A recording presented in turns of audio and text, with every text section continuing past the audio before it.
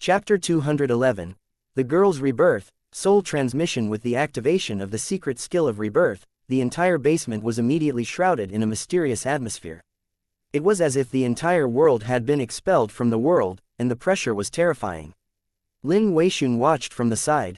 He was affected by the atmosphere and even his breathing became careful, afraid that it would affect Tang Zhen and ruin the entire resurrection process. About 5 minutes later, the strange light disappeared, and the basement returned to normal. Lin Weixun felt the pressure on his body relax, and he almost collapsed to the ground. Tang Zhen inhaled a deep breath of air. He turned his head and looked at the blood pool by the side. The soft sound of water could be heard, followed by 2 delicate cries. 2 perfect and flawless young girls stood up from the blood pool. Dark red liquid slid down from their exaggerated soft curves, extremely eye-catching against the white background. The body that was cultivated by the mother tree had abandoned almost all the defects of the human body. It was born with a sense of compelling spiritual energy, which was how the name, Nature Child, came about. It was perfect and alluring, making people unable to look away after seeing it. The 2 girls first looked around blankly, then they saw Tang Zhen and Lin Weixun. Ah, Yingluo! A shriek was heard and the 2 girls immediately crossed their arms and squatted in the blood pool. They shouted at the 2 of them, "Brother and uncle, you're perverts. Hurry up and get out." When Lin Weixun heard his sister's familiar voice and tone, he immediately felt excited. He chuckled foolishly and was about to turn and leave. Tang Zhen casually threw over 2 pieces of clothes from the side and said to the 2 girls, "Hurry up and put on your clothes. It's not like you didn't see it just now." After the 2 girls took the clothes, they hurriedly put them on. Only then did they walk out of the blood pool barefooted. They came in front of Tang Zhen and the other man and pushed them with angry expressions. "Damn uncle, you pervert. If you dare to peek again, I'm going to. Hey, Haoyan, you've become so pretty." Jin Mingzhen snorted and was about to say something harsh when she suddenly realized that Lin Haoyan's expression seemed to have changed. Not only had her figure and skin become better, but even her temperament had become different. If it wasn't for the fact that her voice and tone were extremely familiar, she wouldn't have recognized this close friend of hers. Lin Haoyan was also looking at Jin Mingzhen in shock, her face full of disbelief. This was another amazing thing about the mother tree's body. It could change its face according to the original appearance of the host soul. Although it was not exactly the same, the basic outline was not wrong and not the same face. Tang Zhen saw the 2 girls looking at each other, so he let Lin Weixun explain the whole thing to them, while he went upstairs to read. After around 10 minutes or so, the 3 of them walked out from the basement. However, the gazes that the 2 ladies used to look at Tang Zhen were a little strange. Their faces were filled with respect, worship, and deep curiosity. Tang Zhen kept the book in his hand after seeing the 3 of them sit in front of him. He smiled and said, "I believe that the 2 of you already understand the cause and effect of the entire matter, so I will not repeat it. However, what I'm about to say will affect your future, so you must listen carefully." The 2 girls and Lin Weixun nodded at the same time, their expressions very serious. Since they already knew about Tang Zhen's ability and mysterious origin, the 3 of them were naturally clear about their current situation. The road ahead was filled with difficulties and obstacles, but there was also infinite hope. As for what the future held, it all depended on their own grasp. Tang Zhen nodded his head in satisfaction when he saw the serious expressions of the 3 of them. He continued, "I'll provide you with a batch of gold as funds for your activities. You can decide how you want to use it. Through this company, you can secretly recruit a group of loyal subordinates for self-protection and to carry out activities. I'll provide you with a game program and a design of the supporting facilities. This is the entire set of virtual game technology. You need to develop it and promote it vigorously. It's best to promote it to the whole world. Don't ask, please like and share the video on the YouTube channel Cultivation Audiobooks. For the specific reason, just do as I say. I believe that once this game is launched, it will bring you unimaginable wealth. In addition, you need to pay attention to the Pickle Nation and the American Alliance. Keep a low profile and try not to attract their attention." After Tang Zhen finished speaking, he chatted with the 3 of them about some other things to take note of, then let Lin Weixun lead the way to his personal residence. Due to his family's wealth, Lin Weixun had a 3-story villa of his own. Tang Zhen's purpose for going there was to transport gold for the 3 of them. After teleporting back to the Holy Dragon City, Tang Zhen took 2 tons of gold from the cave and returned to Lin Weishuan's house. Currently, gold was everywhere in the Holy Dragon City. Tang Zhen had been worried all day that he had no place to store it. Sending it to the original world to exchange for money was a good solution. After the 2 tons of gold were placed in the basement of Lin Weishuan's house, they looked exceptionally dazzling under the light. He also released all the parts of the rebirth altar for Lin Weishuan's safekeeping. No longer paying attention to the 3 people who were blinded by the gold, Tang Zhen drove the pickup truck back to his rental house. After locking the door, he teleported back to the Holy Dragon City. After patrolling around the Sacred Dragon Valley, Tang Zhen returned to his study room. He turned on a modified laptop and started to connect it to the Universal Electronic Kit to write the so-called virtual game program. For a super black technology like the Universal Electronic Kit, writing a virtual game program was actually an extremely easy thing to do. However, Tang Zhen's goal wasn't that simple. Creating a revolutionary virtual game in his original world was just a cover-up. He planned to use this game device that could connect to the human mind to help him with his soul transmission experiment. He would collect all kinds of data he needed and hand it to the Universal Electronic Kit for analysis. At that time, Tang Zhen would use the virtual game to create a world similar to the Endless Wilderness. Through the influence of the game, he would let the humans who participated in the game gradually become familiar with and accept the world of Lusheng. While they were playing the game, the runic magic circle engraved in the game helmet and game chamber would take effect, transmitting a trace of the user's spiritual power. The soul power was like countless rays that were sent into the void. Without affecting the health of the players, it would communicate with the plane where the world of towers was located. The dimension where the world of Lusheng was located was uncertain and unknown. Tang Zhen could only use this method of casting a wide net. After the soul signal from the original world was sent out, Tang Zhen would build a giant runic magic circle similar to a receiver in the Holy Dragon City. Once a soul signal from the original world was sent over, it would be received by the giant runic magic circle and then sent into the soul host body placed on the runic magic circle. When a soul from the original world entered a host body, it would automatically wake up, which meant that the cross-plane soul transfer experiment was a complete success. When the time came, as long as Tang Zhen locked onto the coordinates of his original world, he could transfer a large number of talents from his original world. He could have as many as he wanted. This was a very important step in all of Tang Zhen's plans. It was related to the life and death of the Holy Dragon City and Tang Zhen's wild ambitions. Therefore, only success was allowed. Failure was not allowed. Chapter 212. Demon Training Successful. Black Rock's envoy in the Sacred Dragon Valley, Big Bear was wearing the heavy alloy armor of the Glittergold race and was training the ogres with great interest. The giant armor that Tang Zhen had specially forged had already been equipped on the ogres. Now, these extra-large monsters were all armed to the teeth. The giant spiked clubs were brandished in a vigorous manner, and the killing power was extremely terrifying. As the attack landed, the table-sized boulder was immediately reduced to dust. From a distance, the scene of a large row of ogres standing side by side was truly extraordinary. It would not be an exaggeration to say that it was a nightmare to encounter such a terrifying enemy on the battlefield. However, in front of Da Shang, these terrifying war monsters were all as obedient as kittens. If he told them to go east, they would never go west, and they would carry out Da Shang's orders extremely thoroughly. Tang Zhen felt an inexplicable sense of joy as he watched the group of ogres being controlled by the slightly short, Big Bear. After seeing Tang Zhen come over, Da Shang immediately ran over and pulled Tang Zhen to introduce his soldiers. His face was filled with pride. After letting Big Bear sit on the ground, Tang Zhen patted Big Bear's smooth head and gave him a large bag of candy. He even had an expression of approval on his face, making Big Bear extremely happy. Holding the candy in his hand, Big Bear walked to the ogres and ordered them to sit down. Then he peeled the candy and stuffed a large handful into the ogres' mouths. The ogres' mouths were too big, and the sweet taste of the candy made them drool. Unfortunately, without the Big Bear's order, they didn't dare to swallow it at all, and could only let their saliva drip from their wide-open mouths. After all the ogres had thrown a handful of candy into their bloody mouths, the Big Bear ordered them to shut up. The ogres who received the order immediately swallowed the candy.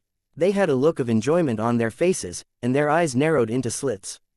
The ogres' appetites were too big, and this little bit of candy wasn't enough to fill the gaps between their teeth. After tasting the delicious food, the ogres looked at the half-filled bag of candy in Big Bear's hands with longing expressions. Big Bear roared and quickly stuffed the rest of the candy into the gaps of his heavy armor. Then, he waved a mace and let the ogres continue their training. Tang Zhen felt that it was quite funny as he watched from the side. However, he also felt gratified for Da Shang. This child, who was born with an intellectual defect, had unintentionally discovered his own path to success and proved the value of his life. Since the ogres had been successfully tamed, Tang Zhen naturally wouldn't let go of this monster troop that had such powerful combat strength. As long as there was an opportunity, Tang Zhen would definitely capture some ogres and hand them over to Big Bear to control after taming. At the same time, Tang Zhen had also sent out a resident that he could trust to assist him. Many years later, when Big Bear controlled countless ogres and followed the Holy Dragon City's army to conquer cities, who would dare to look down on him?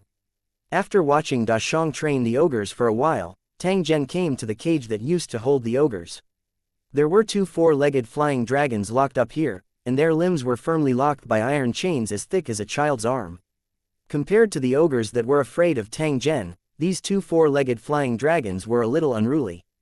They would occasionally howl to express the dissatisfaction in their hearts.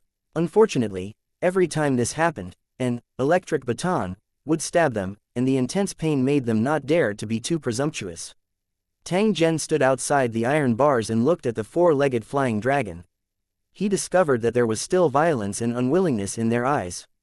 There was also an undetectable fear in their eyes when they saw Tang Zhen appear. Tang Zhen gently shook his head. He knew that it was not a simple matter to tame this kind of intelligent four-legged flying dragon. One would need to have sufficient patience. Tang Zhen had a plan in his heart. He would control the entire four-legged flying dragon race by taming these 2 four-legged flying dragons. At that time, these kings in the sky would become the flying mounts of the Holy Dragon City soldiers and become true dragon knights. Building an army of monsters, or rather, cultivating a group of monster mounts suitable for human use, was crucial for the future development of Holy Dragon City. Perhaps at some point in time, Tang Zhen would build a monster taming ground to tame all kinds of monsters from the wilderness. After the humans from the original world arrived, they could obtain these mounts through the harsh conditions set by Tang Zhen. Then, they could ride them and help Tang Zhen expand his territory. The taming of the ogres had been successful, and the next step was to tame the 2 proud and stubborn four-legged wyverns. Tang Zhen had plenty of time to deal with these 2 four-legged flying dragons. If these 2 fellows intended to fight to the death, Tang Zhen did not mind accompanying them to the end. If you don't listen to me, don't expect to come out again. After Tang Zhen shouted in the dragon language that the four-legged flying dragon could understand, he no longer paid any attention to the four-legged flying dragon whose eyes were wide open and had a shocked expression. He turned around and swaggered away. Despicable stinky bug, let go of our yin-yang. A male four-legged flying dragon roared madly at Tang Zhen's back. However, his balls were, accidentally, hit by an electric baton. The four-legged flying dragon wailed in pain and fell to the ground, staggering. The residents of the Holy Dragon City were still cleaning up the Golden Flash tribe's sanctuary. The materials they transported were also sorted and stored in the cave, filling the cave with useful and useless things. The dwarf Hearthhammer had been very busy recently. He was very interested in the metal technology of the Glittergold race. With the help of the translator given to him by the Holy Dragon City, he kept rummaging through the materials all day long, and then pulled a large pile of metal parts back to his forging workshop. This guy was the same as the goblin Luda. They were both typical workaholics. Once they were engrossed in their work, they no longer paid attention to anything. This caused Tang Zhen to want to chat with it, but he didn't have the opportunity to do so. Just as he was about to go to the mother tree to check on the cultivation progress of Lisa and the others, a Holy Dragon City soldier rushed over with a walkie-talkie and reported to Tang Zhen, "City Lord, there's news from the city wall that Black Rock City has sent another messenger to request an audience with you to discuss the strategy to encircle and annihilate the corpse race." Tang Zhen smiled softly when he heard this. He nodded to the soldier and said, "Hee hee, Black Rock City has finally arrived. It's even earlier than I had expected. It looks like they really can't hold on any longer." After the soldier retreated, Tang Zhen walked up the city wall in a neither hurried nor slow manner. In front of the Holy Dragon City, Xiao Rui looked at the towering walls of the city, his face filled with uncontrollable shock. The last time he had come to Holy Dragon City, he had only seen a city wall that was a dozen meters tall. But now, Holy Dragon City had actually built a new city wall, and it was so tall and majestic. In such a short period of time, they had built a giant wall that could be called a natural stronghold. In Xiao Rui's eyes, this was simply a miracle. This Holy Dragon City master has always been mysterious.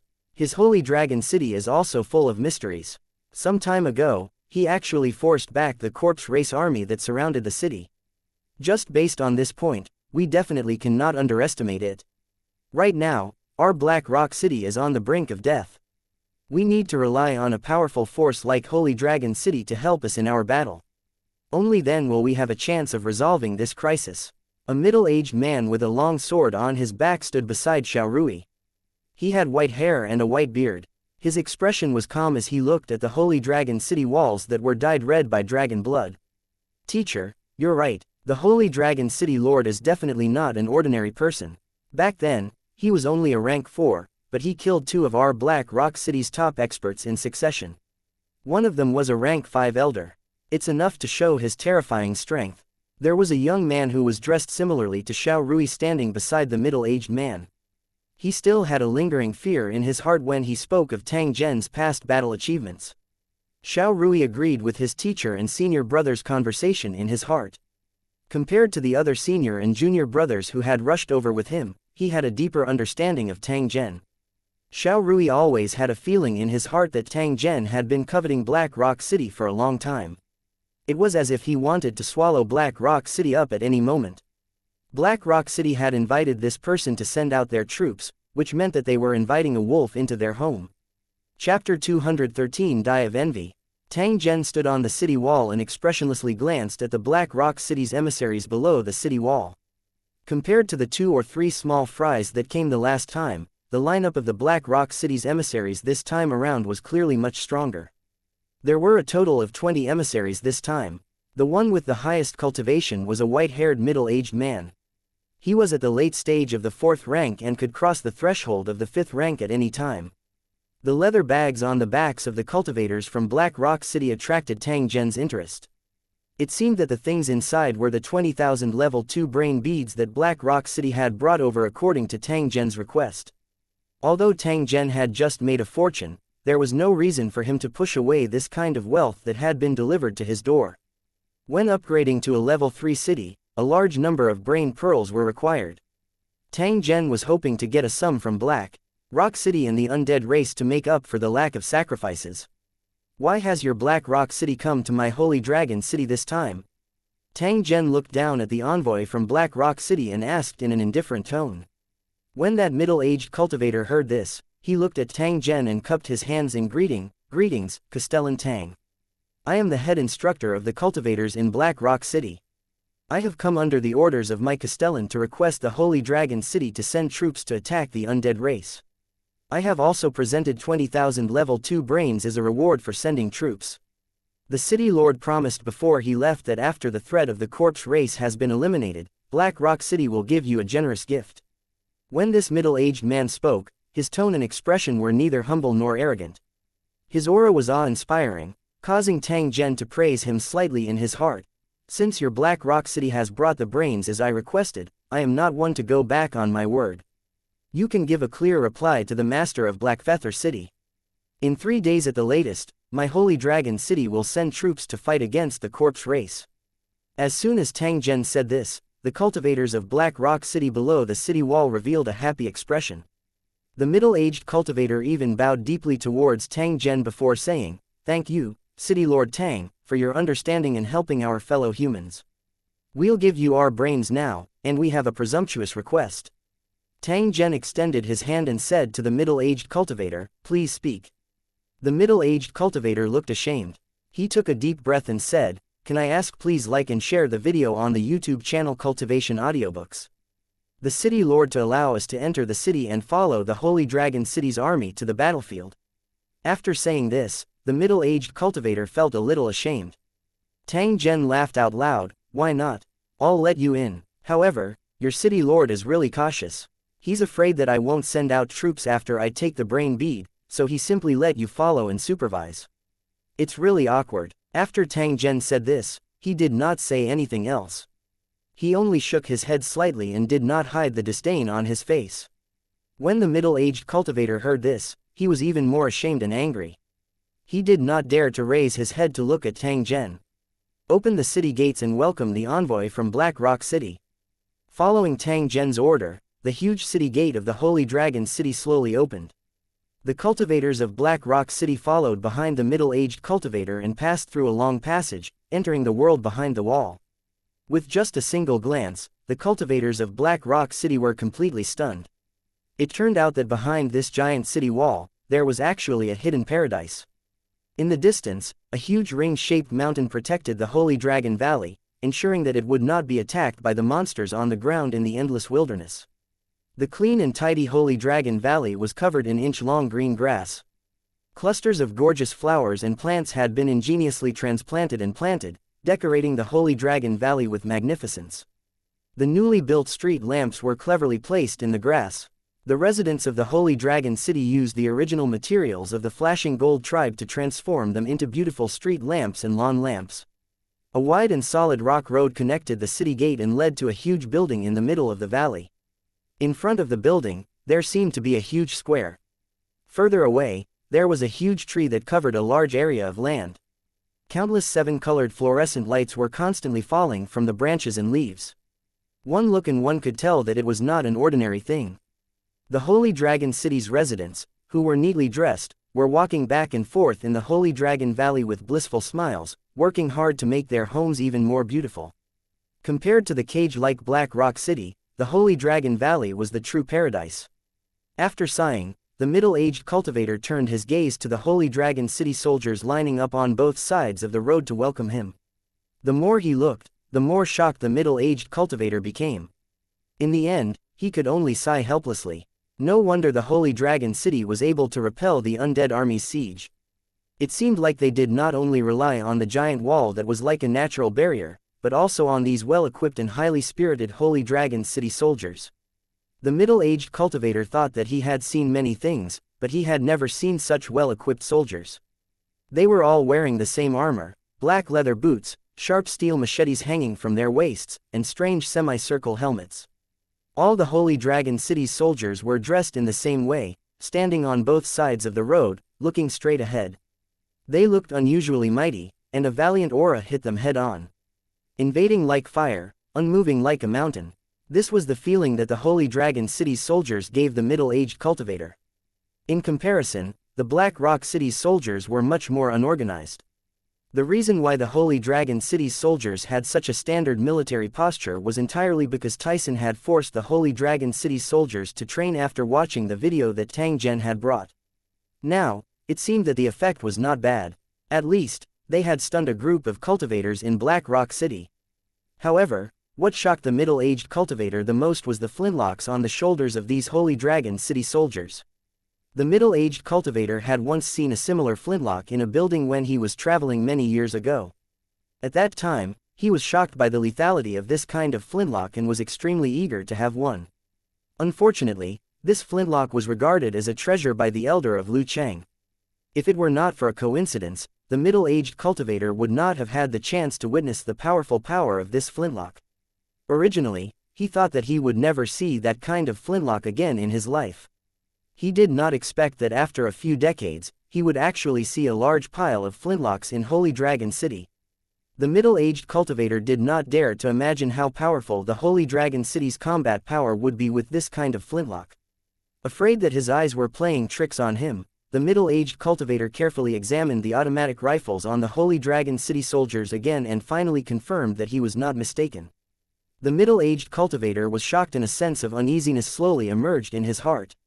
With so many flintlocks, Holy Dragon City would not find it too difficult to dominate this region, or even destroy Black Rock City. Low-level cultivators were no better than ordinary wanderers when faced with this kind of flintlock. The middle-aged cultivator prayed in his heart. He hoped that the Holy Dragon City had a limited number of bullets and would not dare to use this kind of flintlock rashly. Otherwise, it would be a disaster for Black Rock City. Behind the middle-aged cultivator, the cultivators from Black Rock City, who had always looked down on the other buildings, were now staring with their eyes wide open.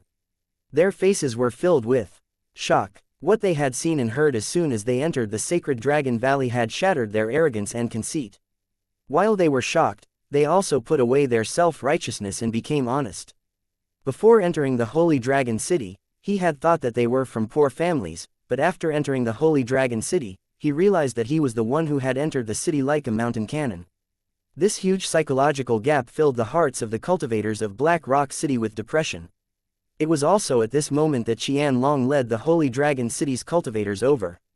After the cultivators from Black Rock City sized them up, they wailed in their hearts. Your Holy Dragon City is showing off your wealth. Is this how you treat your guests? Your Holy Dragon City's cultivators are treated so well. How can we, the cultivators from Black Rock City, face others when we travel together? Your Holy Dragon City is so rich, so why do you still want those 20,000 level 2 brains? Do you lack this little bit of money? You guys are such bullies. Chapter 214. Lu Cheng's knowledge and experience, envy and jealousy. The Holy Dragon City's cultivators' battle team was independent and completely different from the Holy Dragon City's army. Their weapons and equipment were more personalized and of better quality so that they could display the cultivators' individual strengths. It was precisely because of Tang Zhen's reckless investment that the cultivators in Black Rock City felt increasingly envious. Cultivator battle teams were a type of troop type that consumed a lot of resources. In all the buildings, they accounted for a large part of the expenses. But even so, there was still no guarantee that the cultivators would have sufficient resources. Black Rock City was the best example of this. Due to the scarcity of cultivation resources, Black Rock City had always implemented a competitive system. It even encouraged cultivators to defeat their opponents by hook or by crook in order to obtain limited cultivation resources. In addition, the internal affairs of Black Rock City were now rotten to the core. The authoritative figures in the management had almost monopolized all the cultivation resources to strengthen the power of the main family. This had also caused the cultivation resources of the cultivators in Black Rock City to become increasingly scarce. Their weapons couldn't be replaced or maintained, and their armors and protective gear could only be repaired simply. Their various supplementary equipment couldn't be repaired either. Now that they were standing together with Thousand Dragons and the other Holy Dragon City cultivators, they were far inferior to the Holy Dragon City in terms of appearance. A man depends on his clothes and a horse depends on his saddle.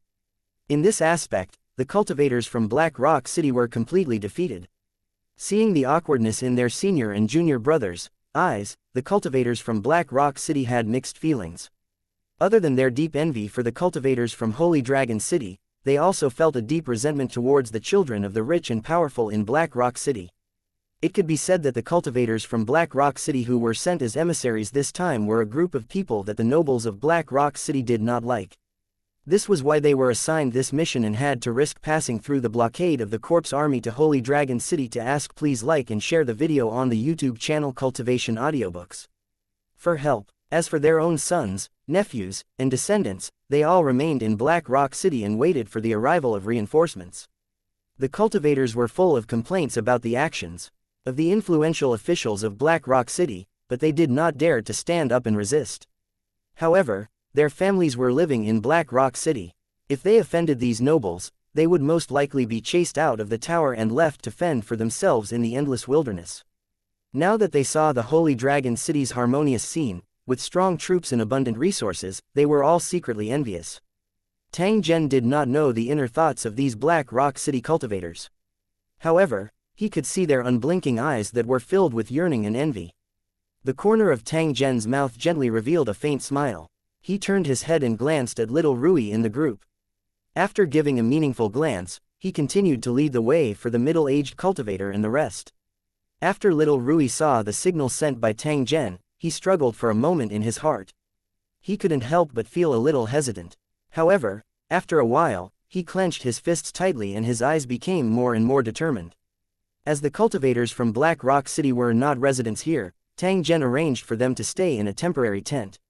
After leaving Tai Seng to entertain them, he turned around and returned to his study room to continue his research. Soon, it was time to eat.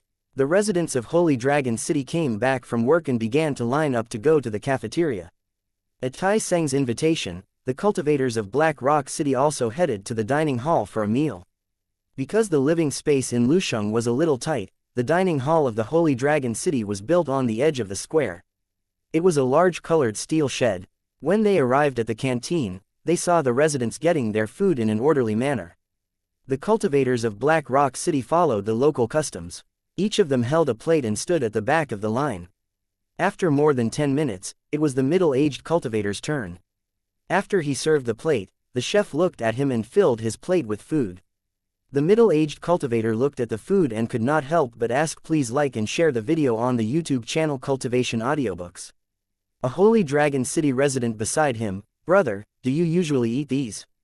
The Holy Dragon City resident glanced at the middle-aged cultivator's plate and shook his head, aren't you tired of eating these every day? We change the menu every 3 days. There's chicken, fish, eggs, and everything. By the way, there are many bowls over there. If you want to drink sugar water or tea, you can pour them yourself. This Holy Dragon City resident treated the middle-aged cultivator as a new resident and even gave him some advice. Oh, thanks, brother. The middle-aged cultivator nodded and went to the stainless steel bucket. He tasted the tea and poured himself a big cup of tea. The middle-aged cultivator returned to his table under the colored steel canopy. He stared at his plate but didn't eat. This wasn't because the middle-aged cultivator was afraid that there was something wrong with the food, but because he couldn't help but sigh in his heart. The Holy Dragon City's residents actually had such sumptuous meals. There were large pieces of red braised pork, deep-fried dried fish, a few small pickled vegetables, and crystal-clear rice. The fragrance assailed the nose and looked extremely tempting. Although he was the head instructor of Black Rock City's cultivators, he did not receive such treatment. His usual meals were mostly grass seed rice, Black Rock City's insect meat, and a bowl of light mushroom soup. He had been eating this food for decades, and the middle-aged cultivator had almost forgotten the taste of other food. However, Holy Dragon City's food was indeed delicious. Back when he was traveling in the wilderness, he had tasted many delicacies. However, compared to Holy Dragon City's food, he always felt that they were lacking. The middle-aged cultivator didn't know that Tang Zhen had added various seasonings to the food from his original world. Compared to the dry cooking method in the world of Lusheng, it was naturally much more delicious. The middle-aged cultivator picked up a spoon and gently scooped up a piece of rice. He had a taste and found that it tasted very good. It was not as hard to swallow as the grass seed rice, and was a very good staple food. After tasting the rice, the middle-aged cultivator took a bite of the red braised meat. His mouth was filled with fragrance, and his appetite increased greatly. Not long after, the cultivators of Black Rock City returned to the table with a full plate of food. They looked at each other and began to gobble down their food. After finishing the meal, drinking a bowl of sugar water or tea, that feeling was really comfortable. The meal left all the cultivators, mouths full of oil and their stomachs round. They were all secretly envious of the Holy Dragon City's residents being able to eat such delicious food every day. After the meal, Tai Seng rushed over again and began to lead the cultivators of Black Rock City for a walk in the valley. From time to time, he would introduce them to the various scenic spots in Holy Dragon City. After a period of rest and construction, the Holy Dragon Valley had become more and more beautiful and pleasant. There were birds chirping and flowers everywhere, and the desolation and barrenness of the wilderness outside could not be seen at all. Stepping on the soft carpet-like grass, the middle-aged cultivator pointed at the mother tree and asked Tai Seng, "May I ask, Chief Tai Seng, that giant tree looks extraordinary. What's its background?" Tai Seng smiled and said with a face full of pride, "I won't hide it from you. This giant tree is called the Mother Tree. It's a second-grade auxiliary city of our Holy Dragon City. This Mother Tree is very mystical and has many unexpected abilities. Especially at night, the Mother Tree would naturally emit a 7-colored fluorescent light, illuminating the area covered by its crown with an incomparably beautiful light. It's useless no matter how much I say. You can enjoy it yourself tonight." As Tai Seng spoke, his face was filled with an uncontainable pride. Chapter 215. The dazed cultivators of Blackstone City. After walking around Holy Dragon City, the cultivators of Black Rock City returned to their tents to rest. Today, the Holy Dragon City had seen and heard too much, which had greatly stimulated them. The cultivators needed some time to digest it. Everything was afraid of comparison. After today's experience, the Blackstone cultivators had begun to feel dissatisfied with their past lives. At the same time, They hoped that they and their families could also live in the enviable environment of Holy Dragon City. Once grass grew in the heart, it was difficult to remove it. Instead, it would become more and more luxuriant under the nourishment of desire. The middle-aged cultivator saw through his disciples' thoughts but did not say anything. Deep down, he was also filled with envy for the living environment in the Holy Dragon City. As a middle-aged cultivator who was not adept at political tactics, he devoted himself to cultivation and teaching his disciples. He did not have a good life in Black Rock City.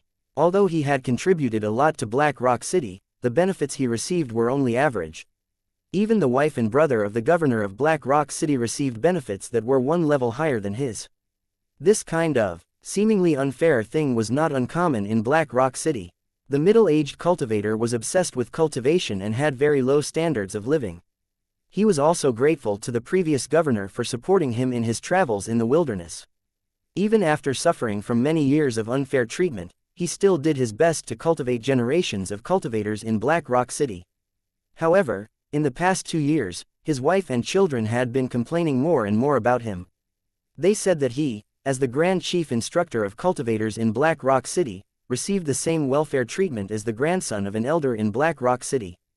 As a result, his family was now as poor as water, and he had to make careful calculations for his life. The middle-aged cultivator was annoyed and could only grit his teeth and ask please like and share the video on the YouTube channel Cultivation Audiobooks.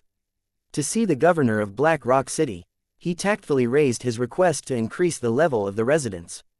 However, the governor of Black Rock City's reply made the middle-aged cultivator's heart sink.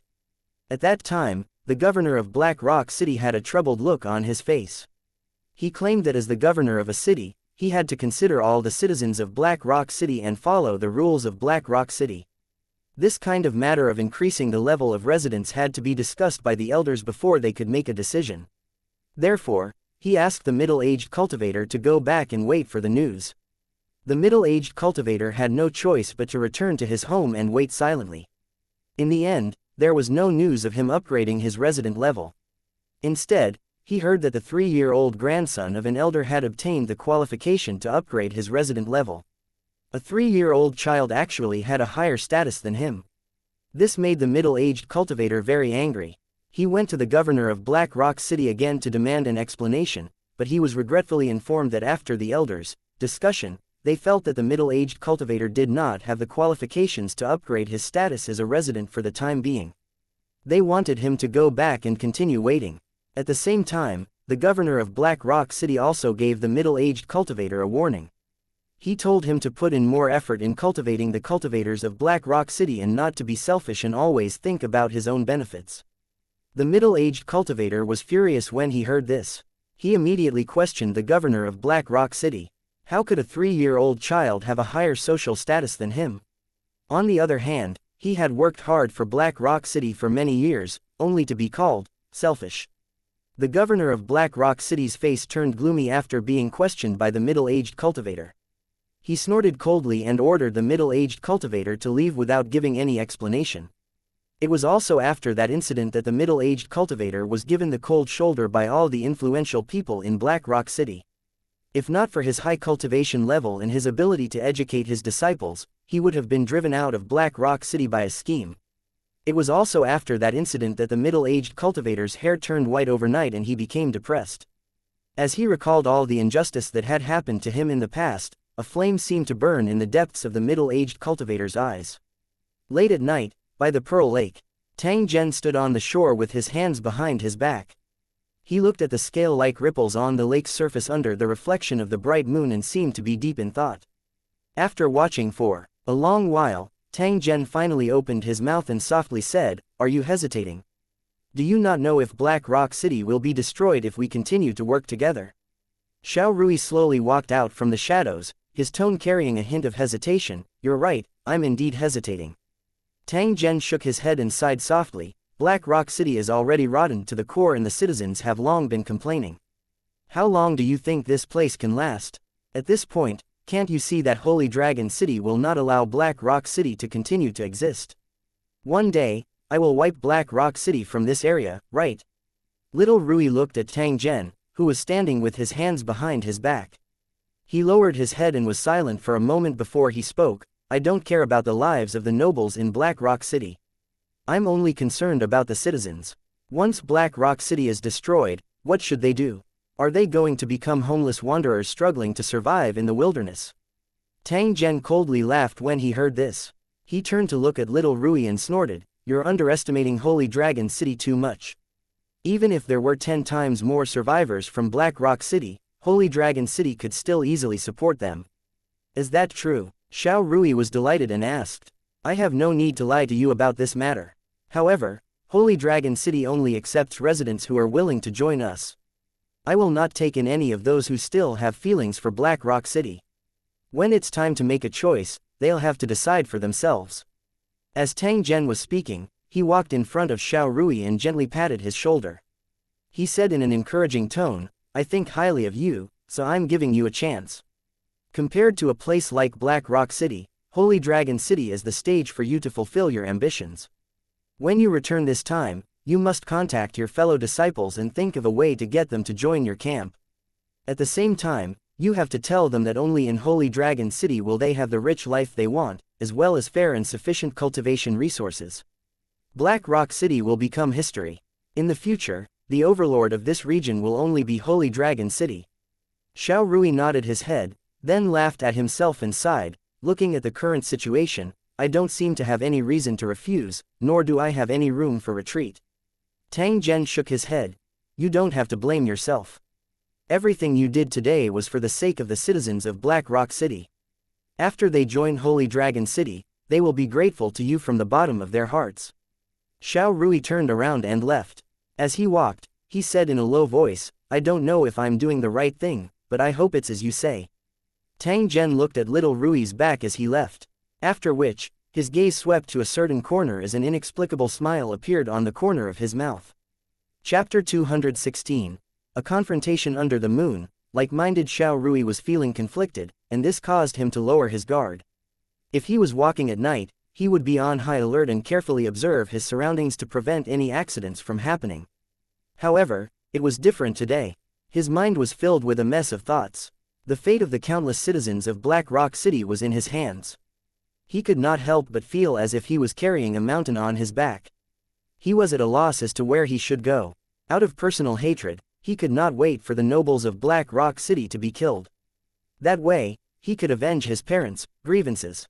However, when he thought of the destruction of Black Rock City and the countless men and women of all ages who had no home to return to, forced to face their unknown fates, he felt a deep sense of guilt as a participant in this operation. The more Xiao Rui thought about it, the more annoyed he became. In the end, he waved his fist fiercely, his face filled with determination. "Let's not care about that. I've already done my best. Everything I've done is for their sake. As for what the future will be like, it's up to God." After making this decision in his heart, the gloominess on Xiao Rui's face disappeared. It was also at this moment that he suddenly realized that behind him, there was a shadow that had been hiding in the darkness, moving like a shadow. Xiao Rui was shocked and immediately turned around to look at the stalker. However, when he saw the person's face, he felt his heart beat wildly and his blood vessels expanded as if they could burst at any time. "Teacher, why didn't you rest?" Xiao Rui bowed to the middle-aged cultivator behind him. His attitude was very respectful, but his muscles were completely tensed up. Although the middle-aged cultivator's cultivation was far above his, as long as he could withstand one blow and not die, his sister could definitely find Tang Zhen for help. This way, her life would be guaranteed. From Xiao Rui's point of view, the middle-aged cultivator was a die-hard fan of Black Rock City. He must have heard and seen everything that happened tonight. If nothing went wrong, the middle-aged cultivator would definitely kill him. After all, what he needed to do was to cooperate with Tang Zhen to topple Black Rock City. Although he did not need to use any weapons, this kind of internal division that killed without seeing blood would give Black Rock City a fatal blow at a critical moment. All sorts of thoughts swirled in his mind as he prepared to fight to the death. The middle-aged cultivator looked at Xiao Rui, who was bowing. After a moment of silence, he sighed. "Xiao Rui, why do you have to do this?" Xiao Rui's body trembled when he heard this and tears appeared at the corner of his eyes. He suddenly recalled his past. After his parents were killed by the elder of Black Rock City, it was the middle-aged cultivator who took care of him.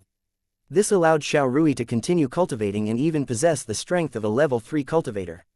Could it be that he was going to completely part ways with this middle-aged cultivator who was both a master and a father tonight? He didn't expect that before his plan could be implemented, he would lose the person closest to him. This feeling made Xiao Rui extremely hesitant and angry. He even wanted to roar out to vent his anger, but he could only suppress it in his heart. However, before he attacked, he wanted to try his best, hoping that the middle-aged cultivator would understand his painstaking efforts. Did you hear the conversation between the Holy Dragon City Master and I just now? Xiao Rui straightened his back and asked the middle-aged cultivator. Then, he stared at the middle-aged cultivator without blinking until he nodded. Seeing this, Xiao Rui laughed bitterly and cupped his hands at the middle-aged cultivator. Teacher above, disciple has some words that have been held in my heart for a long time, and I can't not spit them out. The moon is bright and the stars are few tonight. It's a good time to talk about life, so I'll tell you what's in my heart. Seeing the middle-aged cultivator nod slightly, Xiao Rui continued. You're about the same age as my parents, and you were also a member of the cultivator battle team. I believe you know my parents very well. After seeing the middle-aged cultivator nod his head, Xiao Rui's expression turned sad and his tone was filled with indignation. It's a pity that my parents risked their lives for Black Rock City and gave up on the small family for the big picture. In the end, they were framed by those influential people and not even their bones were left. After our parents were killed by an evil man, what happened to us siblings was obvious to all. If it wasn't for sister's hard work to support the family, if it wasn't for the help of some kind-hearted people, we would have long been swallowed up. May I ask please like and share the video on the YouTube channel Cultivation Audiobooks. Why I'm grateful to such a place. Why do I have to sacrifice for it and let my enemy enjoy the resources that I've exchanged my blood for? Xiao Rui was filled with righteous indignation. His face was filled with pain and unwillingness. He looked at the middle-aged cultivator and continued in a hoarse voice, there are more than 1 or 2 citizens of Black Rock City who have suffered the same fate as me. Who owes whom? The current Black Rock City has completely changed. From a happy village that countless wanderers would die to enter, it has turned into a hell that mercilessly extorted the blood and sweat of its residents to satisfy the selfish desires of the rich and powerful. I don't want to endure, and I don't intend to endure anymore. Xiao Rui pointed at the Holy Dragon Valley below them. I believe you can see the Holy Dragon City's potential even without me saying. This place is surrounded by giant peaks and has giant city walls as protection. The valley is vast and filled with unprecedented high-yield crops. The residents are happy and the soldiers are strong. City Lord Tang is a man of great talent and bold vision. He is determined to build a human city that has been passed down for 10,000 years. With a city like this, the human race will no longer be a group of loose sand.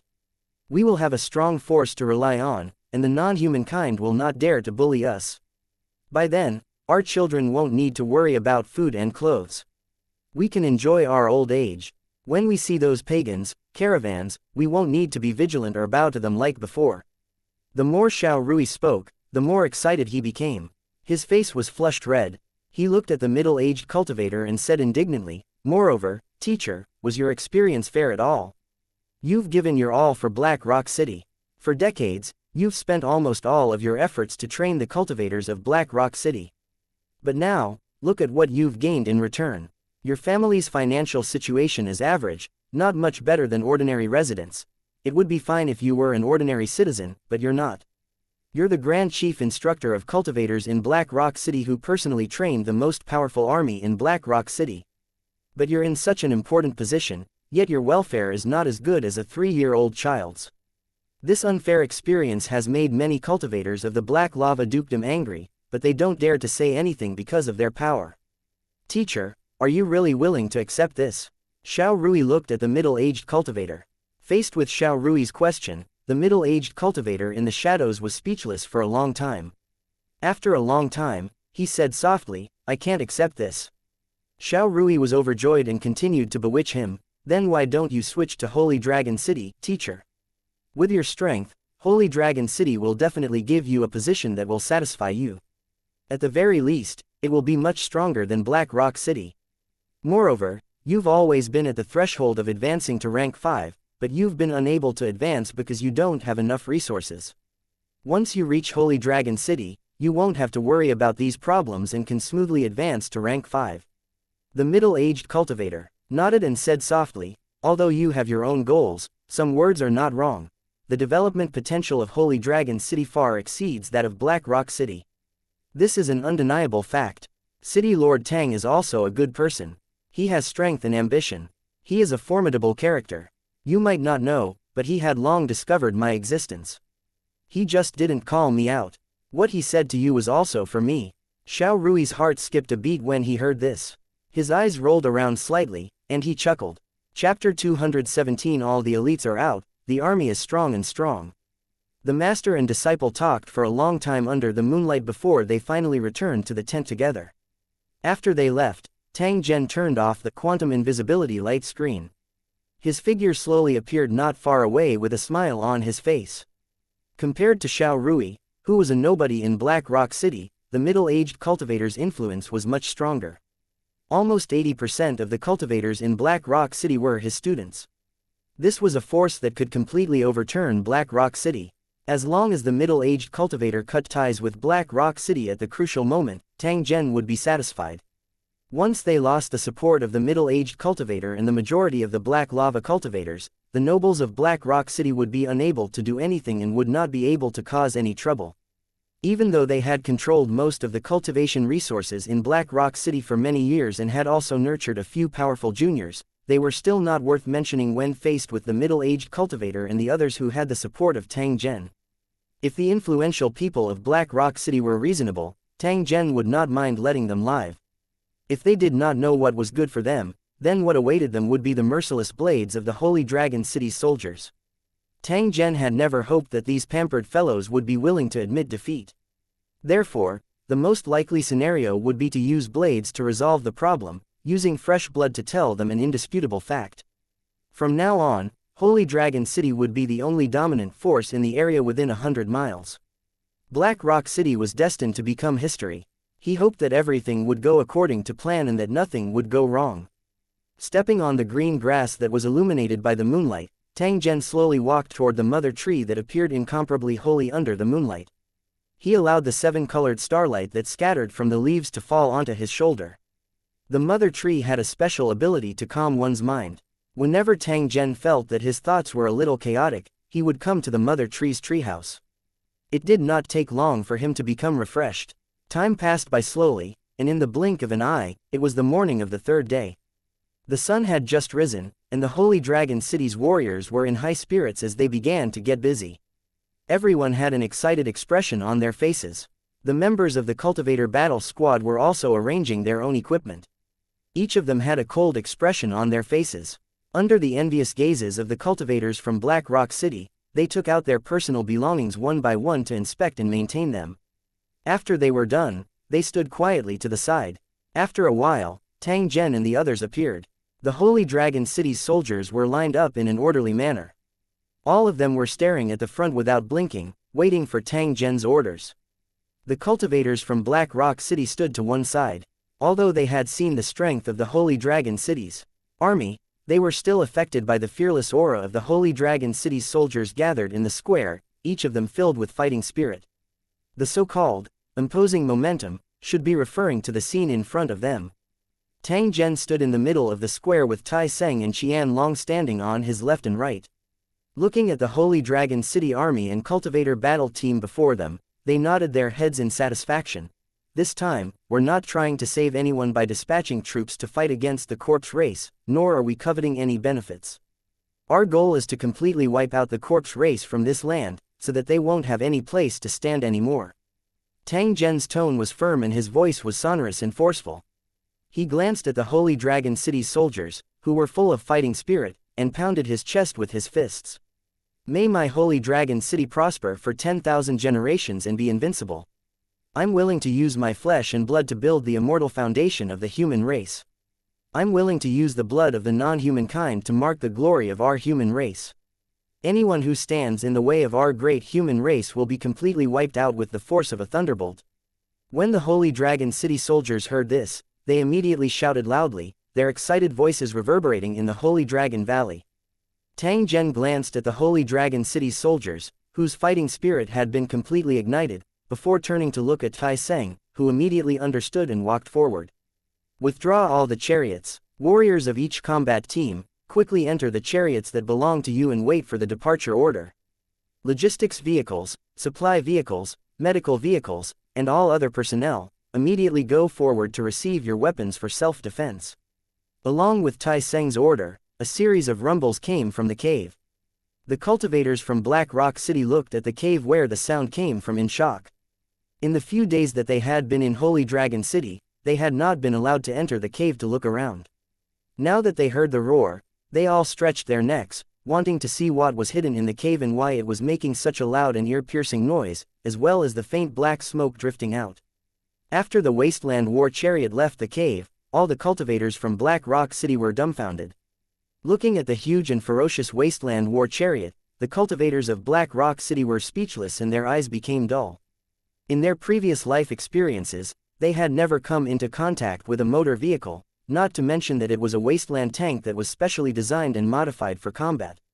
The strong visual impact caused the cultivators of Black Rock City to have a deep sense of awe. With such a powerful combat beast, Holy Dragon City naturally did not fear any enemy. Unknowingly, the cultivators of Black Rock City were once again filled with a strong sense of envy. They had a new understanding of Holy Dragon City's power. A long war chariot drove into the Holy Dragon City square. The warriors quickly entered the back carriage of the war chariot according to their respective groups.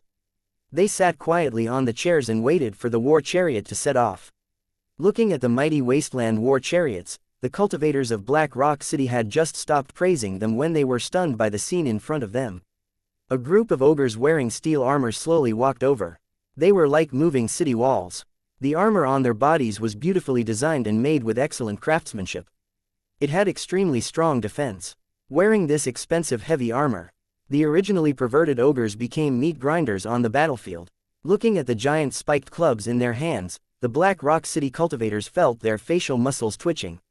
This Holy Dragon City was indeed extraordinary. It could actually tame ogres and even planned to send them to the battlefield to kill the enemy. Putting everything else aside, just the fact that the Holy Dragon City could use a large amount of resources to tame the ogres and create so many giant heavy armors for them showed the Holy Dragon City's foundation. It was not that Black Rock City had never thought of taming the monster. They had tried to do so once, but the terrifying amount of resources invested had eventually made the nobles of Black Rock City give up on the plan because they could not afford to waste any more resources. The Holy Dragon City, which was only level 2, had managed to achieve this. With the experience of successfully taming ogres and the support of the resources of the Holy Dragon City, it would not be difficult to build a monster army. Looking at the ogres standing behind the big bear like obedient babies, then looking at the weapons and equipment on them, the cultivators of Black Rock City all had one thought, that is, never encounter these guys on the battlefield. After the ogres arrived, Tai Seng ordered the fleet to set off. The cultivators from Blackstone City were arranged to board a military transport vehicle and follow behind the convoy. They would set off together with the battlefield. To their surprise, there was a strange metal object fixed to the open military transport vehicle. It had a solid support and a thick iron pipe pointing diagonally to the sky. The cultivators of Black Rock City whispered to each other as they tried to guess the use of this item. It was a pity that their knowledge was limited. They usually only wandered around the vicinity of Black Rock City and were absolutely unable to identify a war weapon like the super light howitzer. However, the middle-aged cultivator had once seen the cannons used by the alien races when he was young. However, those cannons were clumsy, and although they were powerful, they could not be moved. They could only be used to defend buildings. Although he could vaguely guess the use of the super light howitzer, he did not dare to make a conclusion. As the convoy slowly moved forward, the residents of Holy Dragon City spontaneously stood on both sides of the road, watching the soldiers rush to the battlefield. Unlike the other towers, every time the Holy Dragon City's soldiers set off for battle, the residents would be in high spirits.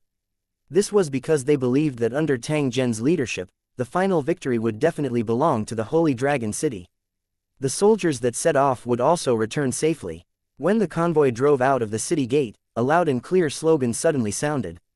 The cultivators of Black Rock City raised their heads and looked back.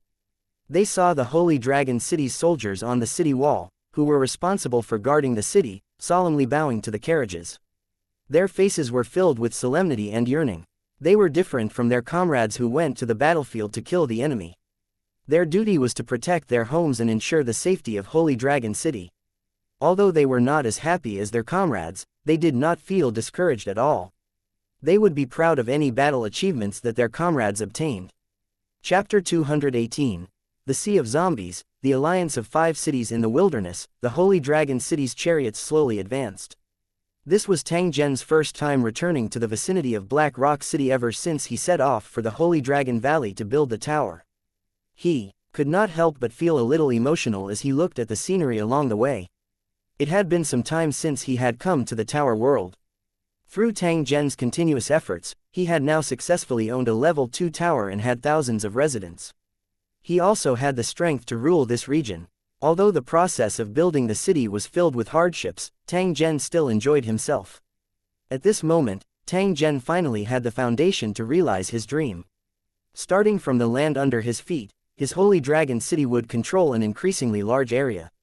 At the same time, the Holy Dragon City would also continue to upgrade the level of its towers, closing the distance between them and the legendary top-tier towers.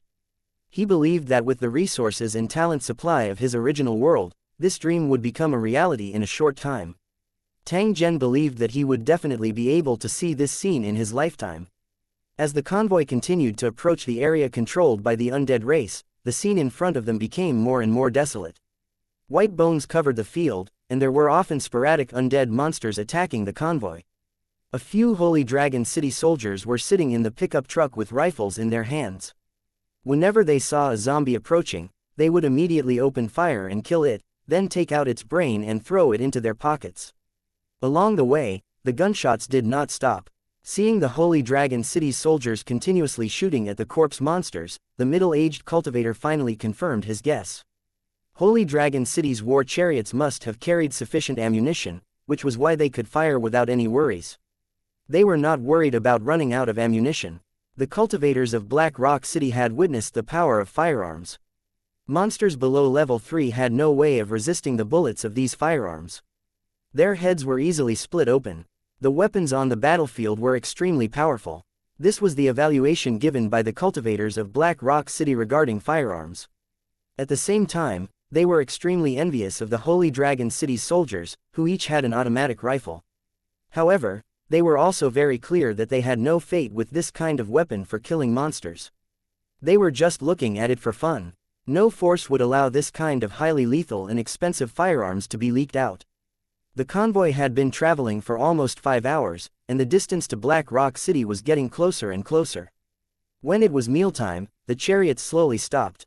Soon, some warriors jumped out of the chariots and used steel welding tools to set up a simple defensive position. Tang Zhen was wearing a camouflage suit and a pair of black sunglasses as he jumped down from a military jeep. He looked around and sat on a simple folding chair. He waved at the middle-aged cultivator and Xiao Rui. The two of them walked up and sat down at the table.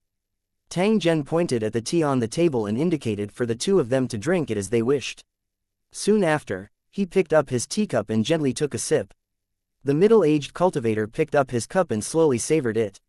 He really liked this kind of bitter drink. In the past 2 days in Holy Dragon City, drinking tea had become his greatest enjoyment. The taste of the tea was bitter, similar to the ups and downs of his life. He didn't know if there would be a day when the bitterness would come to an end. Xiao Rui didn't really like this kind of tea with a bitter taste. He preferred the candied water in the Holy Dragon City's cafeteria. It was sweet and delicious. He would drink a few bowls every time he ate. Ever since his parents had been killed, he and his sister had not had a day where they were well fed. Although he was not hungry because of his sister's hard work, the simple life made him hate the rich and powerful people of Black Rock City even more.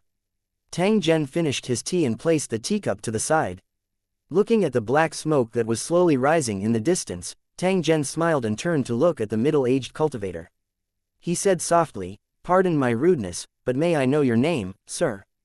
The middle-aged cultivator put down his teacup and replied with a smile, "You're too kind, City Lord Tang. You can just call me Mo Ran." After he finished speaking, he even bowed slightly, appearing very respectful. However, his attitude was still neither humble nor overbearing, and his bearing manner was outstanding. Tang Zhen smiled and returned the greeting. After exchanging a glance with Mo Ran, the two of them understood and laughed out loud. "Mr. Mo Ran, I wonder which forces have the governor of Black Rock City invited to help us out of this predicament. Could you please tell us? The middle-aged cultivator, Mo Yun, nodded his head. He dipped his finger in some tea and gently drew a line on the table. Soon after, he pointed at a simple map and said to Tang Zhen, "Please take a look at this simple map, City Lord Tang." Tang Zhen looked at the table when he heard this and waited for Mo Ran's explanation. The last time, the governor of Black Rock City sent out a total of 10 teams to request for help. However, it was confirmed that only 5 towers could come to Black Rock City to assist in the battle. One of them was your Holy Dragon City. Out of these 5 turreted cities, there are 3 second-level turreted cities. Other than your Holy Dragon City, there are also Redwater City and Earth Valley City. They are located behind Black Rock City and have always been in contact with Black Rock City. Other than that, there's also a level 3 city and a level 1 city. The level 3 city is known as Colossal Bone City. It possesses great combat power and is apparently planning to upgrade to a level 4 city so that it can rival Black Rock City. Their motive for sending troops to aid them in battle is unknown. As for that level 1 city tower, it's called Centauria Valley. It's said that it was built by a woman. Because this city tower was built not long ago, there wasn't much news about it. I only heard that the female city lord was very powerful. Mo Ran paused for a moment before he continued to point at the map. Other than the 5 towers that sent troops to help, the remaining towers not only refused to send troops to help, but they even formed an alliance. I wonder what they are planning. According to my analysis, the crisis of Black Rock City's destruction has given the surrounding forces a chance to grow stronger. It's just that most of them chose to wait and see. They will make new plans after the matter with the Corpse clan is resolved. When Mo Ran said this, he raised his head and glanced at Tang Zhen. Tang Zhen nodded and said to Mo Ran, "This is also a very normal thing. It's a pity that their scope is still too small and they don't have enough confidence. They're destined to not be able to get a share of the pie in this banquet. Our Holy Dragon City is different from them. Not only do we have abundant resources and elite troops, but we've also been prepared to participate in this game for a long time. We view this land as our own. Anyone who wants to lay their hands on it must be mentally prepared to have their arms cut off." After saying this, Tang Zhen turned his head and looked at Mo Ran. Tang Zhen had long wanted to recruit this head instructor of Black Rock City, who had rich teaching experience and wasn't weak in the slightest. "Mr. Mo Ran, please, forgive my bluntness. I'm afraid that Black Rock City will not be able to survive this disaster. Even if the Corpse clan is annihilated, it does not mean that Black Rock City can rest easy. There are too many forces who want to replace them. You're in Black Rock City. You must make plans. When the nest is overturned, there will be no intact eggs. Even if you don't think for yourself, you have to think for your family to prevent them from getting hurt unnecessarily. I admire Mr. Mo Ran's character and talent, so I promise you that as long as Mr. Mo Ran is willing to come to Holy Dragon City, I, Tang Zhen, will warmly welcome you and give you the treatment you deserve." After Tang Zhen finished speaking, he looked at Mo Ran without blinking. He didn't care about how Mo Ran and Xiao Rui had discussed it, nor did he care if the other party had agreed to Xiao Rui's plan. Tang Zhen's words had made his attitude clear. He had also given Mo Ran face. In this way, even if Mo Ran joined Holy Dragon City in the future, it would be because of Tang Zhen's warm invitation. As the saying goes, a fine bird chooses a tree to perch on. The way Black Rock City did things was not popular, but Mo Ran walked with dignity and was not afraid of anyone poking at his back. Mo Ran smiled but did not answer. He only cupped his hands in thanks. There were some things that didn't need to be said clearly. Everyone was very clear in their hearts. Besides, now was not the time to join Holy Dragon City, because he still had very important things to do. Chapter 219. The Allied Camp, Giant Bones, Provocation 1. After the meal, the convoy set off again and went straight ahead. Mo Yun told Tang Zhen that the 5-city alliance would gather at the Wanderer Market and attack the undead race. The former Wanderer Market had been completely abandoned after the undead race took control of the nearby areas. Many of the wanderers who originally lived there had turned into undead monsters and wandered around Black Rock City all day long. Tang Zhen softly sighed after hearing this. However, he also knew that this was an inevitable matter. The Wanderers' Market was merely a place for the nobles of Black Rock City to amass wealth. They only cared about how many brain pearls they could earn, and did not care about the lives of ordinary wanderers. If Black Rock City had allowed these wanderers to seek refuge in the city when the undead clan attacked, they would not have been surrounded by the city today. This was because a large number of the undead monsters near Black Rock City were wanderers who were trying to survive near the tower. Black Rock City had their own difficulties, but that did not mean that they could leave them in the lurch. The reason why Black Rock City had its former glory was not only because of its own efforts, but also because these poor and lowly wanderers in their eyes had contributed a considerable part of their strength. If Black Rock City had taken in those wanderers back then, Tang Zhen would have helped them disperse the Corpse Clan's troops even if he had to risk his life. Then, he would have brought these residents to Holy Dragon City. From Tang Zhen's point of view, having sufficient residents was the greatest wealth. In the end, the nobles of Black Rock City watched on coldly from the side and chased away all the wanderers who were begging for mercy, allowing them to be chased and killed by the Corpse Clan. Tang Zhen, who had originally viewed these wanderers as reserve residents, naturally did not have a good impression of Black Rock City. He also felt a chill in his heart when he saw the actions of the influential people in Black Rock City. Holy Dragon City would definitely not allow such a thing to exist. After he destroyed Black Rock City, he would definitely drive these guys into the endless wilderness and let them have a taste of that kind of pain that made them wish they were dead. Unknowingly, a high hill appeared in the distance, and there seemed to be a human figure flashing on it. Tang Zhen knew that it was the old location of the Wanderer Market. However, the scene of people moving about had long disappeared. Now, only the broken protective wall and scattered white bones were left. As the Holy Dragon City's convoy gradually approached, more and more figures emerged from behind the ruins. These people pointed at the convoy, clearly very curious about the wasteland war chariots. Some of them even drew their bows and knocked their arrows, faintly aiming at the Holy Dragon City's convoy. Tang Zhen looked at the unfriendly faces of the crowd and softly snorted. This group of people clearly saw the Black Rock City cultivators in front of the convoy, but they still did not withdraw their bows and arrows. It was obvious that they were hostile to Holy Dragon City. When the Holy Dragon City's convoy arrived at the entrance of the Wanderer Market, a few Lusheng warriors in leather armor blocked their way.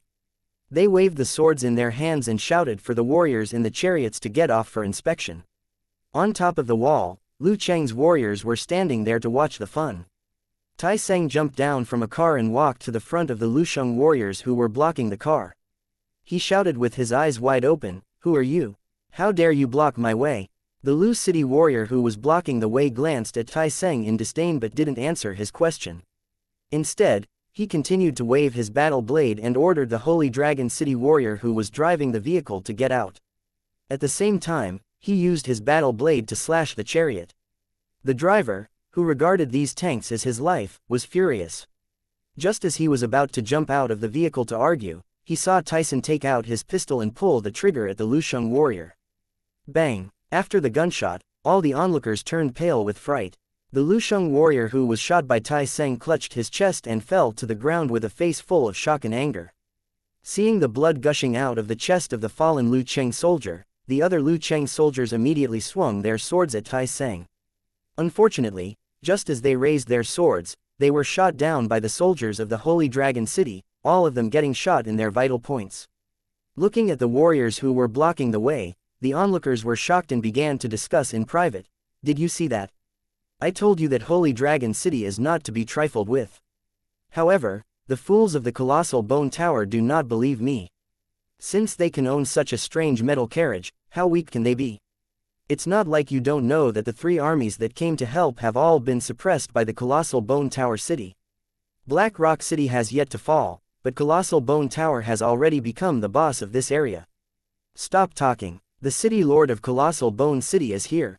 The soldiers of Lusheng who were still talking in low voices shut their mouths at the same time and turned their eyes to the road not far away. A group of people was striding over from that direction, led by a strong man with a gloomy face.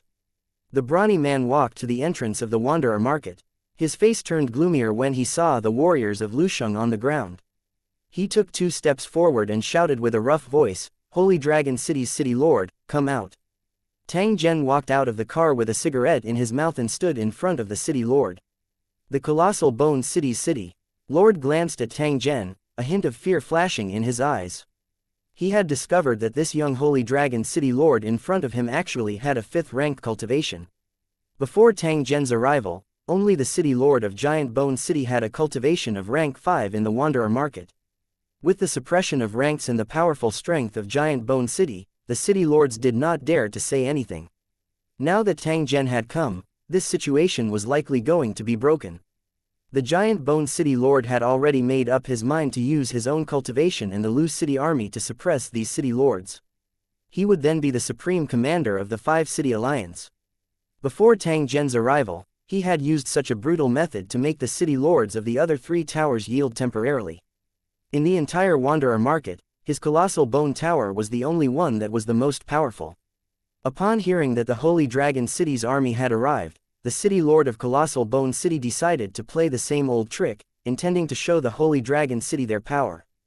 However, he had never thought that Holy Dragon City would be so difficult to deal with. In front of so many people, they had not given any face to Colossal Bone City and had even killed the soldiers who had blocked their way. At this moment, the city lord of Giant Bone City suddenly felt as if he was riding a tiger and couldn't back down. He somewhat regretted his actions and had taken it for granted that Holy Dragon City was just a newly built city with no reputation. He thought that it would yield with a little pressure. Unexpectedly, this Holy Dragon City was not a soft persimmon, but a hard piece of iron. If he did not handle this matter well, not only would the Holy Dragon City not listen to his manipulation, but even the 3 towers that had surrendered before would also be out of his control. This was the last thing the city lord of Colossal Bone City wanted to see. No matter what, he had to make the Holy Dragon City submit. Only then could he maintain his position as the leader. At that thought, the city lord made up his mind. He looked at Tang Zhen and snorted coldly. He pointed at the few corpses on the ground and said, "Your Holy Dragon City has gone too far. How dare you kill the warriors of my Giant Bone Tower? Are you trying to start a war? Today, if the Holy Dragon City does not hand over the murderer and use it to pay for the lives of the Giant Bone Tower's warriors, as well as give me a satisfactory explanation, then you don't need to enter this Wanderer market. We will fight to the death here." Having said that, the city lord immediately assumed a battle-ready stance. After hearing the words of the city lord of Colossal Bone City, Tang Zhen exhaled a mouthful of cigarette smoke and picked his ears with his hand. He then laughed in disdain. "Are you done with your nonsense? If you are, then get out of my way. Don't block my way. I killed him, and I'm standing here. If you have the guts, come and kill me." Tang Zhen nonchalantly glanced at the city lord of Colossal Bone City with a disdainful and roguish expression. Chapter 220, I'm envious and jealous.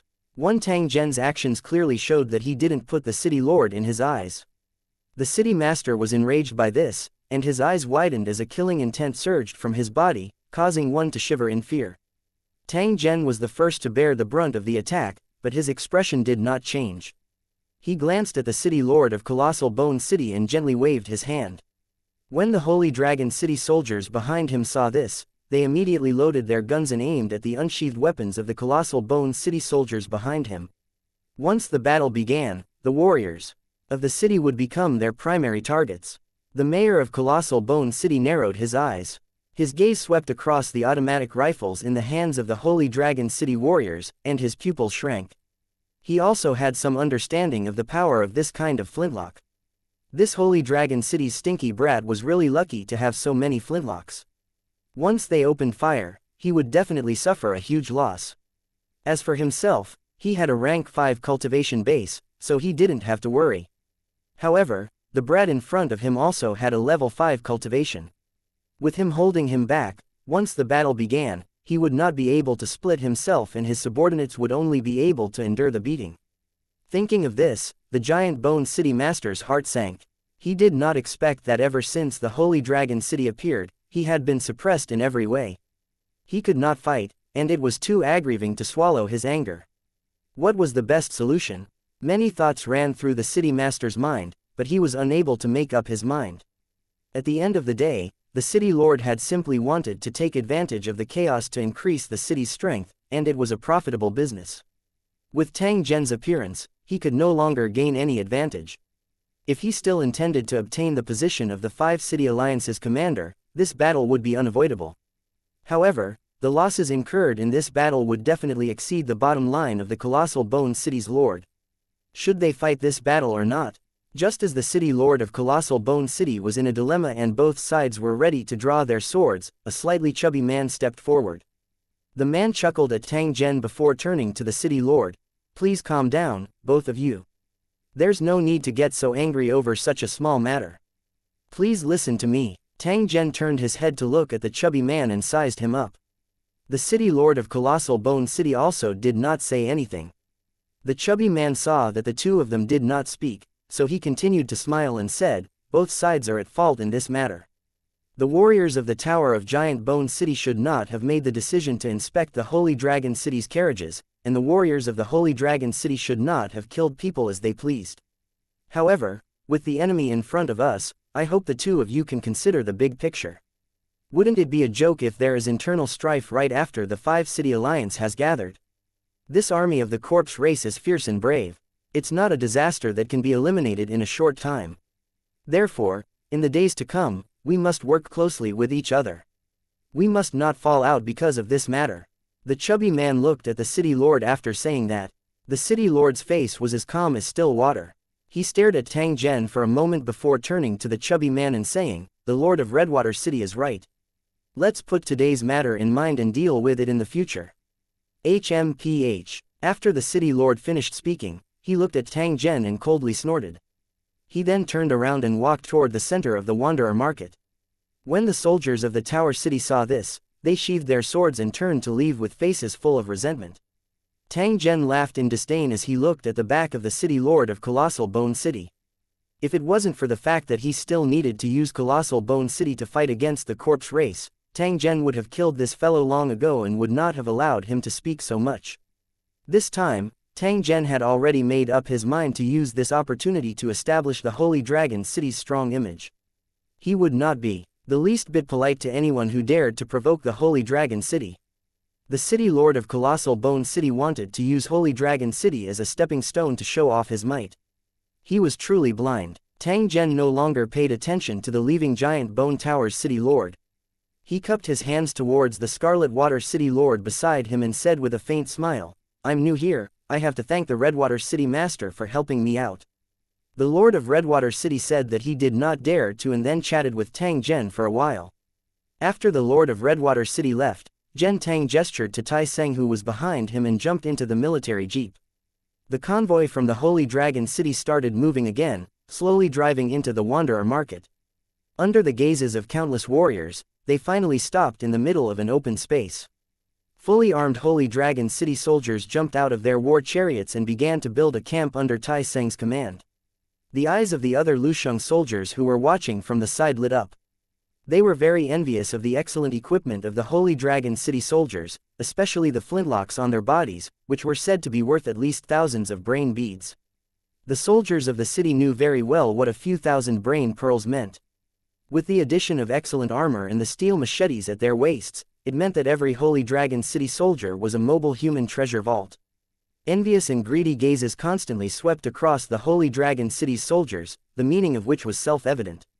The Holy Dragon City's soldiers turned a blind eye to these looks, and even sneered in their hearts, hoping that someone would come and find trouble. Just now, Big Boss Tyson already told us that we can't be cowards here. If we meet someone who doesn't know what's good for us, just beat them up. Even if we kill them by mistake, we don't have to worry. The Holy Dragon City will back us up. With these words, the Holy Dragon City's soldiers were full of confidence. However, now was not the time to deal with those ignorant people. Their biggest enemy now was the undead race wandering outside Black Rock City. As the Holy Dragon City's soldiers busied themselves, tents were set up one after another. Compared to the ugly tents of the other towers, the Holy Dragon City's camp stood out even more, causing the other towers, soldiers to point at them. At this moment, the city lords of the other four towers were also paying attention to the Holy Dragon City's movements. Other than the Colossal Bone City Lord, who was so angry that his teeth were itching, and who wanted nothing more than to kill everyone in Holy Dragon City, the other three city lords were in a good mood. With Tang Zhen's forceful appearance, the city lord's arrogance was immediately suppressed.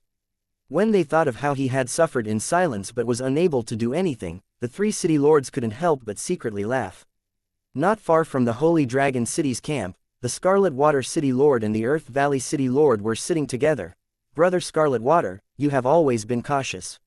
Why did you try to persuade the Holy Dragon City Master and the Giant Bone City Master to make peace when they are angry? Aren't you afraid of getting yourself into trouble?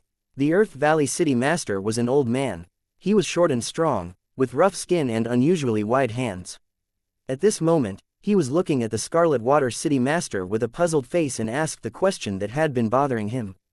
The Lord of Redwater City smiled and took a sip of the vanilla juice before explaining. The only reason I'm doing this is because I see that the City Lord can't back down, so I'm giving him a way out. I'm also doing him a favor. The Earth Valley City Master nodded. After thinking back to the scene, he realized that the Giant Bone City Master had indeed been acting a little strange. Based on the strength he had displayed a few days ago, there was no reason for him to talk nonsense. He would probably make a move as soon as he came up. In that case, the Holy Dragon City Master should thank you. After all, you helped him out of his predicament. Little brother, your courage is extraordinary. I'm impressed. The Earth Valley City Lord thought for a moment and said to the Scarlet Water City Lord with a smile. He really admired the guts of the Master of Redwater City. If it were him, he would never dare to step forward and persuade the two level 5 Lu Chengji when they were angry. The Lord of Redwater City shook his head with a wry smile after hearing the compliment from the Lord of Earth Valley City. If I'm not wrong, not only will the Holy Dragon City Master not be grateful to me, he will even blame me for being meddlesome and treat me as someone on the side of the Giant Bone City Master. Brother, don't you realize that despite his young age, the Holy Dragon City Master's strength is not inferior to the Colossal Bone City Master's? With the flintlock in his hand, it would not be an exaggeration to say that he is the strongest force in the alliance of 5 cities. At the entrance, if I hadn't stopped him, the Holy Dragon City Master would have really killed him. Speaking of this, the Lord of Redwater City wiped the cold sweat from his forehead with a serious expression. Chapter 221. Black Rock City can be put aside for now soon. It was time to eat, and Holy Dragon City once again became the focus of everyone's attention. The alluring smell of food wafted out from the Holy Dragon City's campsite. The soldiers from the other cities who smelled the food all sniffled, trying to guess what kind of food the Holy Dragon City was eating. The Holy Dragon City's army chef lifted the lid of the pot and stirred it with a spoon a few times. The aroma became even more intense, and the soldiers of Lusheng City who were closer to it could not help but drool. He could smell it but not eat it. This was too tortuous. With a shout, the Holy Dragon City's warriors immediately picked up their plates and formed a long line to receive their food. Looking at the oily, fat-toot and fragrant pieces of meat and the sparkling rice, the Lusheng Kingdom warriors couldn't help but swallow their saliva. After glancing at the grass seed cake in their hands, they lost their appetite. The fragrance drifted further and further away, attracting the attention of more Lusheng Kingdom warriors. The warriors of the Holy Dragon City ignored the drooling onlookers. They walked to the dining table and began to eat, deliberately making chewing sounds. The surrounding Lu Cheng warriors were chewing on the dried grass seed cake in their hands while drinking the bland vegetable soup. However, their eyes were fixed on the Holy Dragon City warriors' oily mouth, and the envy and jealousy in their hearts could not be described. After the meal, some Lu City soldiers invited Tang Zhen, saying that the 4 city lords wanted to discuss with him about the analysis of the enemy. Tang Zhen led a few guards and walked to the original management office of the Wanderer Market. It had been cleaned up and changed into the command office of the 5-city alliance. At this time, the city lords of the other 4 towers had arrived. They were gathered around a stone table, pointing at a map. Tang Zhen had just entered the house when the city lord of Colossal Bone City snorted coldly, but he did not say anything. Tang Zhen glanced around and noticed that a woman was also in the room. She must be the city lord of 100 Flower Valley.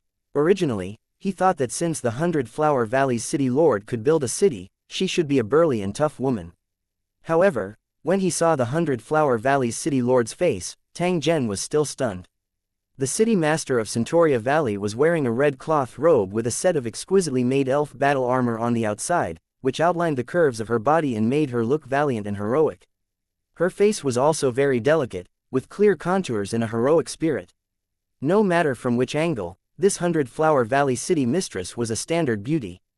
No wonder all the men in the room kept stealing glances at her.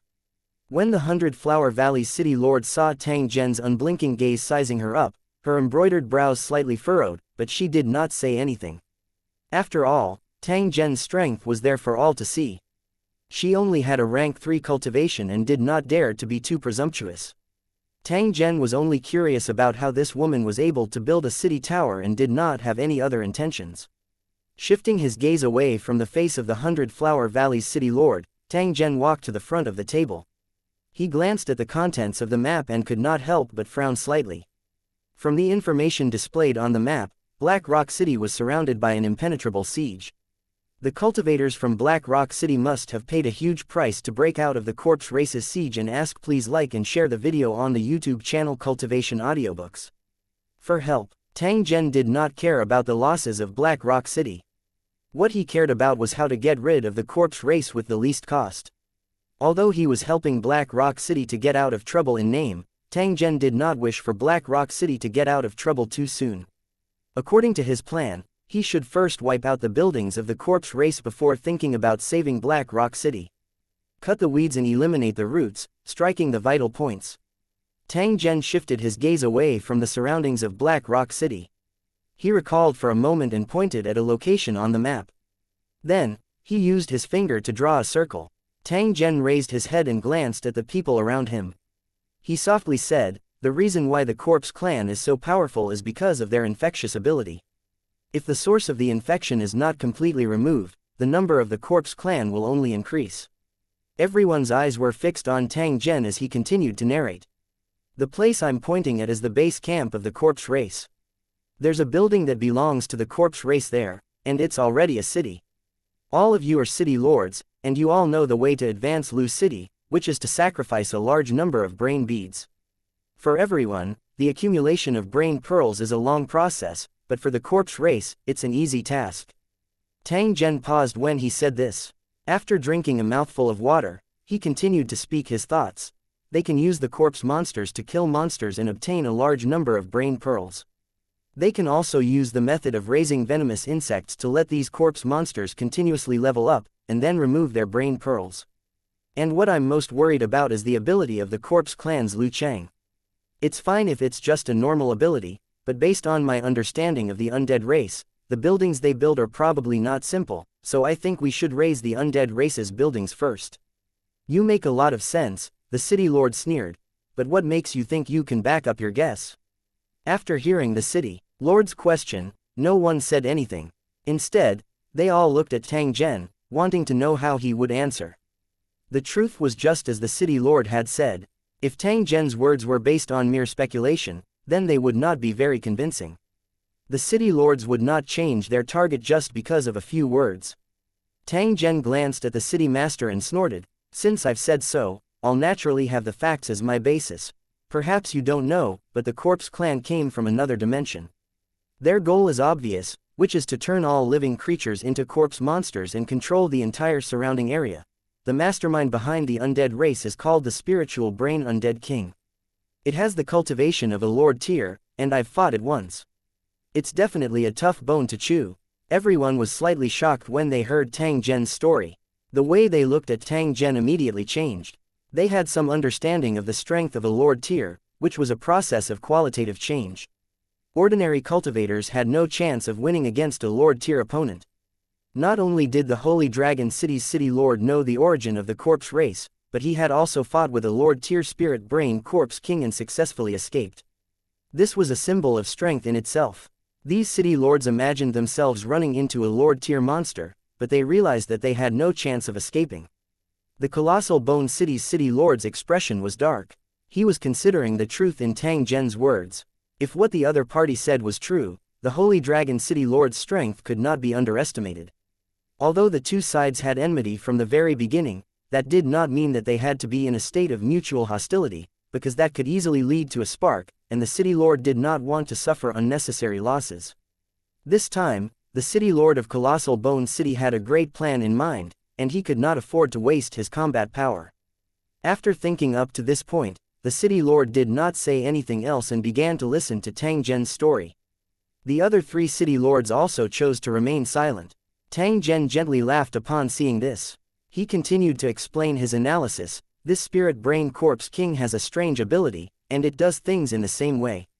However, based on my guess, the corpse clan's Lu Cheng's ability is most likely to increase the strength of its communication with its original plane, so that it can mobilize reinforcements from the Corpse Clan's plane on a large scale.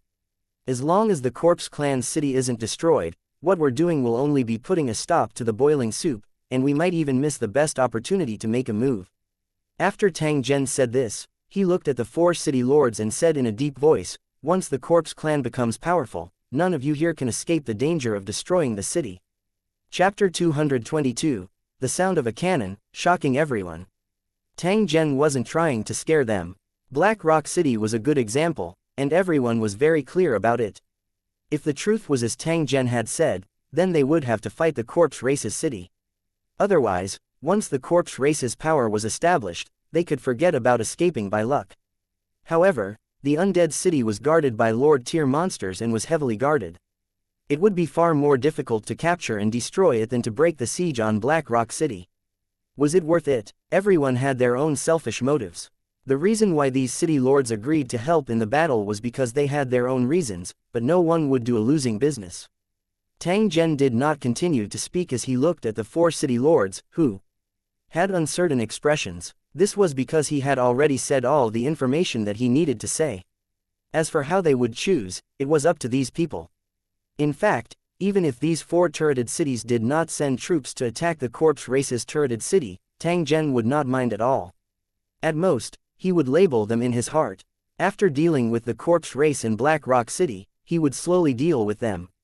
There was a moment of silence before the Colossal Bone Pavilion Master finally spoke.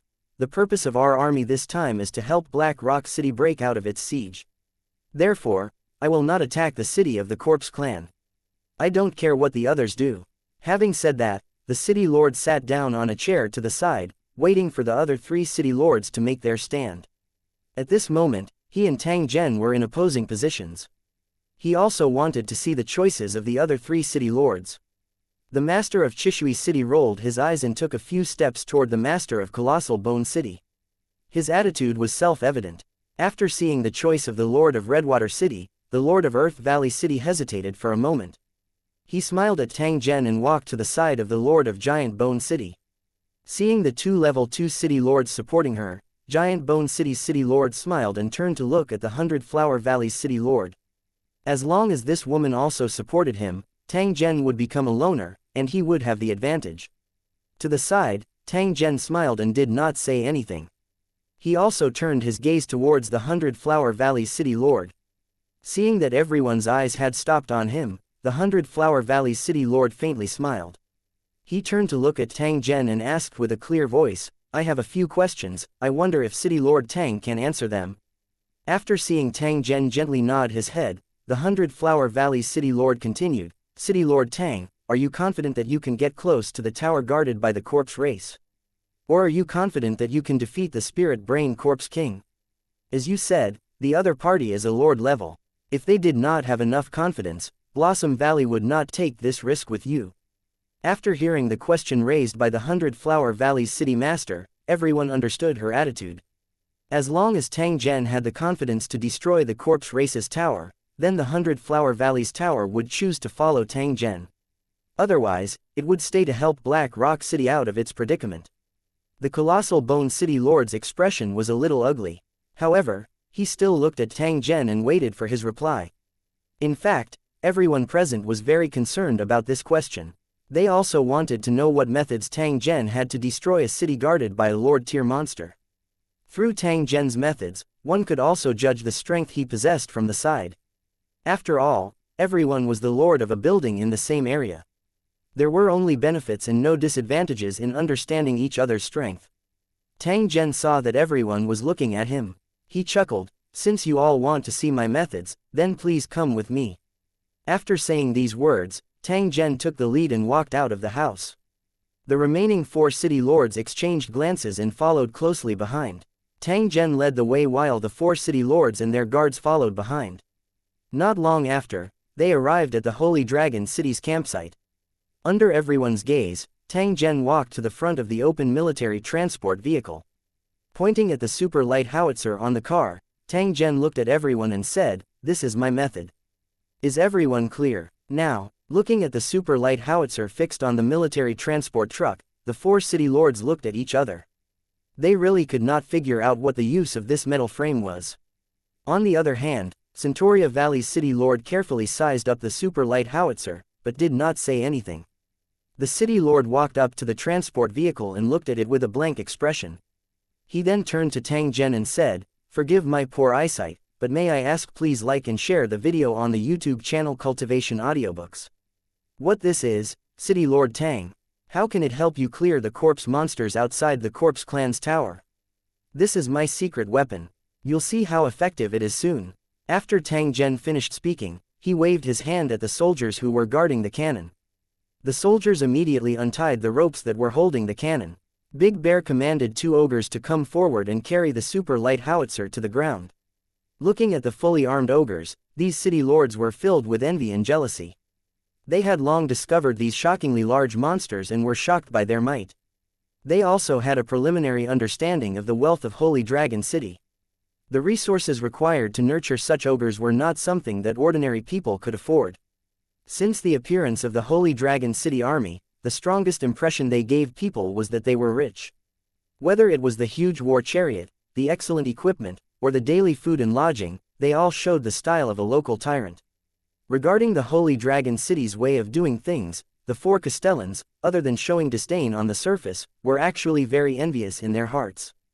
Unfortunately, they could only watch the Holy Dragon City's way of doing things and could not learn it. Otherwise, their towers would go bankrupt in less than 2 days. Just as these city lords were sighing in their hearts, the Holy Dragon City's warriors had already leveled the field and brought in cannonballs. After the 100 Flower Valley's city lord saw the artillery shells in the box, a smile appeared at the corner of her mouth. She looked at Tang Zhen with a scrutinizing gaze, and no one knew what she was planning in her heart. The commotion in the Holy Dragon City's camp had long attracted the attention of the other soldiers. They all gathered nearby in unison and watched with widened eyes. As for the use of the light howitzer on the military transport vehicles, they had all sorts of guesses. The Holy Dragon City's soldiers skillfully operated the cannon while Tang Zhen began to look around. After taking a few glances, Tang Zhen pointed at the Black Rock City in the distance and said to the 4 city lords, "That's the direction of Black Rock City. There are zombie monsters outside, so we'll use them as an experiment." As soon as Tang Zhen's voice fell, he began to switch the map perspective. Then, relying on the upgraded super shooting assistant, he locked onto the position of the outermost zombie monsters in Blackstone City and fired the cannonball. Boom! The sudden loud noise startled all the onlookers, and the whole camp became a mess. Fortunately, the chaos quickly subsided. The 4 Castellans stared at the place where Tang Zhen was pointing with their eyes wide open. Soon, they discovered that a loud noise had also been heard from the group of zombie monsters that surrounded Black Rock City. After that, countless corpses of the corpse monsters were thrown into the sky. The area that was originally densely packed with corpse monsters was immediately cleared out. Hiss, hiss, hiss, what an overbearing weapon. The 4 city lords had extremely good eyesight, and now that they were looking down from above, they could clearly see the entire process of the bombardment. It was precisely because of this that they were even more clear about the power of the super light howitzer. Looking at the terrifying scene after being bombarded, they felt a chill run down their backs. If Tang Zhen were to fire a shot at their position, the consequences would be unimaginable. After witnessing the might of the super light howitzer, their gazes when they looked at Tang Zhen were mixed with a trace of vigilance. The more they knew about the Holy Dragon City, the more uneasy they felt. Compared to the Holy Dragon City, whether it was in terms of weapons, equipment, or logistics, they seemed to be inferior to their boss. One in fresh clothes and the other in tattered clothes. The contrast was so obvious when they stood together. Chapter 223 Cooperating to attack the city, mysterious woman Tang Zhen's shot had shocked the 4 Castellans. They no longer had any doubts about Holy Dragon City's strength. At this moment, the Colossal Bone City's city lord was in a dilemma. Tang Zhen's display of his strength had already caused him to feel a heavy psychological pressure. His original plan of controlling the 5 city alliance's army had to be changed at the last minute. It was destined that one would not be able to obtain any benefits by going against a brash and powerful person like Tang Zhen. Moreover, this fellow was an extremely unstable factor and was very likely to affect his plans. Although he wanted nothing more than to destroy Holy Dragon City, he could only think about it. Other than the city lord of Colossal Bone City, the other 3 city lords also had different expressions. They all had their own thoughts about the martial power displayed by the Holy Dragon City. Tang Zhen took in everyone's expression and secretly thought that he had successfully acted tough. Only then did he slowly walk in front of the 4 city lords and softly laughed, "City lords, how powerful is my secret weapon? Holy Dragon City's army is strong and powerful. In that case, I'll have to trouble Holy Dragon City Master to attack the Corpse Clan City." The Giant Bone City's mayor complimented him with a fake smile, then once again expressed his attitude that he would never send troops to attack the Undead Clan City. The Lord of Redwater City and the Lord of Earth Valley City had previously advanced and retreated together. Although they had seen the power of the Holy Dragon City's cannons, they still did not dare to face the Lord Tier Spirit Brain Corpse King.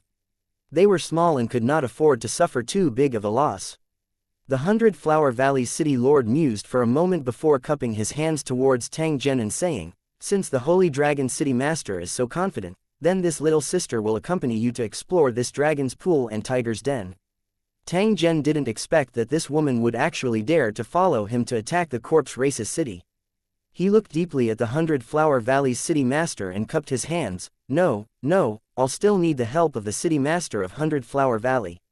Since the 5 towers had already chosen their respective targets, it was time for them to split up and discuss. The 3 city masters turned around and left, leaving the 100 Flower Valley city master alone. Tang Zhen looked at the tent not far away and walked in with the 100 Flower Valley city lord. The Holy Dragon City soldier brought a cup of tea and placed it on the table.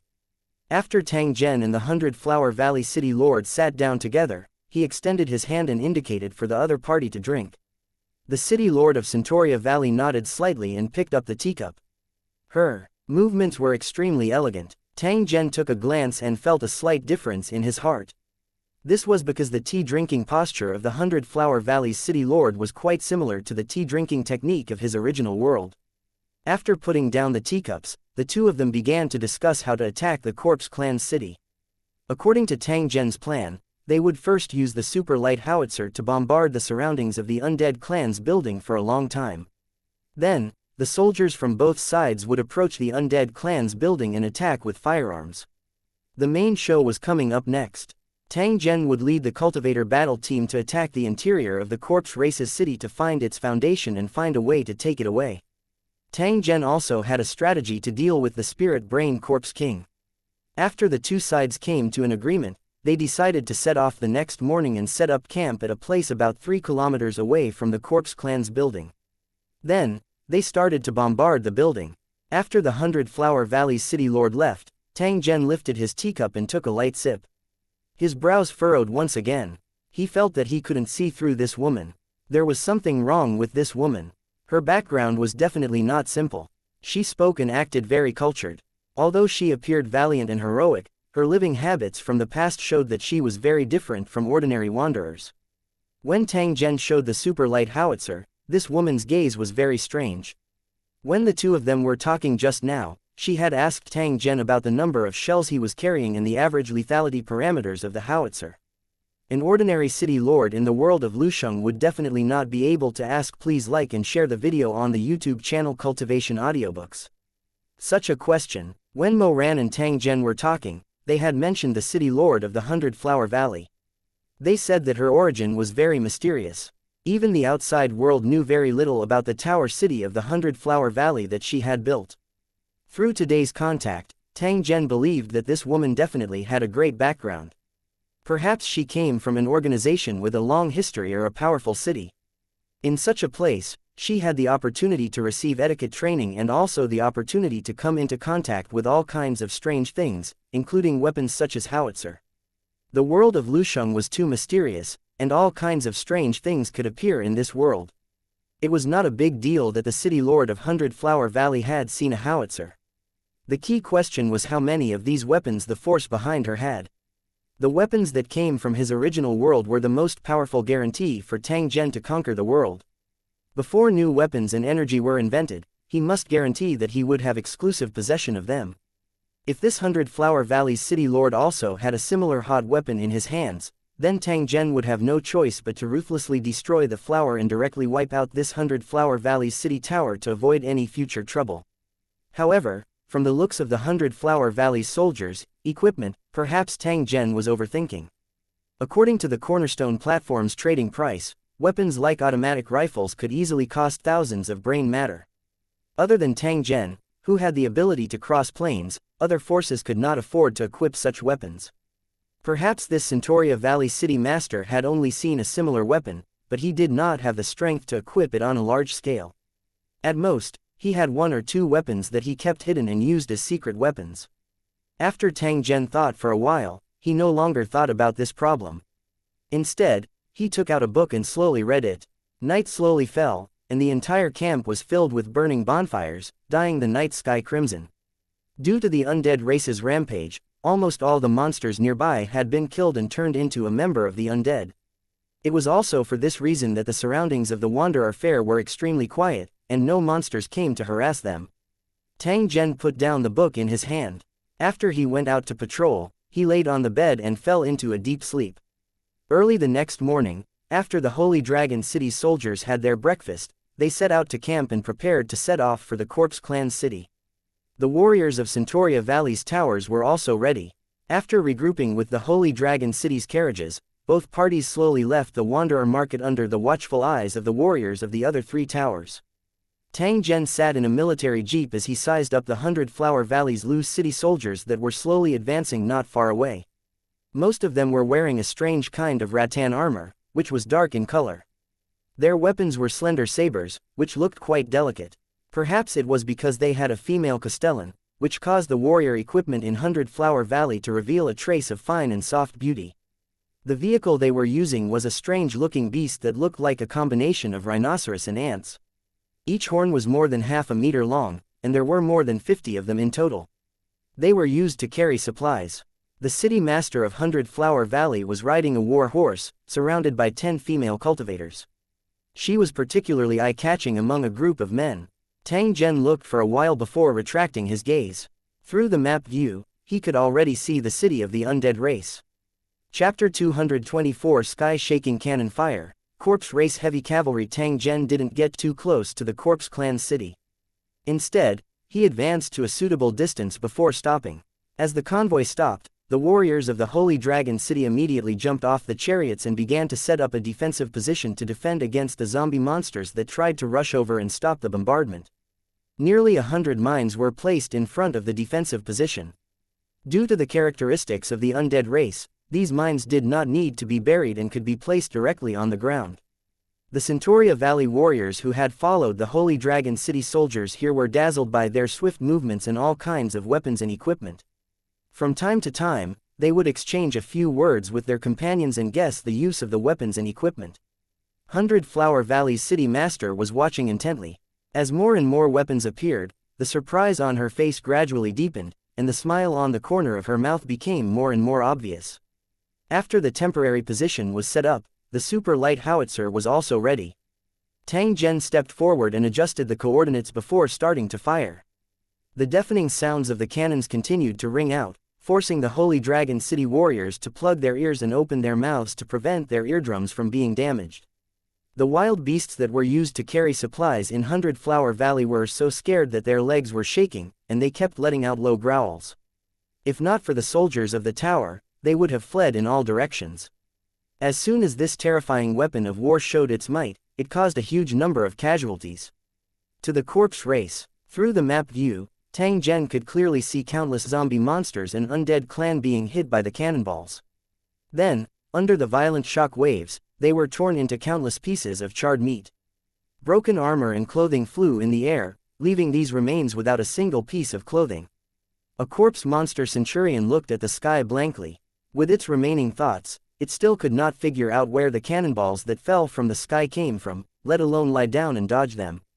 As the cannonball hit the ground, countless gravel also dodged. They mixed with the shrapnel of the cannonball and instantly swept across the surrounding tens of meters, shattering countless zombies. A group of saber shield ghost soldiers tried to use their shields to block the flying gravel, but their shields were smashed to pieces. The saber shield ghost soldiers hiding behind them were also shot with bloody holes and fell limply to the ground. Although he wasn't dead, he was half crippled. With Tang Zhen's map perspective as a support, every time the Holy Dragon City fired, it would bring great damage to the undead. The more undead gathered, the cannonball would land in that place, setting off a wave of blood and flesh. Not long after, the surroundings of the Corpse Clan city were filled with wreckage and smoke. The constant cannon sounds had already caused the corpse race to be in complete chaos. Unlike the undead monsters that only had the desire to kill and devour, the undead creatures had simple thoughts, and the continuous bombardment had already made them feel fear. As they dodged, they sent out a kind of corpse bird that was about half a meter long and began to circle around the city of the Corpse Clan, trying to find the enemy to attack. Tang Zhen wasn't far away from the undead clan city, so he was quickly discovered by the scouting undead bird. The bird then reported his location to a Corpse Clan centurion. The corpse race centurion glared at the Holy Dragon City's army and then ran into the strange-looking corpse race tower. In less than 2 minutes, Tang Zhen saw a large group of corpse race heavy cavalry rushing out of the tower. Tang Zhen did not dare to be careless in the face of such a powerful undead army. He immediately ordered the machine guns and mortar cannoneers to get ready. At the same time, he ordered all the Holy Dragon City's soldiers to immediately switch to using steel core armor-piercing bullets. Seeing this, the Lord of Centauria Valley also ordered his warriors to prepare their bows and javelins, getting ready for battle. The Centauria Valley Castellan knew very well that compared to the Holy Dragon City's weapons and equipment, his subordinates' cold weapons were of little use. However, he still had to at least show his attitude. As the corpse race's heavy cavalry moved out, the ground immediately shook. Looking from afar, a black mass of heavy armored cavalry was like a raging wave, rapidly pouncing toward the Holy Dragon City's formation. Due to the characteristics of the undead race, the undead cavalrymen could start charging from a very long distance without having to worry about whether the warhorses under them could withstand such a long-distance charge. Smoke and dust filled the sky as the corpse race's heavy cavalry arrived in an instant. Tang Zhen could even see the blood-red eyes of the corpse race's heavy cavalrymen under their helmets. These tall cavalrymen were extremely skilled in driving their war horses. They waved their war blades and spears, and their killing intent soared into the sky. Such a scene would cause one to have a sorrowful thought of being undefeatable. If a timid person had encountered such a scene, they would have probably been scared witless and turned around to escape. However, the Holy Dragon City's soldiers had already been baptized in many big scenes. Compared to the anxious Hundred Flower Valley soldiers, the Holy Dragon City's camp was as stable as a rock. Fire! Fire! Tai Seng roared, and the machine guns and mortars shot out flames at the same time. The metal barrage instantly collided with the armored cavalry formed by the corpse race's heavy cavalry. The armor worn by the corpse race's heavy cavalry could perfectly resist the attack of swords and arrows, but in front of the firearms in the original world, it was still extremely fragile. The whistling bullets made countless round holes in the armor of the corpse race's heavy cavalrymen. After the bullets rolled a few times in their bodies, they rushed out of their bodies, deformed the armor behind them, and shattered it. The continuous bullets shot into the bodies of the corpse race's heavy cavalrymen, turning the bodies under the armor into a mess. Minced meat and blood seeped out from the gaps of the broken armor and fell on the war horses. The dense barrage of bullets not only turned the undead cavalrymen into mincemeat, but also the war horses they were riding on. The bullets either bit off a large piece of their muscles, peeled off a large piece of their skin, or pierced through their stomachs, dragging their internal organs far away. The numbing sensation of the undead race towards pain caused these war horses to persist and run far away even though they were covered in injuries. Only then did they unwillingly fall to the ground. The mines on the ground exploded one after another. Unfortunately, they didn't cause much damage to the corpse race's heavy cavalry, but they successfully slowed down their speed. The appearance of machine guns and cannons caused the cavalry forces in the original world to withdraw from the stage of history. In the Lusheng world, Tang Zhen's machine guns and mortars were still the fatal nemesis of the undead heavy cavalry. It was only a short distance of a few dozen meters, but the corpse race's heavy cavalry had paid a heavy price. The ground was covered in countless corpses. However, such a terrifying massacre didn't scare the remaining undead heavy cavalry. They still stepped on the corpses of their comrades and continued to charge towards the enemy. This was the rule of the heavy armored cavalrymen. They would never stop charging until they broke through the enemy's formation, even if they died in the process. They were like sharp arrows that were shot at the brazier. They would either knock over the brazier or be caught in the brazier and set ablaze. There was no second path to choose. The Holy Dragon City's soldiers armed with automatic rifles also joined the attack at this moment. The sound of gunfire filled the entire space in an instant. With their participation, the remaining corpse race's heavy cavalrymen found it even more difficult to move. They were like bamboo rafts in the middle of a stormy sea, constantly being broken apart before finally falling to the ground, their flesh and blood mixing together with the soil. When the gunshots stopped, the Holy Dragon City's soldiers quickly put away their guns and stood up. They began to inspect their firearms and replenish their ammunition. They had calm expressions on their faces, as if the terrifying corpse race heavy cavalry that they had just killed were just some random monsters in the wilderness. The 100 Flower Valley soldiers did not join in the fight. With the Holy Dragon City's terrifying firepower, they could only watch the show. Although they didn't participate in the battle, as the most direct witnesses of this battle, the deep shock and horror in their hearts couldn't be dispelled for a long time. Chapter 225. Luring the enemy to attack when the fierce battle had just ended, and Holy Dragon City's soldiers began to clean up the battlefield. Although this wave of attack by the Corpse Clan's heavy cavalry failed, there would inevitably be the next wave of attack. Tang Zhen wanted to continuously tear the Corpse Clan monsters apart and eat them up bit by bit. They used cannons to bombard the undead while luring them out to destroy them. No matter how many soldiers the undead race had, they couldn't afford such a consumption. Seeing the Holy Dragon City soldiers pocketing the brains one by one, the Lusheng soldiers of Centauria Valley were extremely envious. These brains were not the cheapy level 1 or level 2 brains. Each of them could be compared to 100. It was a pity that in the battle just now, they had been playing the role of a bystander. No matter how thick-skinned they were too embarrassed to go up and take a share. When the next wave of zombie monsters attack, we must do our best to perform. We must not let those guys from Holy Dragon City look down on us. Many Lusheng warriors of Blossom Valley swore in their hearts. They really couldn't stand watching the soldiers of other sects kill their enemies without being able to intervene. It hurt their self-esteem. However, when the second wave of undead monsters came, the Lu Cheng warriors of Blossom Valley lost their confidence. Looking from the camp, nearly 200 Corpse Clan centurions were charging toward them. Around these corpse races centurions, there were all sorts of strange corpse monsters. They were like a black wave that was rapidly sweeping over, and their foul smell drifted 10 miles away with the wind. The Lusheng warriors of Blossom Valley had never seen such a scene before, and they couldn't help but feel nervous. After all, these were not small cats or dogs, but real monsters. Even the weakest of them had the strength of a level 2 monster.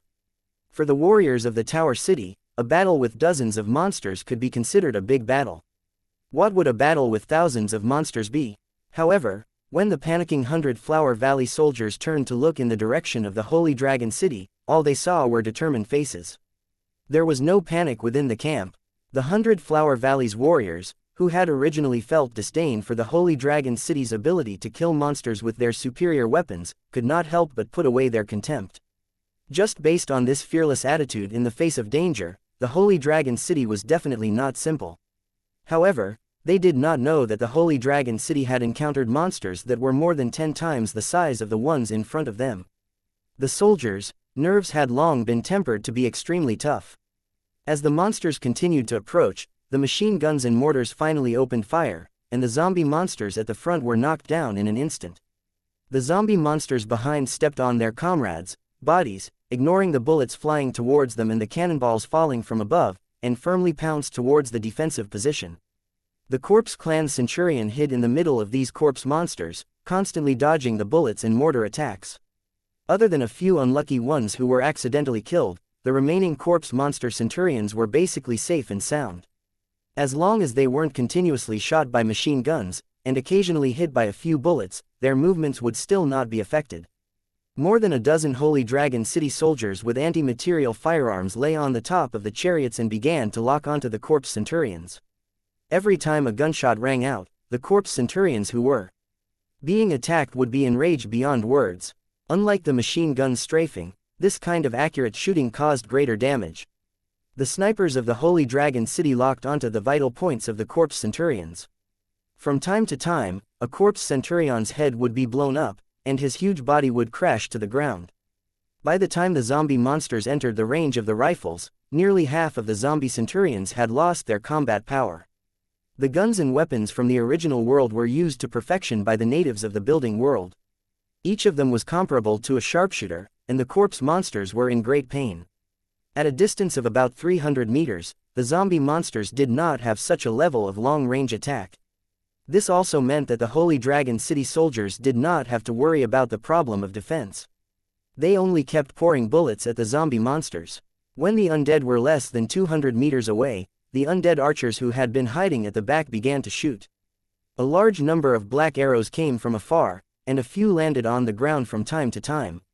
After the Holy Dragon City soldiers in charge of operating the mortars saw this, they immediately locked onto the position of the undead archers and began to bombard them. The explosion blasted the undead archers into pieces, and they could no longer attack effectively. When the zombie monsters were less than 100 meters away from the camp, the Lu Cheng warriors of Blossom Valley finally had the opportunity to attack. They used a kind of battle bow made of ancient vines and kept shooting, killing many zombie monsters. However, shooting at this speed was very physically exhausting. The Lu Cheng warriors of Blossom Valley only shot 10 arrows before they felt their arms swelling and powerless, unable to pull the bowstring. At this moment, they were even more envious of the Holy Dragon City's warriors. Compared to bows and arrows, the advantage of firearms in continuous attacks was too obvious. When the zombie monsters were less than 50 meters away from the position, their numbers had been reduced to a terrifying extent, but it was also at this moment that the battle entered a state of white heat. Whether it was the Holy Dragon City or Centauria Valley, both sides were attacking with all their might, trying to stop the corpse monsters that were charging forward again under the urging of the Corpse Clan's Centurion. 30 meters, 20 meters, 10 meters. The Holy Dragon City soldiers threw away the last wave of grenades. Following Tai Seng's order, all the Holy Dragon City soldiers put down their rifles, picked up a special shield from the ground, and pulled out the fine steel battle swords at their waists, starting a melee battle with the few remaining corpse monsters. The Holy Dragon City's cultivator team was like a storm. They had already trapped a few corpse monster centurions at the first moment and were constantly attacking. Big Bear waved his mace and led his ogres into the battlefield. No monster could stop this team. Whether it was the corpse monster or the corpse centurion, they were all smashed into meat paste by the ogre's giant mace. As the two armies clashed, Holy Dragon City's performance once again stunned Hundred Flower Valley. Looking at the Holy Dragon City's soldiers killing the corpse monsters one-sidedly, they suddenly felt a sense of helplessness. These soldiers, who could be said to be elite in both close and long-range combat, were a nightmare that no enemy wanted to face. As an ally of this group of people, Blossom Valley felt great pressure. He turned to look at the battlefield. The battle was coming to an end. And NBSP, Tai Seng's daily training was showing its effect at this moment. Facing the slightly slow zombie monsters, the Holy Dragon City warriors with metal shields and steel machetes were more than capable. They cooperated with each other and killed the zombie monsters one by one. Occasionally, when the Holy Dragon City's soldiers were in danger, the members of the cultivator battle team would step forward to help. Tang Zhen would also help from time to time, allowing the Holy Dragon City's soldiers to remain in a state of shock but not danger. The Lusheng warriors of Blossom Valley were not to be outdone, and they also surrounded a wave of zombies and attacked. Compared to the Holy Dragon City, they were far inferior in terms of equipment and training, so there were casualties very quickly. The Holy Dragon City's medical personnel appeared in time to help them treat their wounds, which made the injured extremely grateful. However, they did not know that these first aid personnel were all newbies. They had a stomach full of common sense, but had no chance to practice at all. This time, the Lusheng warriors of Blossom Valley were injured, and they finally had a chance to apply what they had learned. As for what the Hundred Flower Valley soldiers, who were treated as lab rats, would think, that was not within the Holy Dragon City military doctor's consideration. I've worked so hard to save your life. Did I save the wrong person? Chapter 226. Special rules for Lu Cheng's advancement. Lusheng's warriors from Blossom Valley were lying on stretchers, screaming in pain as they were beaten by the two-handed military doctor from Holy Dragon City. The corner of Tang Zhen's mouth twitched when he saw this. The Holy Dragon City's soldier beside him also had a gloating expression. Ever since the last four-legged flying dragon attack, the Holy Dragon City's soldiers had a deep understanding of these two-handed military doctors.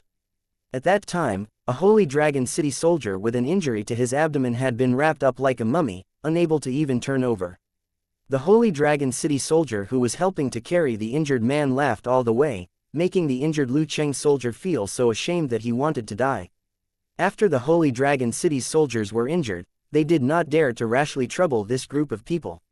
Fortunately, after this battle, the ones injured were the Lusheng soldiers of Blossom Valley. Otherwise, the Holy Dragon soldiers would have to face the inhumane torture of these military doctors again. After the battle, it was time to clean up the battlefield. This time, Centauria Valley finally had the right to clean up the battlefield. However, compared to Holy Dragon City's harvest, the number of brain pearls they obtained was not worth mentioning. They were not even a fraction of Holy Dragon City's. 100 Flower Valley's city lord walked in front of Tang Zhen and said with an envious tone, "Holy Dragon City is indeed extraordinary. I believe that it won't be long before your Holy Dragon City levels up again, right?" Tang Zhen nodded. There was no need to hide this kind of matter. He might as well admit it openly. Centauria Valley's Castellan sighed at these words. Looking at the well-equipped Holy Dragon warriors, she couldn't help but say with a hint of jealousy, "Holy Dragon City Master is really lucky to have so many powerful weapons.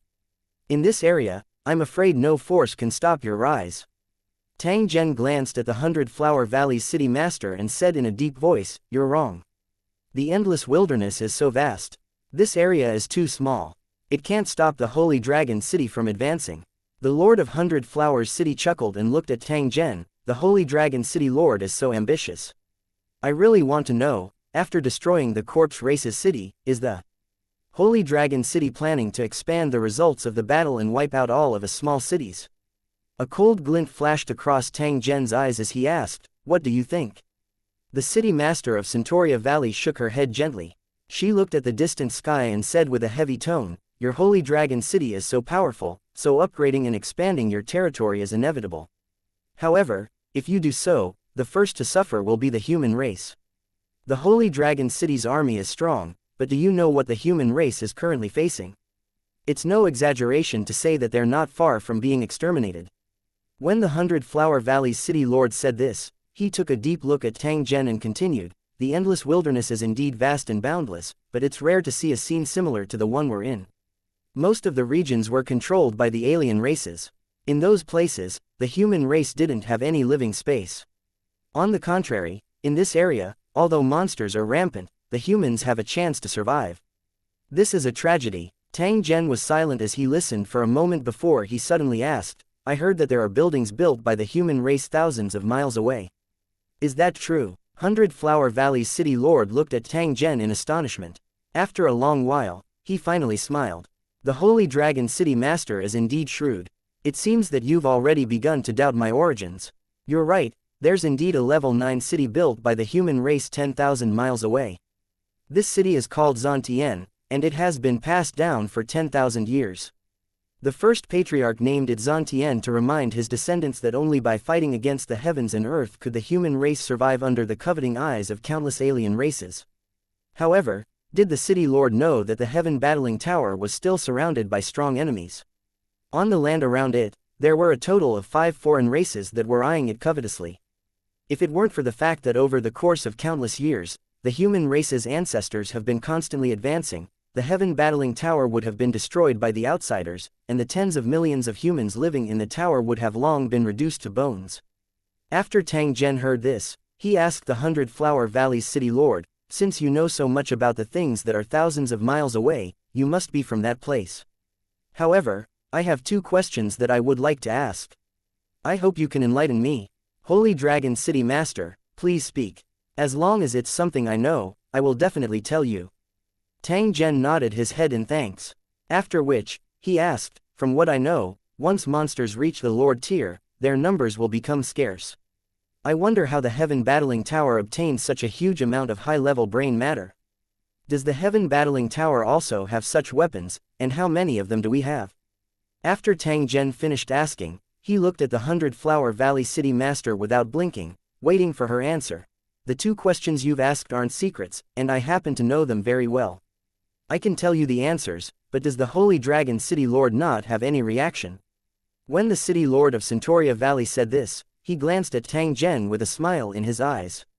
Tang Zhen shook his head and softly said, "Even if you don't tell me, I will know the answer sooner or later. If you want to use this matter to exchange for benefits, I advise you to give up as soon as possible." And NBSP, the City Lord rolled her eyes and mumbled, "Cheapskate." Then, she said unwillingly, the mysteries of this world are far beyond your imagination. Before you reach that level, you will never believe that these laws exist.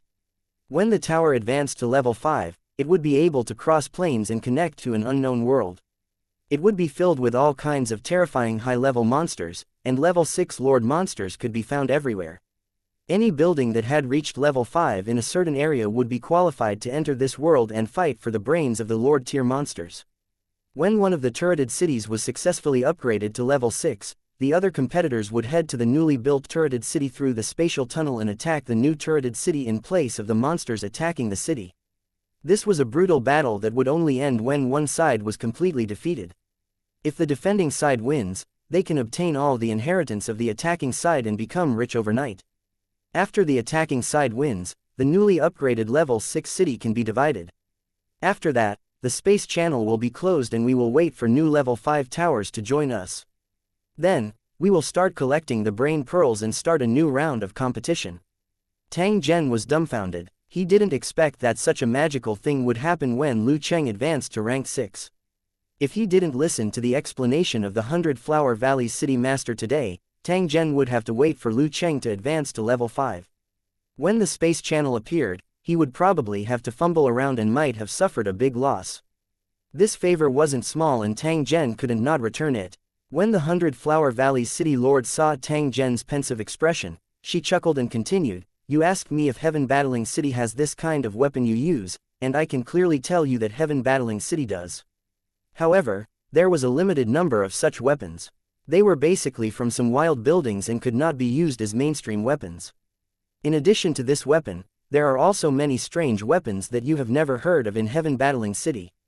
They are either from the 100 tribes in the wilderness or from various wild buildings, and their power also varies. The wonders of this world are far beyond your imagination." Chapter 227, The Strange Undead Clan's City. Tang Zhen was speechless for a long time. The 100 Flower Valleys City Lord's words had allowed him to have a better understanding of this strange world. After thinking for a while, Tang Zhen asked again, "Heaven Battling City is tens of thousands of miles away, so why have you appeared here?" When the 100 Flower Valleys City Lord heard this, a solemn expression appeared on her face as she said to Tang Zhen, "Do you know that the human race is weak, but how can we stand tall in the predicament of being surrounded by powerful enemies? That's because there's always a belief in the hearts of our human race. This faith is called hope. As long as it exists, our human race will not be completely exterminated." It was because of this belief that Heaven Battling City had stood tall for 10,000 years, and it was also because of this belief that although the human race had been wandering around, they had still been able to survive like weeds. "The reason I'm here is to find and sow the seeds of hope. This is my mission and my lifelong pursuit. Even if my bones are crushed, I will still have no regrets." Tang Zhen's expression turned serious when he heard this. He suddenly felt a faint admiration for the 100 Flower Valleys City Lord. This woman came to this barren land from thousands of miles away. During this time, she encountered countless dangers. However, she still stubbornly built the city of 100 Flower Valley, trying to build a place for the human race to live from thousands of miles away. Hope was like a seed. After it was spread, there would always be one or two seeds that would sprout and bloom. Even if the place was barren and desolate, it would still bloom into the most beautiful flower. Tang Zhen mused for a moment before slowly opening his mouth. "To tell you the truth, I admire your faith and determination. I believe that Heaven Battling City must have scattered countless seeds just like you, looking forward to the day when they will blossom everywhere.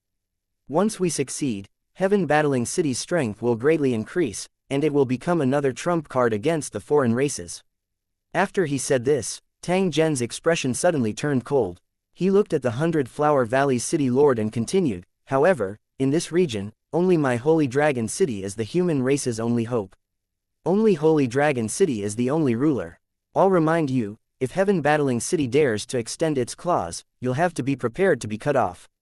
Tang Zhen swept a glance at the gloomy expression of the 100 Flower Valleys City Master before continuing, "The reason why I'm being so blunt is that I don't want us to fight each other.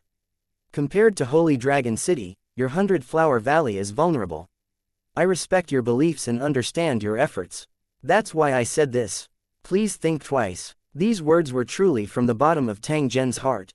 It was fine if the other party took it to heart. Otherwise, he wouldn't mind using a thunderous method. The 100-Flower Valley's city lord was silent for a moment. Then, he looked at Tang Zhen with an expressionless face and said in an icy cold tone, "The Holy Dragon City Lord is right. My 100-Flower Valley Lu Cheng is indeed not your Holy Dragon City's opponent, but the strength of Heaven Battling City is far beyond your imagination. Your Holy Dragon City is only a second-grade city. It's obviously not a wise move to go against such a powerful 9th-grade city. Perhaps you can also join my Heaven Battling City, wouldn't that be better?" Tang Zhen slightly shook his head as he looked at the 100-Flower Valley's city lord, who had a look of anticipation on her face. He had never thought of depending on someone else. No matter how powerful the Heaven Battling Tower was, it had nothing to do with him. The 100-Flower Valley's city lord's expression darkened as he looked at the determined Tang Zhen. Clearly, he had already expected this outcome. Although they had only interacted for a short period of time, the 100-Flower Valley's city lord was very certain that Tang Zhen was the kind of fierce and ambitious person who would not be willing to be under others. In order to achieve his goal, this guy would definitely do what he said. She had gone through a lot of hardships to build the city of 100-Flower Valley, and she was not willing to be destroyed like this. However, Tang Zhen had already given her a notice. The 100-Flower Valley's city lord knew that this was definitely not a joke. Therefore, she had to make a choice. The city lord of Centauria Valley could not just watch as the residents of his tower were slaughtered. The remaining options were either to be annexed by the Holy Dragon City or to take his residence far away from home. As for what to choose, the 100-Flower Valley City Master was in a dilemma. Tang Zhen didn't pay attention to the 100-Flower Valley's city lord, who was deep in thought. He walked in front of the light howitzer and readjusted the coordinates. After firing a few more times, he ordered them to stop. The surroundings of the Corpse Clan's city were now filled with bullet holes, and the corpses of the corpse monsters were scattered everywhere. Many monsters, with missing limbs, were crawling on the ground. They had been completely destroyed by the continuous artillery fire and no longer had any attack power. The large group of corpse monsters that were originally guarding the Corpse Clan's tower city were now only left with a sparse few, and they were wandering around in a daze. The Holy Dragon City's convoy slowly approached. The nouveau riche captain at the front fired a shot, turning the remaining corpse monsters into pieces. Tai Seng, Qian Long, you guys bring the cultivator team and follow me in. Big Bear will lead the ogres in as well. This corpse race city is very strange, so everyone must be careful after entering. After Tang Zhen gave the order, he glanced at the 100-Flower Valley's city master and led his subordinates straight to the Corpse Clan's city. The city lord of Centauria Valley hesitated for a moment, but in the end, she still led the cultivator battle team of Centauria Valley into the city of the corpse race. At the gate of the Corpse Clan's tower, 2 clusters of blood-red giant vine-like creatures were constantly swaying. Their vines were full of black inverted thorns, shining coldly under the sun, completely sealing off the entrance to the tower. Tang Zhen already had a way to deal with this kind of monster. After a dozen simple Molotov cocktails were thrown, the 2 clusters of strange vines were immediately enveloped in flames and emitted sharp cries at the same time. At the same time, several cultivators began to shoot with machine guns, shattering the burning vines. The broken parts of the vines were constantly spraying out stinky red liquid, which made people want to vomit. 10 minutes later, these 2 clusters of vines completely stopped struggling. Only then did Tang Zhen take the lead and step into the Corpse Clan city. However, Tang Zhen's expression changed slightly the moment he entered the city. Tang Zhen clearly remembered the structure of the hall on the first floor of the Corpse Clan's tower. However, the hall had long been changed beyond recognition and was filled with a strange aura. Looking up, all the walls and stone pillars were wrapped in a sticky substance that constantly squirmed like flesh and blood, looking extremely disgusting. From time to time, large balls of mucus would drip from his head. When he looked up, the ceiling was also covered by this disgusting thing. Tang Zhen carried a large alloy sword and walked to the front of the stone pillar. He slashed at the fat-like substance. A stream of black blood seeped out from the inside. The place where Tang Zhen had slashed at also began to heal rapidly. After pondering for a while, Tang Zhen ordered the members of the cultivator battle team to bury the explosives while he slowly walked toward the interior of the building. Tai Seng and Qian Long exchanged glances and followed closely behind. After Tang Zhen walked for a distance, he sighed in a low voice, "If I'm not wrong, this Corpse Clan's Lu Cheng is a living monster, and we're in its stomach now." Everyone was shocked when they heard this. The 100-Flower Valley city lord even hurriedly asked Tang Zhen how he knew about this. Tang Zhen merely shook his head slightly. He would naturally not tell everyone that this was the result of the digitized all-rounded combat interface's detection. Originally, Tang Zhen's plan was to first bomb the city of the corpse race and destroy it, then force the spirit brain corpse king to come out and fight. However, when he saw the super strong healing power of the fat, he knew that the explosives might work, but they definitely wouldn't be able to destroy the building. He had to find the vital parts of this fat monster and kill it. Only then could he find the foundation stone and completely destroy the corpse clan city. As for where the spirit brain corpse king was in the tower, Tang Zhen already had a faint guess in his heart. Pa-da! A soft sound was heard. Tang Zhen turned around and saw a basketball-sized meatball falling from the ceiling. He looked up at the ceiling and was surprised to find that there were countless small holes on the fat material outside the ceiling. As it wriggled, more and more meatballs were squeezed out. Tang Zhen's eyes narrowed as he looked at the meatballs that continued to fall. He swung his sword and split apart a meatball beside him. PFF'd. A wave of foul-smelling fresh blood spurted out. At the same time, half of a savage-looking monster rolled onto the ground. Its two red eyes were still glaring at Tang Zhen. Everyone, pay attention. Immediately chop these meatballs into pieces. Tang Zhen's order had just been issued when the meatballs instantly exploded. Countless malevolent-looking little corpse ghosts swarmed out and ruthlessly pounced towards everyone. Chapter 228 Difficult to deal with little corpse ghost 1. These little ghouls were like demons. Their human-shaped bodies were very small, but their movements were extremely fast. After they jumped out of the meatball, they dragged their long tails and scurried around like rats, attacking the cultivators. Taking advantage of their small size, a few little ghouls sneaked between the legs of a Holy Dragon City cultivator, then waved their sharp claws and climbed up the cultivator's clothes and armor. The cultivator from the Holy Dragon City had not realized that a little corpse ghost had climbed onto his body. At this moment, he was constantly brandishing his battle saber, cutting the few little corpse ghosts in front of him into pieces. When these little ghouls climbed onto the Holy Dragon City cultivator's neck, they immediately opened their mouths full of fangs and bit down on the cultivator. Bang bang bang! 3 consecutive gunshots were heard, and the few little ghouls were all beaten into mush, falling limply to the ground. The Holy Dragon City cultivators who were saved were shocked. When they turned around and saw the little ghouls on the ground, they immediately smiled gratefully at Tang Zhen. Then, with a ferocious expression, they continued to chase after the little ghouls that were running around. Be careful of these little ghouls, sneak attacks from behind. It's best to form groups of 3 and stick close to each other back to back.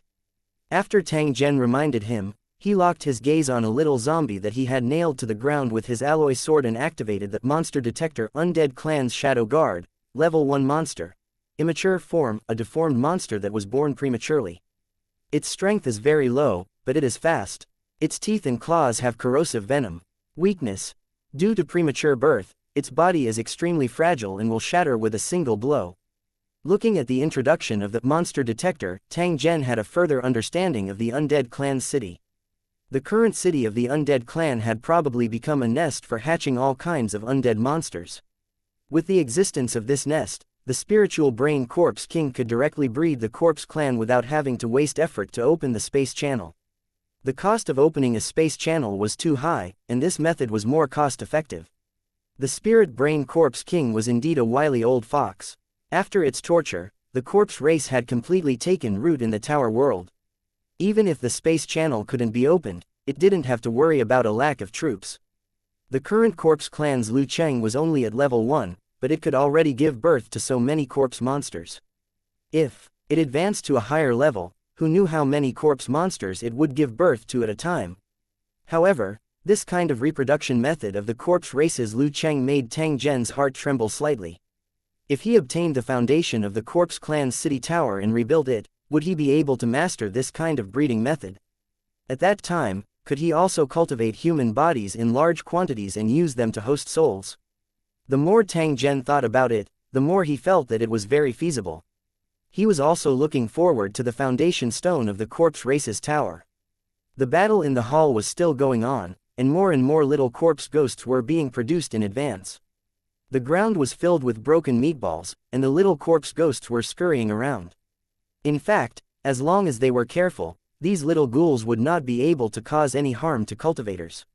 However, they were scurrying around and would climb onto him from time to time, making him extremely annoyed. Only Tang Zhen knew that once these little corpse ghosts became mature, they would become terrifying corpse clan monsters. At that time, it would not be as simple as it was now to kill them. Now that they had attacked the corpse clan's city, everyone had picked up a big bargain. However, when they were attacking the little ghouls, the cultivators subconsciously avoided the ogres that were jumping around on the ground, afraid that they would be hit by their clubs. These cultivators had personally witnessed the ogres' battle scene. Seeing the corpse race being smashed into meat paste by the ogres, no one would want to experience that feeling. Perhaps it was because the ogres were too big, but almost half of the little ghouls pounced on the ogres. They climbed up the ogres' bodies and tried to bite their flesh. However, these little ghouls didn't know that the ogres' greatest characteristic was that they weren't afraid of damage and poison. When the little ghouls bit the ogres, other than making the ogres feel an unbearable itch, they had no other effect.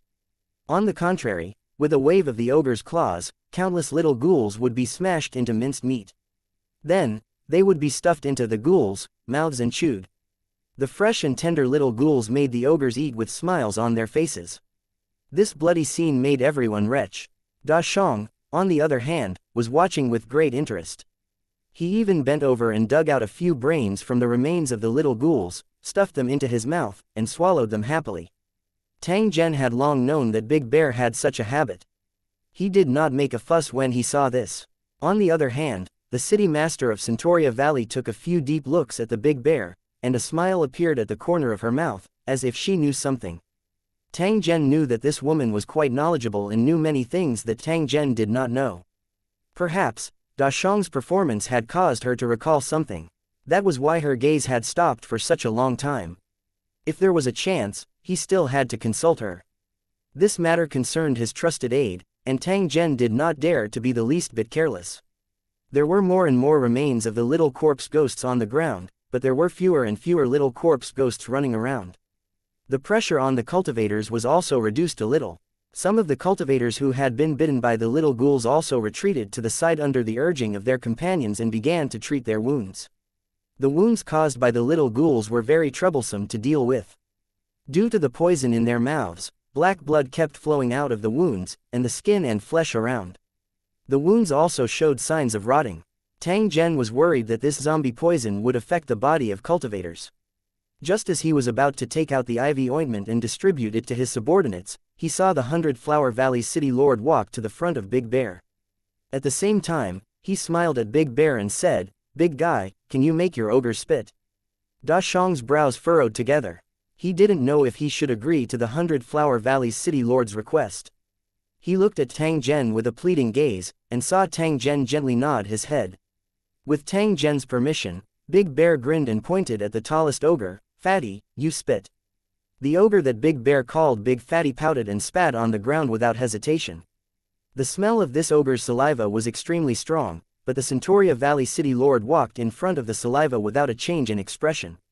She used her battle sword to dip in some of it, then applied it to the cultivators who had been bitten by the little ghoul. Strangely enough, after the ogre's saliva was applied to the rotting wound, the black blood that was constantly flowing out slowly stopped bleeding. The rotten flesh also stopped worsening. After about half a minute, the 100-Flower Valley City Master used a dagger to cut off the rotten flesh from the wound. A trace of bright red blood flowed out, and the poison effect of the little corpse ghost's bite had been completely removed. Tang Zhen clicked his tongue in wonder after seeing this. He didn't expect that the ogre's saliva would actually have such an effect. Without needing Tang Zhen's instructions, Qian Long began to follow the steps and used the saliva of the ogres to treat the wounds of his subordinates. After the rotten flesh was removed, he applied an ivy ointment and used a clean bandage to wrap the wounds. By the time all the wounded cultivators' wounds had been treated, the remaining little corpse ghosts had also been completely cleaned up. Right now, there were broken limbs and minced meat under everyone's feet. The sticky liquid almost covered the surface of their feet, and the air was filled with a foul smell. Tang Zhen touched his nose and ordered the cultivators of the Holy Dragon City to bring along the underwater breathing insect. He was worried that there was poison in the air of the corpse clan's building, so it was better to bring it along just in case. Seeing the Holy Dragon City cultivators all open their backpacks and take out strange bugs from their water bottles to seal their mouths and noses, the 100 Flower Valley cultivators were all confused. Holy Dragon City Master is indeed powerful. Even the famous insect thief fell at your hands. This little sister is impressed. The city lord of Centauria Valley looked at the strange worm on the Holy Dragon City cultivator's mouth. At first, she furrowed her willowy brows in confusion, but then she came to a sudden realization and praised Tang Zhen. Chapter 229.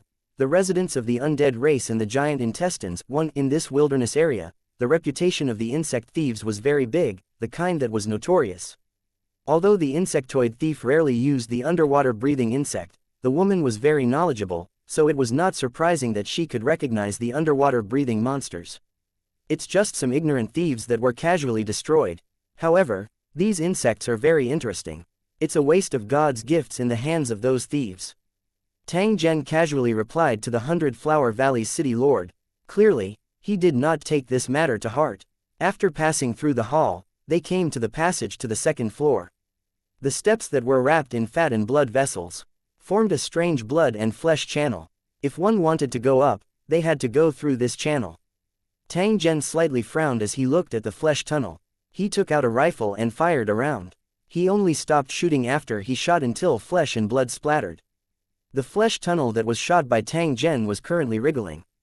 It was as though a huge worm was convulsing in pain. Everyone looked at the scene in front of them and frowned. They didn't know if they should continue to climb.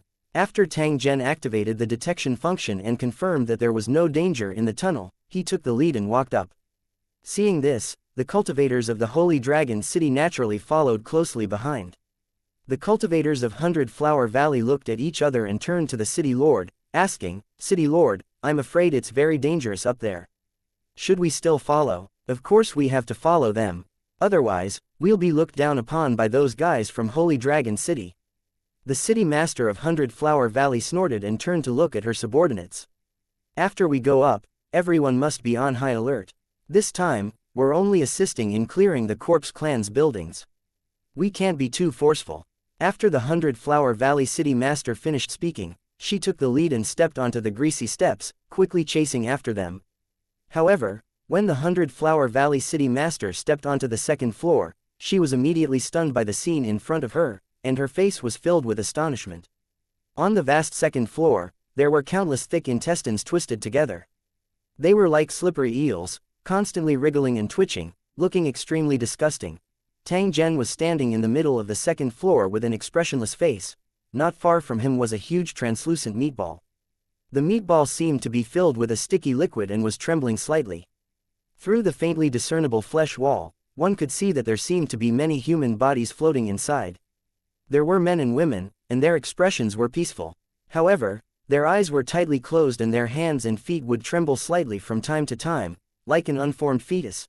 The bodies in the meatballs should be the residents of the tower that the spirit brain zombie king had cultivated. After the transformation, they completely belong to this world and have become the indigenous people of this world. After they were born, they could upgrade their buildings normally, allowing the Corpse Clan's buildings to completely integrate into this world and not be suppressed by any rules. The spiritual brain Corpse King took great pains. It was indeed a good plan, but what a pity. After Tang Zhen said this, he turned to look at the 100 Flower Valley's city lord and chuckled. That spirit brain Corpse King probably never thought that someone would rush into the city of the Corpse Clan at this moment and turn its lair upside down. "Destroy it." Tang Zhen ordered everyone to retreat far away. He then waved his hand at the Holy Dragon City's cultivators. Immediately, 2 cultivators with rifles in their hands began to shoot at the translucent meatball. Bang bang bang, and NBSP, as the bullets continued to fire, the translucent meat wall was filled with holes. Sticky liquid shot out from the holes, mixed with blood. The bodies that had been floating in the meatball were now riddled with bullet holes and convulsing in pain. It seemed that the liquid had a magical healing effect. It was constantly repairing the wounds caused by the bullets, but before the old wounds were completely repaired, new bullet holes appeared. The shooting continued for a full minute before the translucent meatball could no longer withstand the impact of the bullets and suddenly exploded. Sticky fluid and broken bodies were scattered all over the ground, covering the second floor, forcing everyone to hide. Looking at the bodies that were struggling like thirsty fish after being separated from the mucus, the cultivators all stepped forward and killed them all. Tang Zhen ignored the wailing of those bodies. He sized up his surroundings in an attempt to find the entrance to the top floor. The entrance must be there, but it was blocked by those huge intestines and couldn't be seen for the time being. Tang Zhen waved his hand and called Big Bear over. After Tang Zhen whispered a few words to him, Big Bear excitedly called out to the ogres under him and pounced towards the large intestines with an excited expression. In fact, the ogres were attracted by the large intestines the moment they entered the second floor. They only felt that they were extremely delicious. If it was before being domesticated, the ogres would have rushed up impatiently and had a good meal. But ever since they were domesticated, the ogres were used to obeying orders, so they could only look at the delicious giant intestines, not daring to eat them. Having good things but not being able to eat them was a huge torture for the ogres. No wonder the ogres had been restless ever since they came up to the second floor. They couldn't eat the delicious food in front of them. Now that they had received the order to devour these large intestines without restraint, the ogres were naturally excited. Then, the ogres rushed to the front of the giant intestine and swung their clubs down. The huge intestine was torn apart by the wolf-tooth club, and the fat splashed everywhere. The ogre grabbed the still wriggling large intestine and stuffed it into his mouth, his face filled with enjoyment. After confirming that the large intestines were as delicious as they had imagined, the ogres began to gobble them up, smashing the large intestines into pieces. The ground was covered in disgusting grease and broken intestines. At the same time, an extremely disgusting smell spread out, making people want to vomit. In an instant, it had filled the entire second floor. The cultivators of the Holy Dragon City had filtered out the disgusting smell because they had the underwater breathing insect with them. However, the cultivators of the 100-Flower Valley were in a worse state. They were not prepared at all and could only cover their noses. The ogres ate in high spirits, but the onlookers were disgusted. Tang Zhen frowned as he looked at the 100-Flower Valley's city lord with a smile that was not a smile. The other party glared at him fiercely before covering his mouth and nose with a pale face. He snorted softly, "Did you already know about the situation here? Otherwise, why would you think of wearing those bugs?" Tang Zhen shook his head as his voice came out from behind the body of the underwater breathing monster. "What kind of good taste do you think a monster's stomach will have? The facts have proven that I was right." Tang Zhen shrugged his shoulders and looked at the two puking 100-Flower Valley female cultivators, revealing an expression of wanting to help but unable to. The Holy Dragon City cultivators with the underwater monsters talked and laughed without restraint, while the 100-Flower Valley cultivators could only cover their mouths and noses tightly, afraid of smelling that disgusting smell. What he had to do now was to watch the ogres destroy the place until the passage to the top floor appeared. Chapter 230. The weakened spirit brain zombie king. In terms of destructive power alone, no one could be compared to the ogres except for Tang Zhen. The ogres that used maces were simply a disaster when they started running, and the places they passed by were too horrible to look at. Fortunately, they were now under the control of the Holy Dragon City. They would only play around in the giant intestines, tearing them into pieces, but would not hurt the cultivators of the two cities. The ogres became more and more excited, like mice that had fallen into a rice jar, and they danced happily. The feeling of being surrounded by delicious food made the ogres extremely happy. They even started rolling around in the huge intestines on the ground. The corner of Tang Zhen's mouth twitched as he watched. He let the big bear give the order and urged the ogres to hurry up and work. The big bear rushed in front of the ogre and roared a few times. The ogre unwillingly stood up and continued to tear the remaining large intestines. An ogre swung his mace and broke a large, fat intestine. The mace hit the steps behind him and made a loud bang. Tang Zhen's face was filled with joy as he ordered the ogres to clear the area, quickly revealing the huge steps behind. After the ogres cleared the flesh tunnel, Tang Zhen used the digitized all-rounded combat interface to scan it.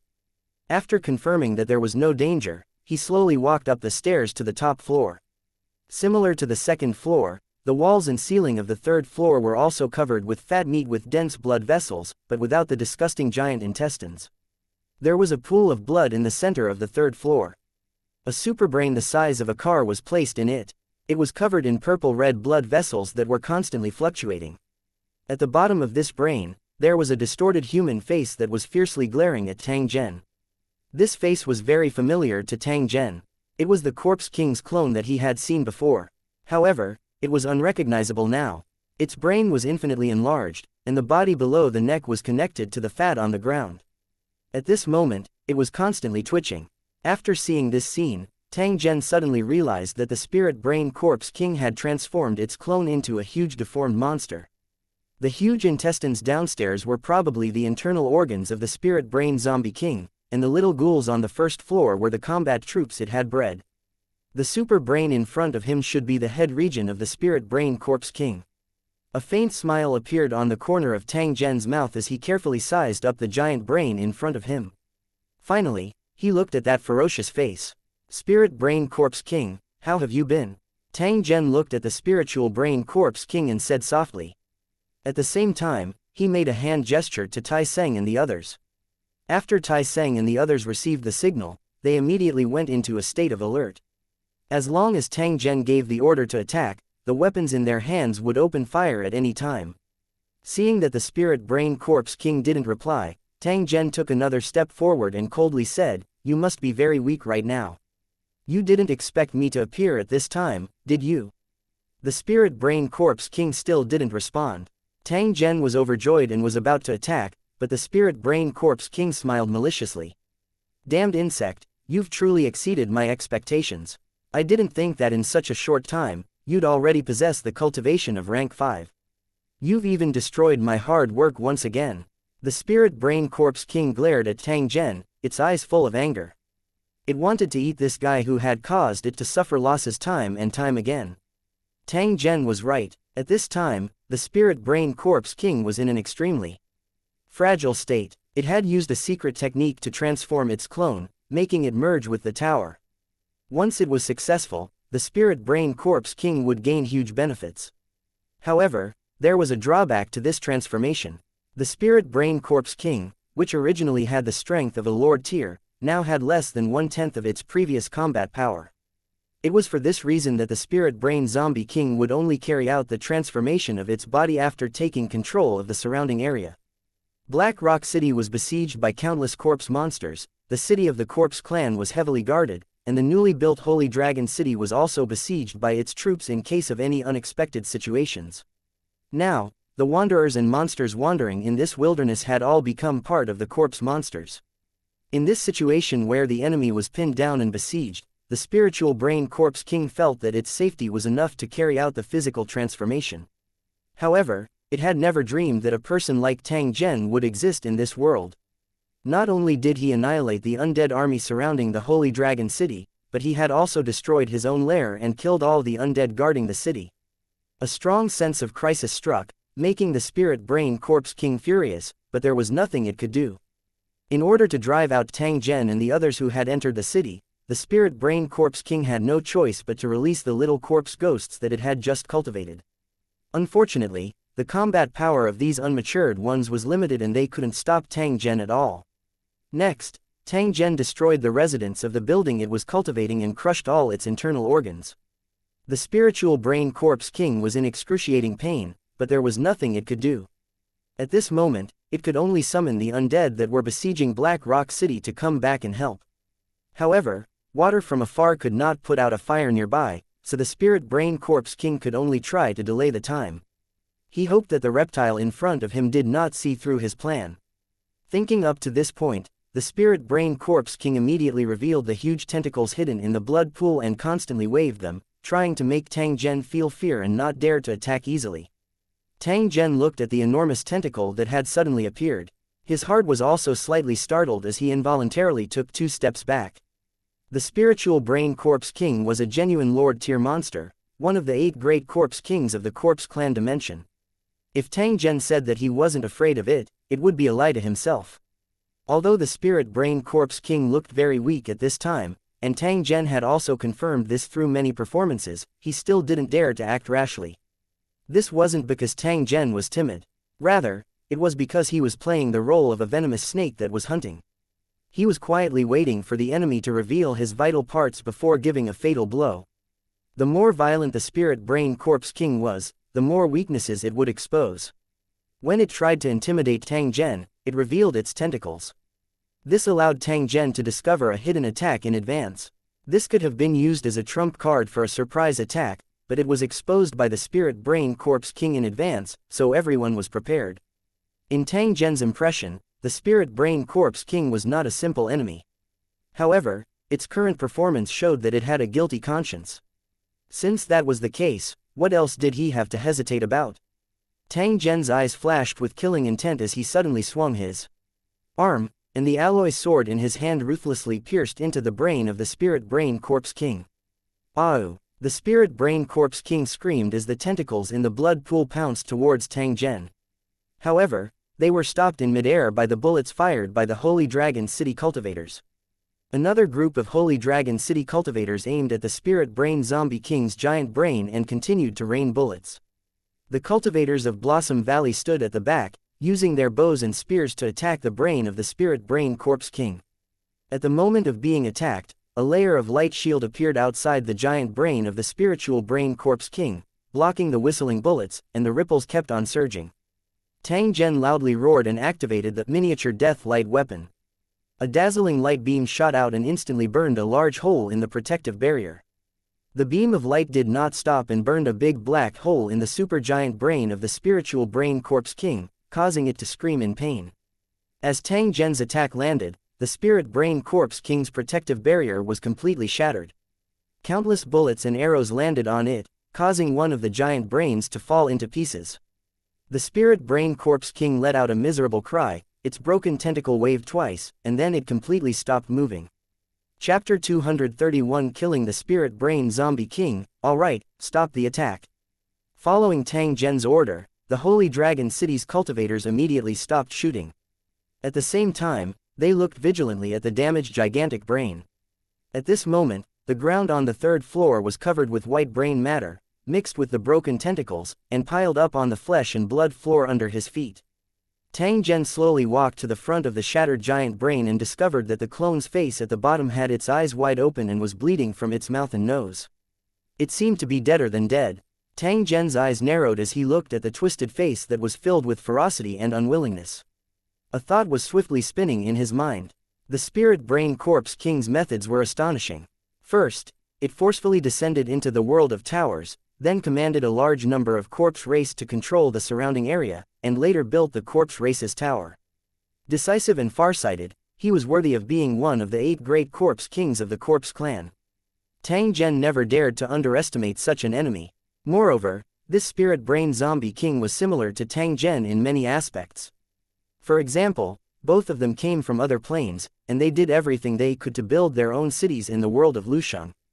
They also planned to immigrate their own people from their original worlds to the world of Lusheng. The Spirit Brain Corpse King had once achieved this, but it had paid a great price. Now, the Spiritual Brain Corpse King seemed to have given up on the immigration plan and chose a more practical and convenient way to cultivate. On the other hand, Tang Zhen had been persevering and had never given up on the research of the soul transmission experiment. Although the Spirit Brain Corpse King was his enemy, even Tang Zhen couldn't help but admire the Spirit Brain Corpse King's brilliant means. However, it was also because of this that Tang Zhen didn't believe that the Spirit Brain Corpse King would be killed so easily. Maybe this guy had some hidden cards that he couldn't think of. It seemed like it was killed, but in fact, there was still a chance for Dongshan Mountain to rise again. If that was the case, there would be endless trouble. In the area under his control, there must be no such hidden danger, so the Spirit Brain Corpse King must be completely eliminated. Tang Zhen checked the remains of the Spirit Brain Corpse King again and confirmed that there was no sign of life, which meant that the Spirit Brain Corpse King's body was dead. However, for the Spirit Brain Corpse King that used the Divine Soul to descend, the most important thing was not its physical body, but its soul. A soul was shapeless and invisible. One would not be able to search for it without any special means. However, Tang Zhen happened to have the means to detect it. After he thought up to this point, Tang Zhen immediately used his thoughts to activate the spirit body searching device.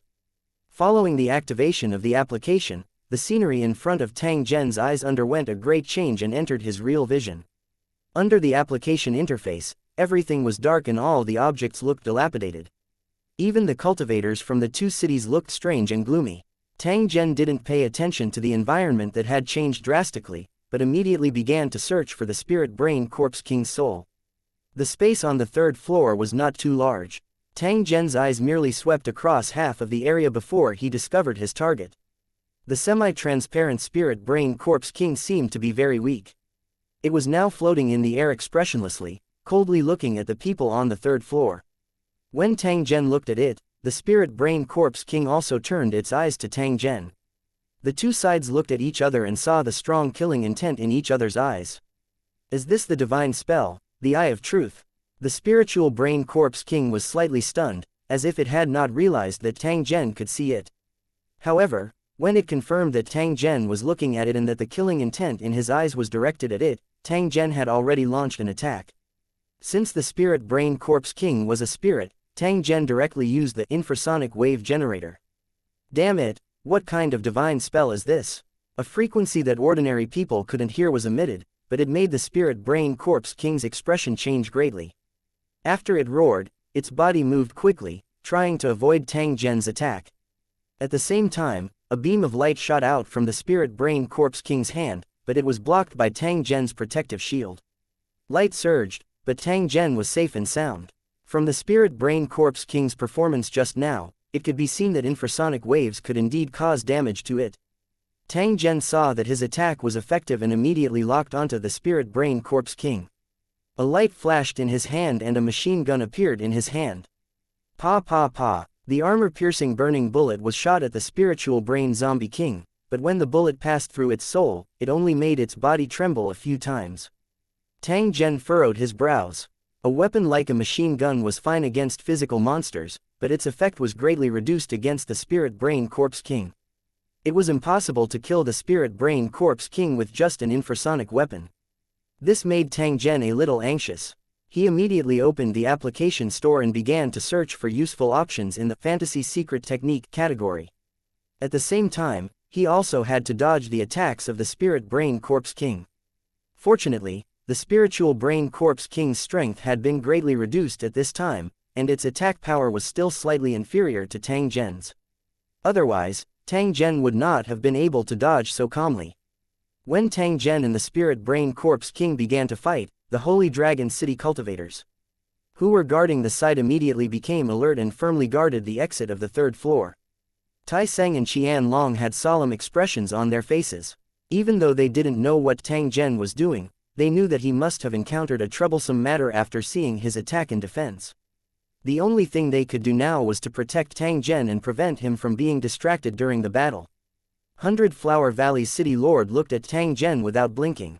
Her beautiful eyes moved and her expression seemed to be deep in thought.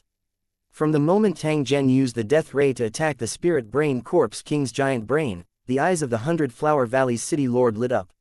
After that, during the battle, her eyes never left Tang Zhen. Just now, Tang Zhen suddenly looked at an empty corner and even took out a machine gun. This caused the 100 Flower Valley's City Lord's eyes to become even brighter. A smile appeared on the corner of his mouth as if he had confirmed something. From the 100 Flower Valley City Lord's point of view, the reason why Tang Zhen would make such a move was definitely because he had seen something that ordinary people couldn't see. For example, an existence like a spirit body, which caused him to suddenly launch an attack. In order to see these spirit-like creatures, one had to master a rare divine spell called Eye of Truth. There was also a skill among the divine spells mastered by holy masters that allowed them to conjure up an item in an instant. However, it was extremely expensive, and ordinary holy masters could not afford to exchange for it. This young Holy Dragon City Lord was not simple. Not only was he a level 5 cultivator, but he was also a holy master and had mastered at least 3 rare divine spells. As such, he would have to reevaluate his value and carefully formulate countermeasures. He didn't expect to meet such an outstanding figure in such a remote place. It seemed that this trip was not in vain. When the city master thought of this, the smile on her face grew even wider. At this moment, Tang Zhen did not know that it was because he had activated a few applications that had changed his weight in the heart of the 100 Flower Valley City Lord. In the eyes of the city master of Centauria Valley, he had become a level 5 cultivator who had mastered a rare divine art. His importance had been raised by several levels. This might be some kind of strength assessment standard of Heaven Battling City, but it also indirectly proved Tang Zhen's strength. Unfortunately, Tang Zhen simply disdained such an assessment. He had a unique path of advancement, so how could the Heaven Battling Tower dare to meddle in this matter? At this moment, Tang Zhen had already found the application he needed in the mysterious secret technique category, demon killing rune engraving machine. It can instantly engrave demon killing runes on an attack item. It has powerful exorcism and demon killing effects. The effect is long-lasting, and the operation is simple and convenient. Download cost: 100,000 gold coins. It was another high price of 10,000 brain beads, but Tang Zhen had to buy it. He selected the application and downloaded it. As soon as the application was launched, Tang Zhen pulled out a saber from the Holy Dragon City cultivator beside him. Tang Zhen's right hand held the blade while his left hand formed the shape of a sword. He stuck his hand to the blade and slowly slid up. At the same time, a strange symbol that flickered with a purple light appeared on the blade. Everyone looked at the changes on the blade and could not help but click their tongues in wonder. Damn it, how do you have a soul attack weapon? The Spirit Brain Corpse King. In the corner suddenly roared after seeing this scene and desperately rushed to the exit of the third floor, trying to escape. You want to run? Dream on. In his true vision, the fine steel battle blade in Tang Zhen's hand, which had demon-killing runes carved on it, was now shining with a dazzling light. It was as if it was a peerless divine weapon. The sharp light that shot out caused one's skin to feel a piercing pain. After fiercely rushing forward a few steps and blocking the Spiritual Brain Corpse King's path, Tang Zhen's blade slashed down and hit the Spiritual Brain Corpse King's body.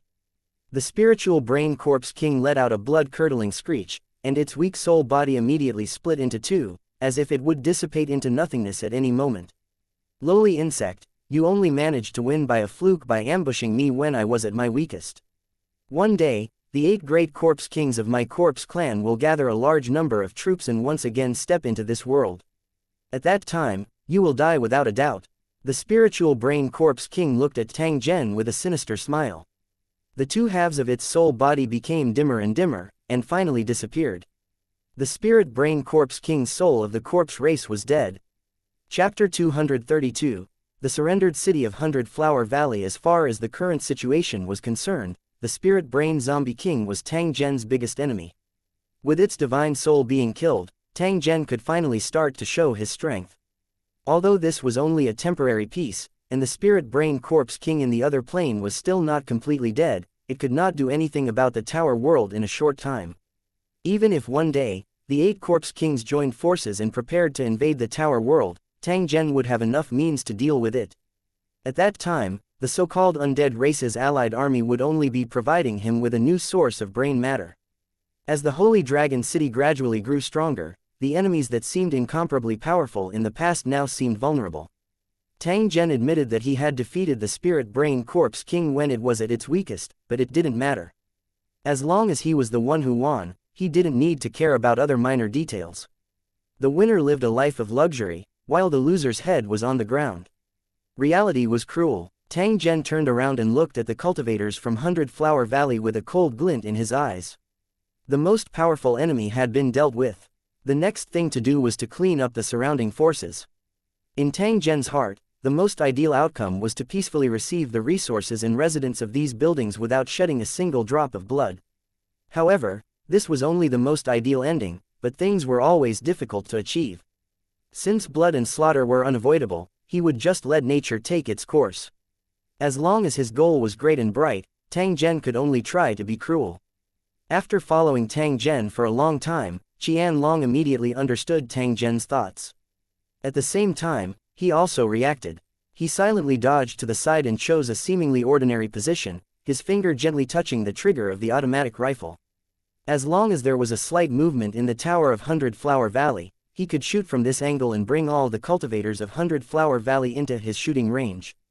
Tai Seng seemed to be expressionless, but in reality, his muscles were already tensed up.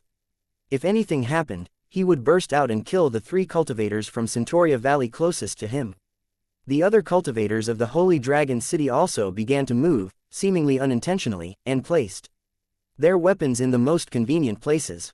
An oppressive and murderous atmosphere slowly spread across the 3rd floor. The cultivators of Centauria Valley also felt that the atmosphere was not right.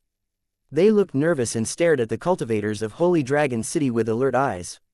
Just as Tang Zhen was sizing up the 100 Flower Valley's city lord, the other party was also sizing him up.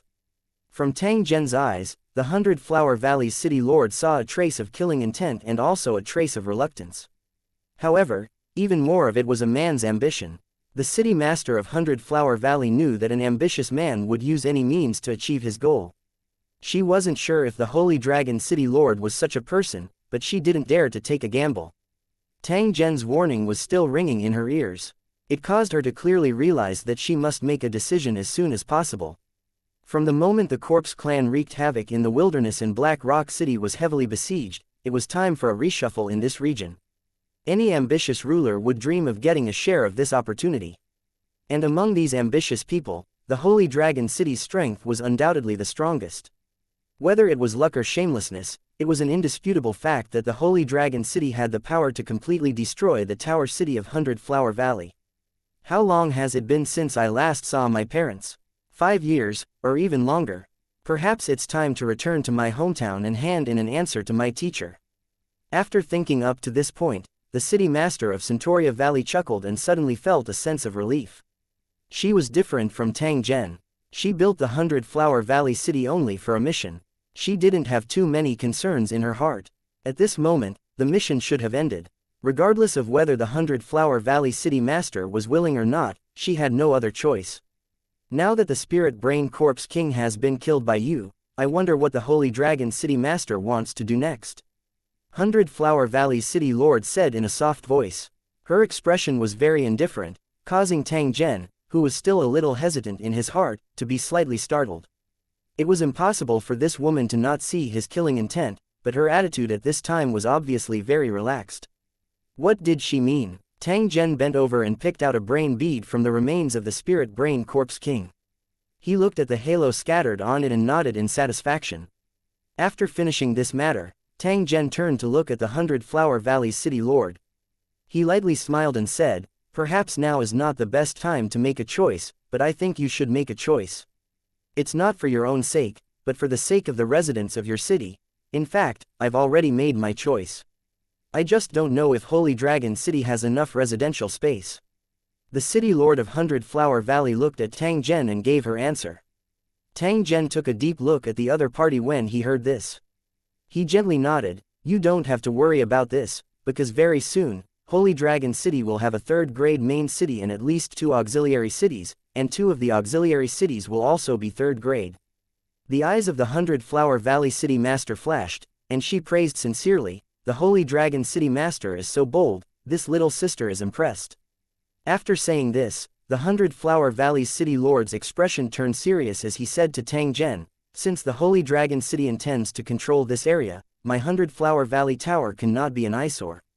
I hereby promise you that as long as your Holy Dragon City replaces Black Rock City and becomes the ruler of this area, my 100-Flower Valley will join the Holy Dragon City unconditionally.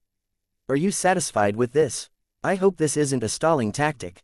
You should know that in the face of great strength, any schemes and calculations are just a joke." Tang Zhen nodded. After he said this, Tang Zhen's expression turned cold as he coldly said, "If you're planning to play any tricks, I'll definitely make you regret it for the rest of your life." Tang Zhen didn't care about the city master of 100-Flower Valley, who had an unsightly expression, and ordered the clearing of the tower. After finding the foundation of the tower, they would immediately destroy the Tower of the Corpse Race. The Holy Dragon City's soldiers outside received orders to be on high alert and to prevent the undead outside Black Rock City from returning in an attempt to rescue the undead city. With the order, the Holy Dragon City soldiers immediately began to search the ground full of rotten flesh. Only God knew where the foundation stone of the Corpse Race's tower was. Everyone searched for half a day, but they still couldn't find the location of the foundation stone. In the end, Tang Zhen had to thoroughly scan the entire Corpse clan's tower before he found a hidden room on the top of the 3rd floor. He found the foundation stone of the Corpse clan's tower that was suspended inside. However, when Tang Zhen removed this cornerstone, he discovered that this cornerstone was extremely strange. It was completely different from the building's cornerstone that he usually saw. Tang Zhen didn't know that the foundation stone of the undead clan's tower was extremely special. It had fused with the origin stone brought by the spiritual brain Corpse King and had an extremely magical creation ability. This was also the main reason why the tower was able to breed the undead clan. This tower's foundation stone wasn't simple. Tang Zhen had too many doubts in his heart, but now wasn't the time to study these problems. After putting the tower foundation stone into the storage space, Tang Zhen waved his hand to signal everyone to evacuate immediately. There was no longer a need for this city of the corpse race to exist. Chapter 233, The Alliance of the Three Cities, the end of the Black Lava Dukedom outside Black Rock City. The three-city alliance led by the colossal bone building was constantly besieging the zombie monsters. These warriors of Lusheng City, who had been fighting in the wilderness all year round, had survived to this day after countless battles, so their experience and strength could not be underestimated. Against these slow-moving corpse monsters, they could be said to be more than capable. Even if the number of corpse monsters far exceeded the coalition of the three cities, they were still not at a disadvantage. The cultivators of Lu City formed small teams and surrounded the corpse race's centurions. Through their skillful cooperation, they killed them one by one. Compared to the corpse monsters that only knew how to swarm up, the allied army that advanced and retreated in an orderly manner undoubtedly had an advantage. Arrows, flying rocks, spears, these long-range weapons kept falling into the group of zombie monsters, killing them. The row of ballistae continuously shot out huge arrows, piercing the corpse monsters into a string. They fell to the ground and struggled continuously before they were beheaded by the Lu Cheng soldiers. The cultivators of Black Rock City were also fighting bravely. This was because behind these corpse monsters was the tower they lived in, and their loved ones lived in it. From the beginning of the battle, it was in the Alliance's favor. The city master of Colossal Bone City waved his battle blade and laughed as he cut a corpse race being in front of him into two. Then, he continued to advance. Behind him, the ground was filled with the corpses of the corpse monsters, some of which were still struggling. "We will win this battle for sure. Kill, kill," the city lord of Colossal Bone City roared, and all the participants responded. Their fighting spirit was once again ignited, and they chopped down the corpse monsters in front of them. They didn't stop at all when they passed by the bodies of their fallen comrades. Death was inevitable for warriors, and it was only a matter of time. Before the battle began, the three city lords had promised that the brain pearls obtained from killing the corpse monsters would all belong to the soldiers of the Lusheng Kingdom who were participating in the battle. That would be a huge fortune. As long as they could kill these zombies, they would obtain a huge number of brains, allowing their families to live better. Driven by profit, the soldiers were more motivated to kill the enemy, and their morale was higher and higher. Suddenly, a thunderous sound came from the distance, causing the city master's expression to change. His originally smiling eyes immediately became sharp. That damned Holy Dragon City. They must be using the terrifying weapon to bombard the city of the Corpse Clan. Thinking about the powerful weapons Holy Dragon City had, other than envy and jealousy, the city lord was also very worried. He knew that the Holy Dragon City Master had the same goal as him. They both wanted to gain benefits from this chaos and even directly control this area. Both sides were in a hostile state from the beginning. Whoever wanted to obtain the final victory would have to see whose fist was tougher. Now that he had control of the Alliance army of three cities, the number of soldiers he had far exceeded that of the Holy Dragon City. Even if that bitch from Centauria Valley joined the Holy Dragon City, he still had a huge advantage. The only thing he needed to worry about was the flintlock in his hands and those terrifying cannons. At this thought, the city master's eyes narrowed, and a cold glint flashed in them. If I had struck first and sacrificed a portion of my warriors to kill them all, the Holy Dragon City's flintlocks would have become my spoils of war. With the assistance of these flintlocks, who else in this area can resist my rule? With that thought in mind, the city master hacked at the corpse monster beside him and laughed smugly, but the killing intent in his eyes grew stronger. Holy Dragon City must be eradicated. Just as the master of Giant Bone City made up his mind, the undead army, which was madly attacking the allied army of the three cities, suddenly stopped their attacks. Then, the undead monsters turned around and headed straight for the undead city. The soldiers of the allied army were slightly stunned, but they did not want to let go of such a good opportunity and began to chase after the corpse monsters. What surprised them was that these corpse monsters just allowed the Lu Cheng warriors to attack them without any signs of fighting back. They just ran madly, as if there was an urgent matter ahead. The city master was secretly shocked. From the looks of it, the undead were clearly planning to return to reinforce their city. Could it be that the Holy Dragon City had already broken through the guards outside and entered the city of the corpse race? If that was the case, then the Holy Dragon City's strength was beyond his imagination. However, The more it was like this, the more Holy Dragon City could not be left alive. It must be completely eradicated. After sending out a group of warriors to chase after the corpse monsters, the city lord of Giant Bone City turned to look at Black Rock City, which was not far away, and a cruel smile appeared on his face. Now that the siege on Black Rock City has been lifted, it's time to execute our plan. Following behind him, the city masters of Redwater City and Earth Valley City looked at each other and nodded at the same time. As the secret signal was sent, the cultivators from the three cities who were fighting side by side suddenly turned hostile and began to attack the cultivators from Black Rock City beside them. They used a strange powder to attack the cultivators from Black Rock City, causing them to instantly become exhausted. Other than a small number of cultivators who managed to escape, the rest of the cultivators were captured. After the cultivators from Black Rock City were detained, the Alliance army of the three cities immediately charged towards Black Rock City and surrounded it tightly. In Black Rock City, the expressions of the citizens of Black Rock City, who were originally celebrating the defeat of the undead army, changed. They could see a strong killing intent on the faces of the soldiers who surrounded the city. The nobles of Black Rock City, who had been watching from the sidelines since the beginning of the rescue battle, suddenly felt as if the end of the world was coming.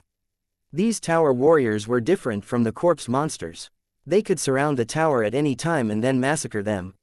Realizing that the situation was not good, the nobles of Black Rock City immediately sent cultivators out of the city in an attempt to communicate with the allied forces of the three cities. However, as soon as these Black Rock City cultivators left the city, they were immediately subdued by the Alliance army of the three cities. They were then tied up and locked up. At this moment, the nobles of Black Rock City naturally knew what the master of Colossal Bone City was planning. Despicable, shameless, that damned Colossal Bone City. They should be hacked into 1,000 pieces. The influential people of Black Rock City were all furious. They kept cursing and their hearts began to panic. The giant bone tower had intended to destroy Black Rock City and take its place as the ruler of this region. As for them, their fate would probably be extremely miserable. They would either become ordinary residents of the city or be driven into the wilderness to become lowly wanderers. The biggest possibility was that they would all be killed and never have any future trouble. Asking the nobles of Black Rock City to give up their luxurious lives was worse than killing them. Moreover, there was the threat of death. They could not accept this result. They had no other choice but to fight to the death. The nobles of Black Rock City immediately began to organize their men and prepare for a counterattack. They were trying to make a last stand. However, the current Black Rock City was different from its heyday. A large number of soldiers died in the battle with the corpse race, and a large number of cultivators in the city also died in battle. The remaining cultivators were either sent to seek help or were the descendants of the influential people. The once prosperous Black Rock City had fallen to such a state. In the end, Black Rock City still managed to put together a team of nearly 500 people and began to launch a counterattack. It was a pity that the city lord of Giant Bone City had made thorough preparations before sending his troops to assist in the battle. The counterattack of Black Rock City was also within his expectations. When the cultivators of Black Rock City launched their counterattack, the siege had already begun. All of the citizens of Black Rock City went into battle. They threw down items from the windows in an attempt to attack the soldiers who were climbing up the tower. However, their efforts were to no avail. There were already soldiers from the Allied army who had successfully entered the city tower and started killing the citizens of Black Rock City who were trembling in fear. At the city gate of Black Rock City, more than 500 soldiers of the mixed army of Black Rock City who had rushed out of the city gate were met with a head-on attack. Mounted crossbows, bows and arrows, javelins, and that kind of powder that could instantly make people lose their strength. These things covered the heads of the miscellaneous troops of Black Rock City, causing them to suffer more than half of the casualties before they even fought with the enemy. The cultivators from the three cities who were guarding the side rushed forward and began to kill the remaining resistance. The mixed army of Black Rock City did not last long before they were all killed. The remaining soldiers saw that the situation was not good and also raised their hands to surrender. Looking at Black Rock City spewing smoke from its window, the master of Colossal Bone City smiled triumphantly. Chapter 234 Life is unpredictable. Instant strike on the giant bone. As the interior of Black Rock City caught fire, the residents of Black Rock City immediately began to flee the city. The entire building was in chaos. Due to the thick smoke blocking their vision, the citizens of Black Rock City could not see the road in front of them clearly. This caused many of the citizens of Black Rock City to be pushed and trampled. They kept screaming in pain, but no one paid them any attention. Some of the residents of Black Rock City who were trapped in the flames in their rooms chose to jump out of their windows. No one cared about the outcome of the battle. Black Rock City, which had been passed down for thousands of years, was now heading towards destruction. No one could save its fate. The disheveled citizens of Black Rock City swarmed out of the city gates and were soon controlled by the allied forces of the three cities. They looked at the thick smoke billowing from Black Rock City behind them and cried out in pain. The destruction of Black Rock City meant that they would become wanderers in the wilderness, living a precarious life and could lose their lives at any time. Even though Black Rock City was rotten, at the very least, it provided them with a place to stay. However, the burning fire had taken everything away, and they were destined to be homeless. More and more citizens of Black Rock City ran out of the city gates. Their faces were covered in black soot and their clothes were in tatters. Many of them had wounds of varying depths on their bodies. The refugees from Black Rock City were gathered together and locked up. They sat on the ground in a daze and cried endlessly. The number of residents sitting on the ground was only 2/3 of the original number. As for the remaining 1/3, the chances of survival in the fire were slim. The warriors of the Three Cities Alliance who were besieging Black Rock City were indifferent to the situation. They only carried out their orders seriously and captured the residents of Black Rock City who ran out from time to time, then put them under central supervision. In an open space not far away, the poisoned cultivators of Black Rock City were in excruciating pain. They could only watch as Black Rock City was burned to the ground without any ability to resist. At this moment, their hearts were burning with anxiety, but they could only constantly pray that their loved ones had escaped from the sea of fire. A few kilometers away, Tang Zhen was sitting in a military jeep. His expression was as gloomy as water. Through the map view, he had already seen everything that had happened in Black Rock City. He wanted to stop it, but he was powerless. Tang Zhen had never imagined that Black Rock City would end in such a manner. This had caused his original plan to be ruined. People often say that plans can't keep up with changes, and this was exactly what was happening in front of them. Although Tang Zhen had already seen through the city master's plan, he did not expect him to be so impatient and so ruthless. He did not leave any room for retreat for Black Rock City. Tang Zhen had originally planned to destroy the undead clan's city before dealing with the matters in Black Rock City. However, he did not expect that the undead army surrounding Black Rock City would be recalled by the Spirit Brain Corpse King. This caused the allied forces of the three cities to attack Black Rock City in advance. One wrong move and he would lose the entire game.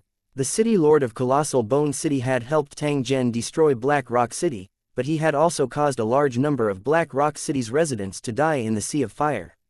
This was undoubtedly an infuriating matter for Tang Zhen, who was in urgent need of residents.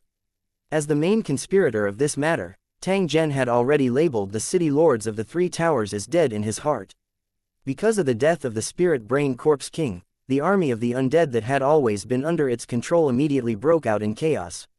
The undead monsters that returned to rescue began to run around, and even the undead had a face of fear, quietly escaping into the depths of the wilderness. The warriors of the allied army of the three cities who were chasing after the corpse monsters were now tied up by the Holy Dragon City's warriors and were slowly moving forward with the convoy. Some of them tried to resist, but the Holy Dragon City's soldiers shot them dead and threw them into the wilderness. The actions of the three-city coalition army made Tang Zhen extremely angry. Therefore, he didn't show any mercy to those dishonest soldiers of Lusheng City. Attention all Holy Dragon City soldiers. When you receive the order to attack later, no one is to hold back. Otherwise, you will be punished by military law. After Tai Seng gave the order, he glanced at the 1,000 dragons and said in a deep voice, "It seems that the city lord is really angry this time. Those three towers are going to be in big trouble." With a cigarette in his mouth, Qian Long glanced at the Lu Cheng warriors who were tied up behind him and sneered, "The city lords of the three towers deserve to die, but it was a pity for the cultivators of the towers. If they had joined the Holy Dragon City, it would have increased the strength of the Holy Dragon City by a lot. I hope they don't resist too much, so I can have an excuse to show mercy." Tai Seng shook his head after hearing this. Although he also had the same plan and wanted to increase his men, if the Lusheng soldiers of the allied army didn't know what was good for them, he didn't mind starting a massacre. How could they be willing to surrender without seeing the Holy Dragon City's strength? The convoy moved forward slowly, and they were getting closer and closer to Black Rock City. The allied army of the three cities had already discovered the Holy Dragon City's convoy. However, they had not received any orders from the Giant Bone City's lord, so they had not made any moves for the time being. They only looked at the Holy Dragon City's people with vigilance. Perhaps the city lord of Colossal Bone City was planning to paralyze Holy Dragon City and then wait for an opportunity to kill the Holy Dragon City's warriors. The alliance army of the three cities did not move, but that did not mean that the Holy Dragon City did not react. When they were less than 50 meters away from the alliance army of the three cities, a dozen machine gunners on the Holy Dragon City's wasteland war chariots opened fire at the same time. The whistling bullets instantly fell on the defenseless coalition army of the three cities, and blood and flesh splattered everywhere. In the blink of an eye, hundreds of people were killed or injured in the panic of the coalition army of the three cities.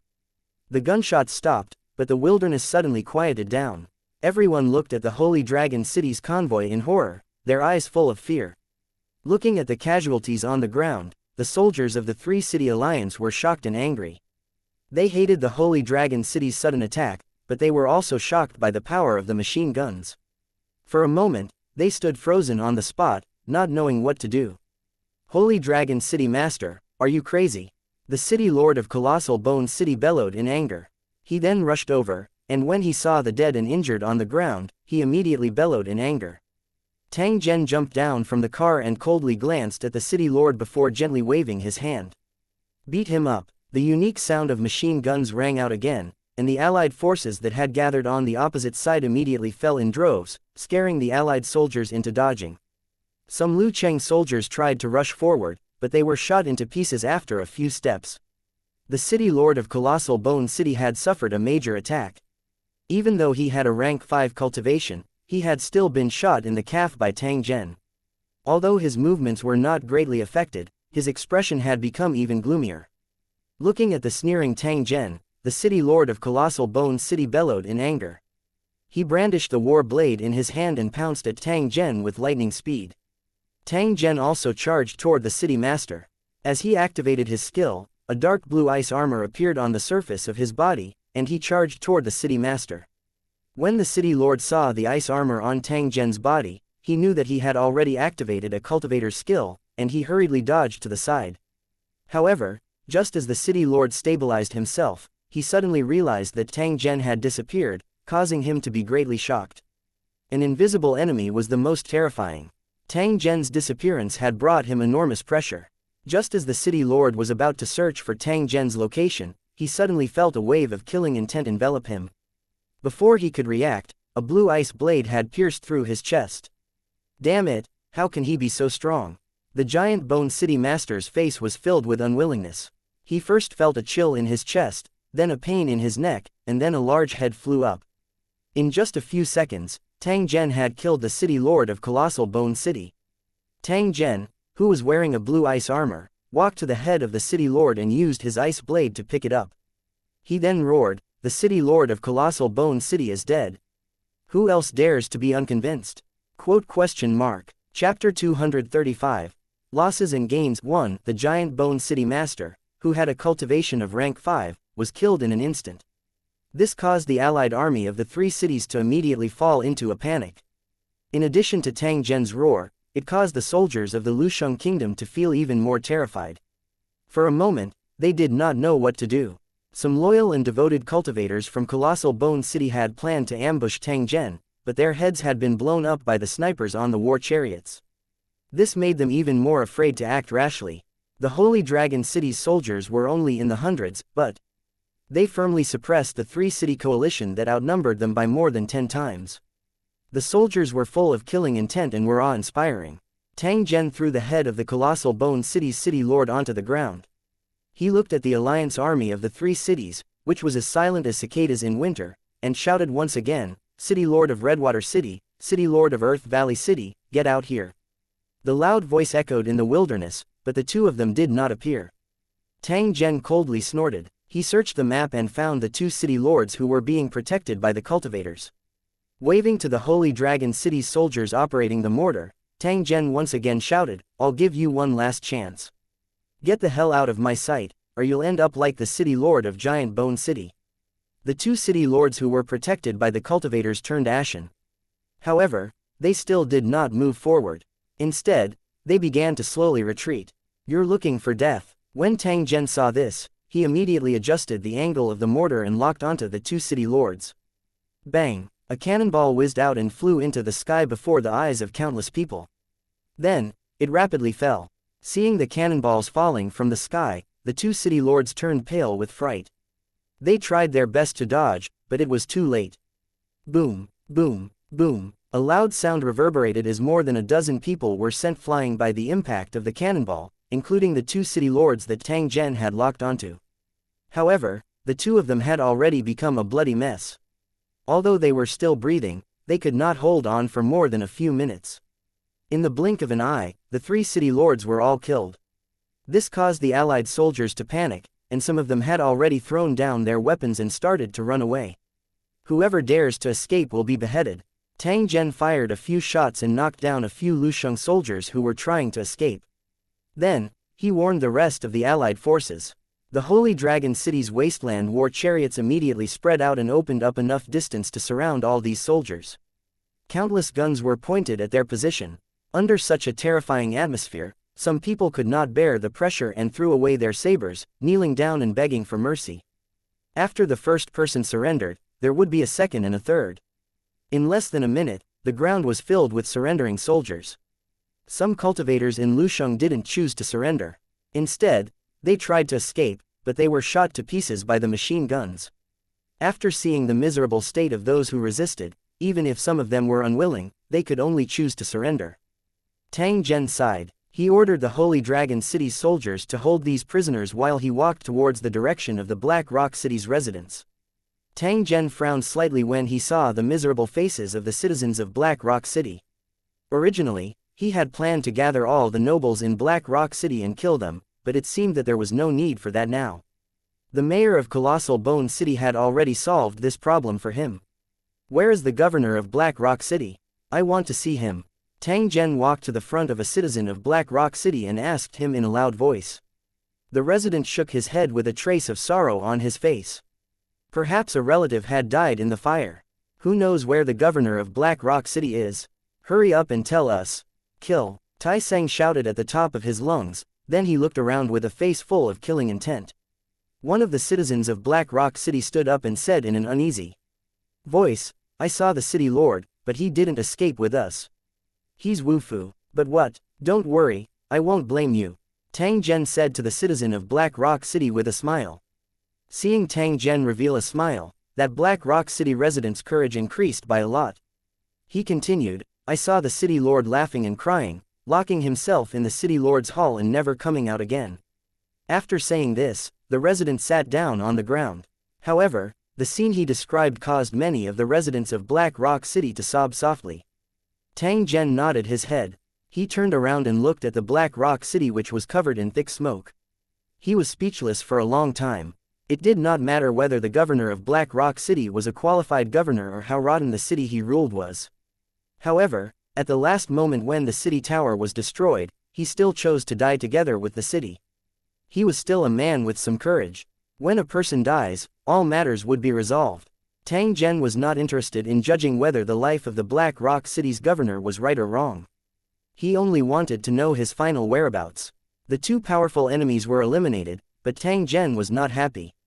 There were too many things to do next. Whether it was the handling of the prisoners of war or the settlement of the residents of Black Rock City, they were all problems that Tang Zhen had to solve. Other than that, there was also the transfer of personnel, the provision of food, the collection of resources left behind by Black Rock City, and so on. This would be enough for Tang Zhen to be busy for a period of time. After these things were done, Tang Zhen still had to send people to receive the resources and residents of the other 4 towers. It was another pile of messy trifles. Just thinking about it caused Tang Zhen to feel a headache. Fortunately, the harvest this time was quite rich. The number of residents and captives added up to more than 10,000 people. Tang Zhen was always able to find some useful talents among them. If Tang Zhen were to handle all of these matters, he would definitely die of exhaustion. In an open space not far away, Xiao Rui and Mo Yun led a group of cultivators from Black Rock City and rushed back. They had just dodged the ambush of the giant Bone City's city lord's powder, and after escaping the pursuit, they had been prepared to seek help from Tang Zhen. In the end, the two sides had not met. When they saw the thick smoke rising from Black Rock City, they immediately charged back, only to find that Black Rock City had already ceased to exist. After finding their relatives among the residents of Black Rock City, Xiao Rui and Mo Ran walked to Tang Zhen and asked him what they should do next. From this moment on, the two of them had already regarded themselves as Holy Dragon City's residents. They naturally had to obey Tang Zhen's orders. Mr. Murun is in charge of appeasing the residents and explaining the benefits of Holy Dragon City to them to make sure that they don't overthink things. Xiao Rui, you will be in charge of commanding the Black Rock City cultivators and helping the Holy Dragon City soldiers to look after the captives. If anyone dares to cause trouble, kill them immediately. Unusual times called for unusual things, and Tang Zhen was not allowed to be merciful. There were many things that Tang Zhen wanted in Black Rock City that was filled with thick smoke. For example, the meat worms and mushrooms in the underground space, the foundation of the city, and the wealth that Black Rock City had accumulated over the years. However, after this fire, how many things would be left? When Tang Zhen thought of this, his heart twitched in pain, and he wished he could kill that damned colossal Bone City Lord once more. Forget it, I'm lucky to have it, but I'm not fated to have it. Let's not think about those troublesome things. I'll see what's left in Black Rock City after the fire is extinguished. I hope I can leave something good for myself. Chapter 236. Clearing Black Rock City. When the fire in Black Rock City finally stopped, Tang Zhen brought Xiao Rui and the others into the city. After the raging fire, the originally majestic and tall Black Rock City had been completely reduced to ruins. The pungent smell of smoke made it difficult for people to breathe. Wherever they walked, they would stir up a cloud of dust. The interior of the building was full of burn marks, and it was charred black. One could no longer see its former glory. After seeing this scene, Xiao Rui couldn't help but let out a soft sigh, a trace of sadness in his eyes. Personal grudges aside, he had lived in Black Rock City for many years. It would be a lie to say that he did not have any feelings for it. Tang Zhen patted little Rui's shoulder as a form of comfort. However, he didn't say anything and just walked in the direction of the basement. In the underground space of Black Rock City, there were flesh worms and mushrooms that he urgently needed. They would be of great help in alleviating the food supply. Following the familiar path, Tang Zhen soon saw the huge potatoes growing in the mud pool. The flesh worm and the mushroom were also safe and sound. Although the underground space was filled with a faint smoke, the flames did not spread to this place. This caused Tang Zhen to let out a long sigh of relief.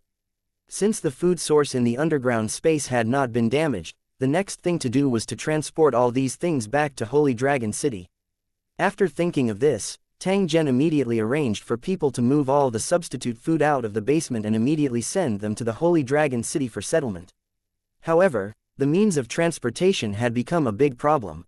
The Holy Dragon City's chariots were mainly used for combat and could only transport a very small number of resources.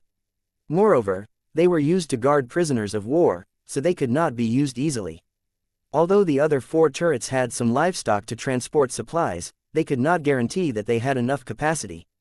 Fortunately, there were still a large number of residents of Black Rock City. With their help, he believed that they should be able to transport all the substitute food in the entire underground space. After arranging the food transportation problem in the underground space, Tang Zhen and the others began to search the entire Lusheng under Xiao Rui's lead. The brain pearl was unafraid of the burning of fire, so it should be able to be preserved. This was also the main search target. The search began from the bottom and gradually went up. From time to time, they would see the dead bodies of Black Rock City residents in the corridors and rooms. Whenever this happened, a temporary group of Black Rock City residents would carry them away and send them to the large pits dug outside the city. The citizens of Black Rock City who were in charge of transporting the goods were all mournful. Many of the citizens who had met with misfortune were familiar faces, and some of them were even family and friends. The sudden change and the destruction of their homes made every citizen of Black Rock City feel terrible. After seeing this, Tang Zhen suddenly felt grateful to the city lord. The fire he had lit had helped Tang Zhen avoid a lot of trouble. In this way, not only could Tang Zhen achieve his goal, he could also eliminate the hatred of the citizens of Black Rock City towards him. All he needed to do was to sit back. and enjoy the fruits of others' labor. As they searched higher and higher, more and more wreckage was discovered. They were all residents of Black Rock City who did not manage to escape in time. A large metal door blocked their way, and the Holy Dragon City cultivators used tools to pry it open. After passing through the iron gate that separated the ordinary citizens from the aristocrats of Black Rock City, Tang Zhen entered the high-class residential area that the citizens of Black Rock City had mentioned. The residents of the tower were all from influential families in Black Rock City. One iron door, two worlds, showing the superiority of the rich and powerful. However, after the fire started, the iron gate became the biggest obstacle to the nobles' escape. Countless wreckages were piled up in the passage in front of the iron gate. One could imagine how many people had wanted to escape from this place, but the panic and the thick smoke had become a curse, preventing them from crossing the threshold. In fact, even if they managed to escape through the metal door, the sea of fire was still waiting for them outside. Tang Zhen saw the city lord of Black Rock City in the city lord's hall that had been turned into ashes. However, his limbs were twisted as he fell to the ground. He had died a long time ago. The supreme ruler of Black Rock City had used this method to walk down the path of destruction with his own city. Tang Zhen carefully sized up this enemy that he had never met before. In fact, he looked down on the actions of the Black Rock City Lord. It was said that the governor of Black Rock City was also a rank 5 expert. However, he did not have the courage to fight his enemy. Instead, he chose to end his life in such a cowardly manner. Perhaps to the governor of Black Rock City, who had been pampered since he was young, the so-called cultivation level was just a way to show off his status. For a city lord who did not lack resources, it was not difficult for him to accumulate his cultivation to rank 5. However, what made Tang Zhen feel rather strange was that it was said that the governor of Black Rock City had never stepped into an area where ordinary citizens lived in his entire life. The number of Black Rock City's residents who had seen his appearance could be counted on one hand. Compared to Tang Zhen, who was always on good terms with the residents of Lu City, Black Rock City's actions were the style of an old-school city lord. Compared to the ordinary residential areas, the number of brains remaining in this high-class residential area was shocking. The Holy Dragon City cultivators in charge of the search would have new gains from time to time. These brains should be the private property of the influential people. Even when Black Rock City was facing difficulties, these influential people still had no intention of contributing these brains. Instead, they hid them in what they thought was a secret place. Now that the fire had died down, these brains had all gone to Tang Zhen. After leaving the city lord's hall, Tang Zhen came to the room where the foundation stones were stored in Black Rock City. Unlike Holy Dragon City, the room used to store the foundation stones in Black Rock City was much larger, and the trading platform even took up an entire wall. However, after the fire, this place was beyond recognition. Tang Zhen slowly took down the foundation stone that was suspended in midair, announcing the end of Black Rock City's inheritance. It would not be long before this place was reduced to ruins. Black Rock City, which had experienced countless years of wind and rain, would completely disappear into the endless wilderness. Walking through the busy crowd, Tang Zhen slowly walked to the huge stone statue in the middle of the Black Rock City square. This was the statue of the founder of Black Rock City. Tang Zhen had obtained his first huge fortune by cutting a piece of jade from this statue. Currently, this top-grade jade that represented a huge amount of wealth already completely belonged to Tang Zhen. However, the current Tang Zhen was no longer the weak and poor kid from back then who could only carefully sneak into Black Rock City. Tang Zhen kicked the giant statue to the ground and ordered his men to load it into a car and take it away. This thing would be reprocessed and become a part of the Holy Dragon City. At this moment, both the inside and outside of Black Rock City were busy. Under the supervision of the Holy Dragon City warriors, all the residents of Black Rock City were involved in the transportation work. It would not take long for this place to be empty. A few hours later, night slowly fell. All of the transportation vehicles were stuffed with items. The citizens of Black Rock City were carrying all sorts of supplies on their hands and shoulders as they lined up in a long queue. The captives' hands were still tied, and they did not dare to move rashly under the watch of the Holy Dragon City's soldiers. Tang Zhen raised his head and looked at the bright moon above his head before gently waving his hand. Let's go back to Holy Dragon City. Chapter 237. Late-night deserter successfully returns to the city. The endless wilderness would become extremely dangerous at night, and very few people would come out. If it wasn't for the situation forcing him, Tang Zhen would not be willing to rush at night. Fortunately, the nearby monsters had been cleared out by the undead, so it was much safer to travel at night. Under the bright moonlight, a long line was slowly moving forward, with no end in sight. The car lights were bright, the engine roared, and the shouts of the Holy Dragon City soldiers were endless. Due to the large number of people, they made a lot of noise when they walked. Fortunately, they did not encounter any monsters. In order to prevent anyone from escaping and causing trouble during the march, the soldiers of the Holy Dragon City were all on high alert and loaded their bullets. If any disobedient prisoners made trouble, they would immediately shoot and kill them. After killing dozens of troublemakers, the captives finally calmed down and didn't dare to act rashly. After seeing this scene, Tang Zhen was slightly relieved and temporarily shifted his gaze away from the map. The thing he was most worried about along the way was the captives from the three towers. It would be a pity to kill them, but not killing them would also be a great hidden danger. Fortunately, the city of Hundred Flower Valley had already surrendered to the Holy Dragon City. Now, they had all returned to their own territory. It wouldn't be long before Centauria Valley's city lord would take all the residents to Holy Dragon City. As for whether that woman would come according to the agreement, Tang Zhen actually didn't care. If the Hundred Flower Valley's city lord kept his promise, Tang Zhen would have less trouble. Otherwise, he would have to send troops to attack. Traveling in the night would definitely greatly affect one's vision, and at the same time, it would also block the small movements of many people. A group of warriors were mumbling among the captives of Colossal Bone City, and at the same time, a short dagger was being passed to Anne from the crowd. The ropes binding them were cut off silently. In order not to be discovered by the Holy Dragon City soldiers, they continued to hold the ropes in their hands and put on a nonchalant expression. Before they knew it, several hundred of the giant Bone City captives had already cut the ropes in their hands. At this moment, they began to wait for an opportunity, ready to escape into the depths of the wilderness under the cover of the night. 1,000 meters away, Tang Zhen expressionlessly looked at the actions of the Colossal Bone City captives while his fingers lightly tapped on his raised thigh. When the Colossal Bone City captives had just started to plan to escape, Tang Zhen had already discovered their little tricks. However, he did not send anyone to stop them this time. Under the map perspective, any conspiracy could not be hidden in Tang Zhen's eyes. Since these guys didn't know how to appreciate his kindness, he would let them taste the consequences of running away without permission. At the same time, it would also serve as a warning to those who harbored unfathomable motives. Since Tang Zhen had such a plan, the fate of these Colossal Bone City captives was already decided.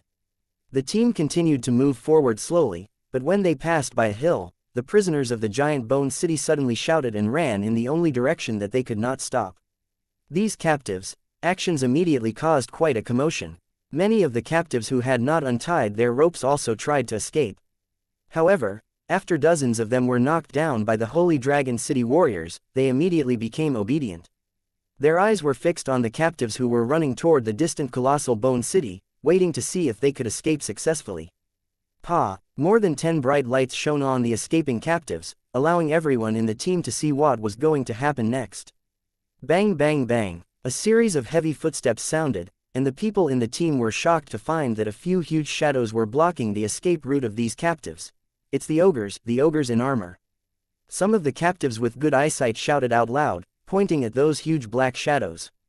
As he shouted, more and more prisoners and citizens of Black Rock City recognized the identity of the black shadows. They quietly held their breaths, wanting to see what would happen next. The fleeing giant Bone City captives also saw the black shadow in front of them, and their faces were filled with fear as they tried to turn around and escape. A huge fear of death shrouded their hearts, making their legs tremble. But before they could turn around, the ogres' huge clubs whistled through the air and smashed into the bodies of the giant Bone City captives. Bang bang bang, a series of dull thuds could be heard. It was the sound of the spiked clubs smashing into bodies. It was mixed with the shrill cries of the prisoners from Colossal Bone City and the sound of bones being broken. It filled the wilderness that was shrouded in the night. Under the bright lights, 5 huge ogres were trampling on the captives of giant Bone City.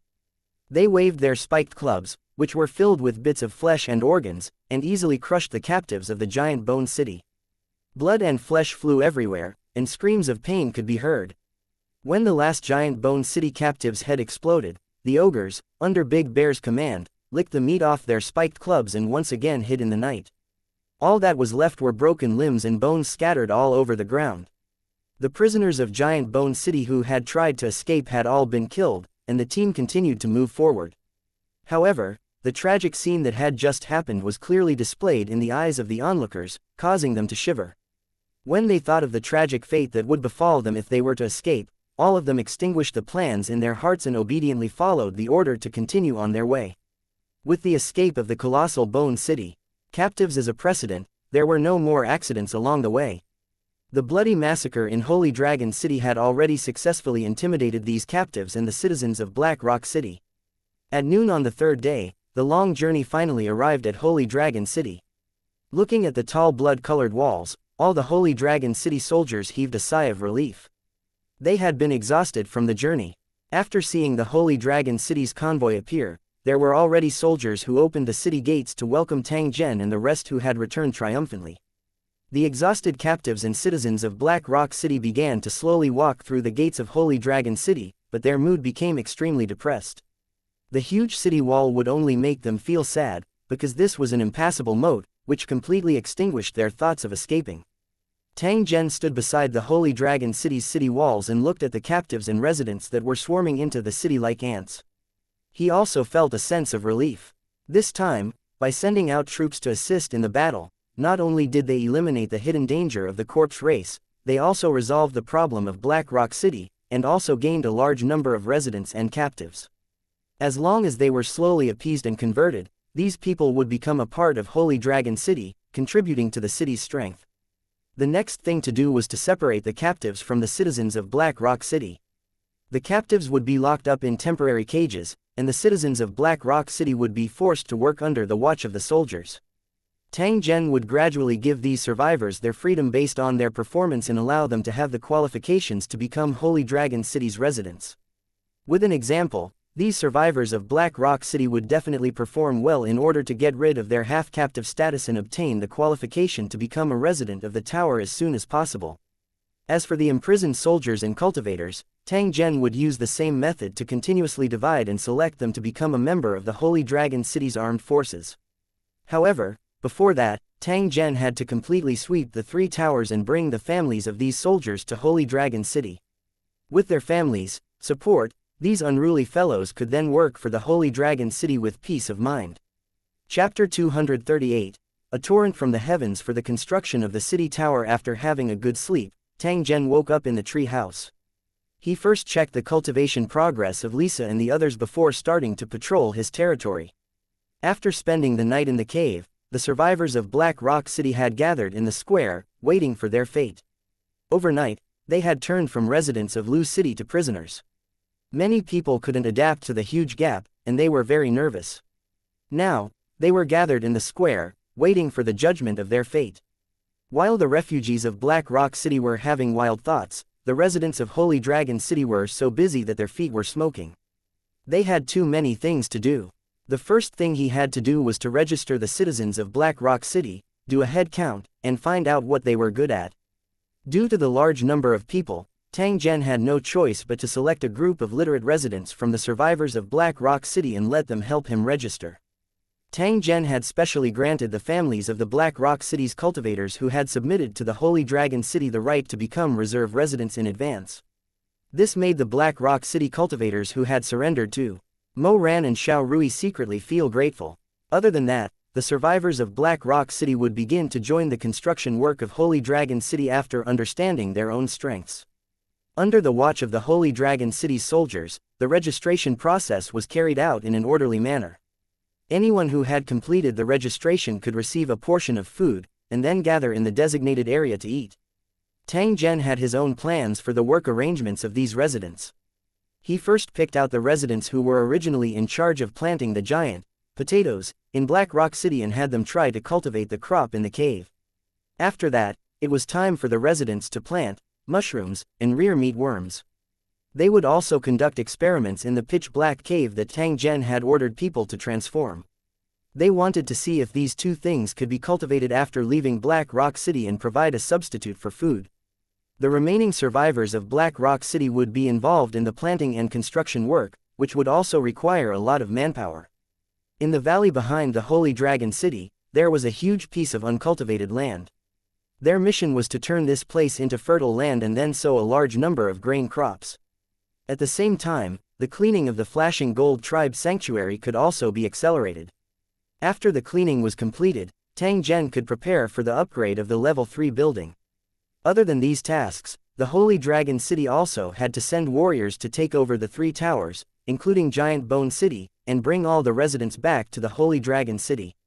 As he thought about it, Tang Zhen suddenly felt that the available manpower was really too little. The work that needed to be done was really too much. There was no use in being anxious about some things. Tang Zhen also understood this principle. Therefore, he only needed to do the work at hand. After shifting his attention away from the refugees of Black Rock City, Tang Zhen headed towards the cave where the cultivators from the 3 cities were imprisoned. He wanted to see if they were still obediently staying there. In front of the cave where these captives were locked up, there were currently 2 Holy Dragon City soldiers guarding it. After seeing Tang Zhen, the 2 of them immediately stood up and saluted. After chatting with the 2 soldiers for a while, Tang Zhen slowly walked into the interior of the cave. The interior of the huge cave was brightly lit, illuminating every corner. The illumination system of the Glitter Gold race was the most valuable here, preventing those with evil intentions from hiding their little tricks in the dark. On both sides of the cave, there were countless small caves. They were originally used to store goods, but now they were used to hold these prisoners. Out of safety considerations, the soldiers of the Lusheng Kingdom were thrown into disorder and reorganized to minimize the possibility of them colluding with each other. Tang Zhen was very clear about the thoughts of these soldiers. First of all, they were worried about their families. Second, they could not be sure how Holy Dragon City would deal with them. Hence, some people did not hesitate to take the risk. Fortunately, Tang Zhen already had a solution to these problems. It wouldn't be long before these guys would stay here in peace and try their best to perform, hoping that they and their families would be qualified to live here. Tang Zhen had cut off their escape route and left them with no other choice. Tang Zhen inspected each and every cave entrance once. After enduring the gazes that contained various emotions, he left the cave in satisfaction and returned to his city lord's hall. There were a lot of things to do next, and he had a lot of work to do. Just as the Holy Dragon City welcomed a large number of residents and Tang Zhen began to get busy happily yet painfully, the sky several dozen kilometers away from the Holy Dragon City suddenly began to turn gloomy. The sky in the world of Lusheng was extremely high, and the clouds seemed to be extremely far away from the ground, making it look carefree and relaxed. However, the clouds in the sky suddenly became extremely heavy, as if they had turned into floating rocks that could fall at any time. The originally emerald blue sky also changed, as if it had been frozen in an instant, turning from the void into a solid entity. Behind the sky, there seemed to be a huge force constantly pressing down, causing a small bump to appear on the originally flat sky. As time passed, the little bump in the sky became bigger and bigger. In the end, it actually spread across the entire sky, and the original blue color also became translucent. Behind this huge bump, there seemed to be a shimmering light, as if it was an ocean. Suddenly, a huge shadow flashed behind the big bun. Its body was covered with black scales, and when it passed by the big bun, it seemed to cover the entire sky. A moment later, an extremely huge eyeball appeared on the big bag. It was filled with greed and was constantly looking at the world of buildings across the sky. When the giant eye appeared, a few monsters wandering nearby were already trembling in fear and fell to the ground, unable to get up. After a long time, the huge shadow finally disappeared, and the sky returned to calm. A few monsters that were paralyzed with fear struggled to get up, wanting to escape from this area. Their natural monster instinct told them that they had to leave this area as soon as possible, or something more terrifying would be waiting for them. However, before these monsters could stand up, the big bump in the sky expanded once again. At the same time, a series of cracks appeared on the surface. Countless bolts of lightning suddenly appeared and struck the huge lump. They swam around the surface of the huge lump like strange lightning snakes. An invisible force appeared out of thin air and gathered around the huge ball in the sky, as if it was trying to flatten it. This force was extremely powerful, and the effect was obvious. The huge lump in the sky was rapidly closing up at a speed visible to the naked eye. However, at this moment, the huge black shadow crashed into the huge bump. The emerald blue sky that was about to return to normal suddenly began to shake. Voila! A crisp sound seemed to reverberate between heaven and earth. A huge crack quickly appeared in the sky, and water began to pour down from the crack like a waterfall. The black shadow crashed over again, and the crack in the sky expanded again. The waterfall instantly turned into a river. When the black shadow crashed over for the third time, the entire sky was like a huge piece of glass, instantly shattering. An uncountable amount of water poured down, crashing heavily onto the ground. Countless black shadows mixed in with the flood and fell into the world of Lusheng. The huge black shadow tried to squeeze through the hole, but its body was too huge, and it could not pass through at all. The black shadow let out a loud roar and tried to expand the hole again, but this time, the hole in the sky was as solid as a rock and could not be expanded by an inch. The invisible force continued to repair the hole in the sky, and the intensity of the lightning became more and more terrifying. The edge of the hole flickered with electricity and began to close up. However, every time the hole was repaired to a certain extent, the black shadow would crash into it fiercely, shattering the repaired part again. In the process of repair and collision, more and more black shadows entered the world of the tower through the current. Their ferocious backs were exposed in the rolling waves, and they began to spread into the wilderness along the current. Chapter 239, Flood in front of the gate. Spider Dragon Sea Monster. In the goblin's laboratory, Tang Zhen was discussing the extraction and transformation of energy from the brain. On the work table in front of them, the two shining gold puppets had been cut into 8 pieces, and the parts were scattered everywhere. Lu Da was holding a metal plate filled with dark gold wires as she excitedly explained her discovery to Tang Zhen. Suddenly, there was a knock on the door, interrupting the heated conversation. A Holy Dragon City soldier walked in. City Lord, a large river suddenly appeared on the gravel plain last night. Leader Tai Seng wants you to take a look. Tang Zhen was stunned when he heard this. The gravel plain was in front of Holy Dragon City. It was desolate and lacked water. Why would a large river suddenly appear? Switching to the map view, Tang Zhen indeed found a rapidly flowing river 1 kilometer away from Holy Dragon City. After seeing this scene, Tang Zhen immediately left Lu Da's laboratory. He got into a military jeep and headed straight for the Holy Dragon City's city gate. And NBSP, after discovering the sudden appearance of the river, Tai Seng had immediately gone to investigate and had already arrived at the river bank. The military jeep sped all the way and soon arrived at the large river that had suddenly appeared. After Tang Zhen jumped out of the car, he headed straight for Tyson, who was not far away. What's going on? Why did a large river suddenly appear? Tang Zhen looked at the river that was nearly 100 meters wide and asked Tai Seng. Tai Seng pointed at the continuously rising river water under his feet and replied with a puzzled expression, "Last night, we found that something was wrong because the soldiers guarding the city heard the sound of running water. However, after checking around, we didn't find anything unusual, so we didn't pay much attention to it. Who knew that when I woke up this morning, I would find this big river that appeared out of thin air? Not only is the flow of the river very fast, but the water level is also constantly rising." Then, Tai Seng pointed to a huge cactus plant in the distance and said, "Just now, the river water was only at its roots. Now, it has risen by a foot. I'm afraid that it won't take long for the river to double in size." Tang Zhen sucked in a breath of cold air when he heard this. If the matter was really as Tai Seng had said, then the Holy Dragon City would most likely be in big trouble.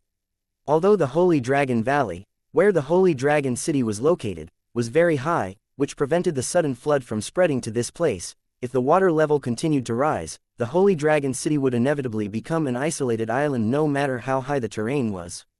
What Tang Zhen was most concerned about was the source of the flood and whether there were monsters in the river. These 2 points had to be clarified as soon as possible. After thinking up to this point, Tang Zhen no longer hesitated and immediately returned to Holy Dragon City. Tang Zhen activated the assault helicopter that was placed on the city wall. He brought along Tai Seng and a few other soldiers and rose into the sky, directly heading upstream of the river. The assault helicopters let out a deafening roar as they slowly flew across the rapidly flowing river. Meanwhile, Tai Seng and the others carefully patrolled the surface of the river to see if there were any monsters. There, I saw a huge black shadow flash. A Holy Dragon City soldier suddenly pointed at the river not far away and shouted. At the same time, he aimed his gun in that direction. Tang Zhen immediately turned around when he heard this and slowly flew to the place where he had discovered the black figure earlier. Below the plain was a vast expanse of water. Perhaps this was once a low-lying land, which caused the river to suddenly widen and form a huge lake. Everyone, including Tang Zhen, was carefully observing the surface of the lake as they searched for the black figure that had just appeared. Because he had a map view, Tang Zhen's observation was much easier than everyone else's. He quickly discovered a black shadow slowly swimming under the water. The artillery of the assault helicopter locked onto the black figure at the first moment. The whistling sound of the artillery shells continuously smashed into the water and landed on the black figure. Ow! A mournful roar sounded. A huge wave immediately rose on the surface of the water. Tang Zhen saw a 15-meter-long ferocious monster reveal its true appearance from the water. The monster's body was covered in smooth black scales. Its tail was as long as a dragon, but its body was like a giant spider. Its snake-like head was filled with colorful bone spikes. It was roaring angrily at the helicopter. Tang Zhen had already activated the monster detector. His gaze was firmly fixed on the water monster, and a set of words quickly popped up. Falling Star Sea, Spider Dragon Monster, Level 5 Monster. Its swimming speed in water is average. Its teeth contain poison and can shoot out bone spikes. Its weakness is at the intersection of the spider's body and the dragon's tail. What the hell was the Starfall Sea? How did the seawater flow onto the land? These two questions had just appeared in Tang Zhen's heart when he saw the dragon spider monster suddenly close its mouth. Its cheeks instantly swelled into a large ball. Not good. It's going to shoot out bone spikes. Tang Zhen suddenly recalled the description in the monster detector and immediately maneuvered the assault helicopter to dodge. PFF'd. The huge head of the arachnid continued to chase after the assault helicopter in the sky, its ferocious eyes filled with thick red veins. When the assault helicopter slowed down slightly, it immediately shot out a half-meter-long black bone spike. The speed of the bone spike was extremely fast, like a black lightning bolt. In the blink of an eye, it had reached the military helicopter. Tang Zhen's heart tightened. If he was hit by this bone spike, his armed helicopter would probably be immediately scrapped. With that thought in mind, he pulled the control stick and the plane suddenly did a rapid turn. After rolling in the sky, it barely dodged the bone spikes that whizzed past. A level 5 monster dares to be so arrogant. You're looking for death. Tang Zhen didn't care about the dizzy Tai Seng and the others. He immediately controlled the cannon and started to fire at the spider dragon monster, continuously creating bloody holes in its body. In an instant, rotten flesh and tainted blood dyed the water red. The spider dragon monster let out a miserable cry and immediately dove into the water to hide. Unfortunately, Tang Zhen had no intention of letting it go. Putting aside the value of the level 5 brain pearl, the most important thing was that Tang Zhen would only have the chance to advance to level 6 if he could kill a level 5 monster. No matter what, Tang Zhen would not let go of this dragon spider monster.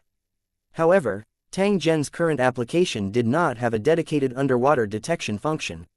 The all-round data combat interface could only scan in the water and was unable to provide underwater scanning information in the air. Tang Zhen was unwilling to let go of the dragon spider monster like this. Thinking of this, he immediately opened the application store and began to search for applications that could deal with the current situation. In less than a minute, Tang Zhen had found a suitable application: polarized filter X-ray vision. Able to observe underwater scenery from high above with excellent clarity. Able to see 1 kilometer below the water surface. Comes with target lock. Download amount: 20,000 gold coins. Tang Zhen was overjoyed after reading the introduction. Compared to the possible gains, the 20,000 gold coins was nothing. After downloading and installing it, Tang Zhen immediately launched the application. Following the activation of the application, Tang Zhen immediately felt the scene before his eyes change. The originally wide river on the ground no longer existed. At this moment, what appeared in Tang Zhen's eyes were countless aquatic creatures that seemed to be floating in the air. They were following a fixed route and were continuously squirming forward in the air. More than a dozen water monsters of various sizes were lurking under the water, their brutal eyes constantly flashing. At this time, most of the monsters' eyes were looking up, all locked on the armed helicopter flying above the river. It was as if as soon as the armed helicopter landed on the river, they would swarm up and launch a fatal level 1 attack on Tang Zhen. The half-crippled dragon spider monster that was beaten by Tang Zhen was currently quietly hiding in the deepest part of the river. It was in a pit that was 50 meters from the surface of the water, and it was constantly twitching and struggling in pain. Using cannons to attack such deep waters would probably be useless. If he wanted to kill it, he would have to think of another strategy. Although Tang Zhen was unwilling, he could only let this spider-dragon monster off for the time being when he thought of this. "I'll let you live for a few more days, then I'll deal with you later." After making up his mind, Tang Zhen turned the armed helicopter around and headed straight upstream. Tang Zhen had already become increasingly curious about this river that had suddenly appeared. Chapter 240, The Source of the Flood. Terrifying existence. The speed of the assault helicopter was very fast. In less than 10 minutes, Tang Zhen saw a scene that made him dumbfounded. Looking up, one could see a giant waterfall falling from the sky, with uncountable water pouring down on the ground. It was as if a huge hole had been corroded in the blue sky, and lightning was dancing around the edge of the hole, forming an extremely strange scene of the end of the world. Through the assistance of the application, Tang Zhen could clearly see the situation in the water. There were countless fish, prawns, and monsters being wrapped by the water and continuously falling to the ground. Tang Zhen came to a sudden realization. So this was the true source of the flood. Tang Zhen once again sighed at the strangeness and wonder of the tower world as he looked at the giant waterfall that was like a miracle. There was actually such a scene that he had never imagined even in his dreams. He had been to this area before, and there was no such hole in the sky, which proved that it had just appeared. The falling waterfall made a loud noise as the water splashed and flew far away. Tang Zhen did not dare to get close to the armed helicopter and could only observe from a distance. Tang Zhen was much calmer compared to Tai Seng and the others who had been scared silly by this scene. At this moment, he was carefully observing the huge hole in the sky and the surrounding scene in an attempt to figure out the real reason for this situation. After observing for a while, Tang Zhen faintly discovered the role of the lightning. It seemed to be repairing the hole in the sky. Lightning's repairing speed was very fast. It didn't take long for a ring of more than 10 meters wide to appear around the hole, and it continued to solidify and thicken. Tang Zhen made an estimation. According to this speed of restoration, he would be able to block the large hole in the sky in less than 2 days. However, things were not that simple. Tang Zhen had just thought of this when he saw that the area behind the enormous waterfall in the sky seemed to have suddenly become dark. The waterfall that was originally gushing out suddenly became turbulent. At the same time, a large number of bloody traces and monster remains began to appear in the water. Boom! Without waiting for Tang Zhen to react, an incomparably huge shadow heavily slammed into the hole. The surging water was blocked, and a huge body that caused everyone to feel boundless pressure blocked the hole in the sky. The body was ink black, and its huge scales were like exquisite works of art. They were covered with strange patterns, and each piece was nearly 100 square meters in size. With its impact, the hole that had been repaired by lightning was expanded again, and all the previous repairs were in vain. At the same time, an extremely uncomfortable feeling surged into everyone's heart, causing Tang Zhen and the others to be extremely terrified. Tang Zhen was greatly shocked. Just what kind of monster was this? It was actually so terrifying. Just the aura that it emitted was sufficient to cause people to not dare to form any thoughts of resistance. Tang Zhen could not help but frown tightly when he saw the monster's action of smashing into the huge hole in the sky. Could it be that this huge hole was created by it? If that was the case, then this monster was extremely terrifying. Tang Zhen couldn't help but stare at the back of the hole and use the monster detector on the black monster that only revealed a scale and half a claw. He did not expect that Tang Zhen would feel as though his head had been smashed by a large hammer with just a single glance, nearly fainting. The assault helicopter shook and almost fell into the ocean below. At this critical moment, Tang Zhen finally recovered. He quickly adjusted the assault helicopter, turned around, and shouted, "Something's not right, sit tight." After shouting this sentence, Tang Zhen desperately ran into the distance. His face still had a trace of paleness and fear. This was the first time that Tai Seng had seen such an expression on Tang Zhen's face. While he was surprised and puzzled, his heart was in his throat as he turned his head to look at the huge hole in the sky. With just a glance, Tai Seng felt his back covered in cold sweat, and his body couldn't help but tremble. An incomparably huge pupil appeared at the entrance of the hole, filling up the entire area. At this moment, it was coldly looking at the assault helicopter piloted by Tang Zhen. And NBSP, looking at those terrifying pupils, Tai Seng felt like his blood was about to freeze, and his consciousness was in a daze. There was only one feeling left in his heart, and that was that he was being watched by God. There was no room for resistance at all, and he could only let him decide his life and death. What's the use of working hard when you're living such a lowly life? You might as well die immediately. At this moment, this was the only thought that was revolving in Tai Seng's mind, and his spirit became more and more dispirited.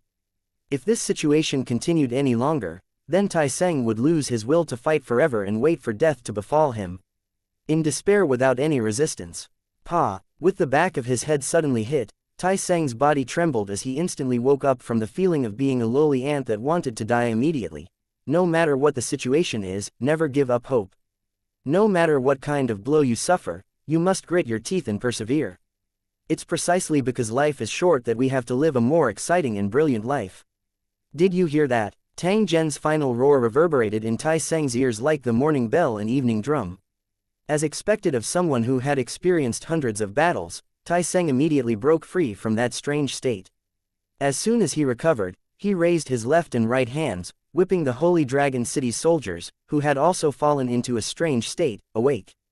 Even so, the 4 soldiers who had just woken up were still ashen-faced, their faces filled with a negative emotion, as if they were going to die early and be reincarnated early.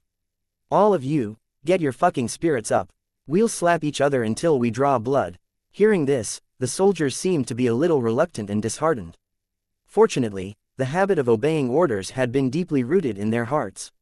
No matter how unwilling these Holy Dragon City soldiers were, they could only lazily start beating each other up. After a dozen heavy slaps, their faces were already swollen. The burning pain finally caused some fluctuations in their dead eyes, which then became brighter and brighter. After a dozen more slaps, one of the Holy Dragon City's soldiers finally woke up. Fuck you, old 9. Why did you slap your bone cat grandpa? The bone cat's mouth was covered in blood. It covered its swollen cheek and glared at Su Laoju. Su Laoju had a blank look on his face, but after being scolded by the bone cat, it was as if he had been provoked. He immediately quivered. Ayo, you monster's son of a bitch. You've pulled out my molars. And NBSP, after saying this, Su Laoju spat out a mouthful of blood, and there was a black tooth in it. The bone cat immediately burst into laughter and pointed at Su Laoju. You bastard son, you still dare to blame your father. Do you have a conscience? If I didn't help you knock out this rotten tooth, wouldn't you still be in so much pain that you can't sleep every night like usual? As the two of them argued, the other 2 Holy Dragon City soldiers also regained their consciousness. They covered their oily cheeks and glared at each other in confusion. Seeing that his subordinates had returned to normal, Tai Seng's suspended heart finally settled down. Turning around to look at the gloomy-looking Tang Zhen, Tai Seng asked with a lingering fear, City Lord, what the hell is that thing? Why does it make people want to die? If it wasn't for you, I'd probably have jumped into the river to feed the fish. Tang Zhen frowned. He inhaled a deep breath of air and slowly said, it's an existence that we can't afford to provoke now. It can kill us with a thought. Damn it, how could that terrifying thing appear here and even create a big hole in the sky? After Tang Zhen said this, he said in a serious voice, it's a terrifying monster that has surpassed the Lord tier and entered another level. If you have to measure it by level, you can see it as a level 11 monster. What? Hearing this, Tai Seng was dumbfounded. Chapter 241, King Tier Monster, Visitors from Foreign Land. Unlike Tang Zhen, Tai Seng had been struggling to survive in the endless wilderness since he was born. He had a much deeper understanding and experience towards the monsters in the wilderness. It was also because of this that Tai Seng found it unbelievable. To ordinary wanderers, monsters above level 4 were already extremely terrifying existences, and they would usually turn pale at the mention of them. After becoming the Lusheng warriors, their horizons had broadened, and the challenges they faced had gradually increased. At this point, only Lord tier monsters could make them feel afraid.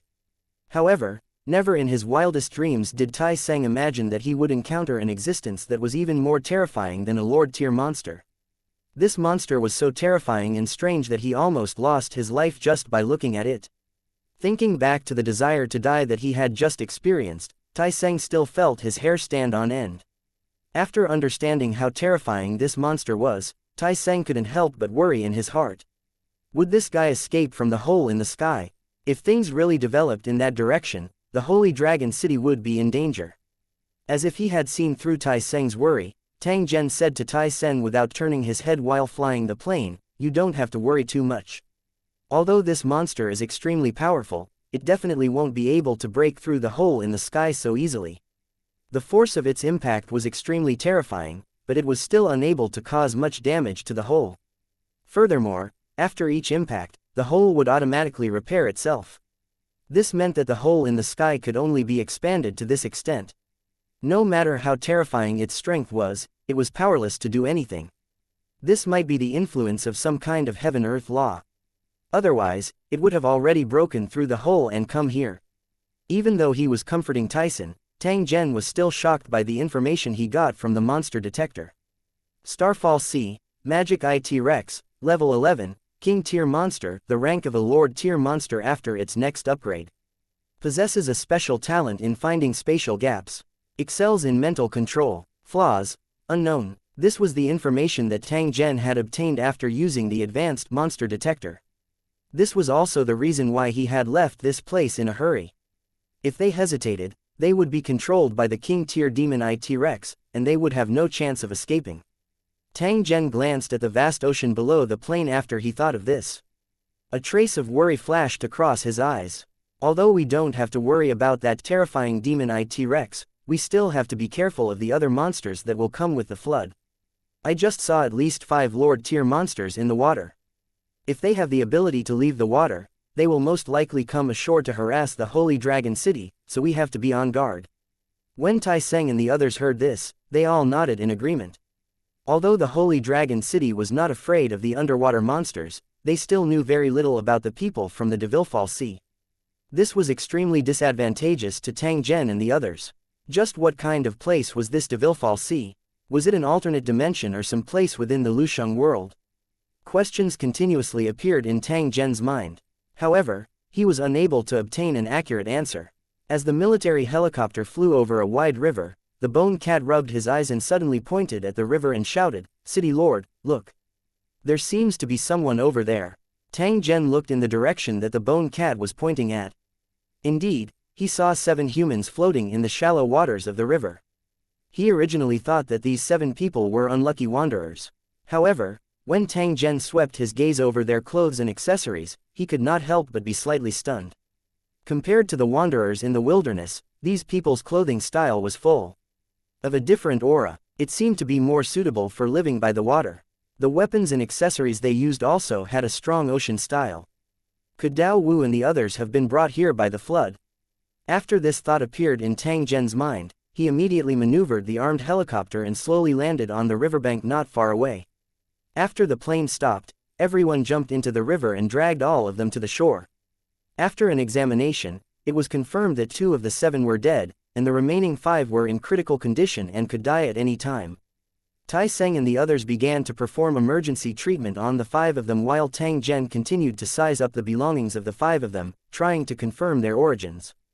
Weapons made of special fish bones, armors made of strange shells, and strange clothes full of fish skin patterns all indicated their identity as outsiders. It seemed like the flood had not only brought monsters, but also a group of unlucky people. Tang Zhen's mood became extremely good after he confirmed the background of these 5 people. With these 5 humans who came from the same place as the water monster, Tang Zhen finally had an information channel to figure out the origin of the monster.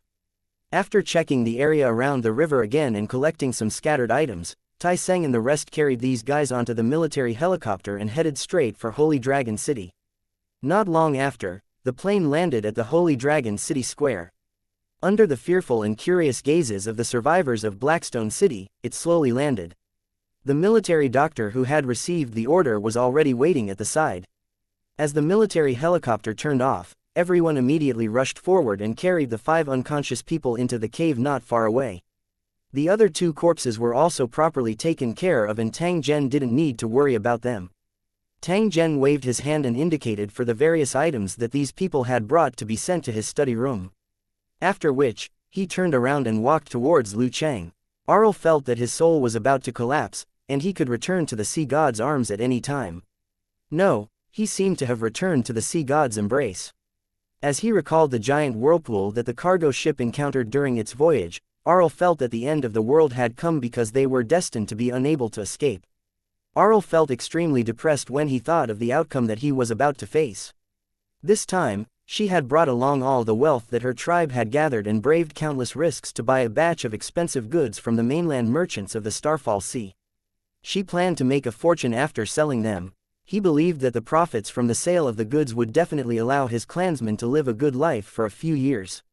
Everything was going smoothly, and the smile on Arl's face grew. However, when they were less than halfway to their destination, they encountered something that the 100 races of the Starfall Sea were most unwilling to encounter. A king-tier monster suddenly appeared and drove countless sea monsters into a whirlpool. When it passed by Arl's small cargo ship, it also pulled the cargo ship into the whirlpool. The crude cargo ship was instantly torn to pieces by the waves. Arl and his companions struggled desperately, but they could not escape the fate of being swallowed by the vortex. In the last moment before losing consciousness, Arl's heart was filled with sorrow. She really couldn't understand why the human race's fate was so miserable.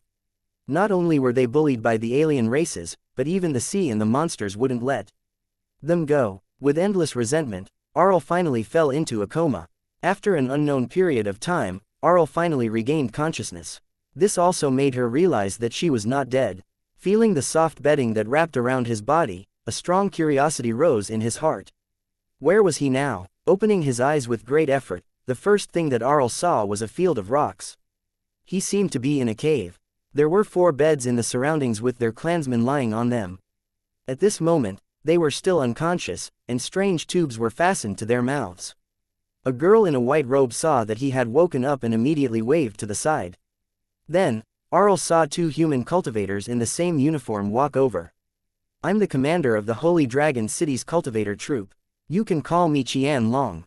After the young cultivator introduced himself, he looked at Arl and said, "Now, can you tell me your name and identity, and what kind of place is the Starfall Sea?" Chapter 242, The Rumors of the Falling Stars Sea. When Arl walked out of the cave, he was shocked by the scene in front of him. What appeared in front of her was a huge valley that was like a fairyland. The beautiful colorful scenery was too much for her to take in, and there was peace and warmth everywhere. Countless human beings were working together.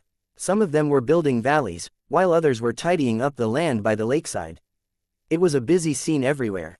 Arl had never seen such a magnificent scene of labor, even in the powerful foreign clans. This might be a building of some powerful human race. Otherwise, it's hard to explain everything I've seen. But why have I never heard of this place? With so many doubts in his mind, Arl followed the cultivators of Lusheng to the tall building not far away. When he stepped onto the stairs of the tower and saw 2 fully armed human warriors, he was sure that this was a powerful human tower.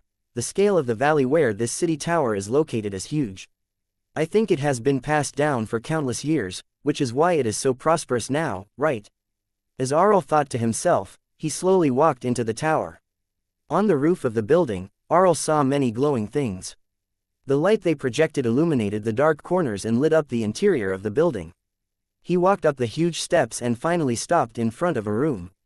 After knocking on the door, the cultivator ordered Arl to go in alone while he stood guard outside. With a hint of anxiety in his heart, Arl walked into the room with heavy steps. It was a large room with simple decorations, but it was filled with all kinds of books. A young man with a tough face was standing in front of the table, on which Arl's weapons and goods were placed. After seeing Arl come in, Tang Zhen pointed to the things on the table and said, "If I'm not wrong, you should be from the Devilfall Sea and are all ordinary wanderers." Tang Zhen paused for a moment when he said this. He then said to Arl, "Do you also call the non-residents of Lusheng wanderers?" Tang Zhen's voice was very gentle, and it made Arl unconsciously relax. "Respected city lord, we are known as wanderers near the Starfall Sea. It has the same meaning as the wanderers you mentioned." Arl's voice was extremely clear, and it seemed to have a mysterious seductive rhythm, giving people a very beautiful feeling. Tang Zhen frowned slightly. This might be some kind of talent that the other party had.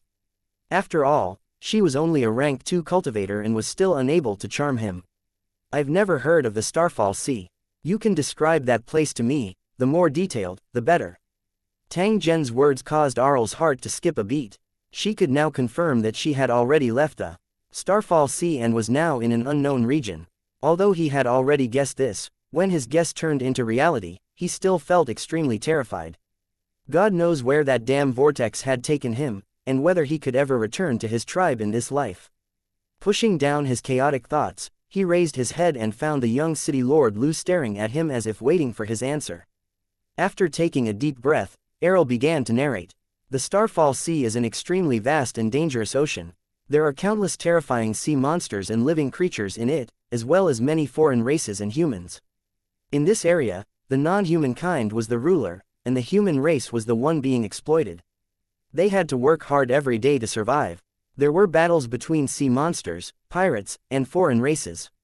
Ever since the day I was born, the Fallen Star Sea has never had a moment of peace. This time, my clansmen and I bought a batch of rare goods from the mainland's merchants and were prepared to ship them to a remote island to sell. However, we encountered a king-class sea monster and a terrifying ocean whirlpool. When I woke up, I found myself here. Tang Zhen picked up a pen and paper as he listened to Arl's explanation. He continuously recorded it down. After he thought of something, he raised his head and asked, "Who are the merchants from the continent you mentioned? Which continent are they from?" Arl shook his head. "I don't know the specific name of that continent either. I only heard that there are countless powerful towers on the west side of the Starfall Sea, many of which have been passed down for tens of thousands of years." "Are there many of those king-tier sea monsters in the Fallen Star Sea?" Tang Zhen nodded and asked. Arl smiled bitterly and shook his head. "There are very few king-level sea monsters, and many people don't even have the chance to see one in their entire lives. We're just unlucky this time. Otherwise, we wouldn't be here." Looking at the dejected Arl, Tang Zhen pondered for a moment and said to the girl, "How much do you know about king-tier monsters?" This time, Arl pondered for a long time before he slowly said, "King-tier monsters are just a legend to ordinary people. However, as real monsters, many people have seen them. When a monster was promoted to the Lord tier, it would have magical abilities, many of which were very similar to the skills of a holy master.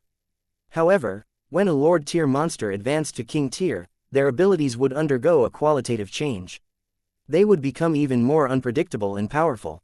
In the Starfall Sea area, there had been several battles where King tier monsters had attacked the towers. Almost every time, the King tier monsters had won, and the towers had been completely destroyed. However, there were also exceptions. It was said that hundreds of years ago, a King tier monster attacked a powerful foreign clan's building. In the end, under the desperate resistance of many Lord tier cultivators, the King tier monster did not succeed in the end. It fled into the deep sea after being seriously injured. One day, half a month later, someone found the King tier monster's corpse on a deserted island. It had been lost for a long time, and its rotten body occupied nearly half of the deserted island. This was a King tier monster with spatial abilities. Around its corpse, people found a huge amount of treasures and brains, as well as many weapons and armors. They were piled up like a small mountain. These treasures triggered a battle that spread far and wide. Countless foreign races took part in it, and the battle lasted for several months. Blood dyed the surrounding sea red. In the end, the smell of blood attracted the attention of another King tier monster. In the last battle, more than half of the foreign tribe experts who were snatching the treasures were devoured by the King tier monster, and the rest were all injured. Countless treasures went missing, and no one ever found their traces again. Hehe. Tang Zhen's understanding of King tier monsters became clearer as he listened to Arl's explanation.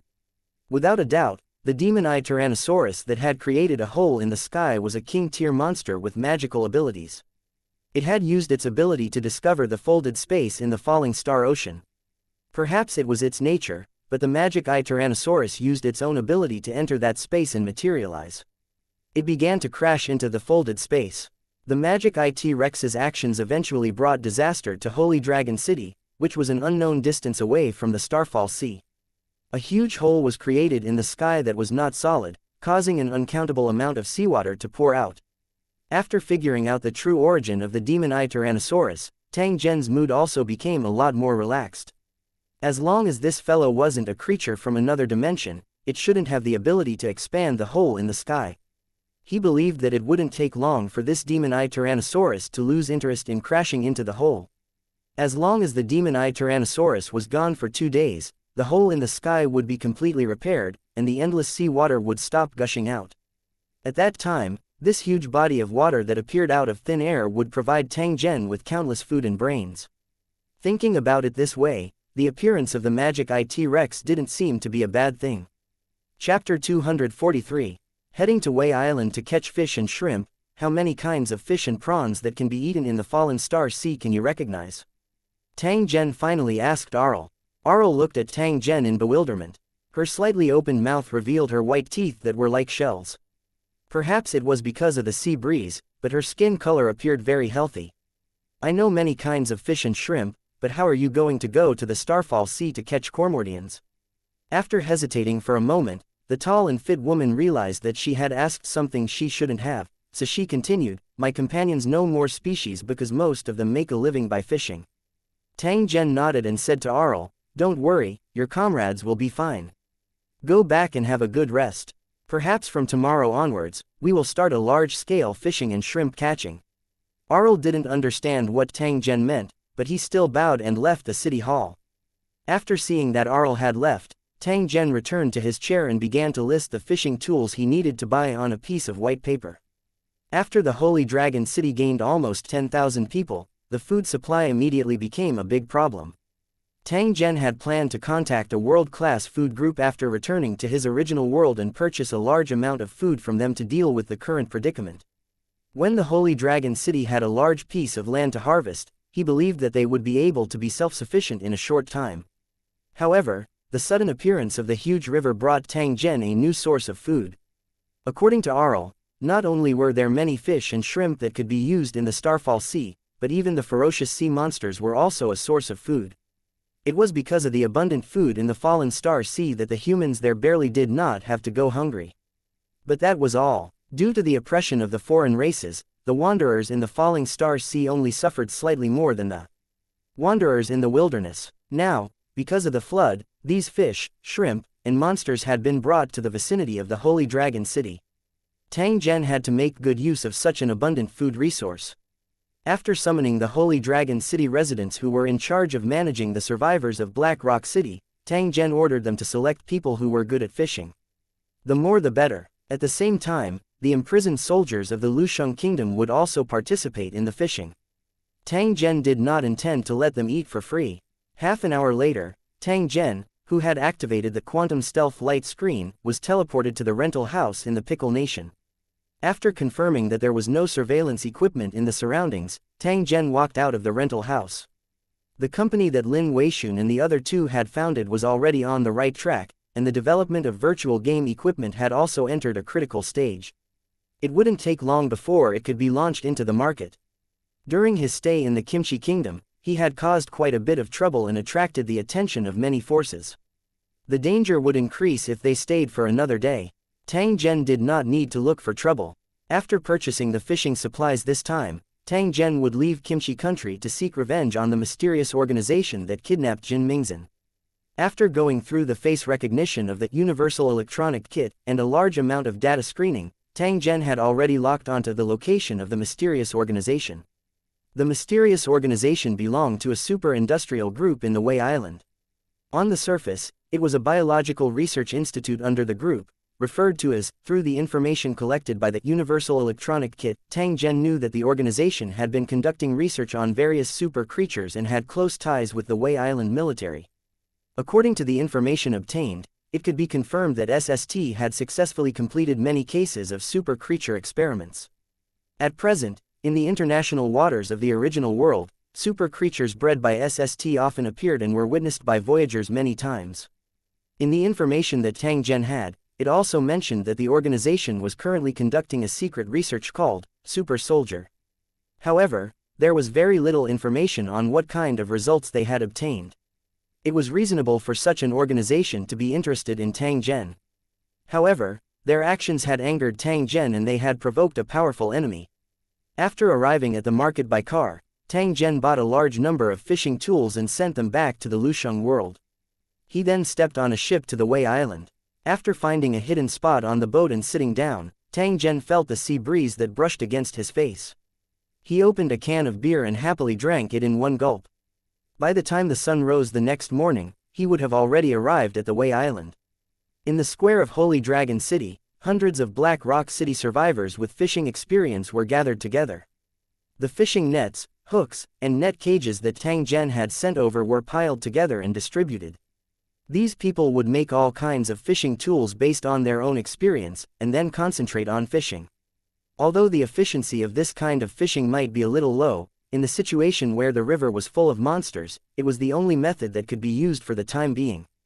When Thousand Dragon and the others learned how to pilot the assault helicopters, they could then stand guard in the air above the river from monsters while using their large nets to catch all the fish and shrimp in the river. The soldiers of Lusheng City who were being held in custody would also be selected for those who performed better and given simple weapons and equipment. Their task was simple. They were to supervise the Lusheng warriors who had bad behavior and ask please like and share the video on the YouTube channel Cultivation Audiobooks. Them to collect all kinds of shellfish, prawns, and crabs from the river. Tang Zhen did not show any courtesy to this group of people who did not understand the situation. If they were killed by a sea monster while fishing, they could only blame it on their own bad luck. Under the watch of the Holy Dragon City's soldiers, the 1,000 or so people began to move towards the river. It did not take long for them to reach the riverbank. Seeing the wide river that had appeared out of thin air, the captives and the survivors of Black Rock City had a hint of fear in their eyes. The selected fishermen put all kinds of fishing tools into the water and then retreated to the side to avoid being dragged into the river by the sea monsters. Further away, there were many captives who did not perform well. They were waving hooks with food embedded in them and constantly throwing them into the water.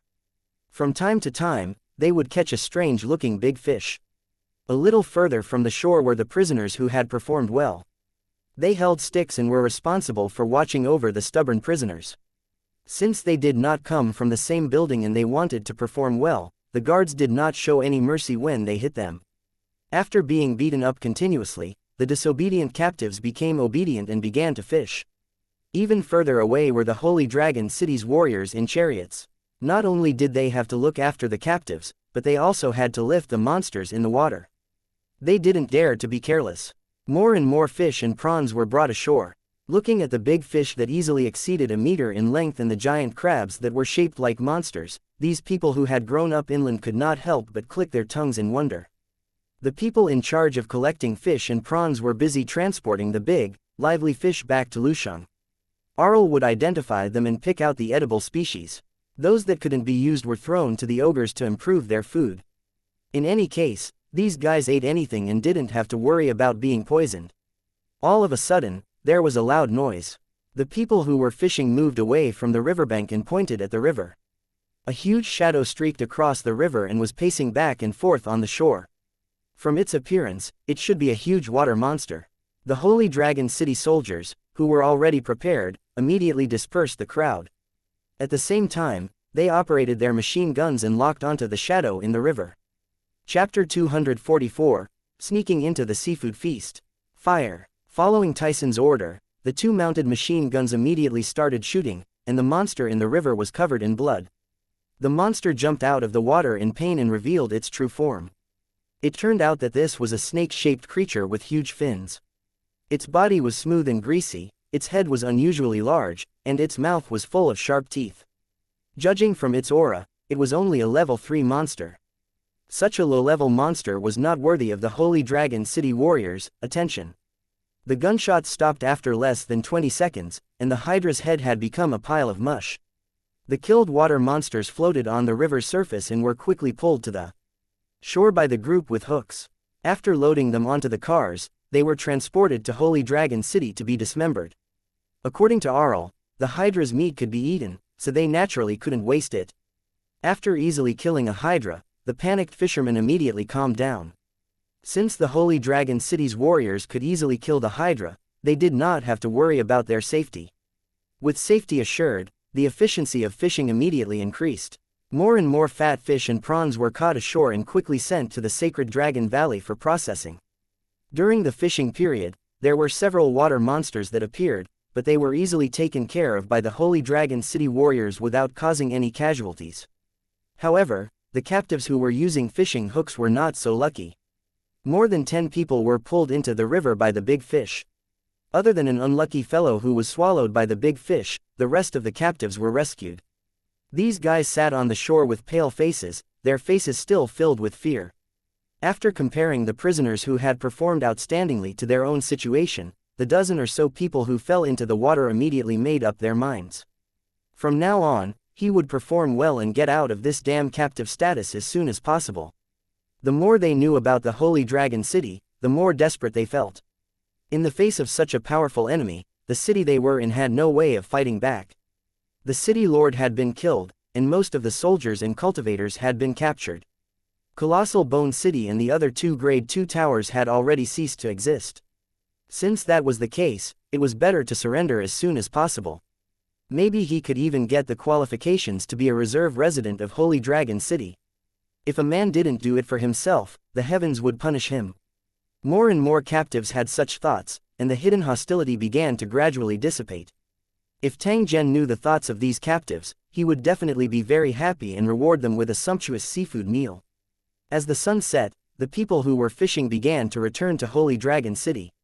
Perhaps it was because of the bountiful harvest, everyone's faces were filled with smiles. Although they didn't know how many fish and prawns they had caught today, they were sure that it was an astonishing number. The mountain-like piles of fish and prawns in the sacred Dragon Valley confirmed their suspicions. The residents were still processing them and storing them in various ways.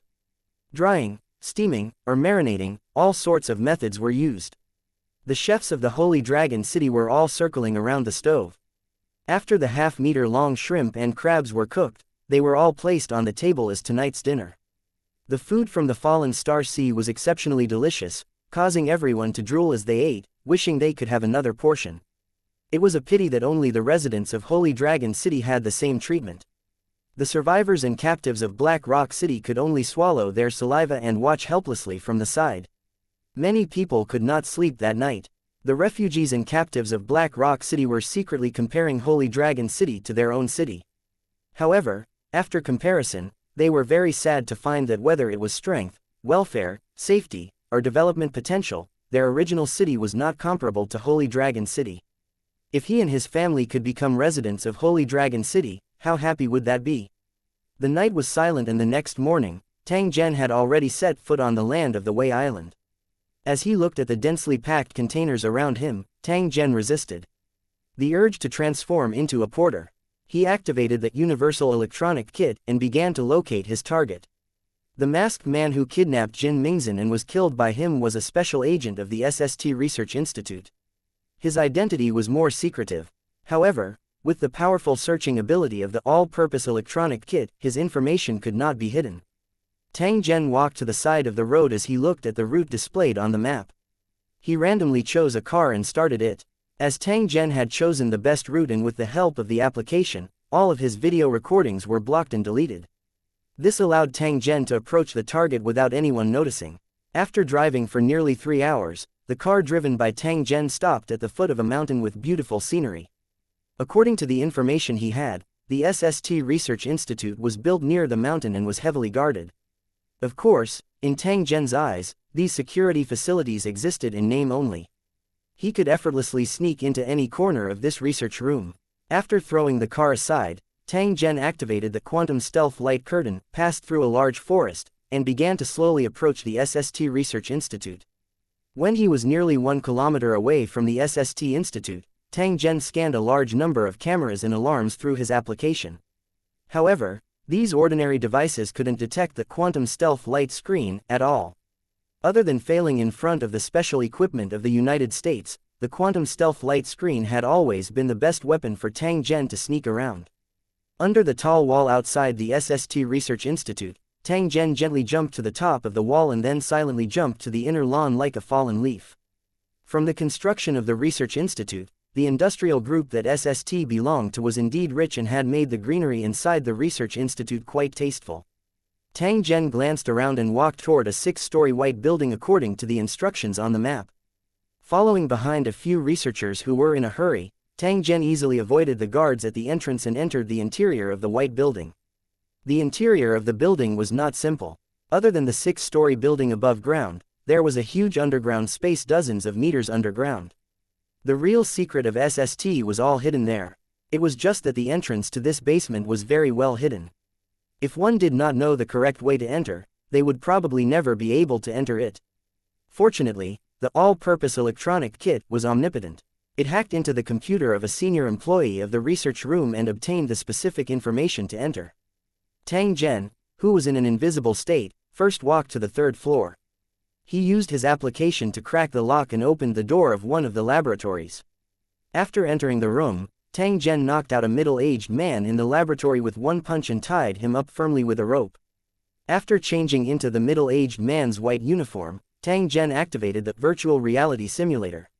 A ray of light rapidly swept across the middle-aged man's face. Immediately after, Tang Zhen's face began to fluctuate. His eyes and nose rapidly changed shape, and his hair also became a mix of black and white. In just a few seconds, Tang Zhen's face had become exactly the same as the middle-aged man's. This kind of disguising technique was one of the functions of the virtual reality simulator. It could completely simulate a person's body and appearance. However, this kind of simulation could not escape the perception of cultivators. In the high-precision scanning equipment of the original world, it was more than enough to fool people normally. Tang Zhen, who had turned into a middle-aged researcher, slowly walked out of the room. He used the universal electronic kit to destroy the door lock before walking to the elevator at the end of the corridor. After entering the elevator, Tang Zhen used his employee tag to scan a certain area on the elevator and then pressed a button in succession. A ray of light swept across Tang Zhen's entire body. Under the shielding of the universal electronic kit, he did not discover any abnormalities. After doing all of this, Tang Zhen stood with his hands behind his back. His face was wooden. Ding, ding, a notification sound was transmitted over. The elevator door slowly opened, and a brightly lit underground hall appeared before Tang Zhen's eyes. Chapter 245, Underground Transportation. Initial fame. Tang Zhen let out a cold laugh as he looked at the transparent high-strength bulletproof screen wall in front of him and the busy crowd behind it. He placed his palm on the scanning platform at the entrance. Verification complete. Please enter. Following the elegant voice of a Wei Island woman, Tang Zhen slowly withdrew his palm and stepped into the bulletproof glass door that had just been opened. SST's Underground Research Institute had already appeared in front of him without any cover, and he could do whatever he wanted. According to the information collected by Tang Zhen, this underground laboratory had the best experimental equipment in the original world. There was also experimental data from various super creatures. There were many things that could not be measured with money. Therefore, what Tang Zhen had to do was to completely empty this place. Following Tang Zhen's operation, the entire Underground Research Institute's communication system was completely blocked, completely losing contact with the surface. Before communication was restored, the ground would not know anything that happened here. He activated the all-rounded digital battle interface and began to scan the surrounding environment. It did not take long for the search to be completed. The surveillance cameras of the entire Underground Research Institute were controlled and began to lock onto the armed guards. They were marked on the map. Everything was in place. Tang Zhen stood at the door and slowly raised his head under the puzzled gaze of the guards. Bang! After sending the guard beside him flying with a punch, Tang Zhen laughed out loud as he took out an automatic rifle. He pointed it diagonally to the sky and pulled the trigger. Pa pa pa! Rapid gunshots sounded, causing all the staff in the Underground Research Institute to be startled at the same time. They immediately panicked after seeing Tang Zhen holding an automatic rifle. The three guards quickly approached Tang Zhen and tried to use their taser guns to subdue him. However, they had just taken a step when they were knocked to the ground by Tang Zhen. All of them were shot in their vital parts. All of you, get on the ground and spread out your hands. Otherwise, I won't be polite. Tang Zhen once again knocked down a guard who had tried to launch a sneak attack as he shouted at everyone. Looking at their blood-stained white uniforms, the researchers finally realized what they should do. They immediately lay on the ground obediently, their movements extremely swift. Tang Zhen nodded his head in satisfaction when he saw this. He looked around and chose a spacious room before ordering all the researchers to enter. After one room was filled, Tang Zhen ordered everyone to enter another room. After the two rooms were filled up, Tang Zhen took control of the Underground Research Institute's fire broadcast system and loudly shouted, "You bunch of bastards, you actually dared to scheme against me. Now I'm here to collect interest. Do you want your experimental equipment and research materials? Then send the materials I need to the location I've given you, or I'll let you see a pile of scrap metal." After shouting, he saved the recording and entered a map into the computer. After finishing these things, Tang Zhen began moving the valuable experimental instruments into the space and piled them up in the Holy Dragon City's warehouse. Other than these experimental instruments, he also did not let go of anything that Tang Zhen thought was valuable.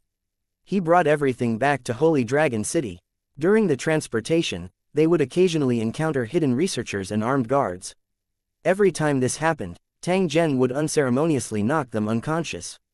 If they dared to resist, he would directly shoot and kill them.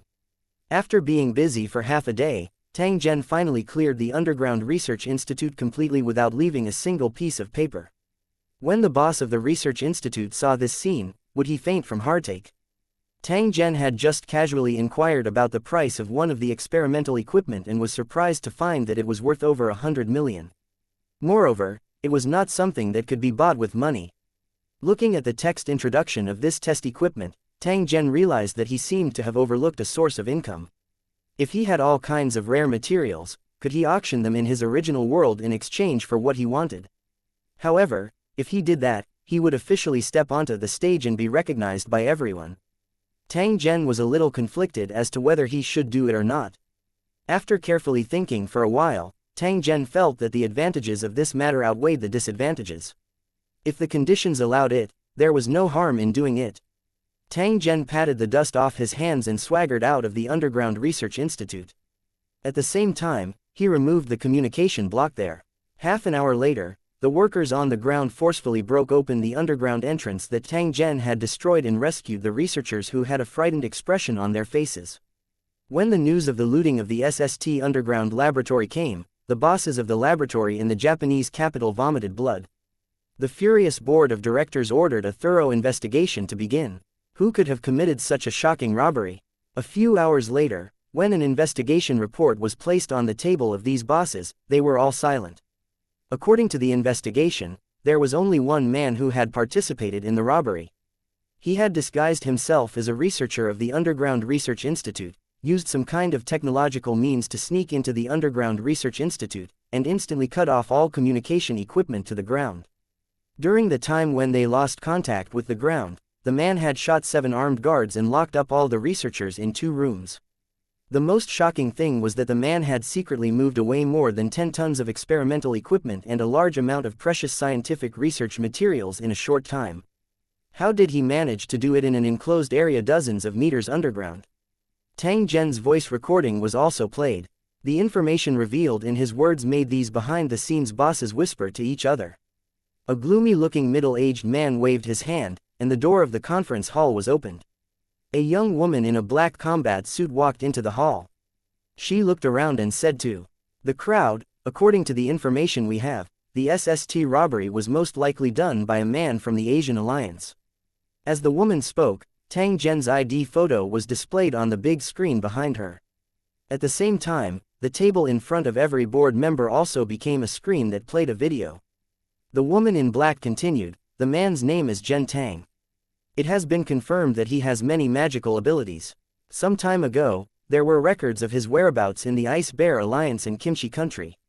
Not long ago, our special task force had tried to capture this man to assist in the ongoing super soldier experiment. In the end, the operation failed completely, and no one survived. Therefore, we concluded that this was his revenge. Only he would be able to take away more than 10 tons of experimental equipment tens of meters underground without a sound." After the woman in black combat suit said this, she looked around at the crowd and said sincerely, "I hope that everyone can allow us to send out the Celestial God troops to ambush Tang Zhen at the trading location and completely subdue him." Everyone lowered their heads in disgust for a while. Then, an old man looked at the woman in black battle suit and said, "This man called Tang Zhen is very powerful. Are you sure that the members of the Celestial Deity Army can subdue him?" The woman in the black combat suit nodded firmly and said in a deep voice, "I guarantee that I can capture him. Please rest assured." "All right, we'll do as you say." Chapter 246. Delicious Seafood. Clear the warehouse. Tang Zhen had set the date for the trade with Spa half a month later, which was enough for them to be anxious for a while. He believed that he would be able to gather all the things he wanted. After purchasing some supplies on the island, Tang Zhen returned to the Lusheng world. The moment Tang Zhen returned to the Holy Dragon City, he immediately discovered a small mountain of dried salted fish. Although he knew that there was a huge amount of fish and shrimp in the water, Tang Zhen did not expect that there would be so many. This was a great thing. Tang Zhen couldn't wait for more dried fish. In the dining hall of the Holy Dragon City Square, Tang Zhen was followed by Arl and her clansmen. He stood in front of a table and was tasting the newly added seafood of the Holy Dragon City. Tang Zhen peeled off the shell of a half-meter-long giant prawn in his hand and reached out to pull off a large piece of jumping prawn meat. He placed it in his mouth and chewed it gently. An indescribable delicious taste filled his mouth, causing his saliva to flow out involuntarily. After eating a few mouthfuls of shrimp meat, Tang Zhen also tasted several other kinds of fish, shrimp, and crab, each of which was quite delicious. After tasting the fish and shrimp, Tang Zhen walked to a large pot and scooped out a spoonful of meat wrapped in sauce. This was the hydra's meat. After it was broken down and cleaned, it could be cooked directly. Tang Zhen took a bite and discovered that the meat was very coarse, but the taste was very good. It could be considered a good food. After putting down the water monster meat in his hand, Tang Zhen looked at the chef behind him and said, "This hydra meat will be the food for the captives. If they don't act strangely after 3 days, provide this food to the survivors of Black Rock City. If everything is normal after 10 days, this hydra meat can be added to the residents' diet, understand?" The chef nodded in agreement, indicating that he would do as he was told. Tang Zhen nodded. He turned to look at Arl and the others behind him and asked the 5 of them to follow him to the river. From time to time, a car filled with fish and shrimp would pass by on the wide road in the sacred Dragon Valley, carrying a strong fishy smell. Seeing the cars of the Holy Dragon City, Arl and her people were full of surprise because they had never seen such a self-moving 4-wheeled cart. In the few days that they had woken up, the shock that Holy Dragon City had given them had increased. Compared to the refugees of the fallen Star Sea, the Holy Dragon City was far superior in every aspect. If they could live in such a place forever, how happy would they be? When they reached the river, a lively scene of fishing appeared in front of everyone. With the harvest from the previous 2 days, the Holy Dragon City had mobilized nearly 3,000 people to catch fish this time. The densely packed crowd filled the riverbank. In order to improve the efficiency of fishing, the fishermen began to use the blood and internal organs of water monsters as bait to attract the fish and shrimp upstream and downstream, and then concentrate on fishing. The water monsters that would cause a trace of panic to the fishermen had now become their target. Once a water monster appeared in the river, the Holy Dragon City soldiers did not need to fire. The captives would fight to throw the 8-clawed fish hooks at it. Once the sharp fish hook caught the water monster, a group of people would pull it out of the water. The next step was for the Holy Dragon City soldiers to operate the machine guns and mince the monsters, and then drag the hydra's body ashore. With the cooperation of a group of experienced captives, the whole process was as smooth as flowing water. It didn't take long for the killed water monsters to be dragged ashore and transported away in trucks. After ordering Arl and the others to guide them on how to catch the fish, Tang Zhen also began to prepare to kill the water monster. Tang Zhen's cultivation was currently at rank 5. If he wanted to advance to rank 6 Lord, he would have to kill 10 rank 5 monsters. Now, the wide river with water monsters everywhere had become the most ideal place for Tang Zhen to level up. However, when facing underwater monsters, firearms would become very useless. Even a powerful 12.7mm sniper rifle would not be able to effectively kill a target 2 meters underwater. Therefore, Tang Zhen had to either design a weapon to deal with the underwater monsters or wear the underwater breathing insect and fight those level 5 monsters in close combat. However, the most ideal method was to use depth charges and airdrop torpedoes to attack. Tang Zhen, who had a military helicopter, could drop depth bombs from low altitude to attack the various water monsters hiding at the bottom of the river. In the military field of the original world, depth charges were a common anti-submarine weapon, and the equipment rate was high. Tang Zhen, who didn't have any deep water bombs in his hands, had to act as a porter again this time.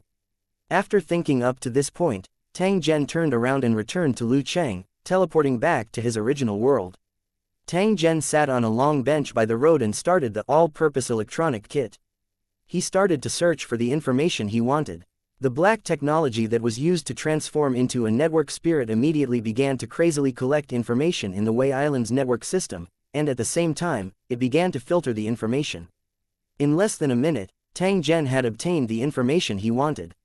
At present, there were a total of 9 places in the Wei Island that stored the things Tang Zhen needed. 6 of them were military bases and 3 were underground military reserves. After careful analysis, Tang Zhen chose an underground military reserve in a coastal city on the Wei Island. This place had the materials that Tang Zhen needed, but it was not eye-catching. After choosing his target, Tang Zhen began to act. Tang Zhen took the Shinku route and looked at the scenery as he walked. A few hours later, he arrived at the city where the target was located. According to the information that Tang Zhen had obtained, this underground military reserve was not far from the sea. It was camouflaged on the outside and he could easily sneak in. According to his usual stealth mode, Tang Zhen activated the quantum invisibility light screen when he was 1 kilometer away from the target. From the outside, this underground military reserve was not eye-catching at all. If one did not know the inside story, they would never think that there was an entrance sealed by an iron door in the middle of the huge warehouse. As this military reserve was closed all year round and was an emergency facility, Tang Zhen did not intend to break through the door but decided to use the teleportation function. After Tang Zhen entered, the outside world would not be able to sense anything. No one would think that a living person was hiding inside the warehouse. Next, Tang Zhen would be able to carry out the moving work with a peace of mind. Before he was discovered, Tang Zhen was confident that he would be able to completely empty this place. Tang Zhen quietly avoided the soldiers in charge of guarding and came to the large metal door in the middle of the warehouse. He activated the teleportation plug-in and entered the warehouse. After relying on the application to shield all the surveillance equipment, Tang Zhen began to size up the underground warehouse. The underground warehouse's frame was very high and was made of high-strength reinforced concrete. It was divided into different areas. After walking around, Tang Zhen found a large amount of firearms and ammunition, military vehicles, cannons, and tanks. Most of these supplies were old models, but fortunately, they were well maintained and did not affect their use. If all these materials were moved to the world of Lusheng, Tang Zhen would not have to worry about the supply of weapons for a long time. After checking all the materials in the warehouse, Tang Zhen began the transportation work. As there were too many materials in the underground warehouse, Tang Zhen had priority in choosing the materials that he could use and sent them to the Holy Dragon City. As he watched the slow-moving progress, Tang Zhen once again sighed as the storage space was not enough. However, he didn't have the spare money to level it up again, because he still had to use the brain beads he had saved up to level up Lu Cheng. While Tang Zhen was transporting the goods, a large group of people in Holy Dragon City were also sorting the goods and storing them in a huge cave. Fortunately, the cave in the Holy Dragon City was enough. Even if it was stuffed with countless, useful, and useless things, there was still enough space. This time around, the transportation took a full 2 days before Tang Zhen finally completed the transportation work. He left the empty underground warehouse with a satisfied expression. The next thing to do was to kill monsters to level up. Chapter 247. Bombing the Hydra and being attacked by the lake. After returning to the Holy Dragon City, Tang Zhen took a short break before he started to prepare to kill monsters and level up. After storing the depth charge into his storage space, Tang Zhen called for Qian Long and a few Holy Dragon City cultivators to control the military helicopter to slowly take off from the city wall. The loud roar of the plane attracted the attention of the people by the river. They all looked up at the steel beast that was flying rapidly in the sky. The Holy Dragon City's soldiers were full of pride, while the captives and the citizens of Black Rock City were filled with shock and fear.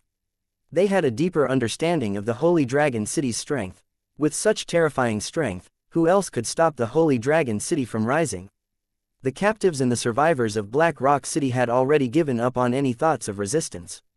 They only hoped to perform well and obtain the qualifications to be a reserve resident of Holy Dragon City as soon as possible. A level 4 water monster suddenly jumped out of the river and went straight to the fisherman. However, before it could get close to the shore, the artillery of the armed helicopters roared and broke the water monster into 4 or 5 pieces. The broken body dyed the river red. The terrifying power of the cannon shocked everyone who witnessed it. They couldn't help but wonder if the bullet would hit a human body, wouldn't there be no bones left? Long live the city lord! A Holy Dragon City soldier shouted excitedly, and the people around him also echoed loudly. The captives and the survivors of Black Rock City were affected by the atmosphere. They waved their arms and shouted in unison, "Long live the Holy Dragon City! Long live the city lord!" Quote. Amidst the shouts, the assault helicopter circled twice and quickly headed upstream. After flying for a distance, Tang Zhen passed the assault helicopter to Qian Long and let him slowly pilot it. After a period of practice, the members of the cultivator battle team could already control the armed helicopter. Now, they only lacked experience. With Qian Long in charge of driving, Tang Zhen was able to free up his hands and feet to focus on hunting the water monsters. Tang Zhen activated it, and the wide and deep river water was immediately filtered out, leaving only the various creatures slowly swimming in the river. A few low-level monsters were slowly swimming towards the fishing spot in the Holy Dragon City, obviously attracted by the smell of blood.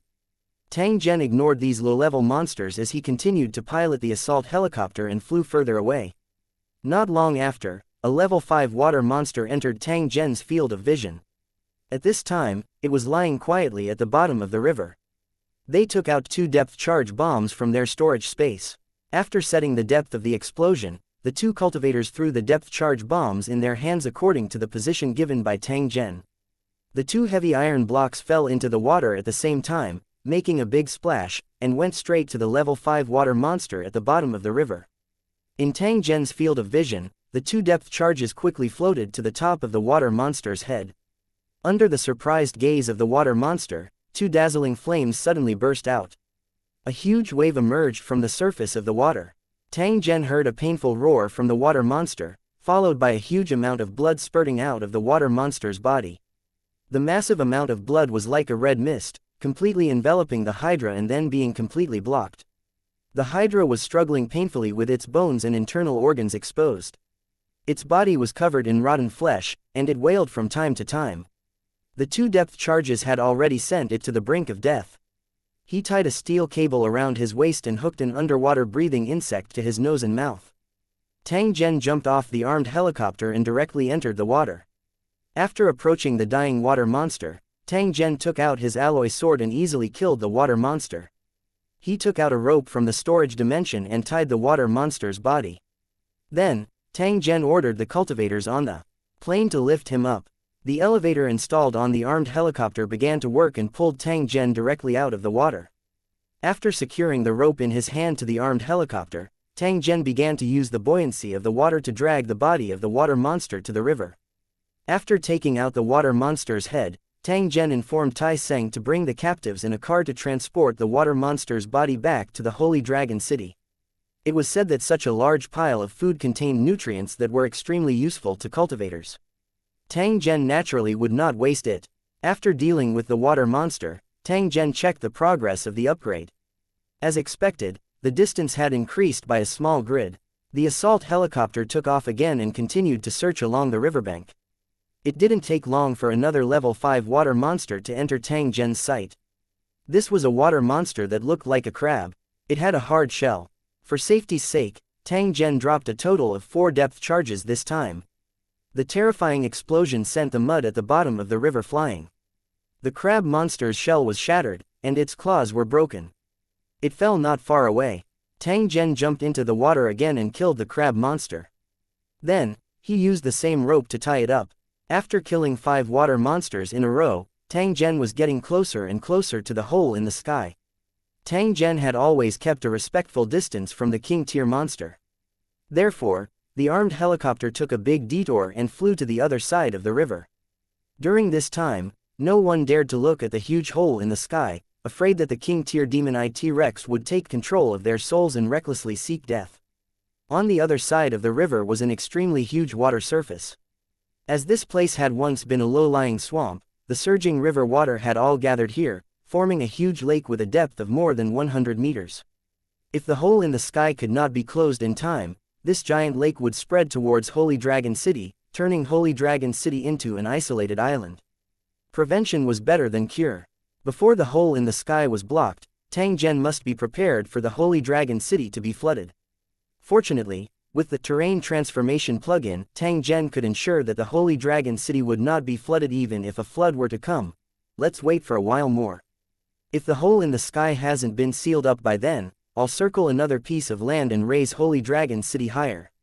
Tang Zhen stared at the vast water surface below the plain and quietly made a decision in his heart. City Lord, there's a level 5 water monster in that direction. Just as Tang Zhen's mind was wandering, a Holy Dragon City cultivator reminded him, causing him to return to his senses. According to the direction pointed by the cultivator, Tang Zhen indeed found a water monster rolling in the mud on the shore. Its appearance was similar to an eel. Fly over and kill it. The water monster was not hiding in the water, so it could be killed by cannons and missiles. As the assault helicopter neared, the Hydra howled and spat out a ball of mud filled with acid. Thousand Dragon maneuvered the assault helicopter to dodge, and quickly fired its cannons at the Hydra. As long as the cannon bullets landed on the Hydra's body, they would tear a bloody hole the size of a human head or tear off a piece of flesh. In less than half a minute, the Hydra was smashed into pieces and was not far from death. Tang Zhen jumped down from the sky and waved his alloy sword, directly beheading the water monster. Tang Zhen bent down to retrieve the water monster's brain. He was about to return to the armed helicopter when he suddenly saw a cold light coming from the corner of his eye. Tang Zhen did not hesitate to leap to the side.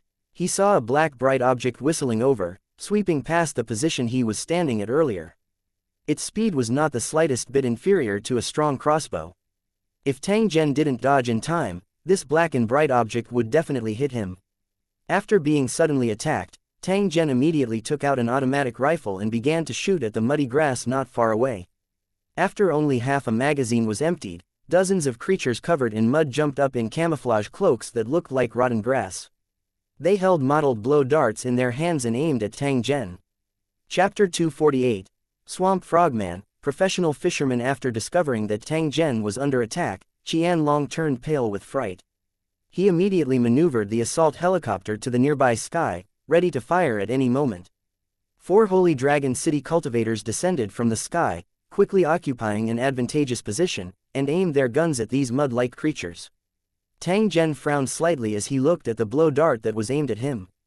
His finger that was pulling the trigger began to exert a little force.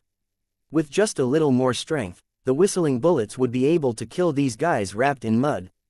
Who are you? Why are you invading our territory? The mud monster on the other side suddenly roared, its tone strange and obscure. Tang Zhen activated the universal language translator and asked in the same language, "Who are you? Why did you suddenly attack me?" After the mud creature heard Tang Zhen's question, it immediately said in an excited tone, "Oh my god, you can actually understand our swamp doll language. This is really shocking." The swamp frogman that was talking to Tang Zhen put down his blow dart and took off the hood that was like a turf. A face that looked like a combination of a frog and a lizard was revealed. Its eyes and mouth were very big, and there was not a single strand of hair on the surface of its body. "The sudden flood destroyed our home and forced us to leave this place. Human sir, do you know where the flood came from?" The swamp frogman's face was filled with urgency as he asked Tang Zhen. "This flood comes from the sky. I don't know when it will stop flowing." Tang Zhen pointed at the upper reaches of the river as he spoke to the swamp frogman. When the swamp frogman heard this, it immediately revealed a disappointed expression and said to Tang Zhen, "It's unbelievable that a flood appeared in the sky, but this might be the real answer, because my father said the same thing. The land under your feet is our home for countless years. Unfortunately, the water is full of monsters now, and our survival is threatened. The strange river water made our skin red and swollen, so no one dared to go into the water. Our former home has been completely submerged, and we don't know what to do." The swamp frogman then bowed to Tang Zhen, "We mistook you for a bad person just now, so we suddenly attacked you. Please forgive our rudeness." Although the frogmen looked strange, they were very polite. Tang Zhen looked at the lonely swamp frogman and asked, "Now that your home no longer exists, where will you go?" The swamp frogman sighed helplessly at those words, and said in a dejected tone, "Now that things have come to this, we can only wander around. I hope we can find a similar land so that my people can continue to live. In that case, are you able to stay in the water for a long time? Do you know how to breed fish?" Tang Zhen nodded and asked. The swamp frogman nodded and said to Tang Zhen, "In fact, we've been living in the water all the time. We usually rely on breeding and catching fish and shrimp for a living. How many clansmen do you have left?" Tang Zhen asked. "Why do you ask?" the swamp frogman asked. Seeing the swamp frogman looking at him warily, Tang Zhen smiled and explained, "I'm the city lord of the human race's Lusheng. It's only a day's journey from here. There are 2 huge lakes in my city, and I've been thinking about whether I should use them to raise fish. It's a pity that I don't have the manpower to do so, so I haven't put this plan into action. If you can help me breed fish, I can provide shelter for you and allow you to become an honorary resident of Lu City. This is my condition, can you consider it? Tang Zhen looked at the swamp frogman, waiting for its reply. The encounter with the swamp frogman was purely an accident, but after Tang Zhen confirmed their abilities, he immediately had the intention to hire them as fishermen. The 2 lakes in the Holy Dragon City could breed a large number of fish. If they were successful, they would definitely become another source of food for the Holy Dragon City. As the lord of a city, Tang Zhen had no choice but to consider these people's livelihood problems. The swamp frogman's heart was in a mess. It was moved by Tang Zhen's suggestion, but it was also afraid that its people would be deceived, which made it walk around. After thinking for a long time, the swamp frogman came to a sudden realization that he had to discuss this with his clansmen.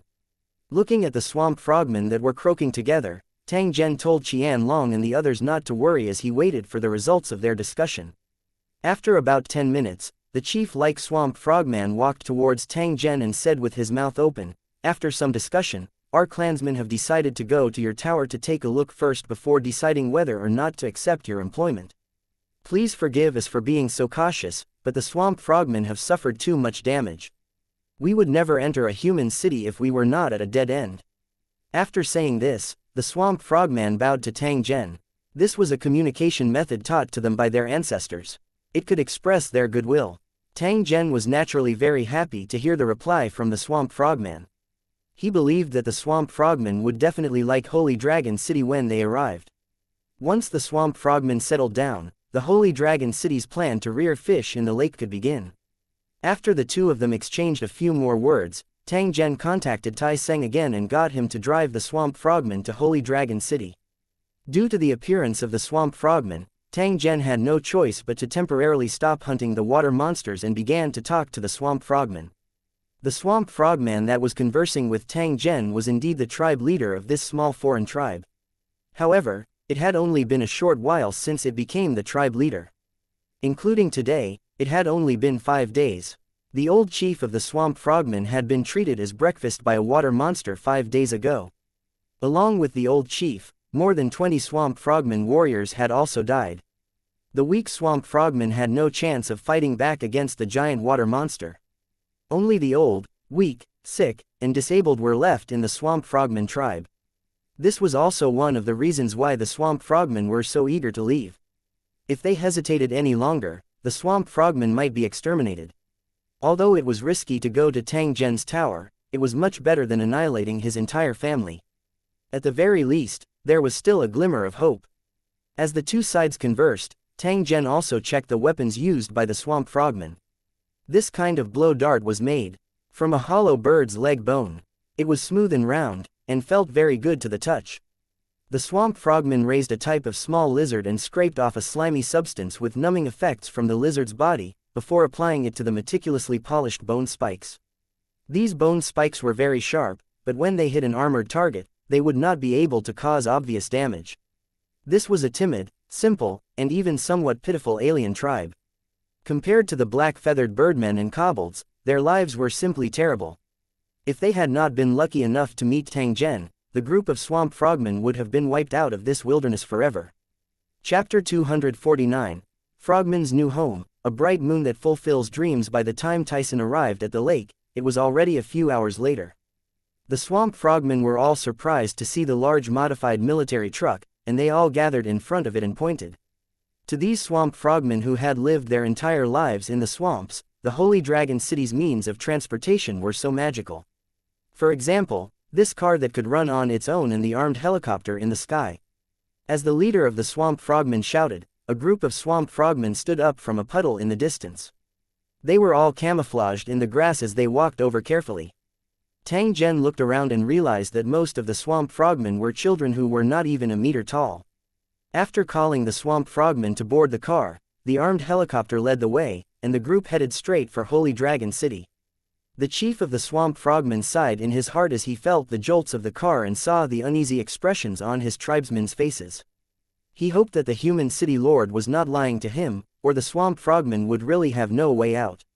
Many years ago, their ancestors had gone through great hardships, traveling to the corners of the wilderness and sacrificing countless clansmen before they found a swamp that could barely survive and reproduce. It was a pity that this home no longer existed. Perhaps it could only appear in his dreams. When the car finally stopped jolting, Tang Zhen's voice came from outside, informing the swamp frogmen that they had arrived at their destination. The chief of the swamp frogmen was the first to jump out of the car, but before it could even stand still, it was attracted by a huge lake in front of it. The lake water was extremely clear and shimmered with light. It was exceptionally beautiful under the setting sun. Such a vast water surface could not be seen at all in the swamp, and the quality of the water was also very different. The swamp frogman chief was deeply captivated by the beautiful scenery in front of him, and could not help but throw away the grass camouflage on his body and jump into the lake. Perhaps it was because of their talent, but the swamp frogmen were extremely fast. In the blink of an eye, they had already covered a distance of nearly 100 meters. After swimming around the lake, the swamp frogman tribe leader walked out of the lake and shouted excitedly to Tang Zhen, "Oh my god, this place is simply too beautiful. You really didn't lie to me." Tang Zhen nodded and said to the swamp frogman tribe leader, "Now that you've seen the lake, are you ready to accept my employment?" The chief of the swamp frogmen nodded furiously, "Of course I am. At the same time, I would like to thank you on behalf of my people." The swamp frogman chief bowed deeply to Tang Zhen, while the other swamp frogmen beside him also bowed with gratitude. Tang Zhen nodded. "Welcome to the Holy Dragon City. From now on, you will be the honorary residents of the Holy Dragon City. You will manage the 2 lakes in the valley." The swamp frogman chief called for his clansmen to throw away their grass disguises and go into the river to wash off the mud on their bodies. He turned to Tang Zhen and said, "City Lord, although this lake is beautiful, it lacks the aura of life. I can't wait to rear a school of fish here. I'm so excited just thinking about the schools of fish swimming in this lake. I'll have to trouble you with this. I'll arrange for a few soldiers and a vehicle to transport the fish. You can use it to find fish in the wilderness." As Tang Zhen spoke up to this point, he turned to look at the swamp frogman tribe leader. "If you need anything, you can just tell me. Is this arrangement okay?" "No problem. We swamp frogmen can smell water and fish from far away, so you can rest assured in searching for baby fish." The swamp frogman tribe leader had a face full of confidence as he promised Tang Zhen. "In that case, I'll be waiting for your good news." Tang Zhen glanced at the swamp frogman swimming in the lake. A trace of a smile appeared on the corner of his mouth as he turned around to make other arrangements. He first assigned a few warriors to protect the swamp frogmen and search for edible fish, before selecting a shrewd and experienced resident to communicate with the swamp frogmen. Whether or not he could have an adequate supply of fish in the future would depend on these swamp frogmen, so Tang Zhen had to make proper arrangements. After a simple dinner, Tang Zhen once again headed to the mother tree to check on the cultivation progress of Li Sha and the others. Tang Zhen had always valued the mother tree's ability that Lisa and the others had mastered. This was because this would be one of the powerful guardians of the Holy Dragon City in the future. A large group of children were sitting cross-legged around the beautiful mother tree under the night sky. A rough estimate showed that there were 700 to 800 of them. These children were the survivors of Black Rock City. According to Tang Zhen's orders, they had to come to the mother tree every night and try to communicate with it. Once someone successfully communicated with the mother tree and obtained the mother tree's abilities, they would immediately be able to become a resident of Holy Dragon City. Their family members would also be qualified to become reserve residents. Up until now, there were 5 people who had successfully communicated with the mother tree and obtained different abilities. Out of the 5 abilities of the mother tree, 2 were offensive and 3 were support-type abilities. One of them was an attack-type ability of the mother tree, which could summon countless black spikes around it. The spikes were 1.5 meters long and were extremely lethal. Tang Zhen gave it a try and discovered that the hardness of this black spike was extremely high. It was not inferior to steel. So far, the number of residents in Holy Dragon City who had mastered the mother tree's abilities had reached 9, and he believed that the number would continue to increase in the future. After silently watching for a while, Tang Zhen planned to go back and rest. Just as he turned around, Tang Zhen discovered that the half-elf, Yumeng, was standing not far away. He was staring at Lisa, who was communicating with the mother tree. Seeing his intoxicated expression, Tang Zhen could not help but secretly guess. Could it be that this guy had fallen in love with Lisa? Tang Zhen slowly walked to Yu Lang's side and asked with a teasing expression, "I say, what are you looking at? It's as if your soul has left your body." Yu Lang was startled. He turned his head to look at Tang Zhen and slightly bowed. After which, he looked at Li Sha and said, Sister Lisa is so beautiful. I'm so envious of her.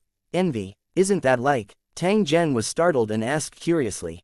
Yu Lang shook his head and said with a trace of desire in his voice, I don't like you, I'm just envious. It's so blissful to be a woman. It's a pity that I have an appearance that even women envy, but I'm a pure man. This is the most painful thing for me. After saying this, Yu Lang sighed slightly and lowered his eyes, appearing extremely moving under the moonlight.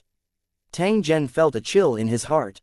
Just as he was about to distance himself from this damn trap, a thought suddenly appeared in his mind, causing an evil smile to appear on the corner of his mouth. Tang Zhen cleared his throat and said to Yu Lang, Are you sure you don't regret turning into a woman?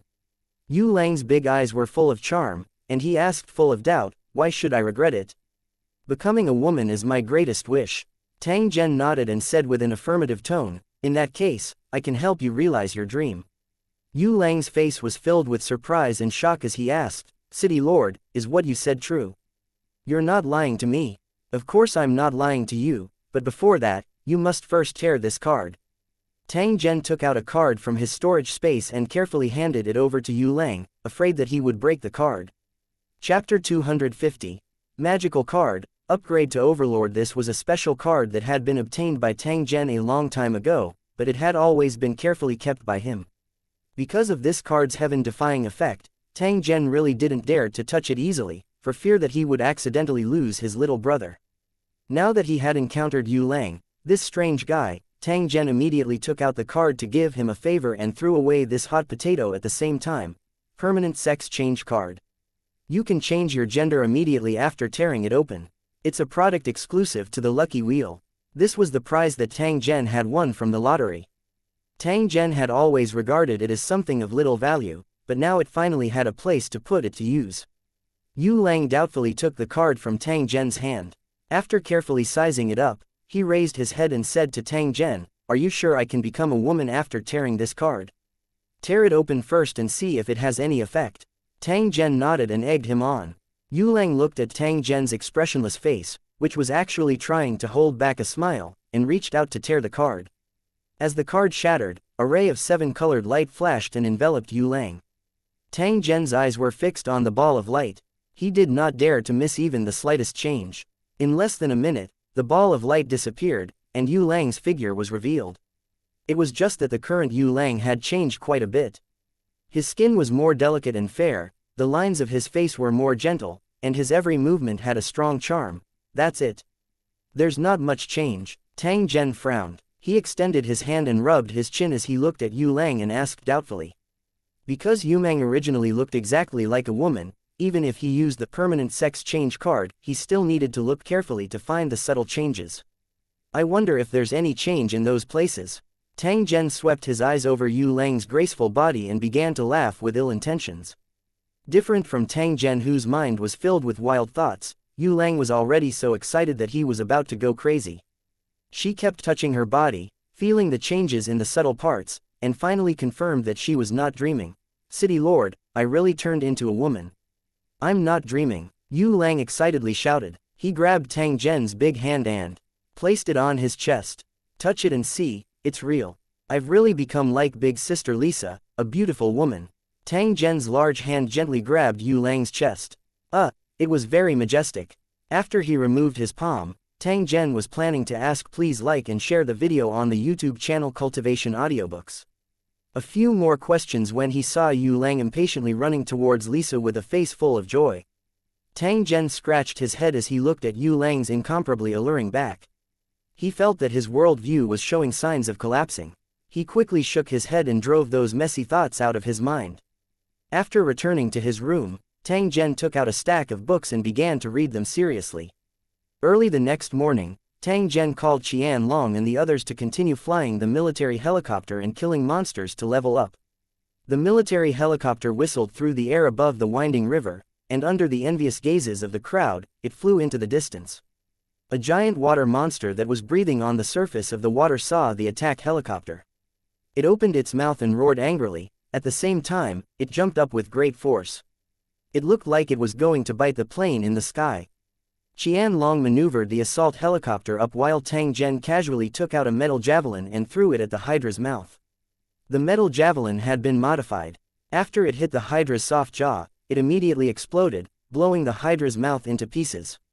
The water monster that was shot by Tang Zhen howled in pain. Its huge body fell to the bottom of the river, causing a large amount of water to splash. Ignoring the escaping water monster, Tang Zhen turned to Qianlong and said, "These modified metal javelins are quite powerful. I'll inform Lu Da later and ask please like and share the video on the YouTube channel Cultivation Audiobooks. Her to make more and give them to the warriors who are hunting the water monsters." After saying this, Tang Zhen began to stare at the river and continued to search for traces of the level 5 water monster. 1, 2, 3 Suan Ni on a muddy ground, Tang Zhen waved his alloy sword and chopped a giant squid-like water monster into pieces. Letting out a long breath, Tang Zhen slowly sat cross-legged on the ground. A powerful force filled his body. This power was like flowing mercury, constantly swimming in his meridians, repeating itself. Tang Zhen had a feeling that this energy had already been compressed to the extreme. Once it was ignited and released, it would erupt with an incomparably terrifying destructive force. Finally, he had advanced to the Lord tier. Tang Zhen's body started to be transformed by this power. His body had undergone an obvious change. A faint pressure spread out. This was the aura of a Lord tier creature, causing Qianlong and the others to be secretly shocked.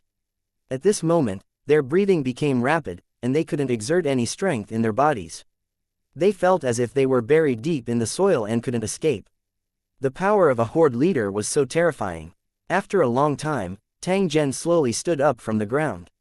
Under the shocked gazes of Qianlong and the others, he took out his gun and aimed it at his arm. Bang! After a gunshot, Tang Zhen's skin did not suffer any damage. The defensive strength of his physical body was extremely shocking. After seeing this scene, Tang Zhen's brows slightly furrowed. He took out his automatic rifle and continued to shoot at his arm. After the gunshot, Zhen Tang's arm was damaged.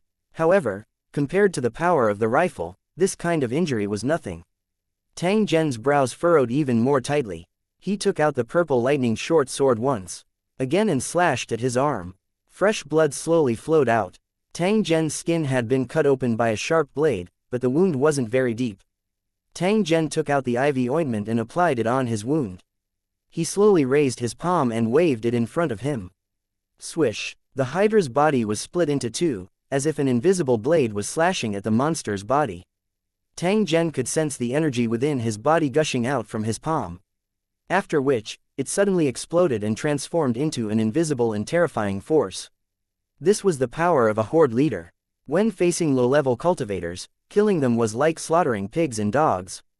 After experiencing the strength of a horde leader, Tang Zhen felt a trace of worry. Lord-tier creatures were extremely powerful, and their bodies were also shockingly tough. Normal rifle bullets could only leave insignificant wounds. Only powerful weapons like cannons and missiles could pose a threat to a Lord-tier creature. If the Holy Dragon City wants to continue developing, it must be equipped with more powerful weapons. Only then can it ensure that it is undefeatable. Heavy artillery, tanks, planes, rockets, and laser weapons. These weapons and equipment could deal damage to Lord-tier creatures, but compared to firearms and weapons, whether it was the difficulty of operation or the logistics supply, they were all several times more difficult. In addition to these weapons from the original world, demon weapons could also cause obvious damage to Lord-level creatures. It was just that Tang Zhen had never paid too much attention to it in the past. The demonic soldiers, equipment that he had obtained from the treasure vault in Black Rock City was still in a corner eating dust. Other than a small number of equipment for the cultivator battle team members, the rest was rarely taken out and used. It seems like I need to find some time to talk to the dwarf, hammer, and figure out the forging method of the magic weapons. At the same time, I need to make a batch of standard equipment. If we can combine the characteristics of the demon weapons with firearms, we might be able to greatly increase the power of firearms. Then, ordinary firearms won't have to face the fate of being eliminated. After thinking for a long time, Tang Zhen jumped into the military helicopter and flew over the wide river, heading straight for the Holy Dragon City under the setting sun. Chapter 251. The story of the rock stone waved a small knife and scraped off the scales of a big fish in his hand. Then, he took out the internal organs and threw them into the bucket. It was said that these organs would become food for the ogres, so they couldn't be wasted. After smearing the fish meat with coarse salt, Xiaoyu placed it in a big basket at the side. Soon, someone carried it away. The fish meat would be dried and stored in the cave. After processing a batch of fresh fish, Stone wiped the sweat on his forehead and turned to look at the side. Many of the survivors of Black Rock City, like him, were buried in their work, dissecting and processing countless fish and shrimp. With this food, we don't have to worry about hunger anymore, right? As Xiaoyu thought of this, he felt an inexplicable sense of happiness in his heart. They were not residents of Holy Dragon City yet, but the city lord had already promised that as long as they performed well, they could obtain the qualifications of reserve residents. Although he was once a resident of Black Rock City, Stone did not feel very happy. Instead, he felt a slight sense of depression. In a place like Black Rock City, all the good things were controlled by the rich and powerful. The ordinary citizens could only barely fill their stomachs and work day after day, living like the walking dead. There, you would never feel any hope, only confusion and loss. Stone didn't know why the wanderers outside envied the residents of Lusheng. Was it because they didn't have to worry about starving to death? During the period when Black Rock City was besieged by the undead, Stone saw many acquaintances disappear from his life. Some of them had died in battle, while others had starved to death.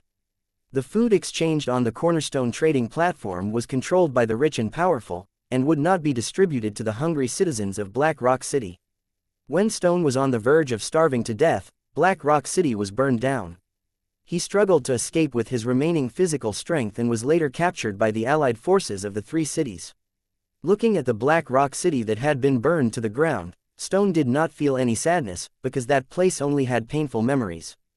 Just as Stone thought that he was about to wander in the wilderness or be killed by the allied forces of the three cities, the convoy of Holy Dragon City appeared and rescued them.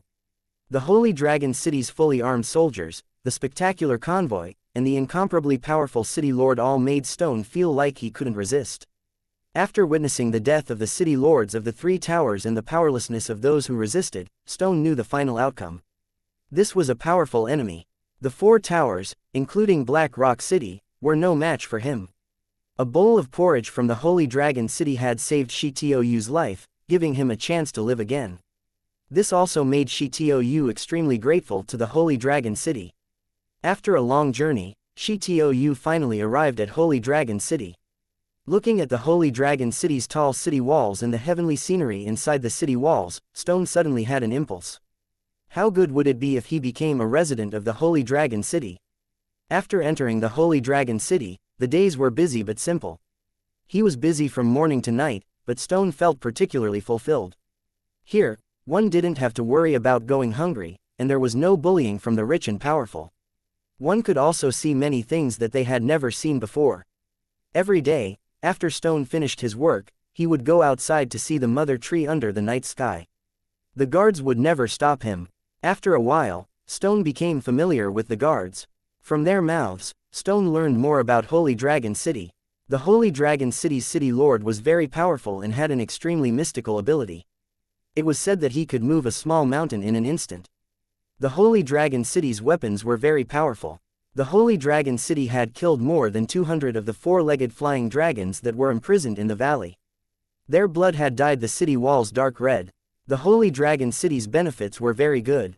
Not only could they eat their fill and wear warm clothes, but they also gave out many free items, all of which were brand new. The more he knew about the Holy Dragon City, the more Stone desired to become a resident of the Holy Dragon City. Just as Stone was letting his thoughts run wild, a Holy Dragon City soldier walked over. He held a tube that could produce a very loud voice and began to speak from a high place. Attention all citizens of Black Rock City. The governor is going to form a new army and will be selecting soldiers from all the citizens of Black Rock City. As long as they were successfully selected, they could obtain the qualifications of a reserve resident of Holy Dragon City. If they performed well, they would be directly promoted to an official resident. Their family members could also obtain the qualifications of an official resident. Those who want to participate in the selection, report to me and take the test tomorrow. Listening to the Holy Dragon City warrior's explanation, Stone's eyes grew brighter and brighter. When the queue for registration was announced, he was the first to rush forward. Early the next morning, Xiaoyu and a large group of people walked to the back valley and began the selection test.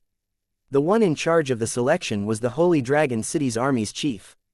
It was said that his name was Tai Seng, and he was a very powerful cultivator.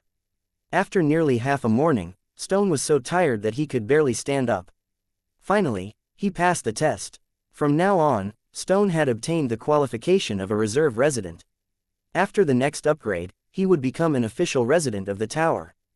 There were a total of 500 people who had passed the test, and they were led by Tai Seng to a cave. Under the command of a beautiful woman, Shi Tou and the others carried out many weapons and armors from the cave, as well as new clothes and shoes.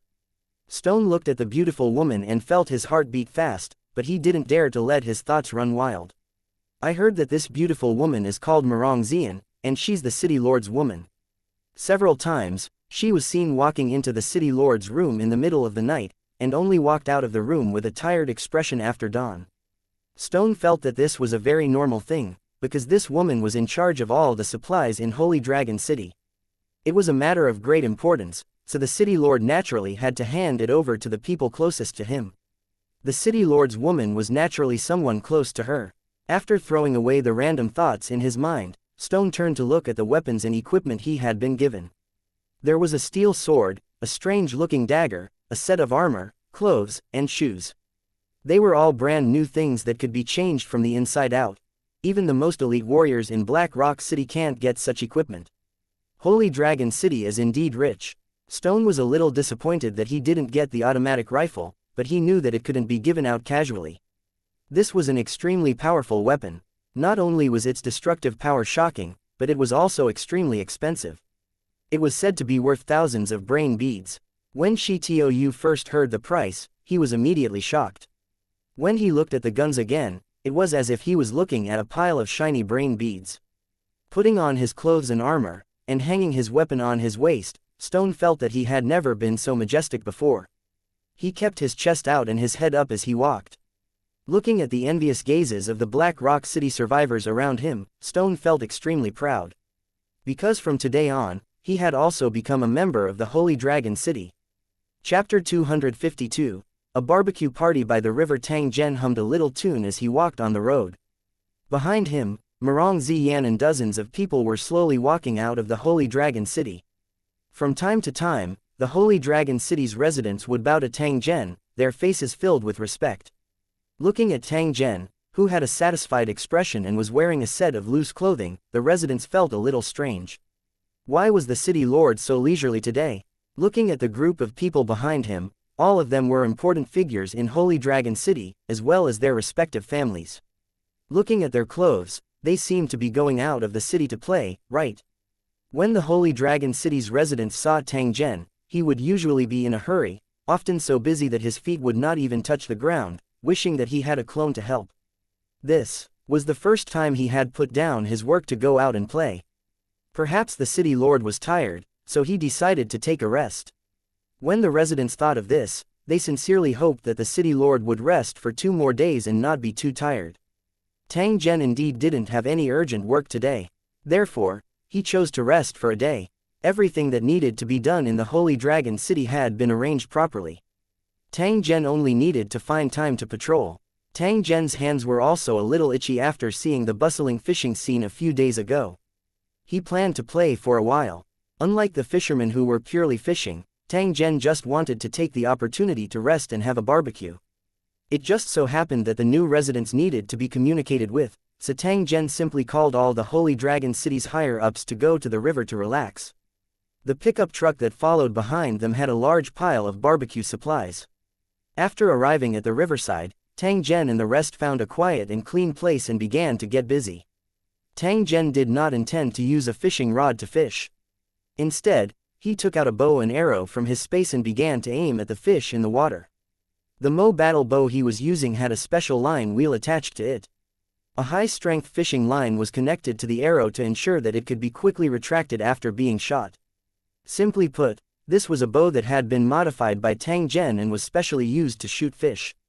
In addition, there were more than 20 ordinary bows and arrows in the pickup truck, which were also fixed with special release wheels. Tai Seng, Qian Long, and the others didn't need to be called out as they all put on their polarized glasses and ran to the riverbank to shoot fish. Tang Zhen stood alone on the shore and slowly pulled the demon bow in his hand. With the activation of the application, the river water was immediately blocked and filtered. Tang Zhen began to scan the river in front of him and chose the fish and shrimp that were suitable for eating. Previously, when Arl was distinguishing the edible fish with his clansmen, Tang Zhen was watching from the side and remembered a few of the delicious fish and shrimp. Tang Zhen had once tasted these fish and prawns. That kind of fresh and delicious taste almost made him bite off his tongue. It was still fresh in his memory. What Tang Zhen needed to do now was to search for those few types of fish in the river and have a good meal. However, according to Arl, those fish were rare even in the Starfall Sea. They were sold at high prices, and ordinary people would not be willing to eat them. Tang Zhen secretly prayed in his heart. He hoped that his luck would be better and he would be able to catch a few to satisfy his craving. In the field of vision, he could see everything in the river, including countless fish. What Tang Zhen had to do was to search for the target he wanted to catch among the large and small fish and shrimp. For some unknown reason, the magic-eye Tyrannosaurus drove away countless water monsters, as well as countless ordinary fish and shrimp, to the hole in the sky. Perhaps the demon-eye Tyrannosaurus wants to rely on these water monsters to achieve some kind of goal. These ordinary fish and shrimp are just food for the water monsters. Tang Zhen had a faint guess in his heart, but he did not dare to confirm it. However, the demon-eye Tyrannosaurus could never have imagined that the water monsters, fish, and shrimp it had used to carry out its plan had now become the Holy Dragon City's food reserves. Tang Zhen might be the nemesis of these people. Whether it was the Spirit Brain Corpse King or the demon-eye Tyrannosaurus, Tang Zhen had once destroyed their plans, intentionally or unintentionally. Tang Zhen had never dared to take the demon-eye Tyrannosaurus lightly. According to Tang Zhen's guess, when a monster reached the king tier, it would mean that it had entered a new height of life. Its intelligence would also be greatly improved. The magic-eye Tyrannosaurus' actions were very strange. There must be a deeper meaning behind this.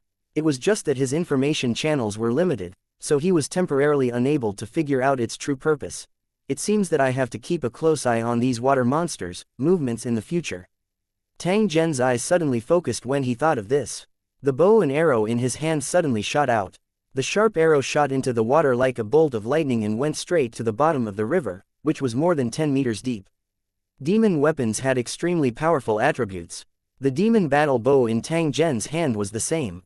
Apart from special underwater firearms, it was very difficult for ordinary weapons to penetrate the river water that was more than 10 meters deep and hit a swimming fish.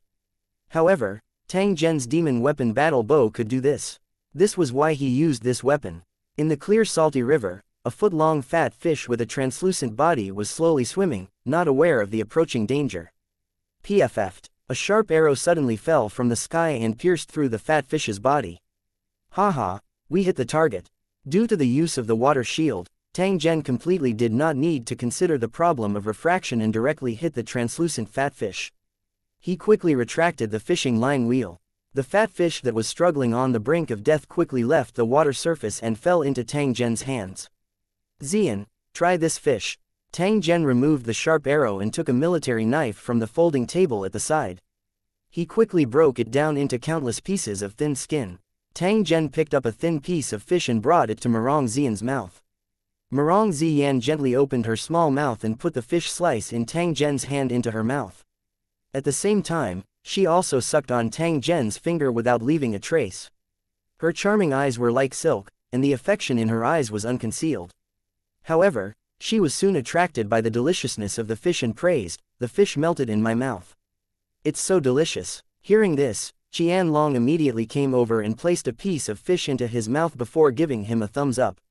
Haha, I also shot one.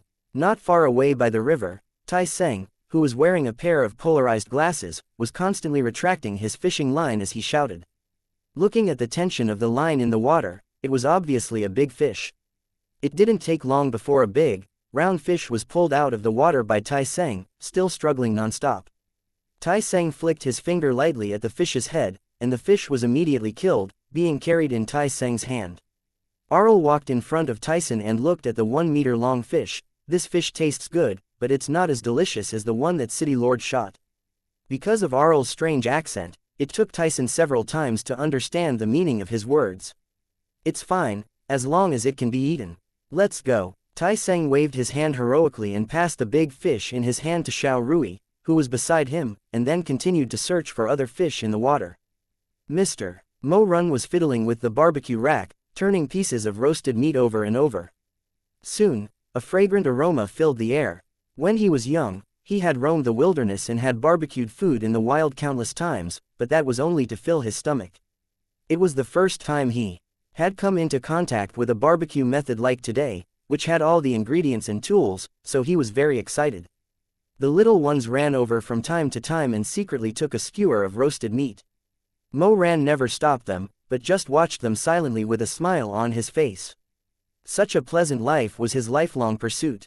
Chapter 253, The Beginning of Great Development. After shooting a few rare fat fish, Tang Zhen passed the bow to a strong man beside him.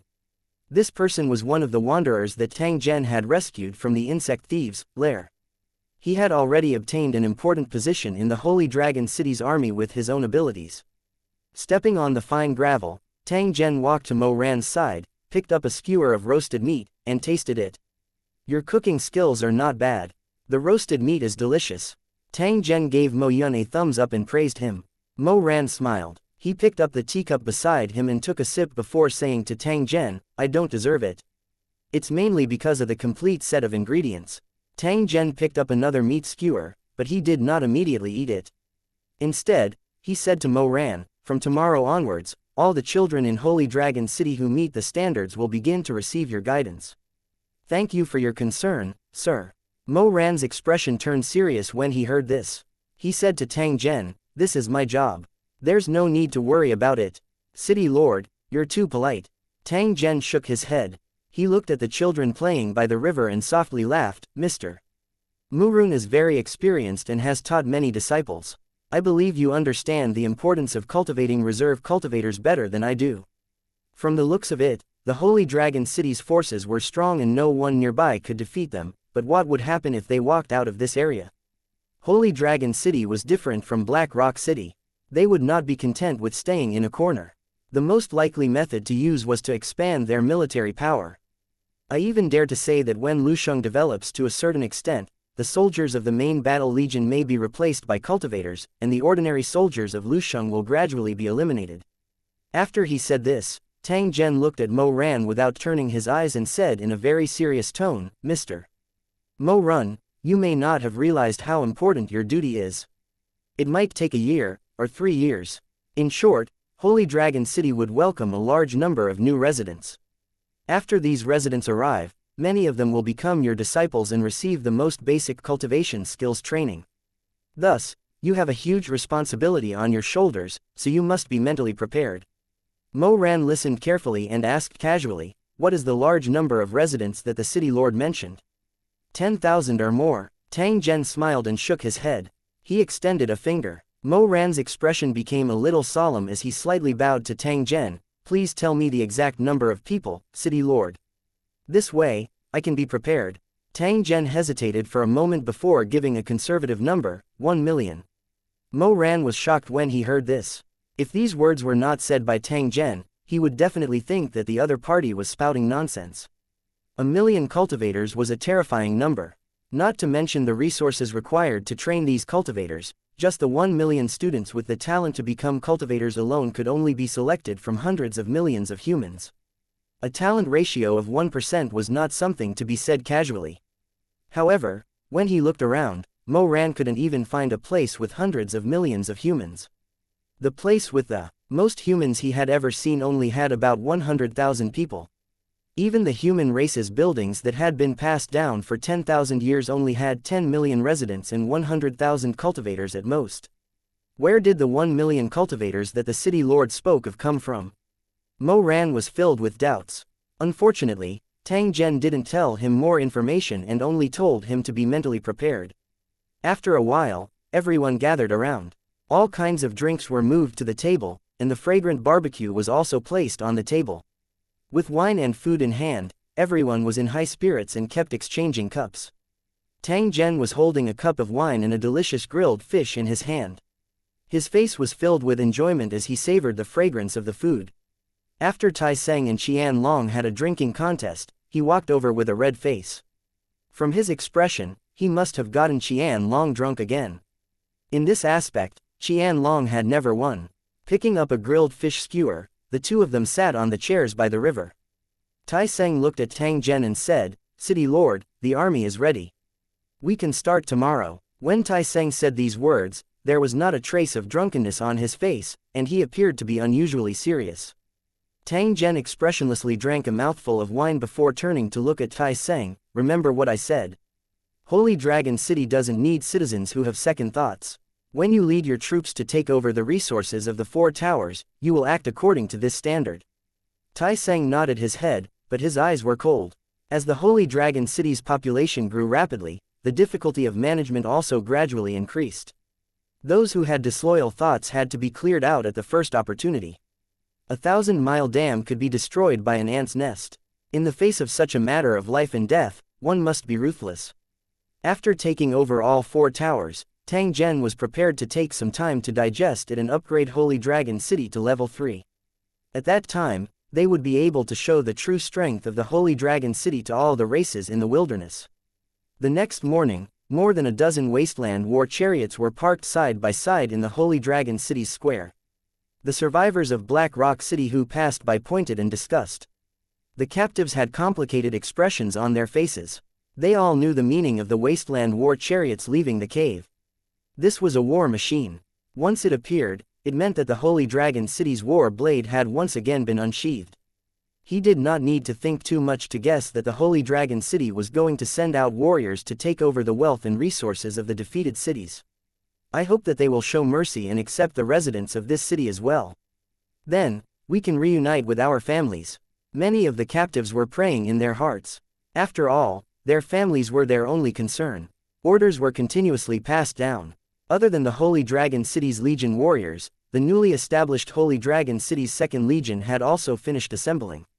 They would act as auxiliary troops and participate in the operation together with the Holy Dragon City's main battle legion.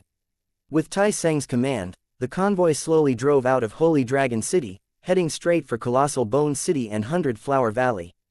As for the other two towers, they would have to see if the river blocked their path before making a decision. Tang Zhen looked at the Holy Dragon City's army through the map's view.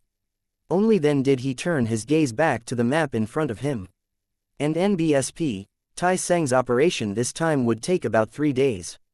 During this period, he would keep in contact with the Holy Dragon City and could request for military helicopter support at any time.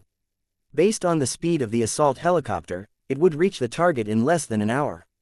With such a method, Tang Zhen could guarantee absolute control of the 100-kilometer area, leaving no place for the monsters and the raider group to hide. This was also one of the things that Tang Zhen wanted to do. It was to completely clean up the area within 100 kilometers and turn this place into a pure land. The reason why Tang Zhen wanted to do this was to provide security for the supermarket he was going to build and the business groups that came to trade.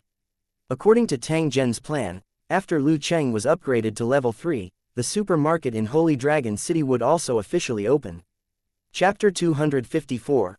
Holy Dragon City's commercial district. A week later, in a certain area of the Holy Dragon City, there was currently a huge construction going on. The construction site was bustling with people, busy figures everywhere, and cars would roar past from time to time. This was a newly added piece of land that was originally part of the gravel plain. Tang Zhen once again used the map transformation plugin and circled a large area of land into the Sacred Dragon Valley. There were 3 areas in Holy Dragon City at the moment. They were the original location of the valley where the main and auxiliary cities were located, the back valley that was used for planting, and the newly added commercial area. This construction site was the commercial district that the Holy Dragon City was currently building. It was separated from the residential district and belonged to a different area. When this place opened for business, all business groups that came to the Holy Dragon City to trade would enter this area to purchase all kinds of goods sold in the Holy Dragon City. Goods from other places would also be traded here. In order to build this commercial area, Tang Zhen had invested a large number of brain pearls and resources. Just the number of brain pearls consumed by the terrain transformation alone was over 300,000. Fortunately, after the last attack on the corpse race, Tang Zhen's pocket became more and more full, and he could completely cope with this kind of consumption.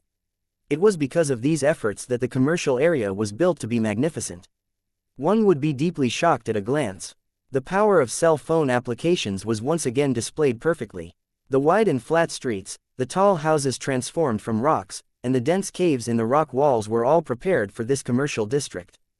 Thousands of Black Rock City's survivors were using all sorts of tools to make the place even more perfect and neat. Tang Zhen walked on the rocky road that was built using the terrain transformation plugin with his hands behind his back. He would occasionally look at the buildings on both sides of the road. Because of the deliberate adjustment, the buildings in the commercial district were extremely tall. The huge square in the central area was not inferior to the Holy Dragon City Square. As the main buildings were made of rock, the style was very rough, and the corners were not smooth. Such a building would give people an uncomfortable feeling. The survivors of Black Rock City divided the work and worked together.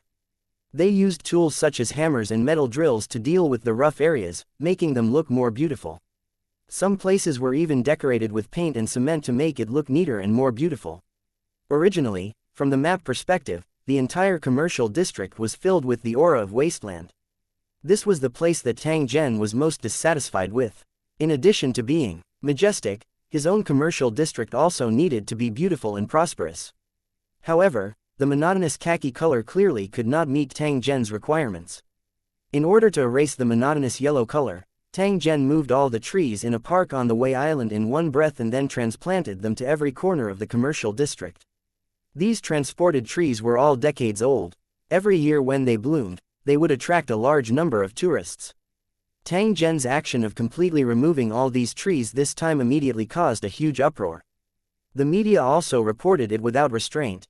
However, no matter how they investigated, they could not confirm who had dug up these trees. In the end, the matter was left unsettled.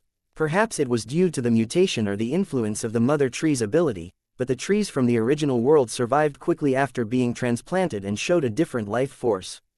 In less than 2 days after the transplantation, the branches of these trees were actually covered with flower buds, and after another night, they all bloomed. In just a few days, the business district had turned into a sea of flowers. Tang Zhen saw this and was amazed. He bought a large number of green seedlings and planted them in all corners of the commercial district. A canal leading to Pearl Lake was also led by Tang Zhen to provide daily water for the commercial district to nourish the flowers and trees. With the existence of these trees and green grass, the business district was no longer monotonous and appeared to be full of vitality. According to the plan on the map, the business district contained many business places, such as auction houses, restaurants, hotels, and so on. When the time came, these places would be managed by the residents of Holy Dragon City, earning a large number of brain pearls for Holy Dragon City. In the Holy Dragon City's warehouse, there were a lot of resources stored. Many of them were things that Tang Zhen did not need. When the time came, they could all be used to trade. Many strange items could also be sent to the auction house to be sold, and other merchant groups could also send them to the auction house. There were also restaurants and inns that could let the aboriginals of the world of towers enjoy a different kind of enjoyment. Only when the customers were satisfied would they pay for it, and Tang Zhen would have a large sum of money to earn. The publicity work for the business district had already begun. Tang Zhen had spent a large number of points on the Cornerstone trading platform to let many forces in the city know of the existence of the Holy Dragon City's business district. Many buyers who were trading with Tang Zhen on the Cornerstone trading platform helplessly expressed that they would send caravans to purchase after Tang Zhen announced the change in the trading method. Although it was convenient to trade on the Cornerstone trading platform, as an exclusive supplier, Tang Zhen had the right to choose the trading method. These buyers could not do anything to him. This was the advantage of a monopoly. One could easily set all kinds of rules that benefited one. These days, Qian Long had been flying a military helicopter to a place 100 miles away to throw out flyers, and then left under the horrified gazes of the Wanderers and Lu Cheng's forces. Through these flyers and attack helicopters, these buildings had the most basic understanding of Holy Dragon City. It was only at this moment that they realized that a human city called Holy Dragon City had appeared 100 miles away. Although it was only rank 2, it had conquered 5 towers in a row, including Black Rock City and Colossal Bone City. What kind of terrifying strength was this? When people first heard it, they would think that he was joking. However, after seeing the assault helicopters and hearing the rumors, the various forces in the wilderness had no choice but to believe it. This Holy Dragon City indeed possessed terrifying strength, and at the same time, it had incomparably rich resources. A strong sense of crisis hit them, making the leaders of the forces who had received the flyers feel as if they were sitting on pins and needles. They were afraid that the Holy Dragon City would point their troops at them. According to the information they had obtained, the Holy Dragon City had the power to easily destroy a city tower. How could they not be afraid? However, it was useless to be afraid of such things. At most, they could take precautions in advance and form alliances to strengthen their own cards. Looking at the introduction of the Holy Dragon City's business district on the flyers, as well as the dazzling array of various products, the leaders of these forces were all greatly shocked. Should he send a caravan to the Holy Dragon City's commercial district to trade? The leaders of many forces fell into deep thought. In the Holy Dragon City's business district, Tang Zhen stood on top of a stone tower that reached the clouds as he carefully observed the scenery beneath his feet. It was one of the highest points in the central area of the commercial district, which could be used to monitor the entire commercial district. When the business district opened for business, this place would be the alert point of the business district. The cultivators stationed in the Holy Dragon City would hold guns and be on guard. At critical moments, they could directly kill the rioters. Tang Zhen had also left a path on the surrounding cliffs that reached the clouds. He had stationed soldiers from the Holy Dragon City to guard it. With these forces as a deterrent, it could ensure that the trading groups would not dare to act rashly. Apart from this, Tang Zhen would also send Holy Dragon City's soldiers to patrol the area and deal with any disputes. This was Tang Zhen's territory. Anyone who didn't follow the rules would be punished accordingly. Chapter 255. Taking in the White Flower Valley and battling the giant bone city. Tai Seng had already returned to Holy Dragon City 2 days ago, bringing back large amounts of resources and brains. During this period of time, the Lusheng warriors returned to the Holy Dragon City one after another, bringing back a large number of Lusheng survivors. There were thousands of them. After hearing Tai Seng's report, Tang Zhen finally understood the entire process. The Holy Dragon City's army first arrived at 100 Flower Valley's Tower City. According to their previous agreement, they would unconditionally submit to the Holy Dragon City. However, for safety reasons, Tai Seng ordered all the soldiers to be prepared for battle before they got close to the Tower of 100 Flower Valley. Once the 100 Flower Valley Tower showed any signs of abnormality, the Holy Dragon City's warriors would not hesitate to attack and raze that place to the ground. However, when Tai Seng saw the 100 Flower Valley residents who had already packed up their bags and had faces full of anticipation, he knew that this battle was not going to happen. A cultivator from Centauria Valley walked up and bowed respectfully to Tai Seng before handing him a letter. "Respected leader Tai Seng, this is a letter that our city lord has ordered me to pass to you. Please pass it to the Holy Dragon City Lord." Tai Seng held the sealed letter and asked in confusion, "Where is your city lord? Why doesn't she come out personally? The city lord has already left this place 2 days ago and returned to his hometown. Before she left, she told us that we must treat Holy Dragon City as our new home and not have any other thoughts. Holy Dragon City is more powerful than Centauria Valley.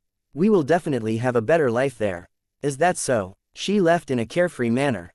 Tai Seng's mouth twitched as he looked at the crowd of 100 Flower Valley residents and said helplessly, "So you've finished organizing the supplies in Lusheng?" Hearing this, the cultivator took out another account book. "This is the list of all the supplies. Please check and accept it." "What's the point of me checking? It's all up to you guys." "Fuck." Tai Seng cursed, feeling depressed that he couldn't plunder everything. Before Tang Zhen came, he had given an order that the residents who were sincerely submitting must be appeased. He did not dare to check the luggage of these residents. Shoving the bill into his pocket, Tyson pointed at the track behind him and said, "Do you see this route? You can walk there on your own. I'll send someone to pick you up on the way. You'll probably reach Holy Dragon City before the sun sets." After Tai Seng gave a few more instructions, he ignored the embarrassed 100 Flower Valley cultivators and jumped onto the war chariot. "Let's go. We're heading to Colossal Bone City." Under the reverent gazes of the 100 Flower Valley's residents, the fleet of carriages left a trail of dust behind them as they headed toward the depths of the wilderness. After another 3 hours or so, a city tower built on a huge skeleton appeared in front of everyone.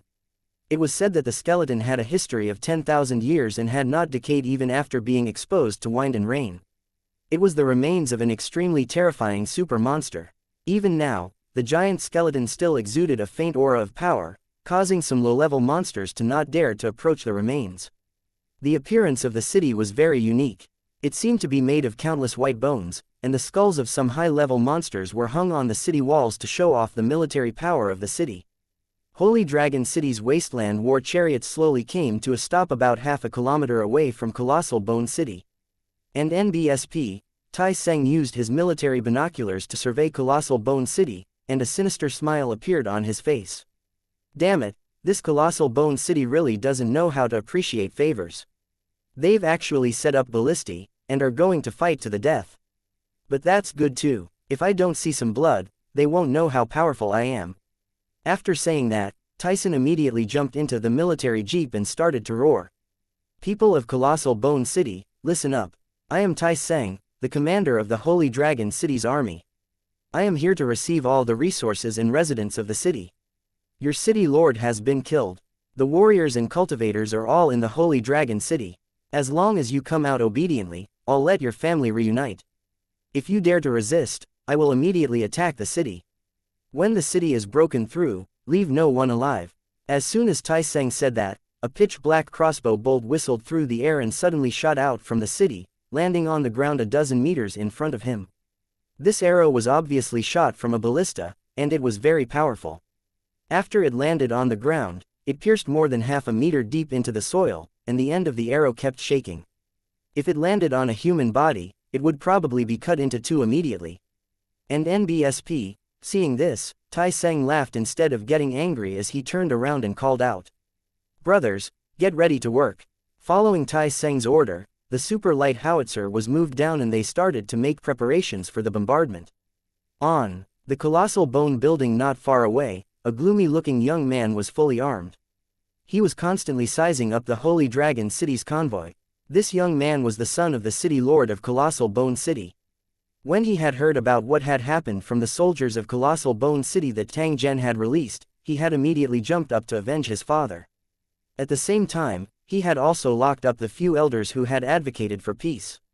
Although Colossal Bone City had suffered heavy losses this time around, with most of its armed forces being suppressed by Tang Zhen, there were still some fighting forces left in the city.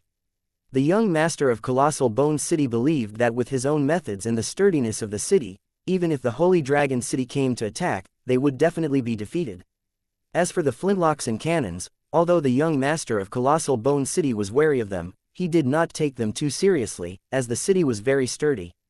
In the few days before the Holy Dragon army arrived, the young lord of Colossal Bone City had been preparing his troops for battle. He had vowed to let the Holy Dragon Army's Lusheng soldiers have a taste of the might of Colossal Bone City's soldiers. When Tai Seng had shouted earlier, the young master of Colossal Bone City was looking at the Holy Dragon City's abandoned earth war chariot with bright eyes. At the same time, he had ordered his men to teach Tai Seng a lesson.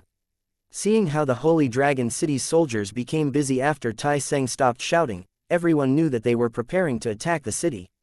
One of the cultivators from Colossal Bone City stepped forward and could not help but ask, "Young master, I see that Holy Dragon City is approaching menacingly. I'm afraid it won't be easy to deal with them. Why don't we, Wufu?" "Shut up," the young master of Colossal Bone City bellowed and slapped the cultivator to the side. He cursed, "Holy Dragon City is just a second-grade city. They only managed to get away with it by relying on the advantage of the flintlock. If we were to engage in a direct battle, our Colossal Bone City would be able to kill them 10 to 100 times. This is the advantage of a level 3 city against a level 2 city." Although the difference in levels wasn't obvious, it was real. Did you think that the increase in attributes of the residents in the city was just empty talk? Do you really think that the Holy Dragon City will follow the agreement and let you continue to be residents of the city after taking over all the supplies and residents, and not start a massacre? If you say another word of nonsense to disrupt the morale of the army, I will kill you immediately. After the young master of Colossal Bone City finished his sentence, he turned to look at the Holy Dragon army in the distance and said in a deep voice, "I know you're worried that your families will be affected after the city is broken. I've already made arrangements for this matter. All the warriors and cultivators who participated in the battle, I've gathered your family and hid them in a safe place. If Colossal Bone City fails, they will be sent to a tower 100 miles away. The city lord there is my uncle, and he will take care of your family. As for the remaining residents of the city, they can only leave it to fate." The cultivator nodded in acknowledgement at the young master's words, but he felt a chill run down his spine. For the sake of his own will, he had dragged countless ordinary citizens along with him. What a sinister act this was. Even a fool could tell how powerful Holy Dragon City was. However, the young master of Colossal Bone City had chosen not to cooperate in order to protect his power and wealth. Once Colossal Bone City was defeated, would Holy Dragon City easily let off the citizens of the city tower who had once resisted them? Even though the young master of Colossal Bone City had arranged families for the participants, the price was to pay with their lives. Besides, was it really good to live under someone else's roof? He said that he had arranged for the families of the participants, but wasn't this also a kind of kidnapping and threat, forcing them to fight to the death? Why didn't they accept the Holy Dragon City's conditions? They had promised not to rob the wealth of ordinary residents, and to give them the qualifications of reserve residents. At that thought, the cultivator's eyes were filled with complicated emotions. He looked at the young master of Giant Bone City with a hint of hatred. When no one was paying attention, he quietly retreated and slipped out of the city without anyone noticing. Chapter 256. Bombarding Colossal Bone City. Tyson lowered his head and checked the shell. Then he turned to the machine gunner on the wasteland tank and started to roar. "Rich Captain, you better save some bullets for me later. If you dare to pull the trigger again, I'll make you a cookhouse soldier." "I don't know how to cook, so why would I be a cookhouse soldier?" Hearing this, the team leader's ugly face immediately drooped, and he mumbled in dissatisfaction, "Damn it." Tai Seng pointed at the air a few times and cursed before turning to look in the direction of Colossal Bone City. The eyesight of cultivators was very good, and Tai Seng didn't need to use a telescope to clearly see the scenery outside the building's window. When Tai Seng saw the face of the young master of Colossal Bone City that was asking for a beating, he really wanted to punch out his front teeth. "Don't cry when the cannon is fired. What's going on?" Tyson asked and confirmed that the light howitzer could start firing in a minute. With the power of the super light howitzer, it would only take a few shots to blow up Colossal Bone City. At this moment, a figure rushed towards the Holy Dragon City's convoy, looking very panicked. The warriors of the Holy Dragon City's 2nd Legion were in charge of keeping watch. When they saw the figure running towards the convoy, they immediately drew their battle swords and blocked it. "I want to see your leader. I have important information to report." The man dressed as a cultivator from Colossal Bone City shouted and tried to break through the blockade. However, he did not dare to be too presumptuous under the lock-on of a few rifles. "What's going on? Why are you making so much noise?" Tai Seng walked over and looked at the Giant Bone City cultivator as he said coldly, "Who are you? Are you here to surrender?" The cultivator shook his head and said to Tessin, "The young master of Colossal Bone City had no intention of surrendering. He kidnapped the families of all the soldiers and forced them to fight to the death. It would be fine if they succeeded, but if they failed, the families of these soldiers would not be able to escape death. I've already received reliable information that once the young master of Colossal Bone City fails to defend the city, he will retreat through a secret passage and meet up with his trusted aides. All of the wealth of Colossal Bone City was in the hands of these people, and not a single brain could be found in the city. According to the young master of Colossal Bone City's personality, he would definitely not bring a bunch of burdens with him, as that would slow down his escape and make it easier for him to be exposed. The best way is to silence him." After saying that, the Giant Bone City cultivator looked at Tai Seng and pleaded, "Please, please, please stop him from doing this and save the families of those soldiers." Tai Seng's brows furrowed slightly. Originally, he had some respect for this young master of Colossal Bone City who refused to surrender, but from the looks of it now, he was just a scheming fellow. He was planning to defend if he won, and retreat if he lost. Thinking up to this point, Tai Seng sneered. There were so many good things in the world, and all of them developed according to his wishes. Waving his hand to summon a Holy Dragon City cultivator, Tai Seng whispered an order into his ear and turned to leave. The Holy Dragon City cultivator walked over and asked the Giant Bone City cultivator a few more questions, before taking him to a pickup truck and driving toward the back of the city. A wasteland war chariot and troop carrier followed closely behind, pulling dozens of Holy Dragon City soldiers. At the same time, Tai Seng gave the order and the super light howitzer started to roar. Boom! A cannonball whizzed out and hit the window of the mounted crossbow in Colossal Bone City. A few of the warriors of Colossal Bone City who had peeked their heads out saw a flash of fire, and then they heard a loud boom. The huge shock wave had turned the entire room into ruins. A single cannonball had killed more than 10 warriors of the city, blasting a huge hole in the walls of the city. The young master of Colossal Bone City, who was on the other side of the wall, was so frightened by the explosion that his face turned pale, and his legs began to tremble. The sound of a cannon rang out, and everyone trembled in fear. At this very moment, he finally understood the Holy Dragon City's terrifying power. He had completely abandoned all his little schemes. The Holy Dragon City's cannons are so powerful. There's no way that Colossal Bone City can resist them. I need to retreat quickly. The young master of Colossal Bone City had just thought of this when he heard another whistling sound. It was the sound of cannonballs striking again. The young master of Colossal Bone City was so frightened that his legs turned to jelly and he rolled down the stairs. And it was this roll that had saved the young master's life. After the cannonball exploded, the house next to it completely collapsed. The guards who had been standing beside him were all killed by the shock wave of the explosion.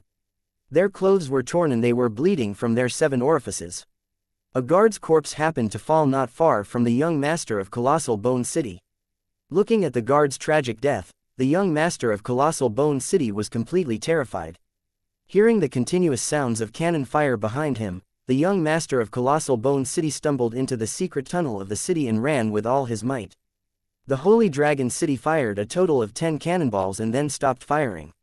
Although Tang Zhen had managed to bring back a lot of shells this time, Tyson wanted to save as much as possible and only ordered the artillery to fire 10 shells. Looking at the giant bone tower that was riddled with holes, Tyson nodded his head in satisfaction, thinking that this was enough to intimidate the rest.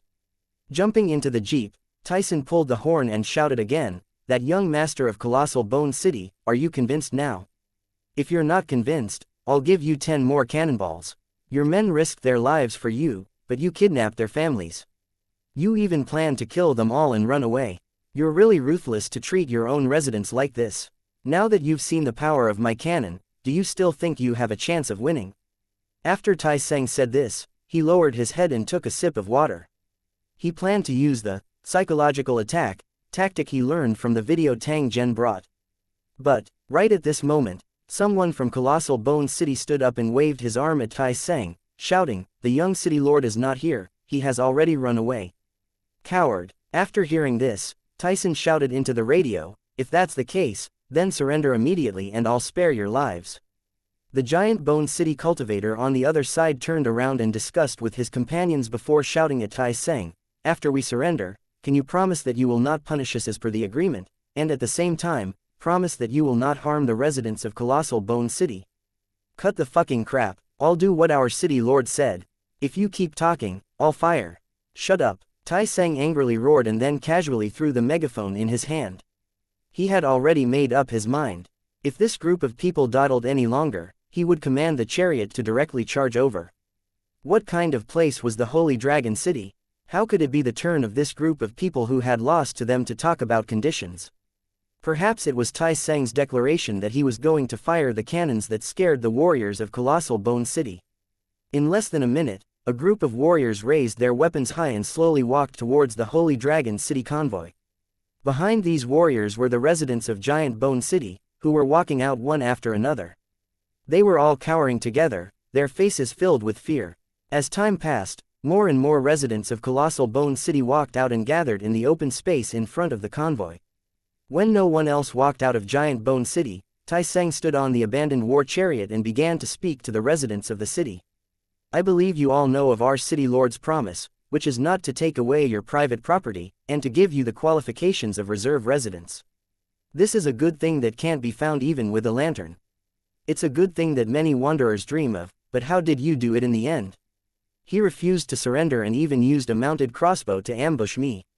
To be honest, I really want to drive you all into the wilderness and let you die on your own.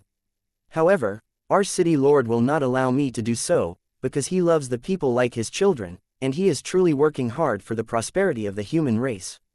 As long as you sincerely pledge your allegiance to the Holy Dragon City from today onwards, all past mistakes will be forgiven, and everyone will be a resident of the city in the future. If you don't want to come to Holy Dragon City, I won't force you. I'll give you a chance.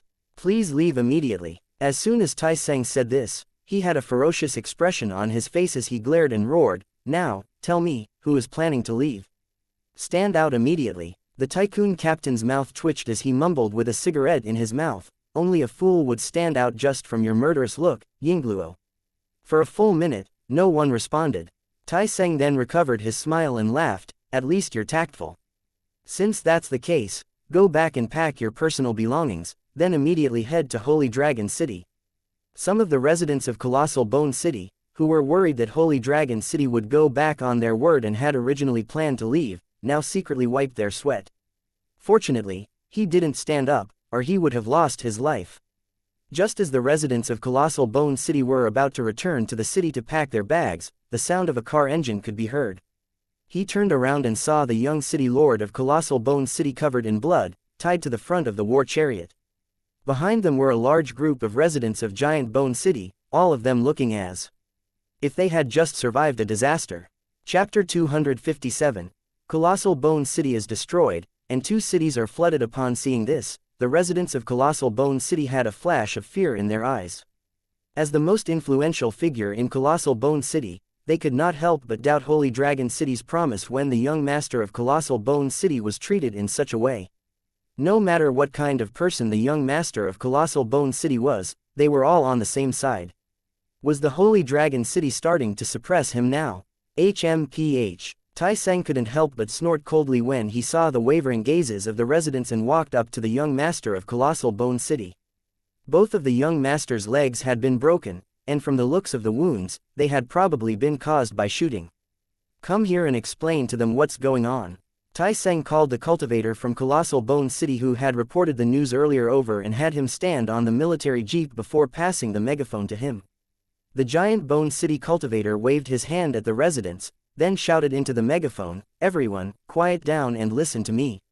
"Shua shua shua." The voice from the speaker gave everyone a fright, but they quickly quieted down and looked at the Giant Bone City cultivator.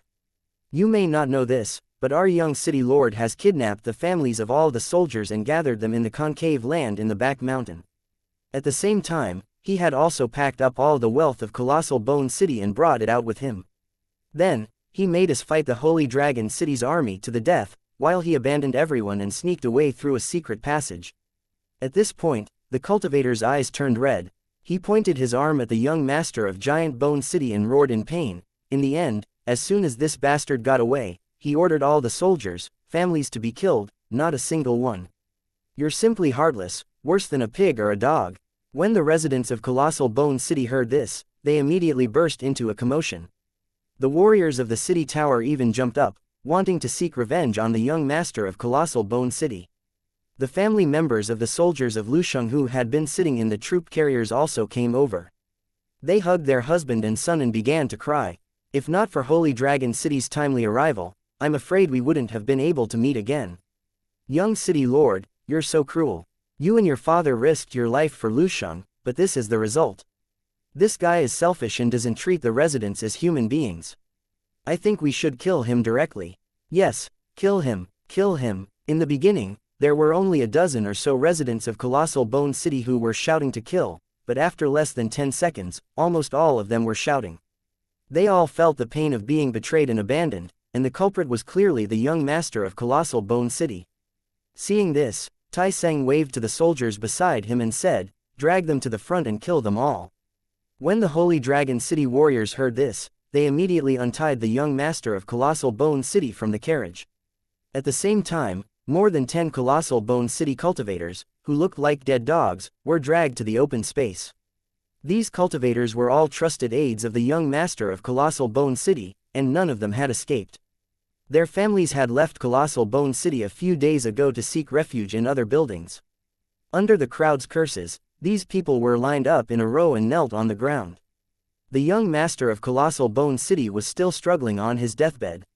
His hair was disheveled and his face was covered in dust as he shouted at Tai Seng, "You can't kill me. I'm the young master of Colossal Bone City, and my father is the great elder of a 5th grade city. If you kill me, he'll definitely not let you off." Tai Seng was taken aback and said to the young master, "What did you say? Aren't you the son of the city lord of Colossal Bone City? How did you get a father who is an elder of a level 5 building?" "The city lord of Colossal Bone City is not my father. My father is the grand elder of Blood Sand City." This is absolutely true. When the crowd heard this, They immediately began to discuss with each other, their faces full of gossip. They did not expect to learn of a shocking secret at this moment. It would be a joke if the long-dead city lord of Colossal Bone City did not know about this. No, if he knew the truth, it would be even more of a joke. The cunning and sinister city lord of Colossal Bone City was actually a green hat city lord who had been a father for many years. Tai Seng wasn't in the mood to investigate the weird love history of the city lord of Giant Bone City. A mere grand elder of a level 5 city tower was also unable to threaten him. The confidence that the Holy Dragon City had given him allowed him to be fearless of any threats from any force. Tai Seng looked coldly at the kneeling young master of Colossal Bone City who was still talking non-stop and said, "Kill.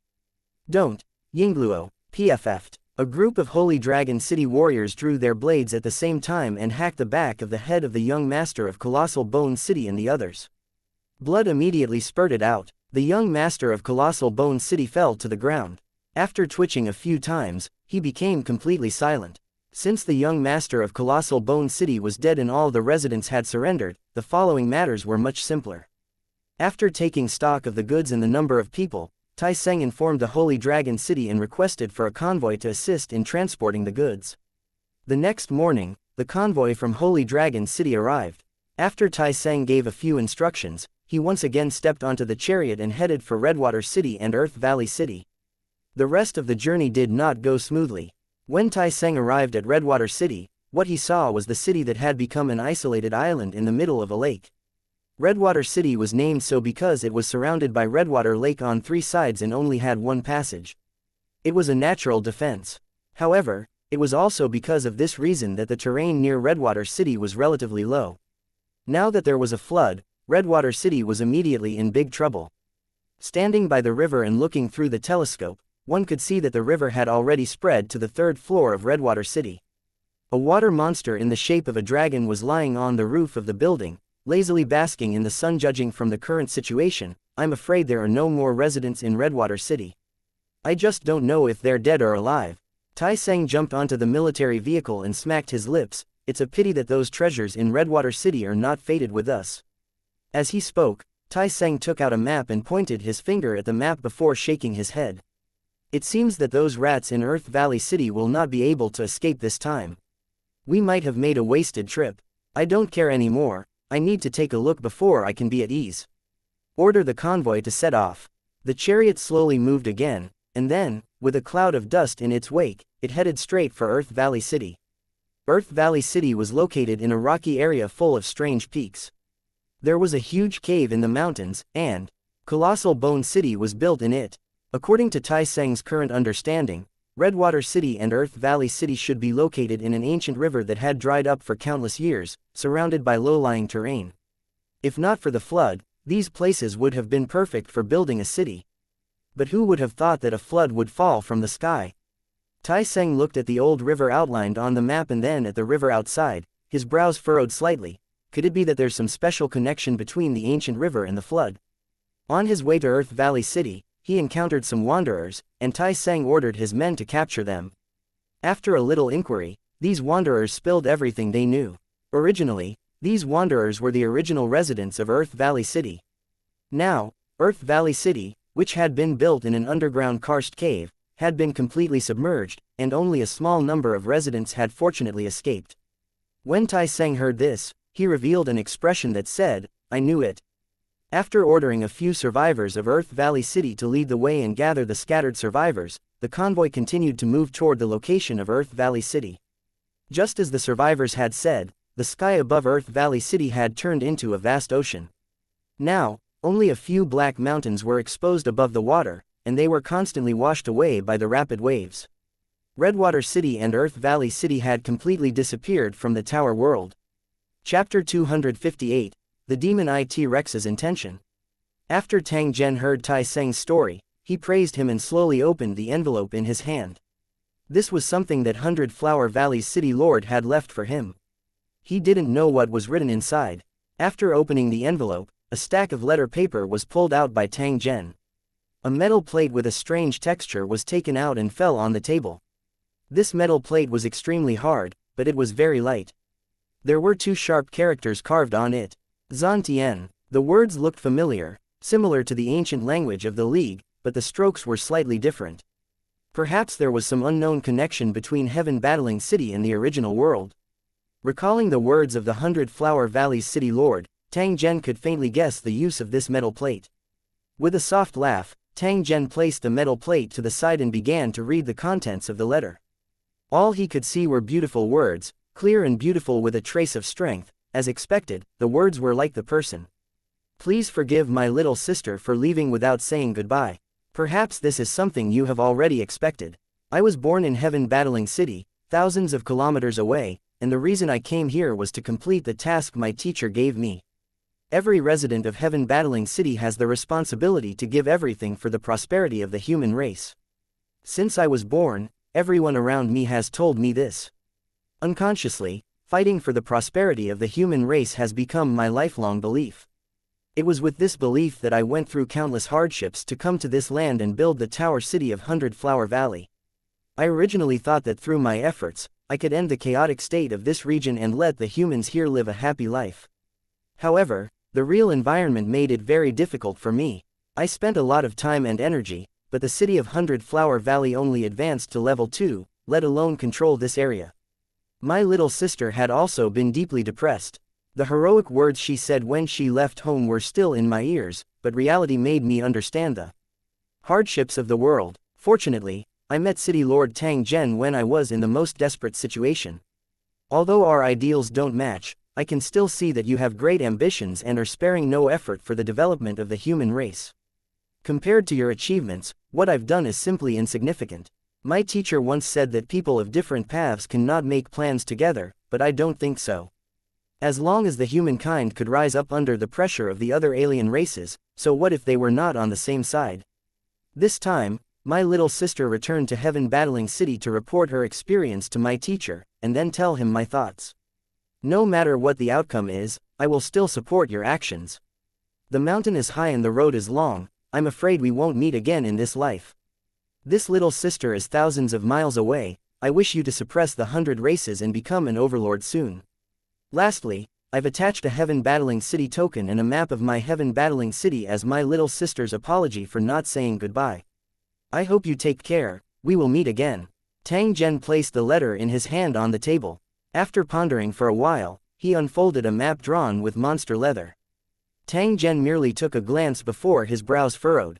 Tang Zhen saw an incomparably vast world on this map. The main body of the map was an incomplete outline of the continent, and the places marked with words only took up 1/3 of the space. The other blank areas were marked with the word, unknown, and a short description. The Holy Dragon City was located near an unknown area. About 500 kilometers away was a cluster of buildings built by the kobolds. Further away were the territories of the non-human kind, and the humankind only occupied a small area. Compared to the area under the control of those non-humankind beings, this small area of the humankind was not even worth mentioning. At the other end of the map, Tang Zhen saw the Heaven Battling City that the 100 Flower Valleys City Lord had mentioned. The area it controlled was very large. However, around Heaven Battling City, there were several towers of foreign races that were not inferior in scale, forming an encirclement. It seems that woman's words are true. This Heaven Battling City is surrounded by powerful enemies, and the situation is not optimistic. Being able to hold on until now, it seems that he does have some ability. Tang Zhen carefully looked around again and was surprised to find an area called the Starfall Sea, near Heaven Battling City. The Starfall Sea isn't too far from Heaven Battling City. It should be the place where Arl and the others live. Tang Zhen finally understood the origin of the Falling Star Sea. Some of the doubts in his heart were also resolved. However, some new doubts also emerged. The Deville Fall Sea was tens of thousands of miles away, and the demon-eyed Tyrannosaurus definitely wasn't doing this out of boredom.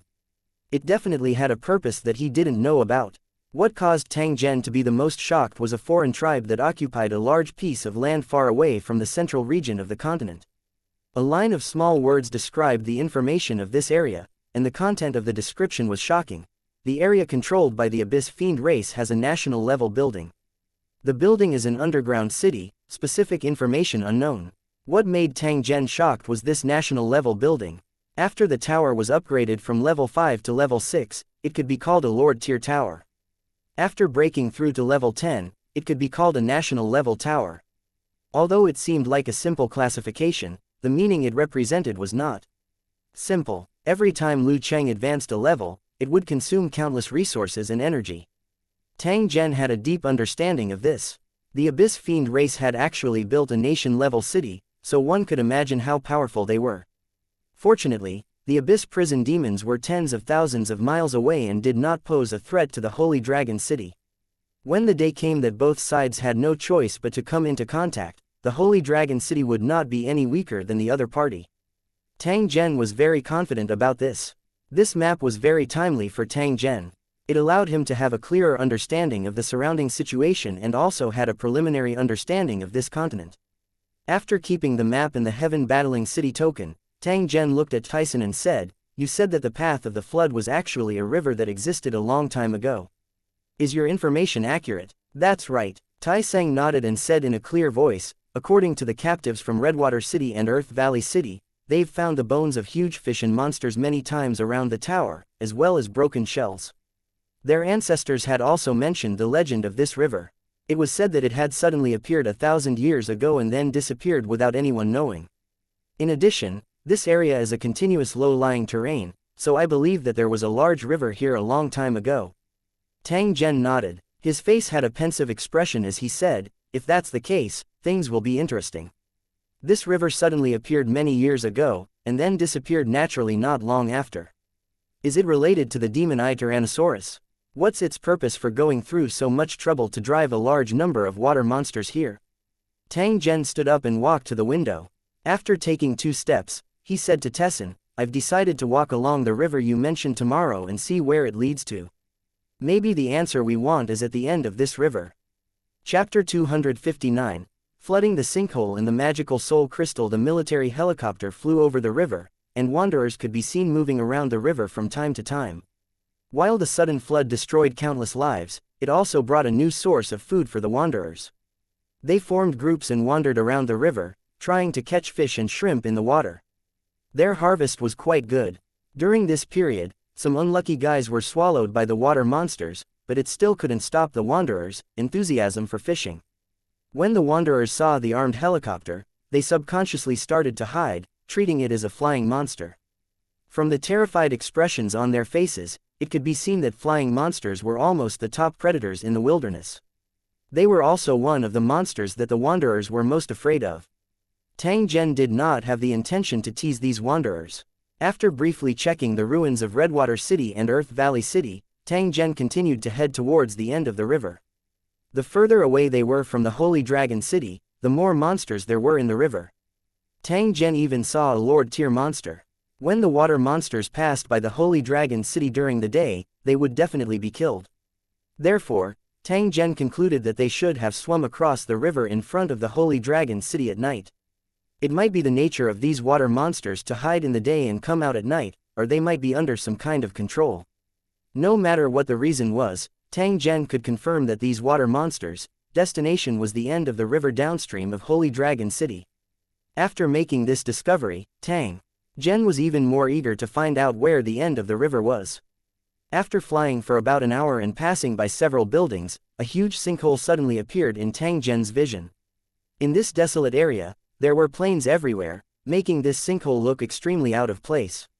The area of the sinkhole was extremely large. In Tang Zhen's map, he could not see the end. At the edge of the sinkhole, there was an extremely deep and huge ravine. The surging river water filled it and flowed into the sinkhole. With the influx of a massive amount of water, the sinkhole would gradually be filled up, and the Hydra would be able to run wild in it. After Tang Zhen maneuvered the assault helicopter around, he found a concave area and slowly landed on the ground. He then kept the helicopter into his storage space. At this moment, Tang Zhen was dressed neatly. A pistol and a saber hung from his waist. He was wearing a slightly old leather jacket and looked like a wanderer in the wilderness. After looking around, Tang Zhen began to walk toward the sinkhole. When he was circling in the air earlier, Tang Zhen had discovered the traces of many cultivators. They seemed to be searching for something in the sinkhole. Perhaps he could get more information from these people. Tang Zhen quickly passed through the weeds and soon arrived at the edge of the sinkhole. He also encountered a group of human cultivators. After seeing Tang Zhen walk out from the wild grass, these people began to size him up with vigilant eyes. "Brother, Are you also here to look for treasures in Tianqing? A burly man with a full beard walked out from the group of cultivators and greeted Tang Zhen. The burly man's cultivation was at level 3, so he should be the leader of the exploration team. The cultivation of his team members was uneven, and there was even a level 1 teenager. From their messy equipment, it could be seen that these people were all wild cultivators and belonged to the same exploration team. Tang Zhen nodded, but his line of sight bypassed these cultivators and looked at another exploration team not far away. It was an expedition team made up of foreign cultivators. They looked no different from humans, but there were different kinds of strange runes between their eyebrows. The most obvious difference was that at the back of their necks, tentacle-like tentacles were constantly dancing, as if they were detecting something in the air. A lady wearing a mask in the exploration team coldly snorted when she saw that Tang Zhen was somewhat indifferent to her group. Clearly, she was a little angry. The captain of the exploration team could not see Tang Zhen's cultivation level clearly. Seeing that he had a fearless look, he wisely did not say anything. After smilingly warning Tang Zhen to be careful, he led his team members towards the sky cavern. Tang Zhen shook his head gently when he saw the human race's exploration team leave. He then walked toward the foreign race's exploration team. This foreign tribe exploration team was talking about something. When they saw Tang Zhen approaching, 2 foreign tribe cultivators immediately walked out and scolded Tang Zhen, "Lowly human beings, stay away from this place." They treated Tang Zhen as an ordinary human cultivator who was weak but wanted to seek refuge with the alien race. Therefore, their words were not polite at all. Tang Zhen's footsteps didn't stop at all. He raised his palm and fiercely slapped. A foreign race cultivator flew out and heavily fell to the ground. Seeing that their companions had been attacked, the foreign cultivators were shocked. They drew their weapons and pounced toward Tang Zhen. It was a pity that they did not have any chance of winning against Tang Zhen, who had the cultivation of a lord. In the blink of an eye, all the members of this foreign tribe exploration team were defeated by Tang Zhen. Due to Tang Zhen holding back, their lives were not in danger. It was just that they were unable to enter the sinkhole to continue exploring. Tang Zhen slowly walked to the captain with the highest cultivation among the foreign cultivators. He then took out a military knife and placed it on the captain's neck. "Tell me all the secrets of this sinkhole, or I'll not only kill you, but also your entire team." Tang Zhen said word by word in the language of the foreign race. When the foreign cultivator heard this, he didn't know whether to laugh or cry. He didn't expect that Tang Zhen would attack them just for this matter. If this foreign race cultivator knew the true reason behind Tang Zhen's actions, he would probably be even more speechless. The truth was that Tang Zhen didn't like this group of foreign people. That was why he attacked them and also asked about the secret of the sky pit. He definitely wouldn't get an answer if he asked directly, so he called first. The foreign cultivator knew that he wasn't Tang Zhen's match, so he simply told him everything he knew. It turned out that in the central area of this sinkhole, there was an extremely hard and strange stone. 1,000 years ago, someone had discovered its peculiarity. It could make a rice grain-sized magical crystal grow in the body of animals and plants. After this kind of crystal grew in the body of animals and plants, they would have the ability to become invisible and their senses would become extremely sharp. Even cultivators would not be able to discover their traces. However, this invisibility would lose its effect after leaving the sinkhole, so these mutated animals and plants would never leave the sinkhole. After conducting experiments, a learned alien scholar discovered that the crystal could assist a holy master in their cultivation. At the same time, it could effectively improve a cultivator's perception and the strength of their physical body. The alien scholars called them soul crystals, and were willing to buy them at a high price. For a time, the price of these crystals, which were called soul crystals, skyrocketed, attracting countless cultivators to come and collect them. However, the harvest was very little. Unless one was extremely lucky, no one would be able to find those invisible animals and plants. However, an accident 1,000 years ago allowed the cultivators to obtain a large number of soul crystals. And that unforeseen event was because of the sudden flood that fell from the sky. Chapter 260. The Disaster of the Cold Moon. The soul crystal creature. This secret from 1,000 years ago allowed Tang Zhen to finally understand the demon-eye Tyrannosaurus plan. The reason why the demon-eye Tyrannosaurus used its innate ability to smash the sky and drive a large number of Hydra here was probably because of these soul crystals. As for why it chose to do this 1,000 years later and not any other time, it was likely to be related to some strange disaster in the Lusheng world. According to the information that Tang Zhen had obtained from various books, a strange cold moon would appear in the sky of the Tower World every 1,000 years or so. This cold moon would stay in the sky for a year. During this period, it would block the sun, causing half of the continent to fall into darkness. The temperature of the wilderness would drop drastically, and snow would cover the entire wilderness.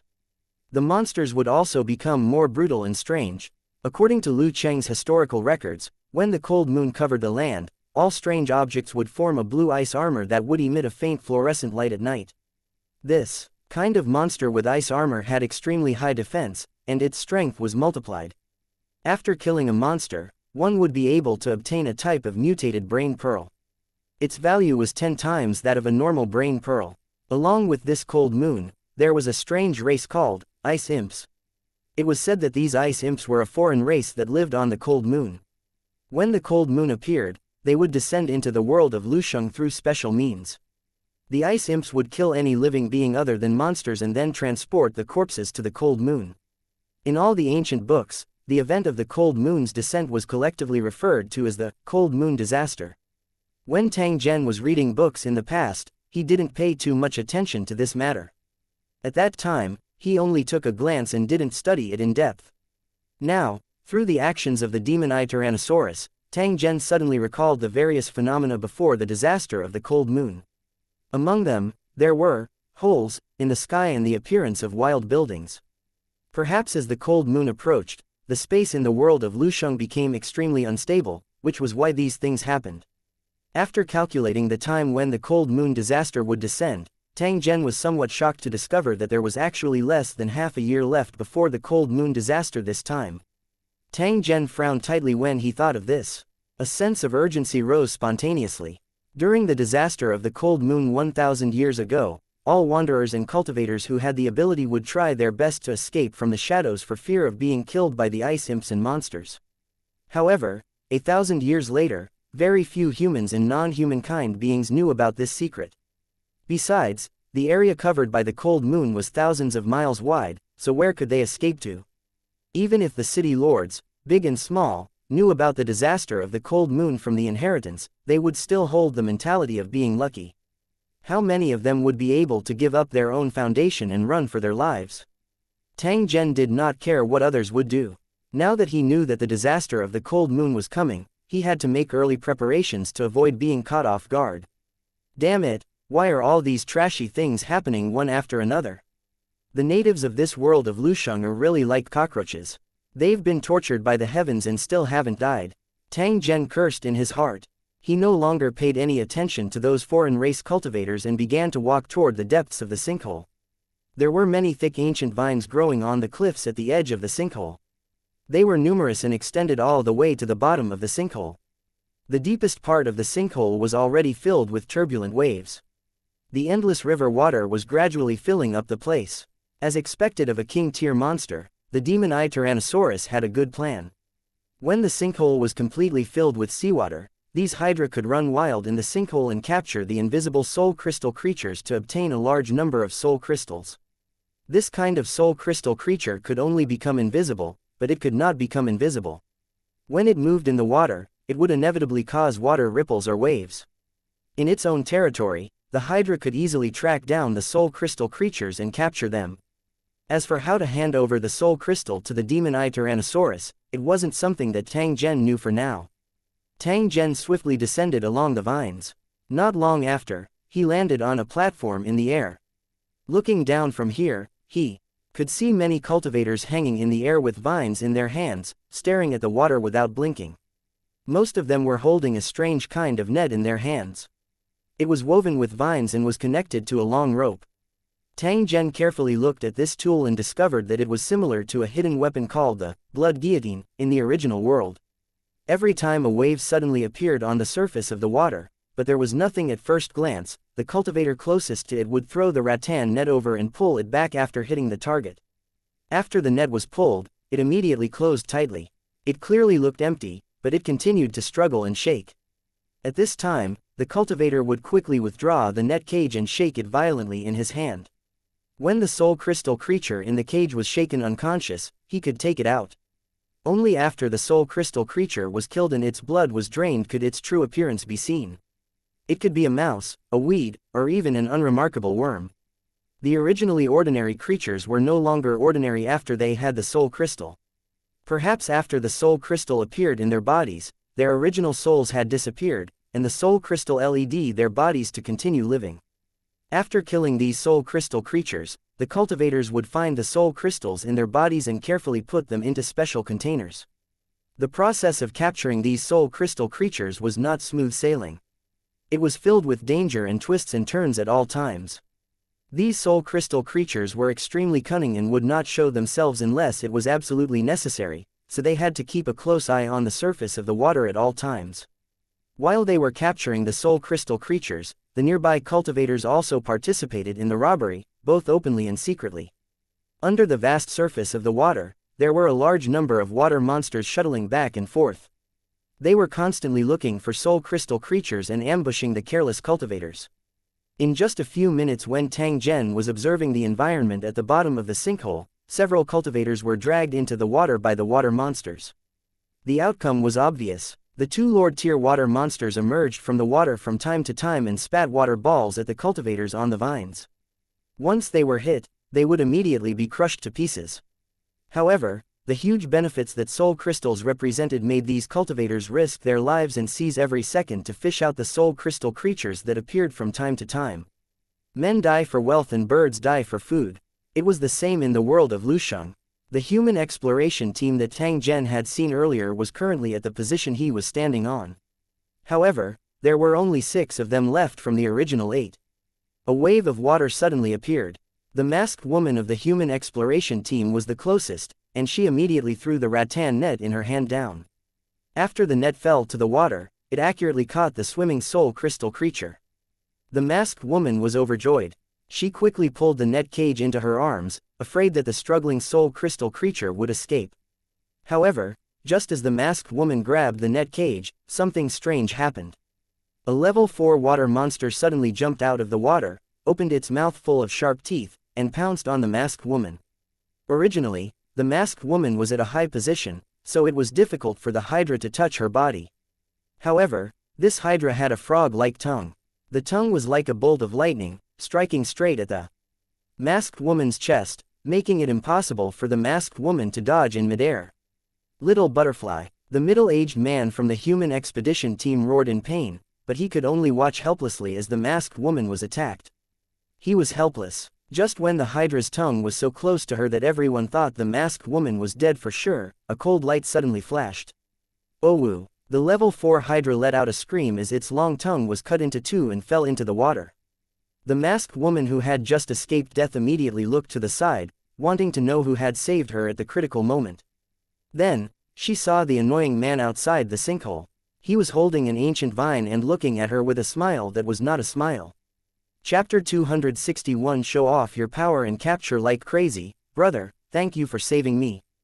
The middle-aged man thanked Tang Zhen with a face full of gratitude. If it wasn't for Tang Zhen's timely intervention, his daughter would have died without a doubt.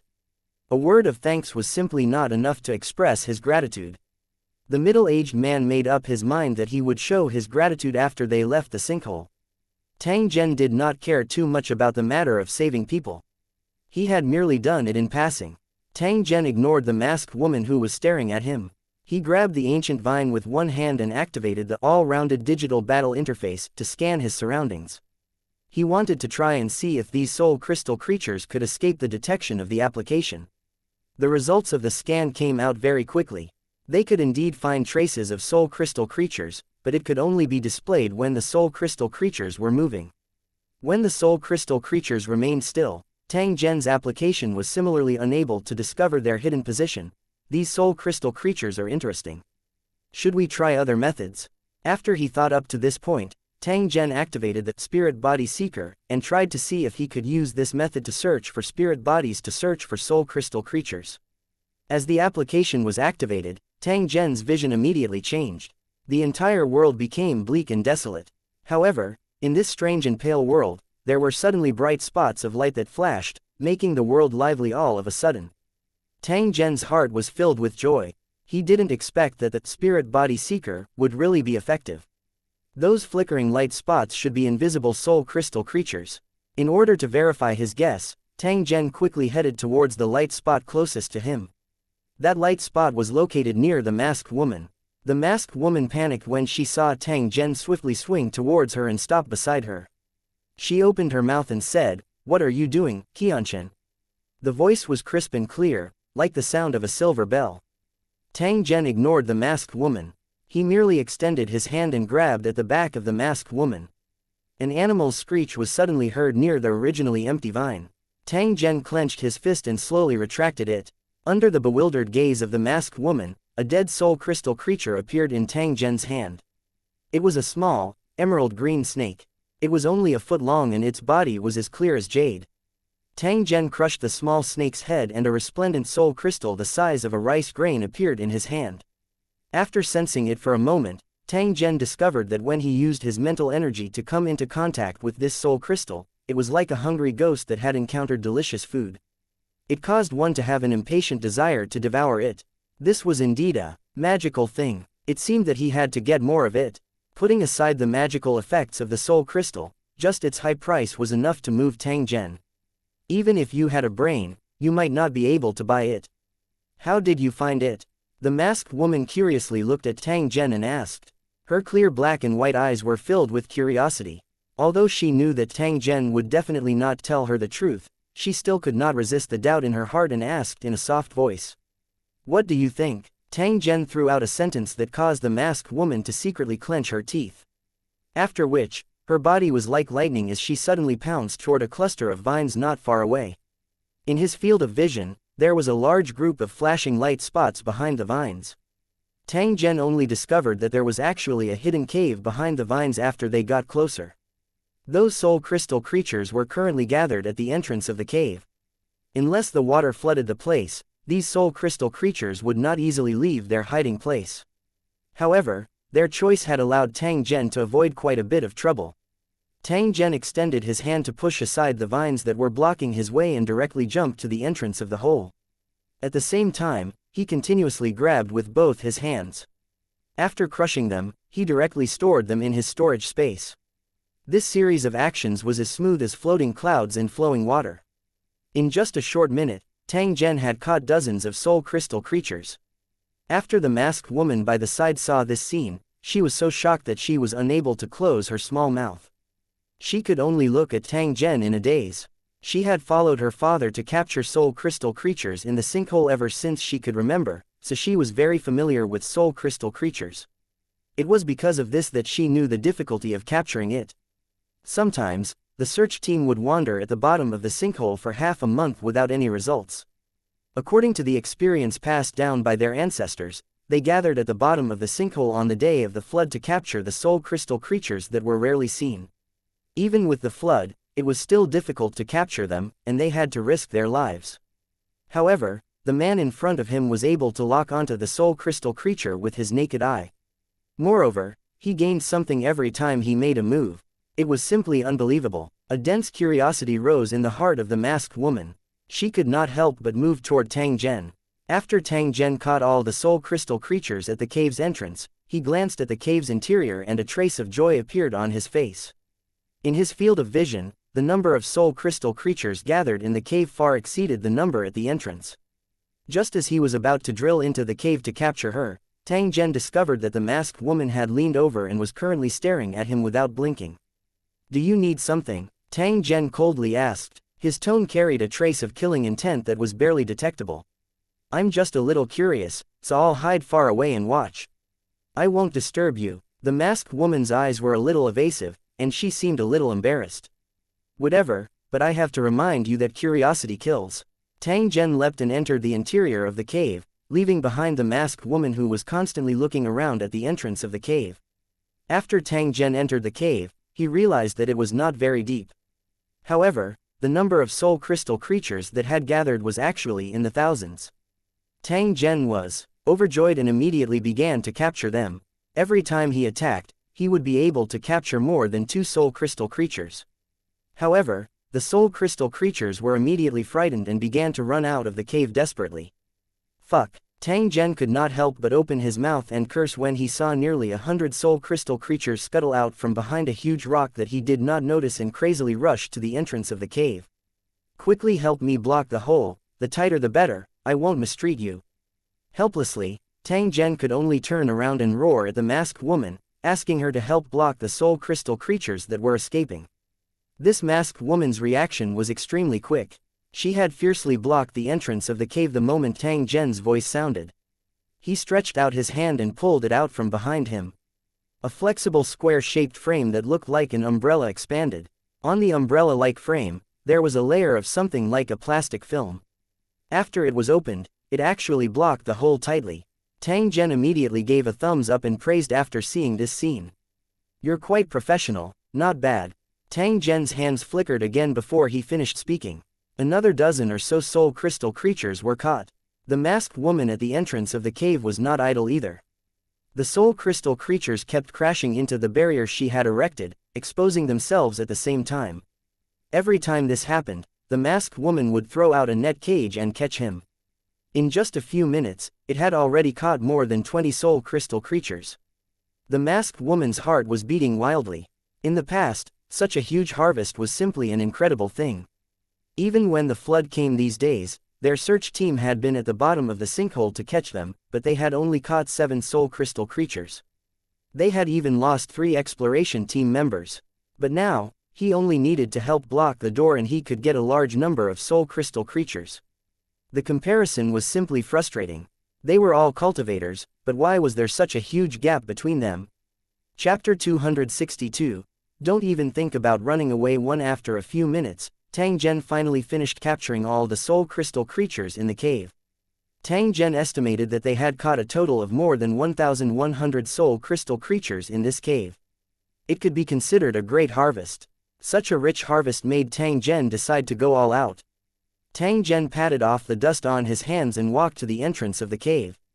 He sized up the somewhat perturbed masked woman. This Yingluo is for you. The masked woman's eyes revealed her reluctance, but she still happily handed the captured soul crystal creature to Tang Zhen. She could tell that Tang Zhen's cultivation was very high and that he could easily crush her. Moreover, these soul crystal creatures did not belong to her. The masked woman did not have the qualifications to possess them. Tang Zhen swept his eyes over those soul crystal creatures. He waved his hand. This is your reward, keep it. The masked woman was stunned for a moment, then she quickly thanked him. She quickly took out all the soul crystals and put them into a container close to her body. Is that thing behind you made to capture soul crystal creatures? Tang Zhen pointed at the large umbrella behind the masked woman as he softly asked. That's right. We usually open it when we search for soul crystal creatures at the bottom of the sinkhole to intercept and drive away soul crystal creatures. The masked woman explained to Tang Zhen after she finished dealing with the last soul crystal creature. Tang Zhen nodded. He took a step out of the cave and jumped onto an ancient vine. He began to search for similar places, which would double the efficiency of the capture. He quickly locked onto a location and waved at the masked woman. There's another cave over there. Do you want to come with me? We'll follow the rules. The masked woman hurriedly nodded her head. After shouting at her father, she swung the ancient vine and chased after Tang Zhen. Tang Zhen's speed was extremely fast. Within a few minutes, he had already arrived at the location of his target. However, just as he got close, he felt a gust of wind. He reached out and found a dark black stone dart in front of him. It was a type of rock that was similar to obsidian. It felt very heavy in the hand, and the edge of the blade was extremely sharp. If one were to be hit in the throat or face by this kind of hidden weapon, they would definitely suffer serious injuries. Tang Zhen frowned. He actually dared to launch a sneak attack on him without distinguishing between right and wrong. He was really courting death. Just as Tang Zhen caught the tongue-hidden weapon, a group of dark-skinned foreign people on the vines not far away from him sneered and cursed at Tang Zhen. Damned human, are you tired of living? How dare you approach the Firestone race's territory? Get lost, or I'll kill you. Just kill him, you lowly bastard. The group of cultivators from the Firestone race laughed and cursed, not putting Tang Zhen in their eyes at all. In fact, Tang Zhen had already noticed this point. In the distribution of the capture areas under the sinkhole, the human race occupied the smallest area and was also the most dangerous. In the areas occupied by these foreign races, they didn't even need to rely on the ancient vines to stabilize their bodies. They only needed to stand on the protruding stone walls. It was easy to tell who was stronger between the human race and the alien race. At this moment, the masked woman had also caught up. When she saw that Tang Zhen was having a conflict with these Firestone clansmen, she tried to pull Tang Zhen away so that he would not suffer a loss.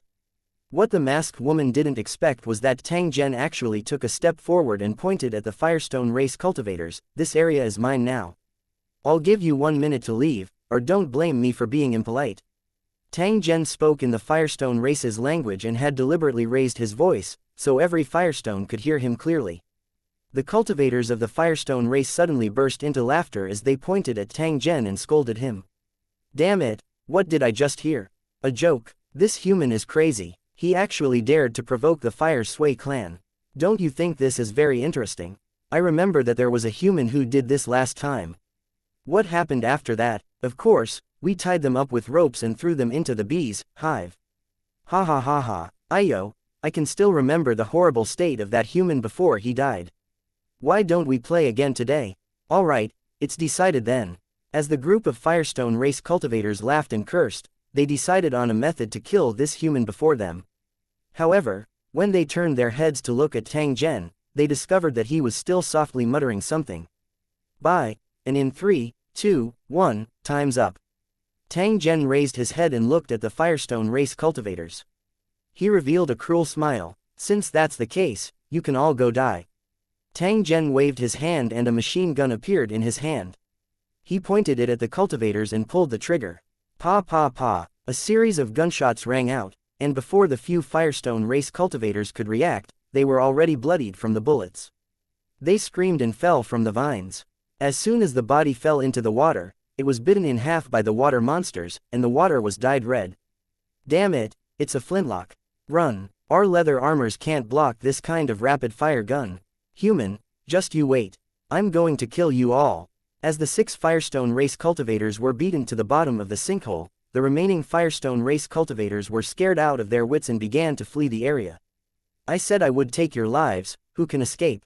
Tang Zhen coldly snorted. His body gently swayed and he jumped onto the protruding rock at the edge of the sinkhole. Tang Zhen raised the machine gun in his hand. He didn't need to aim carefully as he fired at the cultivators who were climbing up the ancient vines one by one. In less than a minute, all the Firestone race cultivators were killed by Tang Zhen. Seeing the cultivators of the Firestone race falling into the water and being devoured by the water monsters, the cultivators of the other races who were not far away were all shocked and quietly left the area. It had been many years since they had seen such a crazy human cultivator. Was he not afraid of the Firestone race's revenge? It was better to stay away from him so that he wouldn't be hurt by that terrifying flintlock. Otherwise, he wouldn't even be able to find a place to cry. The masked woman's eyes were filled with shock and joy when she saw Tang Zhen use a machine gun to kill all the cultivators from the Firestone race. However, there was also a deep worry in her eyes. "You have to be careful.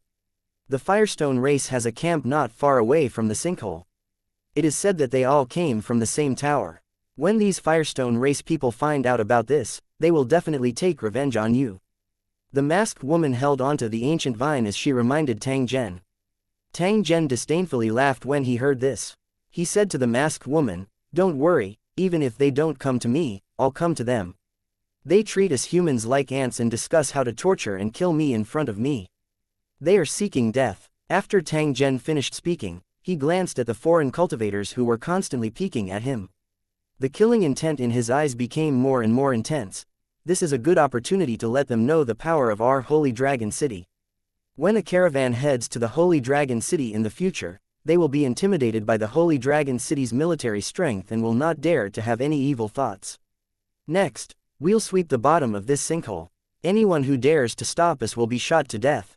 After Tang Zhen made up his mind, he ordered the masked woman to continue blocking the entrance of the cave. He then entered the cave and continued to capture soul crystal creatures. After the capture was complete, Tang Zhen continued to kill his way to the next position under the gazes of countless cultivators. Chapter 263, Sweeping across the bottom of the sinkhole. At the bottom of the sinkhole, there was a commotion. When they saw Tang Zhen rushing in their direction, a few foreign cultivators immediately drew their weapons and pointed them at Tang Zhen. "Don't come over. This is the territory of our yellow armor race. If you don't want to start a war, leave immediately. A non-human cultivator with 4 arms and 2 pieces of yellow bone armor on his face shouted. It was just that his voice sounded like he was putting up a strong front. Tang Zhen's figure paused for a moment. He used the language of the yellow-armored race and said, "I'm just passing by. If you want to fight, I don't mind accompanying you." After speaking, Tang Zhen raised his machine gun and aimed it at the yellow armor race cultivators, causing them to immediately panic. "Put away your weapons and let him pass," one of the level 4 yellow-armored race cultivators shouted at his team members with a gloomy expression. When the furious yellow-armored race cultivator heard this, he unwillingly withdrew his weapon. At the same time, he stared at Tang Zhen without blinking. Tang Zhen also kept his machine gun when he saw this. He spoke to the captain of the yellow armor race in a clear voice, "I'm the city lord of the Holy Dragon City, Tang Zhen. Thank you, friends from the yellow-armored race, for letting me through." Tang Zhen's body was like lightning after he reported his name. He quickly passed through the Yellow Armor clan's territory. Holy Dragon City's city lord. Why does that sound so familiar? The yellow-armored race's cultivator frowned slightly. He fell into deep thought as he looked at Tang Zhen's back. The eyes of the masked woman following behind Tang Zhen brightened after hearing these words. She quickly gave chase. After passing through the yellow-armored tribe's area, there was a large protruding rock cliff, forming a suspended plank road. A group of muscular foreign people in light armor had occupied this place by relying on their military strength. After seeing Tang Zhen approach, a foreign tribe member immediately blocked Tang Zhen's path. He pointed at him and roared, "Lowly human, this is not the place for you to act so atrociously. Get lost now, or I'll kill you immediately." While this foreign cultivator was speaking, his companions behind him had already raised their weapons and aimed at Tang Zhen. In the eyes of the foreign cultivators, the yellow-armored race's retreat was weakness and humiliation. The blood barbarian race was not that cowardly. No matter what, he could not let this human get past the blood barbarian's territory. Tang Zhen's face turned cold as he looked at the blood barbarian who was filled with killing intent. He crossed a short distance in an instant and punched the blood barbarian who was blocking his way. Bang! Before the blood barbarian could react, Tang Zhen had already smashed his head into pieces. All the blood barbarian cultivators were furious when they saw the headless body fall into the sinkhole. They all rushed forward. "Damn it, kill him. Chop him into pieces and let the humans eat him." Before the furious blood barbarian cultivators could get close to Tang Zhen, they saw a strong light coming at them, blinding their eyes instantly. Despicable. "Damn it, this is a divine spell. Be careful of Yingluo." A blood barbarian cultivator's head was cut off by Tang Zhen's alloy sword before he could finish his sentence. The headless body fell to the ground with a loud bang. Then, Tang Zhen was seen shuttling back and forth among the blood barbarian cultivators like a phantom. An alloy sword was being wielded by him like a rapidly spinning windmill. Anyone who was touched by the sword light would immediately be sent flying. When the screams finally stopped, not a single blood barbarian cultivator was left standing on the path at the bottom of the sinkhole. There were only broken limbs on the ground. The blood kept flowing down the cliff, forming a line and falling into the water. Many water monsters were attracted by the blood of the cultivators. They rolled down below, revealing their ferocious backs from time to time. Tang Zhen stepped on the head of the blood barbarian captain and snorted. "Do you still want to kill me now? Do you still want me to get lost?" The blood barbarian who was 2.5 meters tall struggled with all his might, but he could not move his body at all. He could only glare at Tang Zhen and roar, "You're crazy. The blood barbarian race will never let you go. You'll be hunted down to death. If you want to kill me, then come. I'll kill as many as you send." Tang Zhen's eyes were filled with killing intent. He lowered his head and looked at the blood barbarian. "Did you think that I would give in and not dare to pass through your side?" The blood barbarian snorted but did not say anything. "If you don't speak, then go to hell." Tang Zhen's face turned cold as he kicked the blood barbarian off the cliff.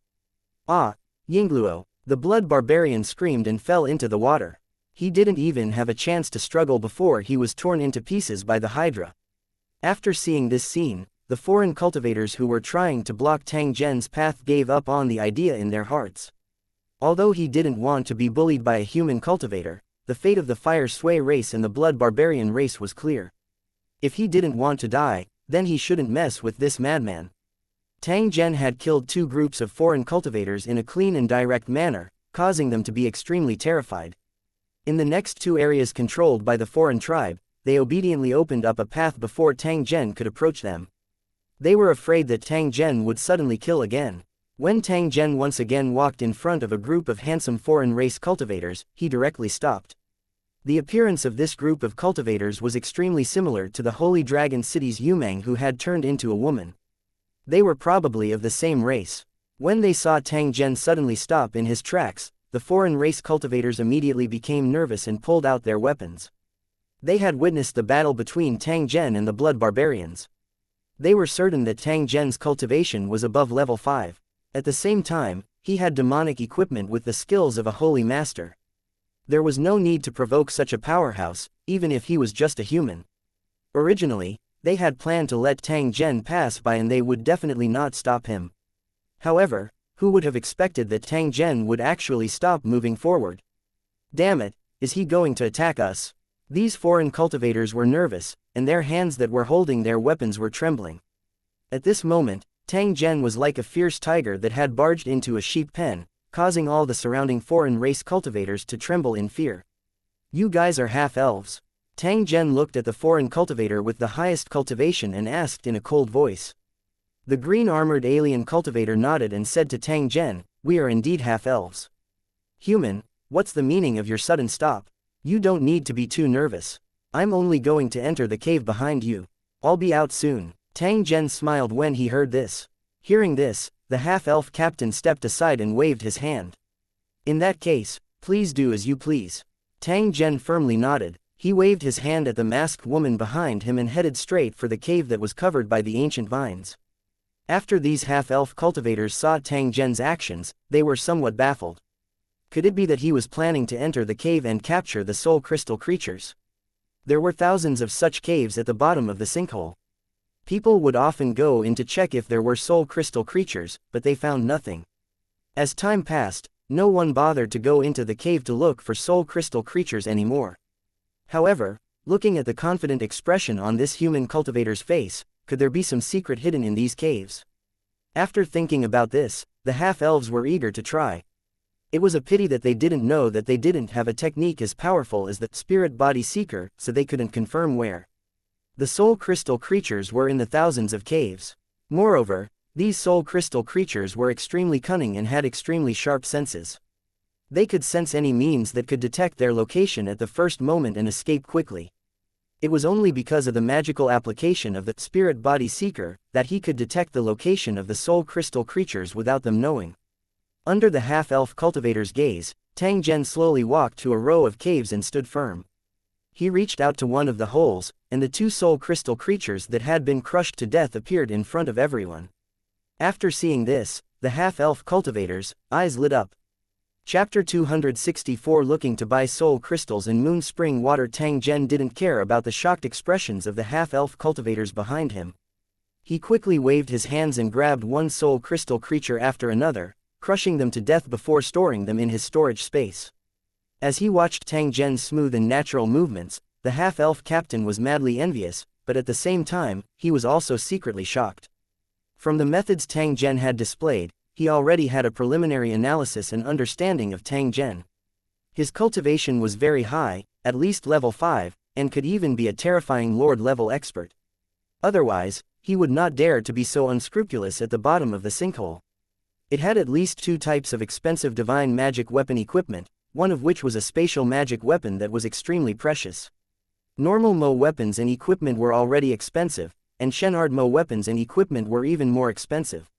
As for spatial magic equipment, it was simply a legendary artifact. Other than hearing that a few powerful foreign races had it, the half-elf captain had never heard of anyone or any force that had it.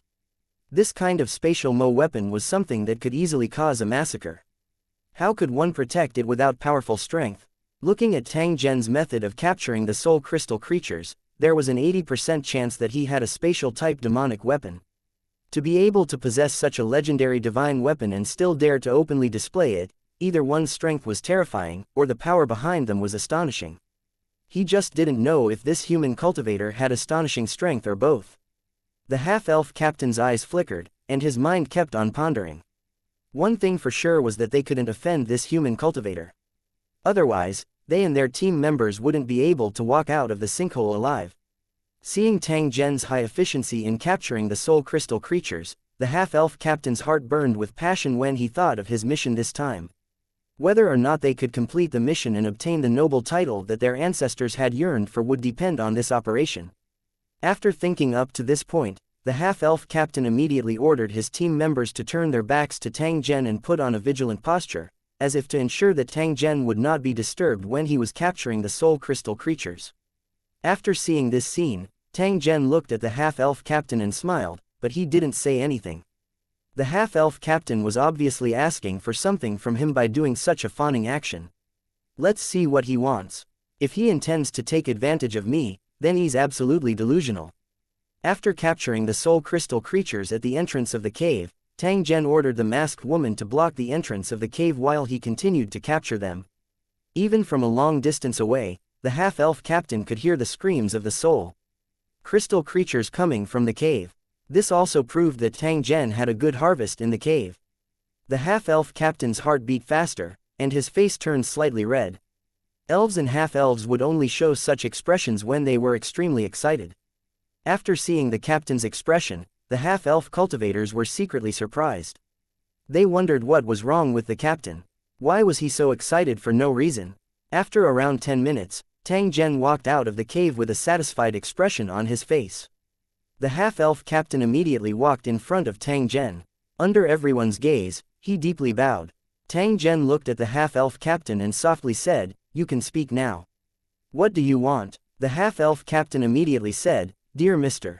Cultivator, I would like to buy your soul crystal. Please state your price." Tang Zhen secretly laughed in his heart. So this was what this fellow was planning. It's not that I can't sell it, but first tell me the price you can give me. Tang Zhen pondered for a moment and said to the half-elf captain. The half-elf captain was overjoyed and immediately replied, "According to the current price, one soul crystal is 900 brain pearls. I can give you 1,000 brain pearls for one soul crystal and buy 1,000 soul crystals." Tang Zhen was also slightly stunned in his heart after hearing the price given by the half-elf captain. He only knew that the price of a soul crystal was very high, but he did not expect it to be this high. The price offered by the half-elf captain was already equivalent to 1,000 level 4 brain beads. In other words, he was prepared to use 1 million brain beads to buy 1,000 soul crystals. Tang Zhen was quite interested in this business. However, Tang Zhen was still a little dissatisfied with just selling it to the other party. After all, soul crystals were things that had a price but no supply. It was excusable no matter how high the price was. Tang Zhen turned his head to look at the masked woman. After seeing her nod her head slightly, he had an idea in his heart. This price is acceptable, but I have a condition. Hearing this, the half-elf captain's heart beat wildly, and he quickly asked, "Tell me, what are your conditions?" "I want to get a portion of moon spring water from the elves." "Do you have it?" The mother tree had been thinking about the moon spring water for a long time. If Tang Zhen wanted to pacify this proud guy, he had to use the moon spring water. When the half-elf captain heard this, he immediately had a difficult expression as he said to Tang Zhen, "The moon spring is located in the forbidden area of the royal elven clan. It's hard for us ordinary elves to even take a look at it, let alone get a portion of it." After speaking up to this point, the half-elf captain looked at Tang Zhen with a pleading expression, "Can you change your condition? I'll try my best to satisfy you." Tang Zhen was a little disappointed when he heard this.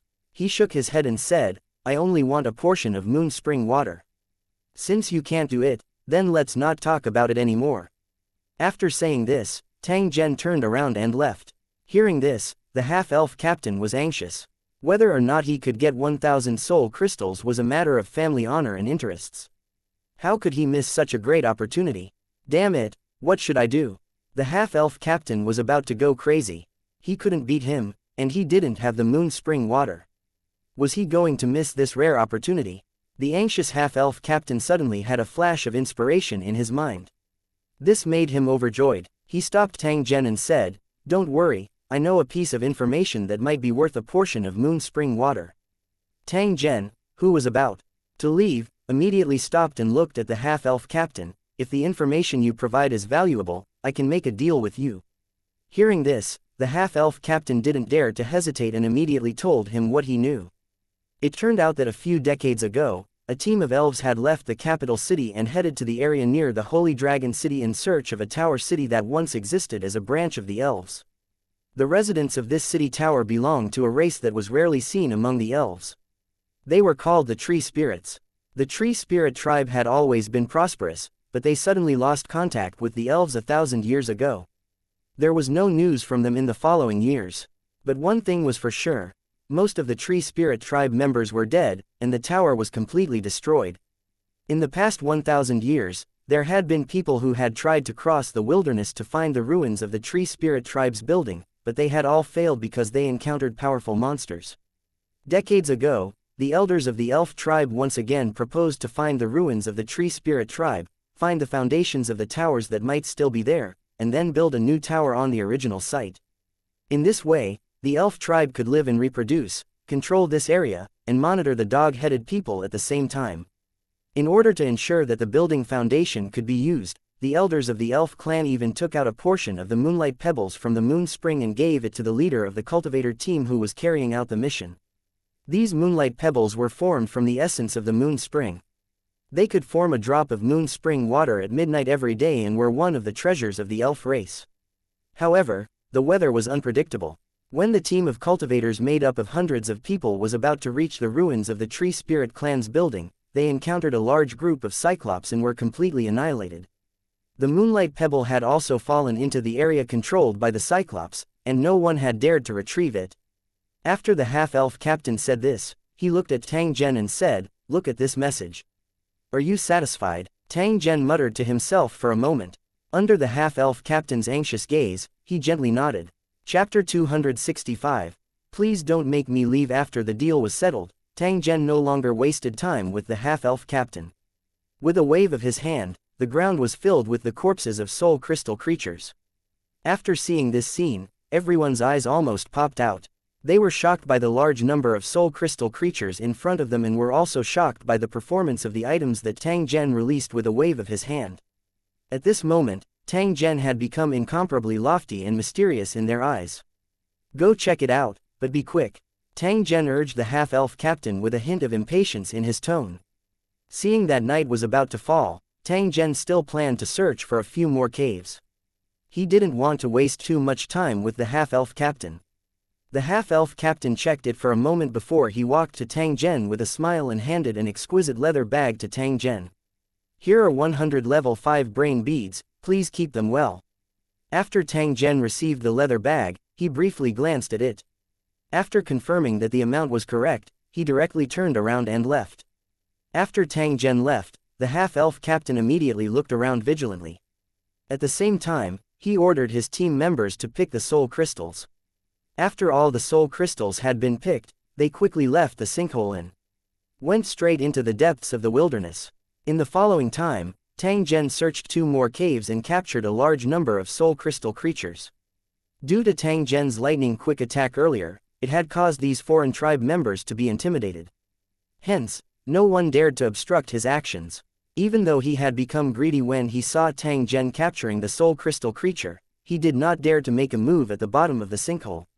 That was because he would definitely die. As for what they would do after leaving Tianqing, no one could say clearly.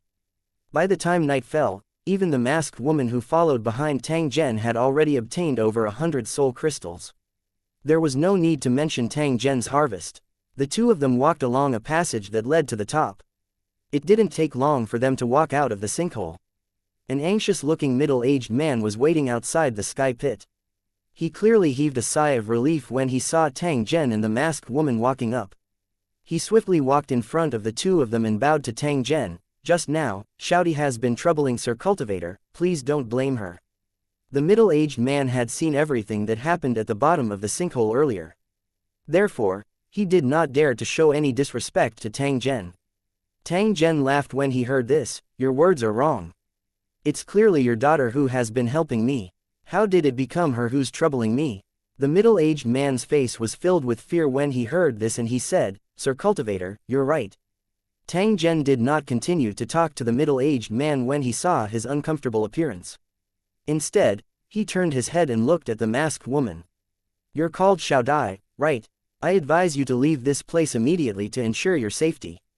After all, when we were in the sinkhole, you were always following behind me.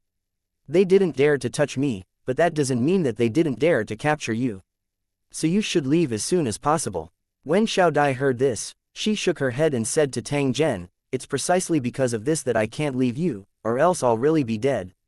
After saying this, Little Butterfly's beautiful eyes looked at Tang Zhen and used a pleading tone, once we leave your side, we won't be able to escape the pursuit of those foreign cultivators. Only by staying by your side can we guarantee our absolute safety.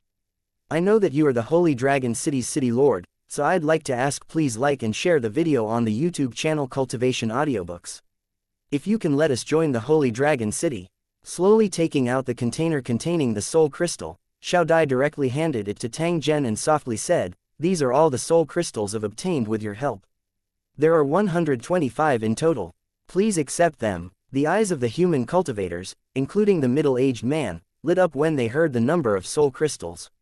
More than 100 soul crystals meant a considerable amount of wealth. They did not expect that Xiaodai would be able to obtain such a number of brain beads just by following behind Tang Zhen. Then, wouldn't Tang Zhen's harvest be shocking? However, Xiaodai's words also made them understand their situation. As expected, after leaving Tang Zhen, only death awaited them. Now, their life and death were completely in Tang Zhen's hands. It all depended on whether Tang Zhen would agree to let them join the Holy Dragon City. As for what kind of place Holy Dragon City was, they were still unclear. Tang Zhen smiled and glanced at Little Butterfly. However, he did not take the container. What you said is not unreasonable. In that case, you can follow me. When we return to Holy Dragon City, I don't mind giving you the qualifications of a reserve resident. Xiaodai and the others were overjoyed when they heard this. They didn't expect that Tang Zhen would really agree to their request and allow them to become residents of Lu City. Compared to the joy of obtaining more than 100 soul crystals, becoming a resident of the city was the real joy. That middle-aged man immediately walked over and said to Tang Zhen, it's getting late, why don't you return to the camp with us first? Tang Zhen nodded. He indeed wanted to continue gathering tomorrow. Finding a place to rest was a necessary thing. Following that, the middle-aged man led the way. After walking through the grass for a while, they arrived at a hidden camp that looked like a scenting place. Seeing that Tang Zhen was constantly looking at the camp, Xiaodai quickly explained, there's a cave down there. It's very spacious and has been used for hundreds of years. We usually live here, and the cave is very clean. Tang Zhen nodded and followed Xiaodai and the others down. The underground space was indeed as Xiaodai had said, it was very clean and the area was very large. From the marks on the rock wall, it could be seen that this place had a long history. How many cultivators who caught soul crystal creatures had lived here before? The middle-aged cultivator lit an oil lamp made of monster oil and led Tang Zhen to a separate cave. There was some dry grass on the ground and an oil lamp. It looked clean and there was no smell. Tang Zhen took out some canned beef for Xiaodai to use as dinner. Then, he took out all the soul crystal creatures he had obtained and asked the others to help him pick the soul crystals. When they saw the soul crystal creatures that almost covered the ground, their faces were filled with awe. They immediately squatted down and began to pick. These cultivators' profession was to capture soul crystal creatures. They were agile, so they were able to pick them up very quickly. By the time Xiaodai finished cooking dinner, they had basically finished the work of picking the soul crystals. Tang Zhen put away the soul crystals that he had picked up and collected all the corpses of the soul crystal creatures on the ground. During this period, Tang Zhen had been using the map view to observe the reactions of the few people. Fortunately, no one revealed a dangerous expression. Otherwise, Tang Zhen wouldn't mind sending them on their way. After a simple dinner, everyone returned to their caves to rest after a busy day. Tang Zhen returned to the cave he lived in. He held a soul crystal in his hand and began to absorb the energy in the soul crystal according to the method Xiaodai had taught him. Following Tang Zhen's spiritual sense, the energy contained in the soul crystal immediately turned into invisible smoke and continuously fused into Tang Zhen's spiritual energy. It was a very comfortable feeling, like a thirsty plant being nourished by the clouds and immediately becoming alive. After about 10 minutes, Tang Zhen had completely absorbed the rice grain-sized soul crystal. His entire person also became refreshed. Just as he was planning to absorb another soul crystal, Tang Zhen noticed that someone was approaching the cave he was in. Looking at the map, it was the woman named Xiaodi. She gently walked to the cave where Tang Zhen was. When she saw Tang Zhen staring at her, she lowered her head slightly and took off the long robe that was draped over her. Her creamy skin was displayed before Tang Zhen's eyes. There was not a single flaw, appearing exceptionally perfect. After that, Xiao Dai took off her mask, revealing a very charming face, making people unable to look away. No wonder she was wearing a mask. This would save her a lot of trouble. You actually don't have to do this. I will definitely fulfill my promise. Xiaodi, I think it's necessary, because there are some opportunities that can't be grasped, and I'm afraid I will regret it for the rest of my life. My intuition has always been accurate. If that's the case, then come over. Yingluo, yes. Chapter 266, Intimidating the Alien Race, Making Name for himself. The next morning, everyone got up early and began to prepare for the day's work. In the past, when they went to Tianqing, they were all nervous, afraid that they would never return. The battle at the bottom of the sinkhole was actually very brutal. Cultivators would often fight, and from time to time, abandoned corpses could be seen. When the flood poured into the sinkhole, the battle entered the stage of white heat. If it was not for Xiao Dai's exploration team being careful, they would have been killed several times. However, now that Tang Zhen was in the team, their courage had also increased. A trace of a smile would occasionally appear on their faces. In the world of Lusheng, it was definitely a very happy thing to be protected by a strong person. Tang Zhen was an absolute expert in the eyes of Xiao Dai and the others. Breakfast was still the canned beef that Tang Zhen had taken out. After they had a full meal, they walked out of the underground cave and began to advance towards the sinkhole. After walking for a distance and almost reaching the sky pit, Tang Zhen suddenly turned his head and looked at Xiao Dai and the others. You guys wait here for a moment. When I call you over, you can go over, understand? When Xiao Dai and the others heard this, they immediately thought of something and shook their heads in unison. We'd better go with you. Although our cultivation isn't high, we can at least help. There's no need for that. Just wait. Tang Zhen's voice had just sounded when his entire body was like lightning as he headed straight for the sky pit. After Xiaodi and the others looked at each other, her father shook his head and said, we should listen to Lord Tang Zhen's arrangement and wait here. That's right. Lord Tang Zhen's cultivation is extremely high and he has magical means. Isn't it extremely easy to deal with a bunch of ignorant fellows? Our cultivation is still too low. Lord Tang Zhen is afraid that he will have to take care of us after we go over. Xiao Dai did not speak. She just quietly listened to the sounds of fighting in the distance, and her brows furrowed. Everyone placed their hopes on this man, hoping that nothing would happen to him. Xiao Dai's actions were only to find someone to rely on for herself and her father. He didn't need to live in luxury, as long as he didn't lack 3 meals, and he didn't need to risk his life every day for a meal. Since Tang Zhen was the city lord of a tower city, he would definitely be able to give his woman the simple life she wanted with his ability. The sounds of fighting only lasted for a few minutes before it completely subsided. A moment later, Tang Zhen's voice was transmitted over, come out, we'll continue. Xiao Dai's heart skipped a beat when she heard the voice. An inexplicable joy crept up her brows and she was the first to rush out. With just a glance, Xiao Dai saw the man. He stood in the middle of a pile of Fire Sui clansmen's corpses and was sneering at the foreign cultivators in the distance. At this time, the sun had just risen, and the warm sunlight outlined the man's back, as if he could block all the wind and frost in the world, leaving only warmth for himself. An emotion called security filled Xiao Dai's heart in an instant, making her feel relaxed. Behind Xiao Dai, a few human cultivators looked at the corpse of the Firestone on the ground in shock. In just a few minutes, Tang Zhen had killed more than 30 Firestone race cultivators who came to seek revenge. His strength was simply terrifying. Looking at the panicked foreign cultivators in the distance, one could guess how big of a shock Tang Zhen had brought to them. If there's any equipment that you like, pick it up. I'll be waiting for you. Tang Zhen left behind these words before walking towards the edge of the sinkhole. Everyone quickly lowered their heads and began to search, the smile on their faces growing wider. Each of them had gained quite a lot, and their pockets were full. After all, this was the inheritance of more than 30 foreign cultivators. After cleaning up, everyone hurriedly walked to Tang Zhen's back and waited for his arrangements. We'll occupy that spot today. Xiao Dai and I will continue to capture soul crystal creatures. You guys wait there and make sure you're not hurt by the water monster. Tang Zhen pointed at the place that the half-elves had occupied yesterday and instructed the few people behind him. Everyone quickly nodded. They naturally had no objections to being able to obtain such a good location. At the same time, they also sighed in their hearts. If it wasn't for Tang Zhen being here, how could they occupy such a good position?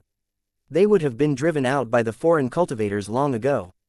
With Tang Zhen's deterrence, even if the foreign race cultivators were given a few more guts, they would not dare to act rashly. Following the ancient vines in the passage, they slowly reached their designated positions and began to get busy. Tang Zhen looked at the water level that had increased by a large amount, as well as the increasing number of water monsters in the water. A thoughtful expression flashed across his face. He began to think about how he could intercept all of them when they returned to the hole in the sky after the sinkhole was full. In this way, he could get countless soul crystals, a large number of Hydra corpses, and brains, and also cause trouble for the demon Tyrannosaurus. It was killing two birds with one stone. Tang Zhen would definitely not let go of such a good opportunity. In addition, there was also the mysterious boulder at the bottom of the sinkhole. Tang Zhen estimated that it should be a meteorite with a very magical ability. Tang Zhen wanted to bring it back to Holy Dragon City to see if he could mass-produce soul crystals. If he really couldn't do it, he would upgrade the map and then use the terrain transformation plugin to move the entire sinkhole. If he wanted to level up the map again, he would have to use up a lot of brain cells. However, compared to the rewards, he had earned a lot. Tang Zhen now habitually wanted to move back to Holy Dragon City after seeing good things. Was this a good thing or a bad thing? He activated the Spirit Body Seeker and started to scan the nearby area. A moment later, he waved at Xiao Dai and the two of them immediately ran into the distance. With yesterday's fame and this morning's massacre, Tang Zhen had become an existence that no one dared to provoke at the bottom of the sinkhole. Wherever he passed, the foreign cultivators had to make way for him, regardless of whether they were willing or not. Some of the foreign cultivators had obviously found out about his identity, and they even took the initiative to come forward and talk to him.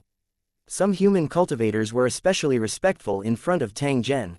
In addition to being intimidated by Tang Zhen's cultivation base, the more important reason was that Tang Zhen had earned face for the human cultivators. This made these foreign tribes no longer dare to look down on the human cultivators. Even if they were afraid of Tang Zhen, these human cultivators also felt honored. During this period, there was also a peak rank 5 alien cultivator who provoked Tang Zhen. In the end, he was killed by Tang Zhen in one move and his body was directly thrown into the sinkhole to be fed to the water monsters. Tang Zhen also didn't let off any of the members of the exploration team he led. They were all thrown into the water and swallowed alive by the corpse monster. After this scene, no other foreign cultivators dared to jump out and pick a fight. Even before Tang Zhen arrived, they had already retreated to the side and waited for Tang Zhen to pass by with smiles on their faces. The name of the Holy Dragon City's city lord, Tang Zhen, was known by all the cultivators in the sinkhole at this moment.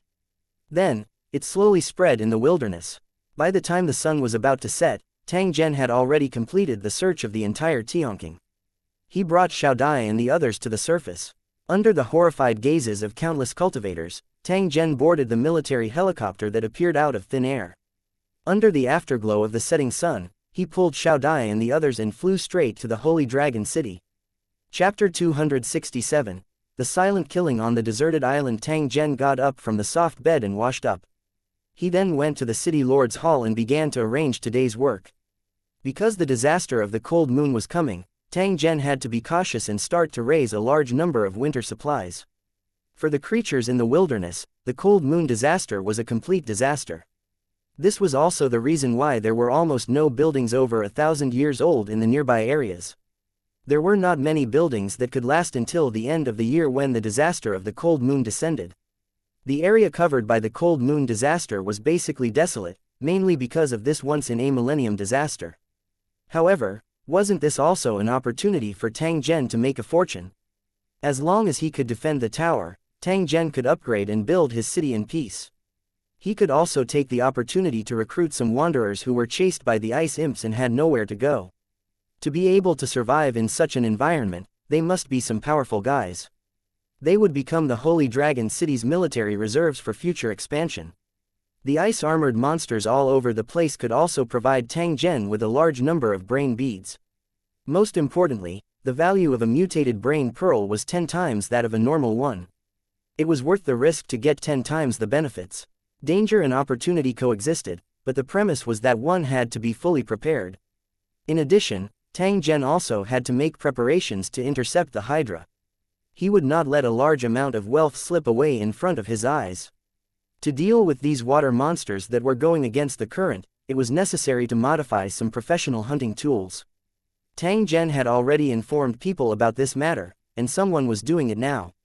After thinking about it, Tang Zhen realized that the most important thing at the moment was actually to go to the Wei Island to collect the debt. Last time, he had swept away all the experimental equipment of SST and left behind the trading location and supplies. If the other party still wanted these experimental equipment, they would have to provide ransom, according to his requirements. How could he just give up billions of experimental instruments and scientific research materials? SST would definitely carry out the transaction, but Tang Zhen didn't believe that this group of guys would obediently follow his requirements. Perhaps that place had already set up an inescapable net and was just waiting for him to enter. However, since Tang Zhen dared to do this, he wasn't afraid of being ambushed by the SST. After tidying up his storage space and changing into a set of clean clothes, Tang Zhen started the teleportation. This was a park on the Wei Island. It was a holiday, so there were many people playing in the park, and the atmosphere was joyful. Tang Zhen was wearing a black trench coat and a pair of sunglasses. His figure was tall and straight, and his entire body emitted an aura that made people feel oppressed. It felt like a man-eating tiger was staring at him, and his hair and fine hair stood on end. After advancing to the Lord rank, Tang Zhen's appearance and aura had undergone a huge change. He was becoming more and more perfect. This was a kind of evolution, an evolution from a low-level life form to a high-level life form. After some of the timid fellows walked to Tang Zhen's side, they all subconsciously hid at the side, afraid that they would anger him. On the contrary, there were quite a number of youthful and romantic girls who were staring at Tang Zhen without turning their eyes away as they walked behind him. A few of the bolder ones actually walked over and asked to take a photo with Tang Zhen.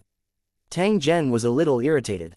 After coldly rejecting a few people, he quickly left the park. He walked to the side of the road and cracked a car's anti-theft system, then started it and drove away. The location he gave last time was a deserted island near the Wei Island. Due to the dangerous terrain, no one lived there. Tang Zhen had chosen this place because he wanted to find a suitable battlefield for himself. The field of vision here was wide and there were not many obstructions. This allowed Tang Zhen to clearly and conveniently monitor the entire battlefield to avoid any blind spots that he could not observe. Whether it was in the sky, on the ground, or in the sea, Tang Zhen had the confidence to make the other party come and never return.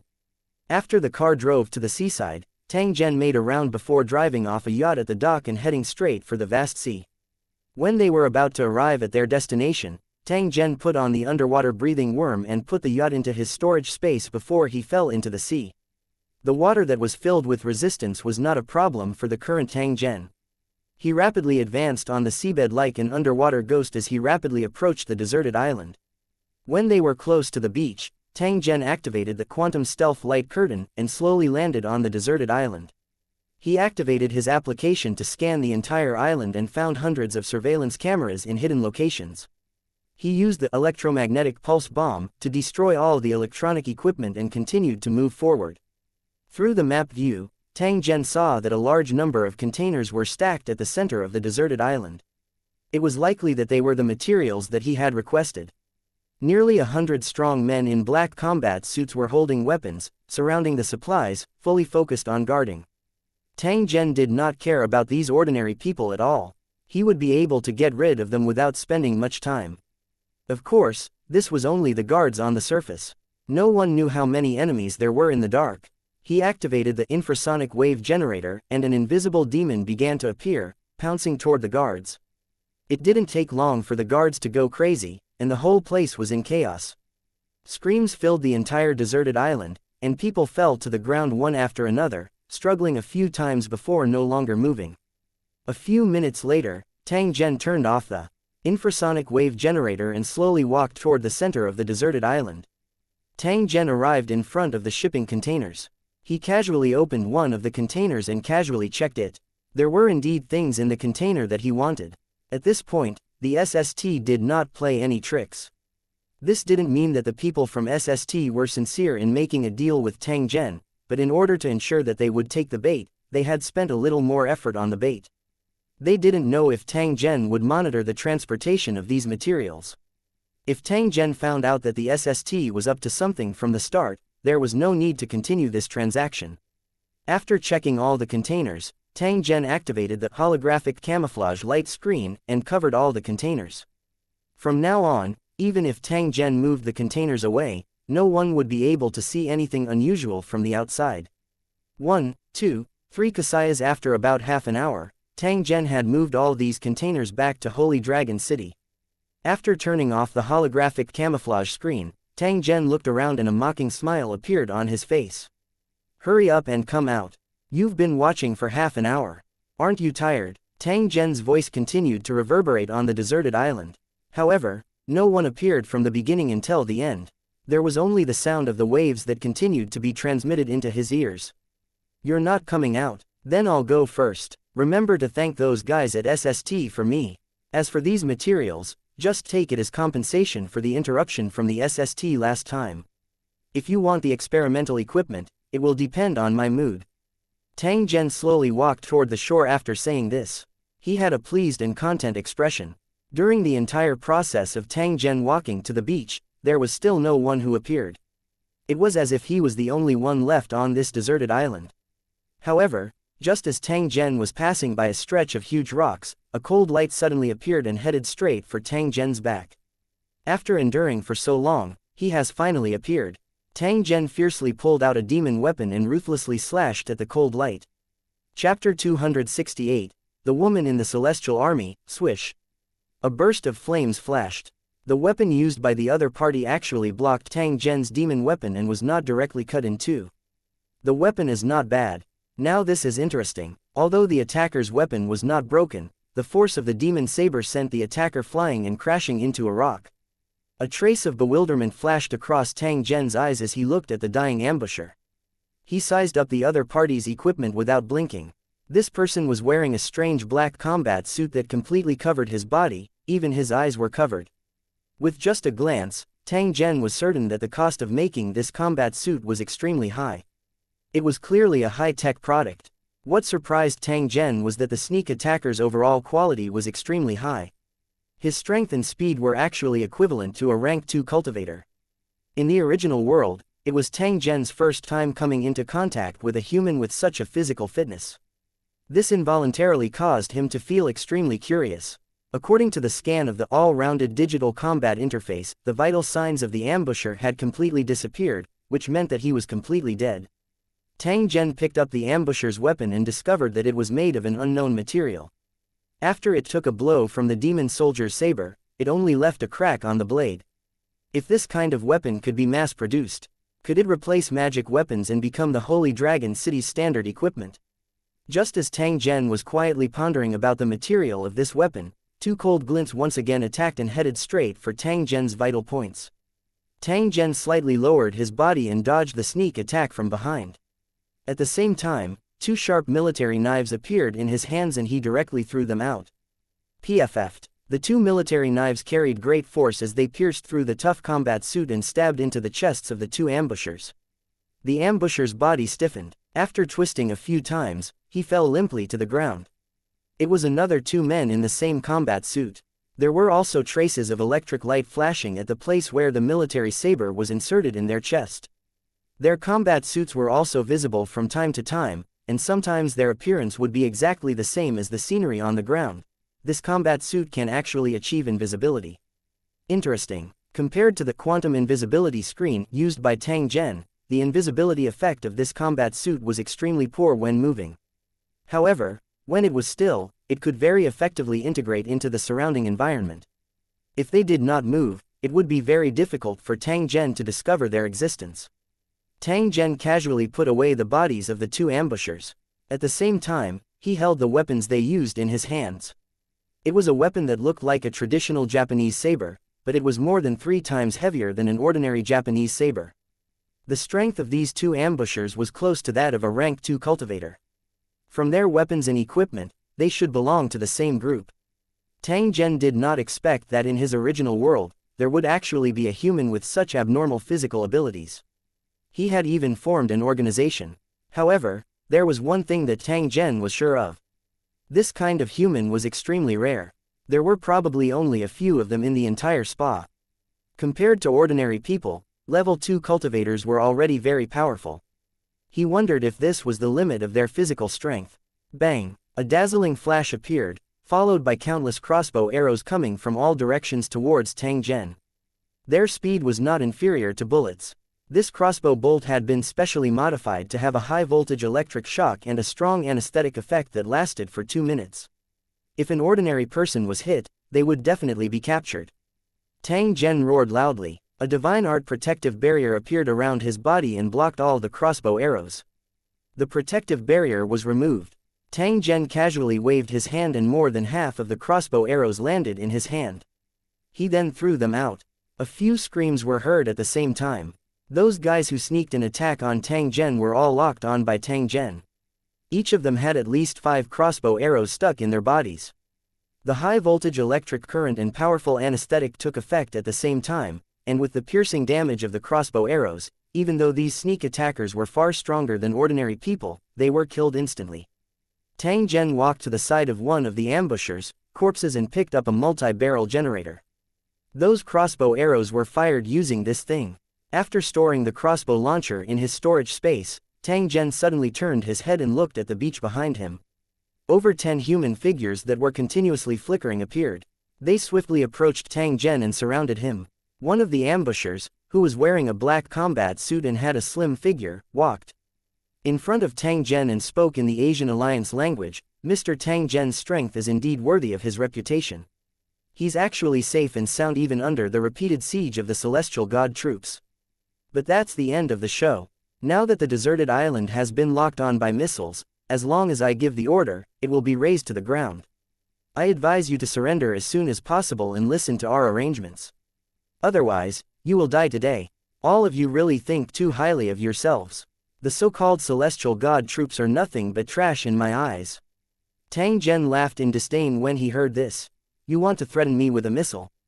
I'm surprised you came up with this idea. Tang Zhen's voice had just faded when his body suddenly flashed.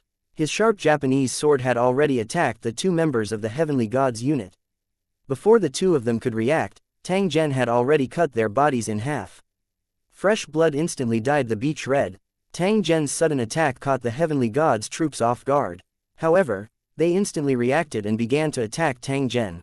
Guns, Wei Island guns, and even taser guns were all aimed at Tang Zhen. However, their strength was far inferior to Tang Zhen's. In less than 10 seconds, these people had all fallen on the beach. The cultivation of the woman who was talking to Tang Zhen was obviously higher than that of her companions. She had already reached the standard of a rank 3 cultivator. But even so, she was still not Tang Zhen's match and was knocked unconscious by a punch from Tang Zhen. Tang Zhen naturally had his own purpose in leaving this woman behind. After the woman was knocked unconscious, Tang Zhen saw a white shadow flash by from the map view. At the same time, a sense of crisis struck his heart. Missiles. This thought appeared in Tang Zhen's mind. He immediately grabbed the woman's combat suit and activated the instant teleportation map plugin. A few seconds after he disappeared, a missile bombarded the place where Tang Zhen was at earlier, blasting the deserted island into rubble. Tang Zhen's figure appeared out of thin air on the sea surface a few kilometers away. At the same time, a yacht appeared on the surface of the sea and firmly caught Tang Zhen, who was falling from the sky. After throwing the unconscious woman onto the deck, Tang Zhen drove the yacht and rapidly rushed towards the shore. Tang Zhen was currently sitting on a chair in a house near the outskirts of the city. He was studying the weapons and equipment used by the celestial god troops. This house, which had not been occupied for a long time, became Tang Zhen's temporary residence.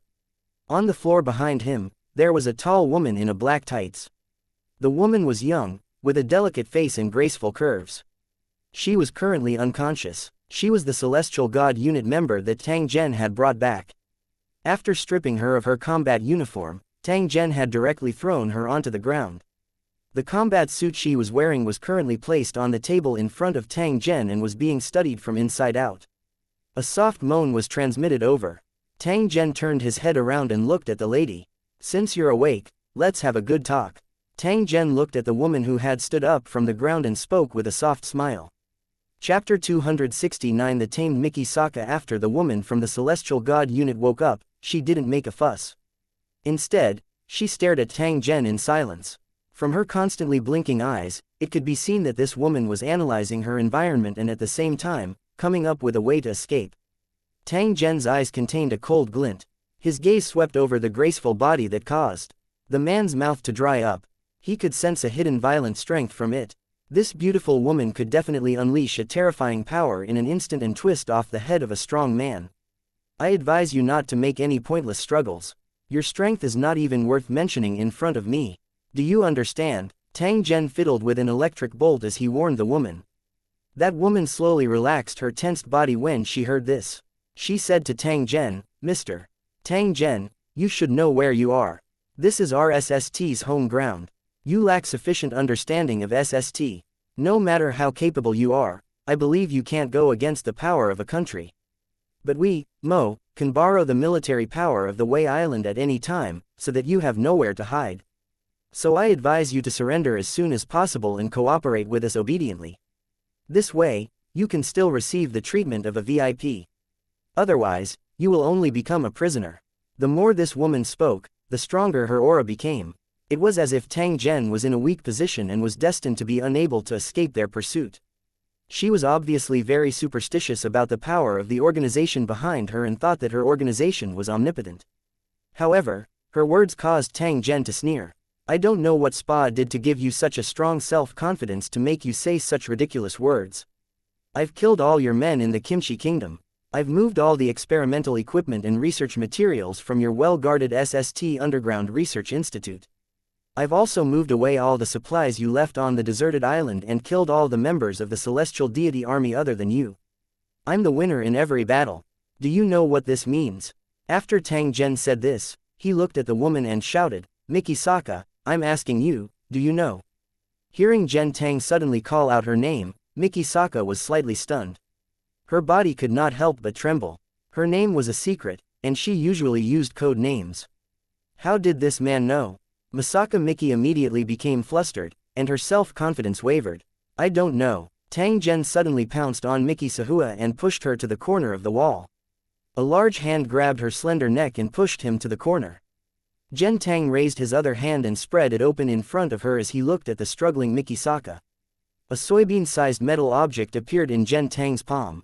It looked extremely ordinary, but when Sokka Mickey saw this item, a trace of panic flashed in her eyes. "This is the locator I took out from your arm. Now that it's completely destroyed, your organization doesn't know your location at all. If you're still planning to wait for SST to save you, I'd advise you to give up. I've erased all the information that can determine your location. The only person who can save you now is yourself."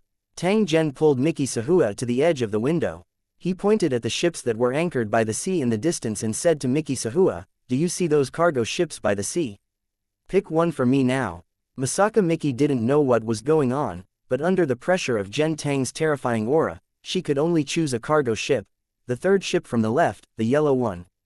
Tang Zhen nodded. He pinched Mickey Sahua's chin and softly said in her ear, "Now you and I will let you know how laughable your thoughts are." As he spoke, Tang Zhen secretly used a holy master skill that he had exchanged for earlier, mental enslavement. You can add mental power attacks to your words, causing the weak-willed to completely collapse and lose confidence. At the same time, they will fear the spellcaster and yield to the spellcaster to varying degrees. Closing square bracket. This was a holy master skill that could control low-level cultivators. The greater the difference in power between the two, the more obvious the effect. After obtaining this skill, Tang Zhen had never had the chance to use it. Now, he finally had the chance to use it. As soon as Tang Zhen's voice fell, Mickey Sokka saw a flash of light. The freighter she had chosen in the distance instantly caught fire, and a violent explosion rang out at the same time. The cargo ship was severely damaged. If there were no accidents, this cargo ship could be considered completely useless. How is this Yingluo possible? Misaka Mickey was dumbfounded. She did not expect that a casual point of her finger would determine the existence of a cargo ship. However, Misaka Mickey knew that the one who really destroyed the freighter was the demonic man beside her. The self-confidence in her heart instantly crumbled. Her mind was filled with the various things that Tang Zhen had done, and a sense of powerlessness quickly overwhelmed Mikisaka's heart. That's right, according to the power he had displayed, who could subdue him? What was wrong with her back then? Why was she so confident? It was as if she was possessed and thought that she would definitely be able to catch him. In the end, half of the members of the celestial troops had died because of him, and he had also fallen into his hands. His life and death were completely in this man's hands, and he had no ability to resist. He simply couldn't resist him. If he wanted to live, he had to listen to his orders without any resistance. After thinking about this, Mikisaka's body became weaker and weaker. In the end, she collapsed in the corner of the wall with a disheartened expression. The effect of mental enslavement was evident. Mikisaka had completely lost all thoughts of resisting. Tang Zhen coldly looked at this woman as a trace of disdain flashed across his eyes. He didn't expect that Mikisaka's mental power was so weak despite her strong physical strength. It seemed like the method they used to increase their strength had an extremely obvious flaw. The physical body was strong, but the soul was not much different from that of an ordinary person. Once it was attacked in the mental aspect, it would immediately collapse. If he had known this earlier, he would have used mental intimidation directly. Why would he waste a chance to use the death ray weapon in order to enhance the persuasion effect?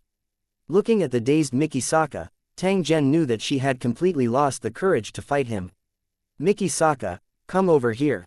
Tang Zhen looked at the woman who had limply collapsed at the corner of the wall and coldly snorted. After hearing Tang Zhen's voice, Mikisaka's delicate body trembled slightly. However, she stood up without any hesitation and walked over to Tang Zhen with her long legs. Massage my legs, be gentler. When Mikisaka heard this, she immediately squatted down, placed Tang Zhen's legs on her own, and gently hammered them. The black tights outlined Mikisaka's body in an extremely alluring manner. While she was beating her legs, there was a constant vibration of waves that rhythmically touched Zhen Tang's legs. The double stimulation of sight and touch caused Tang Zhen to unconsciously have a normal man's reaction. This scene was also noticed by Masaka Miki. The pair of small hands that were hammering his legs slowly moved upwards. When they reached the end, the hammering also became a caress. Tang Zhen's eyes were fixed on Mikisaka. The other party gave a charming smile and gently lowered her head to tease her. Chapter 270. Heading to the Celestial Army headquarters in a slightly dilapidated house, Tang Zhen was sitting on a chair. Behind him was an obedient-looking Mikisaka. Both of her hands were placed on Tang Zhen's shoulders as she gently massaged him. You're saying that the headquarters of the Celestial God Unit is on the top floor of the building, and the Weapons and Equipment Research Institute you use is also there. In Tang Zhen's field of vision, the 3D structure of a tall building was constantly changing. All the details of the interior were also accurately displayed. Indeed, Mikisaka nodded and said, after the 30th floor, the security of the building will gradually increase, and ordinary people will not be allowed to approach. If you want to enter the top floor of the Celestial Army's headquarters, you have to either take a special elevator controlled by the top floor or take a helicopter. There are no other ways to enter. We usually take a special helicopter to leave when we carry out missions. We rarely use that elevator. And NBSP, Tang Zhen nodded and asked, if you return to Spa now, you will definitely arouse their suspicion. So, it's best for you to go directly to Kimchi Country and find the person I'm talking about. Masaka Miki hesitated for a moment before she nodded. The truth was as Tang Zhen had said. After this operation failed, other than having to bear the punishment for the failure, as the only survivor on the deserted island, it was absolutely inevitable for her to be suspected and investigated. Mikisaka shuddered at the thought of the interrogation methods of the celestial troops. After witnessing Tang Zhen's magical means, Mikisaka, who had always thought that she had reached the limit of human strength, suddenly realized that she was not that strong. The man in front of her was the real powerhouse. The power of the mortal world could not conquer him at all, but he had easily conquered himself from the heart to the body. Mikisaka felt extremely honored to be able to serve such a powerful person. After making arrangements for Mikisaka, Tang Zhen left the house and headed to the skyscraper where the Celestial God Troops' headquarters was located. He had kept Mikisaka around in the beginning to find the headquarters of the Celestial Troops and obtain detailed information on the production of combat suits and weapons. Although the all-purpose electronic kit was omnipotent on the internet, it was also helpless when it came to information that wasn't available on the internet. Thus, Only by asking the members of the Celestial God Unit would they be able to obtain the exact location of the Celestial God Unit's headquarters. This was a very important matter for Tang Zhen. If the materials for the Japanese swords could be mass-produced, Tang Zhen would no longer have to worry about the materials for forging Mo weapons. After changing his appearance through the application, Tang Zhen took a civilian vehicle and headed to the skyscraper of the Celestial Deity Army's headquarters in the second-largest city on the Wei Island. 4 hours later, Tang Zhen got out of the car and began to stroll on the streets. As the weather turned cold, the clothes of the pedestrians on the street were much thicker, but there were still many women with their legs exposed walking by in a hurry. The building he was going to sneak into was located in a bustling street. There were too many people during the day, so Tang Zhen decided to take action at night. The thing that Tang Zhen needed to do now was to stroll the streets and communicate with his subordinates. Tang Zhen had been paying close attention to the events in the original world, and the current development was considered smooth. With the help of Ivanov and the others, Xu Feng had already gained a foothold in the Asian alliance. On the surface, he was now the boss of a company. His younger sister worked in his company and was under extremely strict protection. Ivanov was currently in a coastal city of the Ice Bear Alliance. He was also doing well, and the power he controlled was growing. The Kimchi country was also progressing smoothly, and it would not take long for a new generation of virtual reality games to be launched on the market. Now, the news often reported about this, which made the people of Kimchi country proud again. Tang Zhen only felt that their attitude was funny. The fundamental reason for the emergence of this virtual game technology was that Tang Zhen needed a large number of users to release soul signals to detect the location of the tower world. If the Kimchi country did not allow this technology to be promoted to the outside world and could only monopolize it, Tang Zhen did not mind to strengthen the extraction of soul power to make up for the lack of quantity. However, if that was the case, all the players from the Pickle Nation who participated in the virtual game would have to face the terrible consequences of their soul power weakening. They arrived at a small restaurant. Tang Zhen ordered some food and then took out his phone to browse the information on the internet. Tang Zhen had already used this kind of traditional way of surfing the internet less and less. If it wasn't because staring straight ahead would cause a misunderstanding, Tang Zhen would definitely not use his phone to surf the internet. Fortunately, after being modified by the Universal Electronic Tool, Tang Zhen could look at any information he wanted to see through his phone. As he was reading, a message caught Tang Zhen's attention. It turned out that the United States was going to hold an international weapons exhibition in a month's time.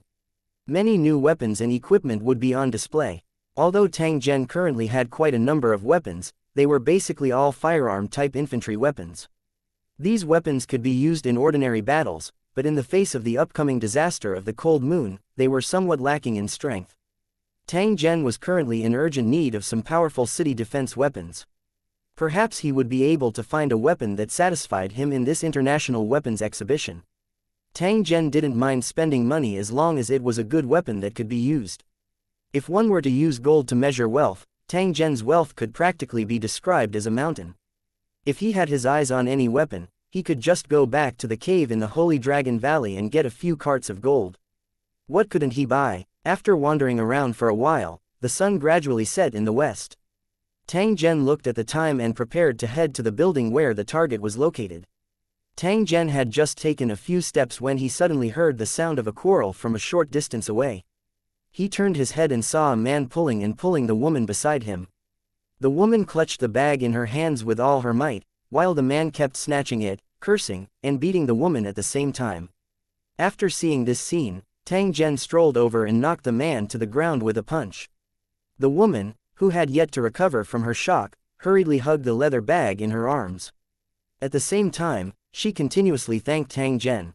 Sweeping his gaze at the man who had fallen to the ground and could not get up, Tang Zhen said to the woman, "If he's going to rob you, you can call the police now." That lady shook her head and said to Tang Zhen, "This is my ex-husband. He's a gambler. Not only did he refuse to raise our child, but he also shamelessly tried to steal my salary." After saying that, the woman couldn't help but cry softly. Tang Zhen sized up this woman and discovered that her appearance was very beautiful. However, there was a trace of worry that could not be dispelled between her brows. Since it was not a robbery, Tang Zhen was too lazy to care about this kind of thing. After telling the woman to go home quickly, Tang Zhen went straight to the building of the Celestial Deity Army, which was located in the bustling area. Chapter 271 Sneaking in. Intense battle on the top floor. As night fell, the city became more lively, but the busy areas during the day gradually quieted down. In this world, there were always some things that needed to be carried out at night, because the night was the most natural means of cover. Tang Zhen was wearing a black combat suit as he came to the back of the building and walked to a tightly shut iron door. This was one of the building's fire exits. It would be locked at night and no one was allowed to enter or leave. After using the universal electronic kit to fix the image displayed by the surveillance camera, Zhen Tang took out the purple electric dagger and cut open the lock of the iron door. Gently pushing open the metal door, Tang Zhen walked into the stairs behind the door and started to move upwards. He walked to the 30th floor unhurriedly and reached the end of the stairs. Tang Zhen opened the fire safety door of the stairs. After walking for a distance in the dark corridor, Tang Zhen turned around and opened the door lock of a room before entering the office. Tang Zhen didn't touch anything in the office. He just walked to the wall, took out the purple lightning short sword, and cut it. The hard concrete wall was directly pierced through by the purple lightning short sword. Following the forceful slash of Tang Zhen's arm, a 1-meter square concrete block was separated from the wall. After he removed the concrete block, a large dark hole was revealed in the wall, and cold wind blew in from time to time. Behind the hole was the elevator shaft for the exclusive elevator on the top floor, but it was empty now. For safety reasons, the elevator was raised to the top. Tang Zhen placed the purple lightning short sword in his left hand and took out another demonic short sword. Then, he jumped and stuck it into the concrete wall of the elevator well. The light body technique in the wrist guard made Tang Zhen's body as light as a swallow. He only needed to use a little strength and he would be able to fly over 10 meters high and touch the opposite wall. The demon weapon short sword was inserted into the wall. Tang Zhen's legs once again exerted force and he could fly higher. By taking this winding ascending route, Tang Zhen saw the elevator on the top floor in less than a minute. After using the purple electric short sword to cut a hole at the bottom of the elevator, Zhen Tang directly entered the elevator. After gently pushing open the closed elevator door, the location of the Celestial God Army's headquarters appeared before Tang Zhen's eyes. This was a hall that was filled with a solemn atmosphere, giving people a very oppressive feeling. Following the location information provided by Mikisaka, Tang Zhen headed straight for the research center. Just as he arrived at the entrance of the experimental center, Tang Zhen saw two men coming out of the house. The two of them were greatly shocked when they saw Tang Zhen, who was holding a weapon. Before the two of them could cry out in alarm, Tang Zhen had already rushed over like an arrow and directly knocked the two of them unconscious on the ground. After entering the research center, Tang Zhen's hands moved like lightning, knocking down all the staff members he saw. He quickly activated the all-purpose electronic kit and began to hack into the internal network of the Celestial Army headquarters to download the information he needed. A wave of hurried footsteps sounded out, mixed with the sound of giving orders. It was likely that Tang Zhen had already been discovered. A few men in specially made combat suits rushed into the research center. They were stunned for a moment after they saw Tang Zhen's appearance. At this moment, Tang Zhen had already removed his disguise. Therefore, the members of the Celestial God unit were able to confirm Tang Zhen's identity with a single glance. As the mission targets of the Heavenly God troops, these Heavenly God warriors had seen Tang Zhen's photo before. At the same time, they also knew about the news of their comrades being completely annihilated on the deserted island. This was an extremely heavy blow to the Celestial troops. After receiving this news, the remaining members of the Celestial God unit were still immersed in a sad mood. After all, these dead team members were friends they had spent every day with, and their relationship was very deep. More importantly, their goddess team leader, Sokka Miki, had also died on the deserted island, which made her crush even sadder. Those who were able to go through the extremely cruel elimination process and enter the Celestial Deity Army were all people with extremely strong mental fortitude, and their ability to resist attacks was very strong. A day's time had passed. They had already accepted this cruel reality and secretly swore in their hearts that they would definitely tear Tang Zhen's corpse into 10,000 pieces. However, never in their wildest dreams did they expect that Tang Zhen would actually barge into the Heavenly God's Army's headquarters in such a grand manner just a day later. When enemies met, their eyes would turn red. Without any hesitation, these Celestial Deity unit members charged straight at Tang Zhen. They brandished their specially made Japanese knives and went straight for Tang Zhen's vital parts. It was obvious that they had the intention of not leaving him alive. As members of the celestial god troops whose bodies far exceeded that of ordinary people, they were even more passionate about using cold weapons in combat. This was because firearms were far less effective than cold weapons in many cases. However, the strength and speed that they were so proud of had all lost their advantage when they faced Tang Zhen. Tang Zhen easily dodged the incoming blade. His body moved half a step forward and the purple lightning short sword in his hand sliced open the heavenly god warrior's throat. With another swing of the sword, another heavenly god warrior's combat suit was pierced through. He clutched his chest and fell to the ground. After killing 2 enemies in a row, Tang Zhen fiercely kicked out, sending a heavenly god warrior who was trying to attack in close range flying. After the man hit the wall, he let out a muffled sound and fell to the ground, leaning against the wall. His chest had completely collapsed. The remaining heavenly god warriors were shocked when they saw that 3 of their comrades were killed in an instant. They finally realized how powerful Tang Zhen was. Without any hesitation, these heavenly god soldiers swiftly withdrew from the research center and prepared to use the invisible assassination technique that they were most skilled in to deal with Tang Zhen. The power supply to the top floor was cut off, and it was pitch black. However, these heavenly god warriors would never have imagined that Tang Zhen's combat strength would not be affected in the slightest in this dark environment. Putting away the purple lightning short sword in his hand, Tang Zhen picked up 2 Japanese swords from the ground and began to walk out of the door. Tang Zhen had just walked into the corridor when he felt a gust of wind behind his ears. Clearly, there was a heavenly god warrior in hiding who had launched a sneak attack. Tang Zhen quickly turned around, and the katana in his hand suddenly slashed upwards. A spark from the collision of metal exploded in the pitch-black environment. Before the heavenly god soldier could withdraw his sword, Tang Zhen's other sword had already nailed him to the wall. Whoosh, whoosh, whoosh. A wave of electric arrows came from the dark. Tang Zhen quickly dodged and at the same time, a Japanese sword flew out of his hand. In a corner not too far away, the heavenly god soldier who fired the electric arrow was shot through the head by a Japanese sword, and he fell to the ground. Tang Zhen pulled out the katana from the body and continued to walk into the dark corridor. After turning a corner, 4 Japanese knives immediately slashed down from the walls on both sides of Tang Zhen, blocking his way from all directions. "You're looking for death," Tang Zhen shouted in a low voice as an incomparably piercing light erupted. The helmets of these heavenly god warriors had the function of night vision and preventing flash. However, the instant the switch was switched off, it was enough for Tang Zhen to reap their lives. A Japanese sword was waved continuously, and a large amount of blood immediately burst out on the white wall. The 4 heavenly god warriors whose stealth combat suits had been destroyed were immediately revealed. Every slash that Tang Zhen sent out seemed to have cut through their bodies. These 4 people were already dead. According to Miki Sahua's information on the number of members of the Celestial God unit, there were only 5 people left. Since we're here today, let's make the celestial troops disappear completely. Dragging the blood-dripping Wei Dao, Tang Zhen slowly walked towards the darkness ahead. Chapter 272 Cleanup completed, retreat with ease. The Celestial Gods unit's headquarters had an extremely good soundproofing effect. Currently, Tang Zhen was standing in the darkness and could only hear his own breathing. According to Masaka Miki, these heavenly god warriors had undergone inhuman training and had extremely strong endurance. When in a state of concealment, one would not be able to find any clues.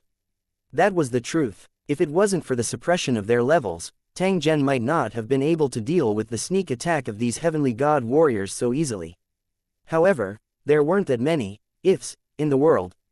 One's level of cultivation was also a reflection of one's strength. Only a one-sided crushing in a battle would be satisfying. They're just a few rats that hide their heads and show their tails. They're not worth mentioning at all. Tang Zhen didn't want to waste too much time on these people.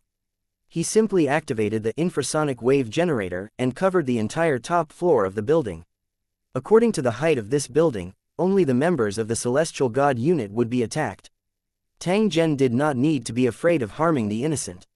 Soon after, miserable cries were transmitted from different corners. Clearly, they were the heavenly god warriors who were hiding in ambush and attempting to attack Tang Zhen. From the seemingly normal ceiling, the figure of a heavenly god soldier suddenly fell down. The katana in his hand fell to the ground, making a crisp sound. He laid on the ground and clutched his chest. He raised his hand and pointed at Tang Zhen. Yingluo, you're a Yingluo devil. After saying this, he no longer had the strength to support his body. His arms fell limply, and he no longer moved. After getting rid of the remaining heavenly god warriors, Tang Zhen began to clean up the building in search of anything of value. It was not easy for him to climb up. How could Tang Zhen exchange for it empty-handed? After making a round, Tang Zhen discovered the celestial god army's armory and swept it clean. Just as he was about to search carefully, a few bright lights suddenly shot into the building from the outside. Armed helicopters, they're fast. Tang Zhen saw that the other party's reinforcements had arrived and immediately retreated from the original route. There was no longer a need to stay here. However, before they evacuated, Tang Zhen still left behind a modified large bomb. It was enough to destroy all traces of the top floor. Tang Zhen took a few steps and rushed into the interior of the elevator well. He was like a spirit ape as he descended to the 30th floor in a short few seconds and crawled out of the hole. Right now, the ground floor should be completely surrounded. There are assault helicopters in the sky, and the Secret Service personnel below are also making a surprise attack from the top. The stairs that I came from should also be blocked. Even so, they can't stop me. When Tang Zhen thought of this, he activated the quantum invisibility light curtain and quickly ran downstairs. His movements were extremely gentle, and his landing was soundless. In addition, he was in an invisible state, so no one could discover his tracks. Thump thump thump, a series of hurried footsteps could be heard. It seemed like someone was going up the stairs. Tang Zhen leapt up, his body immediately stuck to the ceiling of the stairs as he looked below without saying anything. More than a dozen fully armed Secret Service personnel were slowly walking up the stairs, communicating with other combat teams from time to time. The air team has already taken control of the top floor and is currently attacking. We've entered the top floor. We've found traces of battle, but no enemies. The roof is full of dead people. The enemy is missing. Damn it, he actually came up from the elevator shaft. Other combat teams, pay attention. The target is very likely to be below the 30th level. This person is extremely dangerous, so you must be careful. What's this cricket? Retreat, there's a bomb cricket.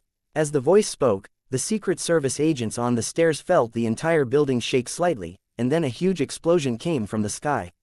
Stop advancing. The leader of the combat team raised his hand and clenched his fist as he issued an order. After hearing the sound, the special combat personnel on the stairs realized what had happened. Just now, the combat team on the top floor had said that the target might be below the 30th floor. Where would he retreat from? A sense of uneasiness crept into their hearts, and the Secret Service agents couldn't help but look around. One of the Secret Service agents raised his head and saw a shimmering Japanese sword coming straight for his face. PFF'd. The knife pierced through the agent's mask and came out from the back of his head. Enemy attack, above us. The leader of the combat team shouted and immediately raised his gun to aim above his head. However, just as he raised the gun and had yet to shoot, the leader suddenly felt a bone-chilling coldness penetrate his chest, and his strong body lost all strength in an instant. The team leader took a deep breath, but he felt as if all the air he inhaled had escaped from his chest. At the same time, blood gushed out from his mouth and nose. Pa-da! The leader's weapon fell to the ground, and his body broke into two, falling to the ground together. In the last moment of his unconsciousness, the team leader saw a man with a Japanese sword dripping with blood appear out of thin air. After picking up all the weapons on the ground, he turned around and looked at him. His eyes are so sharp, hee. One after the last, thought appeared in the leader's mind. He lost consciousness and fell into eternal darkness. After finishing off this combat team, Tang Zhen did not continue to stay and quickly ran downstairs. In just a few minutes, someone would discover that this combat team had lost contact. At the same time, they would lock onto Tang Zhen's retreat route based on their attack position. Although Tang Zhen wasn't afraid of being surrounded by a large number of soldiers, it would be meaningless if that happened. He was getting more and more fond of this kind of elusive way of moving, and he was quite enjoying it. Not long after, Tang Zhen arrived at the safety exit of the first floor and directly killed the two Secret Service personnel who were blocking the door. After taking off the other party's clothes and changing into them, Tang Zhen turned into a Secret Service personnel in the blink of an eye. There was no abnormality in his appearance. Tang Zhen picked up a submachine gun from the ground and inspected it before opening the metal door and walking out.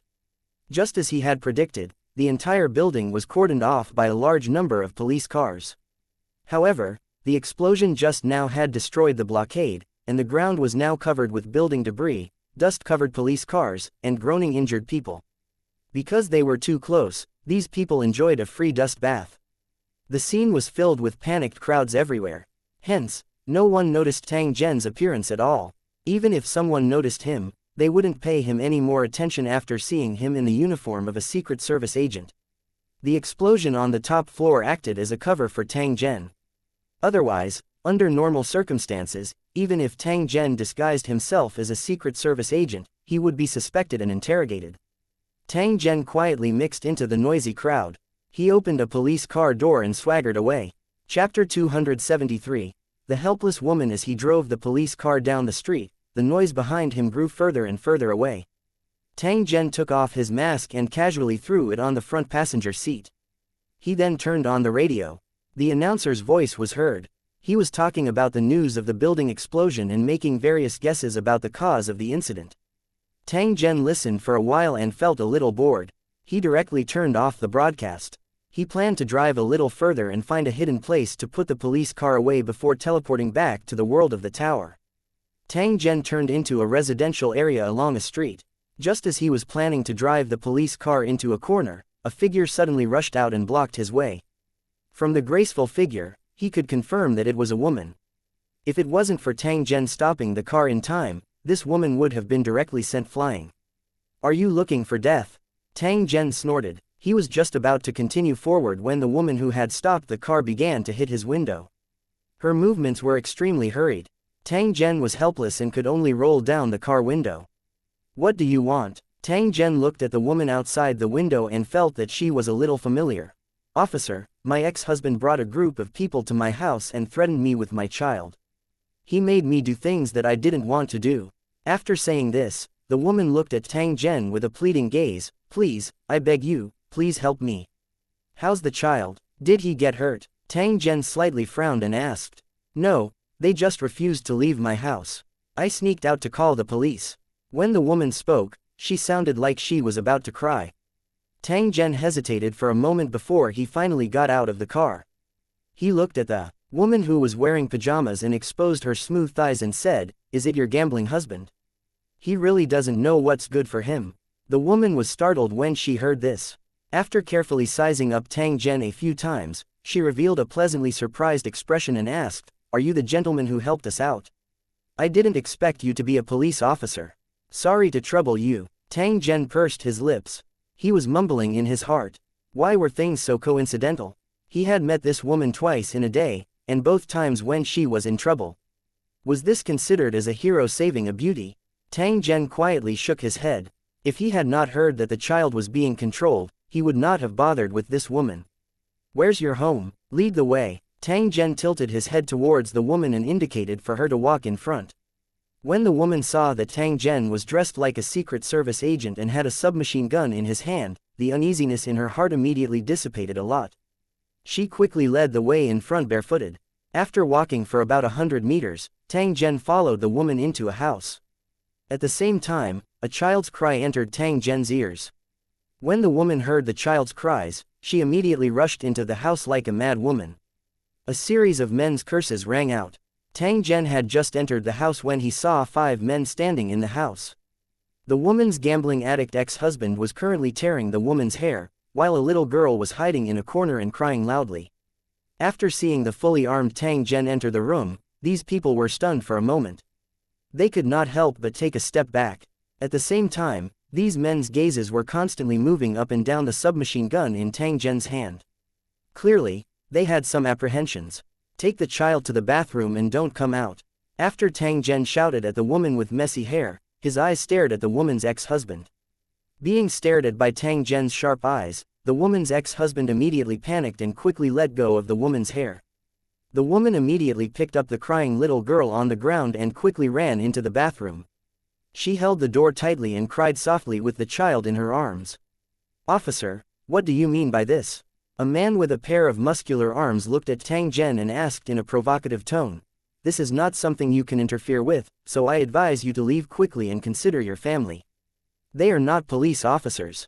These men all had the support of forces behind them, so they were not afraid of ordinary police officers at all. Even if Tang Zhen was now fully armed, he could not scare them. A gun could indeed kill people, but it couldn't kill people casually.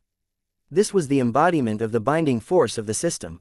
Tang Zhen turned his head to look at that man, only to discover that the man had lifted his chin.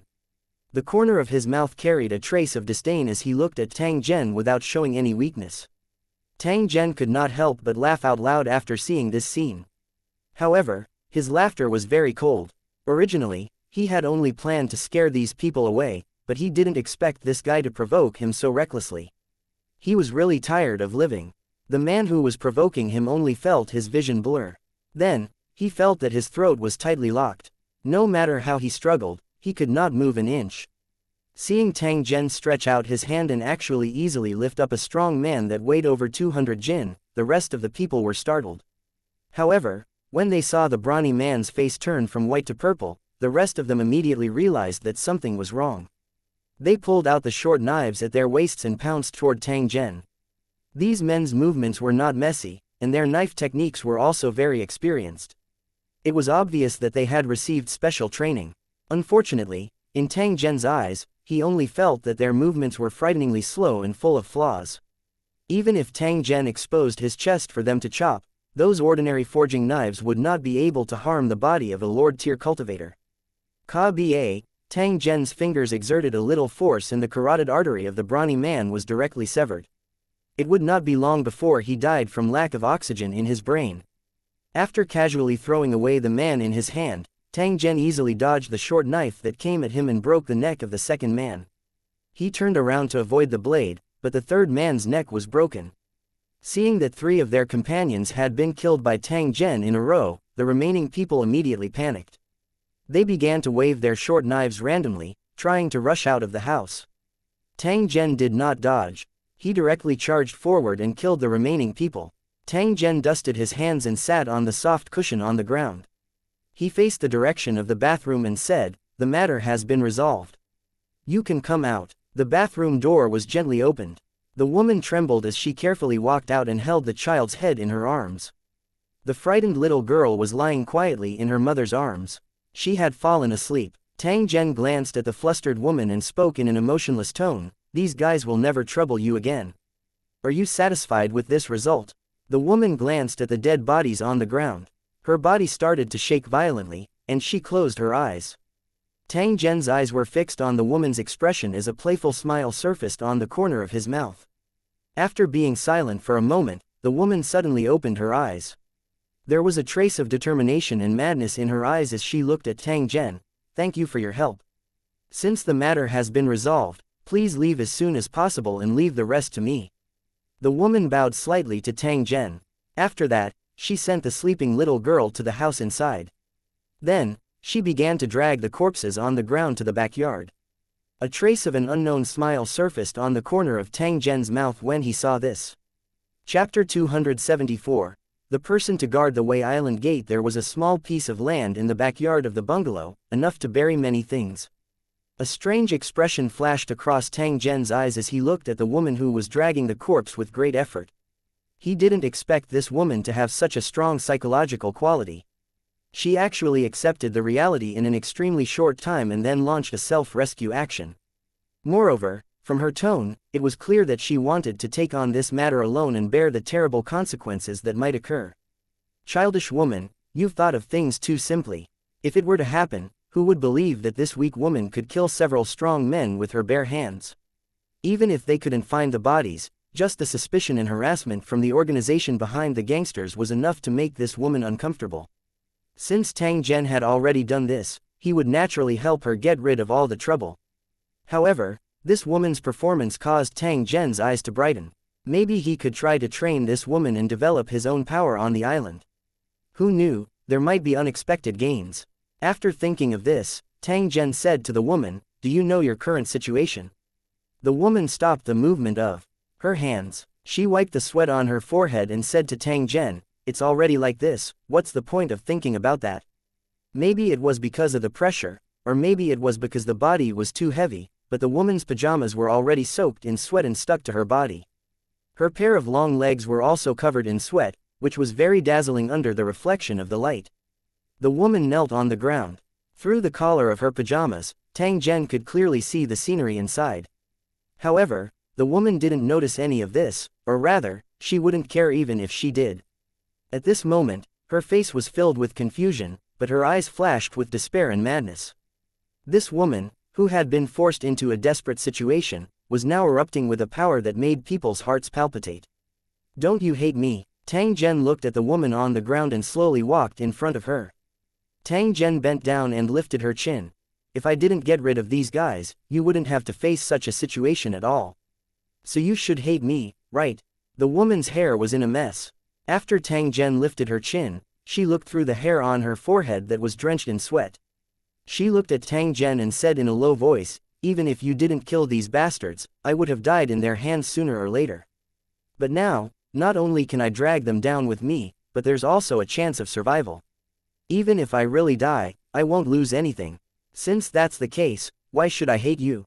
The woman's voice was trembling, but her tone was firm. The woman, who had been forced to a dead end, had a crazed desire for destruction in her heart. However, she still suppressed it in the bottom of her heart and did not release it completely.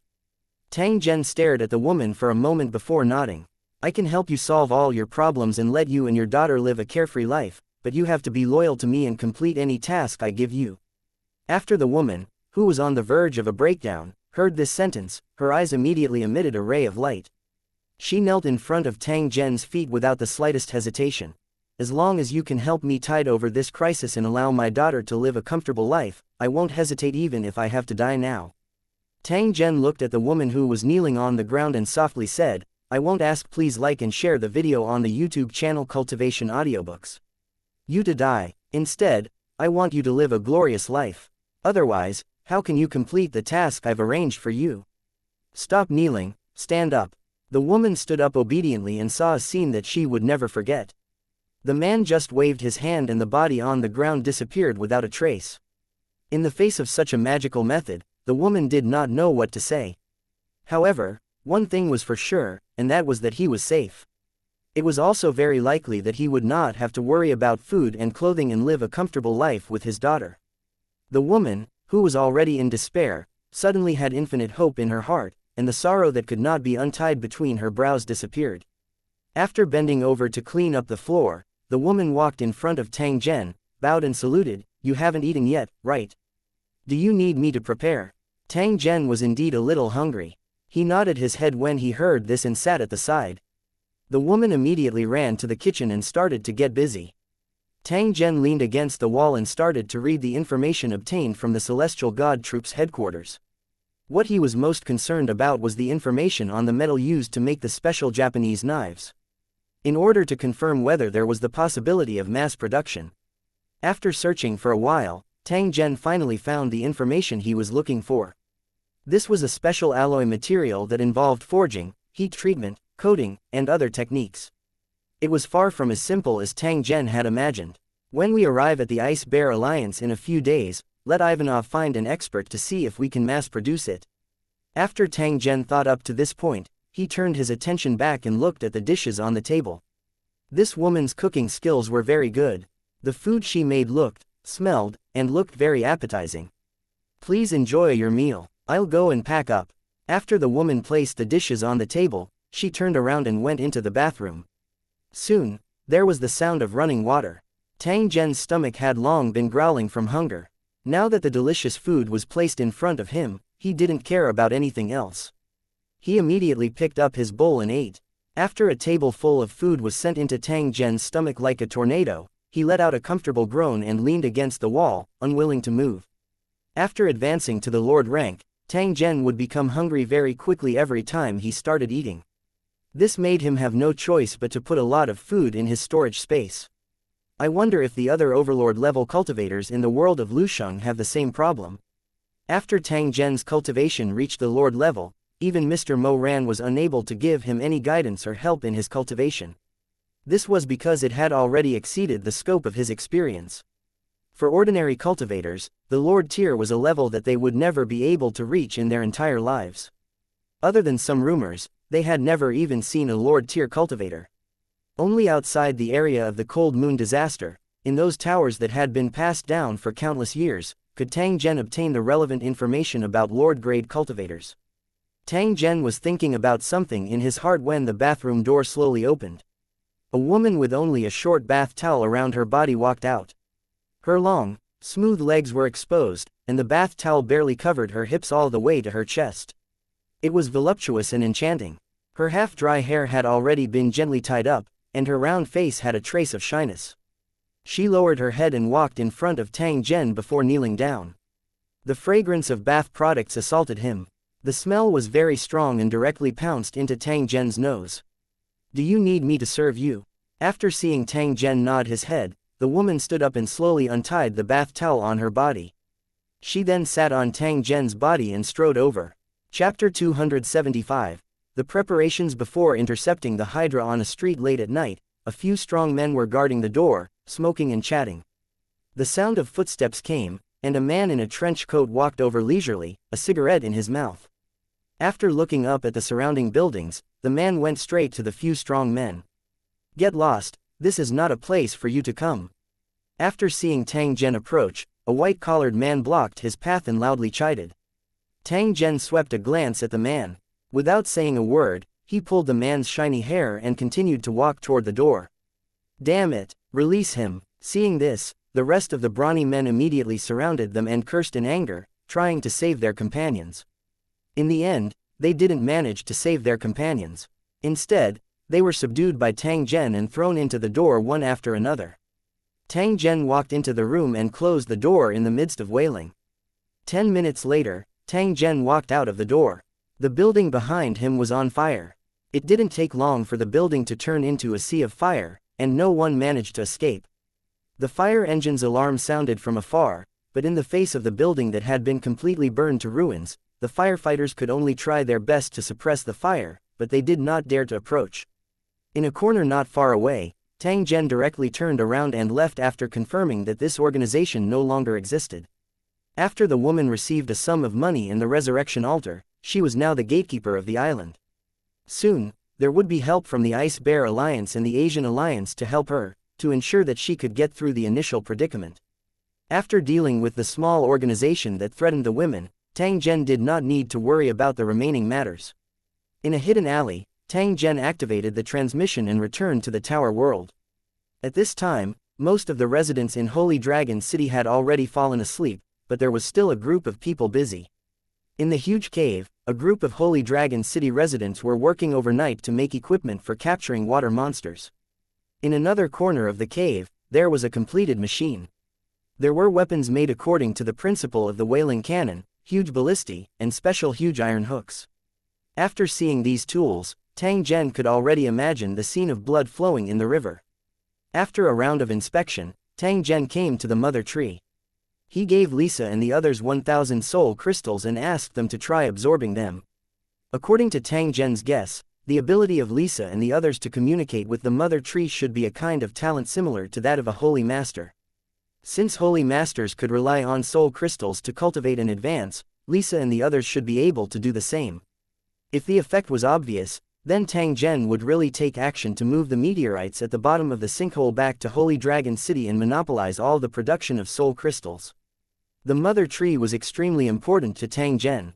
Therefore, as long as it could bring benefits to the mother tree, Tang Zhen would spare no effort to do it. As for whether the cultivators who captured the soul crystal creatures would curse him after moving the meteorites away, Tang Zhen would not care at all. In any case, it wouldn't take long for this group of people to die in the disaster of the cold moon. Even if they were lucky enough to survive, what could they do to Tang Zhen? In this world where the strong were respected, if you wanted so-called fairness and justice, then please show your fists that were harder than the enemy. Otherwise, please get lost. If they still didn't know what was good for them, they had to be prepared to lose their lives. After checking everyone's cultivation progress, Tang Zhen returned to his room and quickly fell into a deep sleep. Early the next morning, Tang Zhen went to the scene to personally command and began to set up an interception position on the river. According to Zhen Tang's estimation, the flood would have filled the sinkhole early in the morning. At that time, a large number of water monsters would go against the current and return to the hole in the sky created by the demon Tyrannosaurus. Tang Zhen planned to leave half of the water monsters behind, so he had to make sufficient preparations. For this operation, the Holy Dragon City had dispatched nearly 5,000 people, forming a long line along the riverbank. This was the largest operation in the history of Holy Dragon City. Almost all the residents of Holy Dragon City were mobilized. Every resident had put in their best effort to ensure the success of this operation. All kinds of equipment were installed and adjusted to ensure that there would be no problems during use. Da Shang led his ogre brothers and swung their extra-large hammers, smashing the metal tubes into the ground. The huge harpoon that was shot from the mounted crossbow would be connected to tough steel wires and then fixed to the hard metal tubes. With the steel wire, the Hydra couldn't escape and could only stay in a fixed area. At this time, the Holy Dragon City's soldiers would control their weapons and shoot them to death. However, the entire process had to be clean and precise. Otherwise, the monster might break the steel wire and escape if it took too long. Tang Zhen and Xianlong would each pilot a military helicopter and attack the water monsters from the air. On the ground, in the air, and under the water, they blocked the Hydra from all directions. If it wasn't for the fact that the water surface was too wide, Tang Zhen was even confident that he could keep all these water monsters here. Tang Zhen had taken out all the weapons and equipment that could be used from the Holy Dragon City's armory. He had brought over 2 carts of cannonballs, mortars, super light howitzer, and even grenade launchers that Tang Zhen got from the underground military warehouse of Wei Island were all pulled to the river. Other than the personnel directly involved in the capture, there were also a large number of logistics personnel involved in the operation. They would be in charge of handling the Hydra's corpses, providing food, and saving the injured. When had Tang Zhen ever commanded such a large battle formation? In just a short while, he was so busy that his head was spinning. He had no choice but to distribute all the tasks and let everyone split up the work to manage. In this way, Tang Zhen only needed to command and control the overall situation. He ran to the newly built observation tower, took out a bottle of fruit juice, and gulped it down in one go. Leaning on the folding chair, Tang Zhen began to observe the situation of the entire river through the map view. He was holding a walkie-talkie in his hand. Whenever a problem was discovered, Tang Zhen would inform the relevant person in charge to deal with it. Compared to the previous period of slacking off, the enthusiasm of these captives and the survivors of Black Rock City had clearly increased. Even some of the troublemakers had become more obedient. The flood had destroyed Earth Valley City and Redwater City. The escape route of these captives had been cut off. If they wanted to continue their lives, joining Holy Dragon City was their only choice. Colossal Bone City had the least number of prisoners, and after all the residents had arrived, they started working with peace of mind, no longer having any messy thoughts. Among the 4 tower cities, only the Tower City in the 100 Flower Valley suffered the least damage. Now, they all considered themselves as residents of the Holy Dragon City, so they were the most enthusiastic about their work. When the Holy Dragon City was upgraded again, a large number of the survivors in the 4 towers would become new residents of the Holy Dragon City, becoming the new construction force of the Holy Dragon City. Tang Zhen was silent as he looked at the turbulent river water in front of him. Everything was ready, all they had to do was wait for the Hydra to return. Chapter 276, Rivers of Blood and Mountains of Corpses. Tang Zhen did not know if he was hallucinating, but he felt that the turbulent river water had slowed down.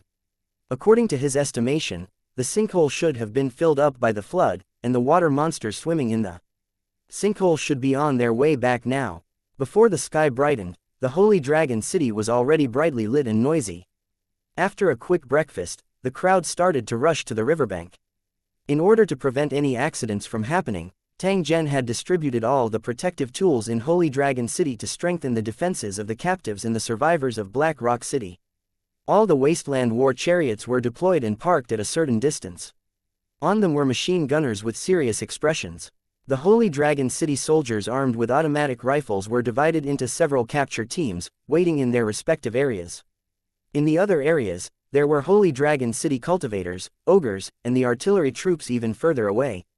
The long riverbank had been filled with human beings, and there was a capture team at a certain distance. Tang Zhen sat in the armed helicopter and stared at the movement on the river surface, hoping to find the traces of the water monster as soon as possible. A pitch-black back suddenly emerged from the water, followed by a second, and a third. More and more water monsters appeared on the river surface, moving quickly against the current. Their black bodies almost filled the entire river. "It's finally here." A trace of excitement flashed across Tang Zhen's eyes. He immediately passed down the order to all the capture teams. When the Hydra finally entered the first group's capture area, the long-awaited ballista immediately fired, piercing directly into the river. PFF'd. The sharp metal fish spears, full of thorns, hit the water monsters and pierced their bodies. The pain made them jump out of the river, revealing most of their bodies. When the monsters emerged from the water, the machine guns and automatic rifles began to fire, turning the water monsters into a bloody mess. The Hydra wanted to escape, but it was held back by the steel wire and couldn't break free.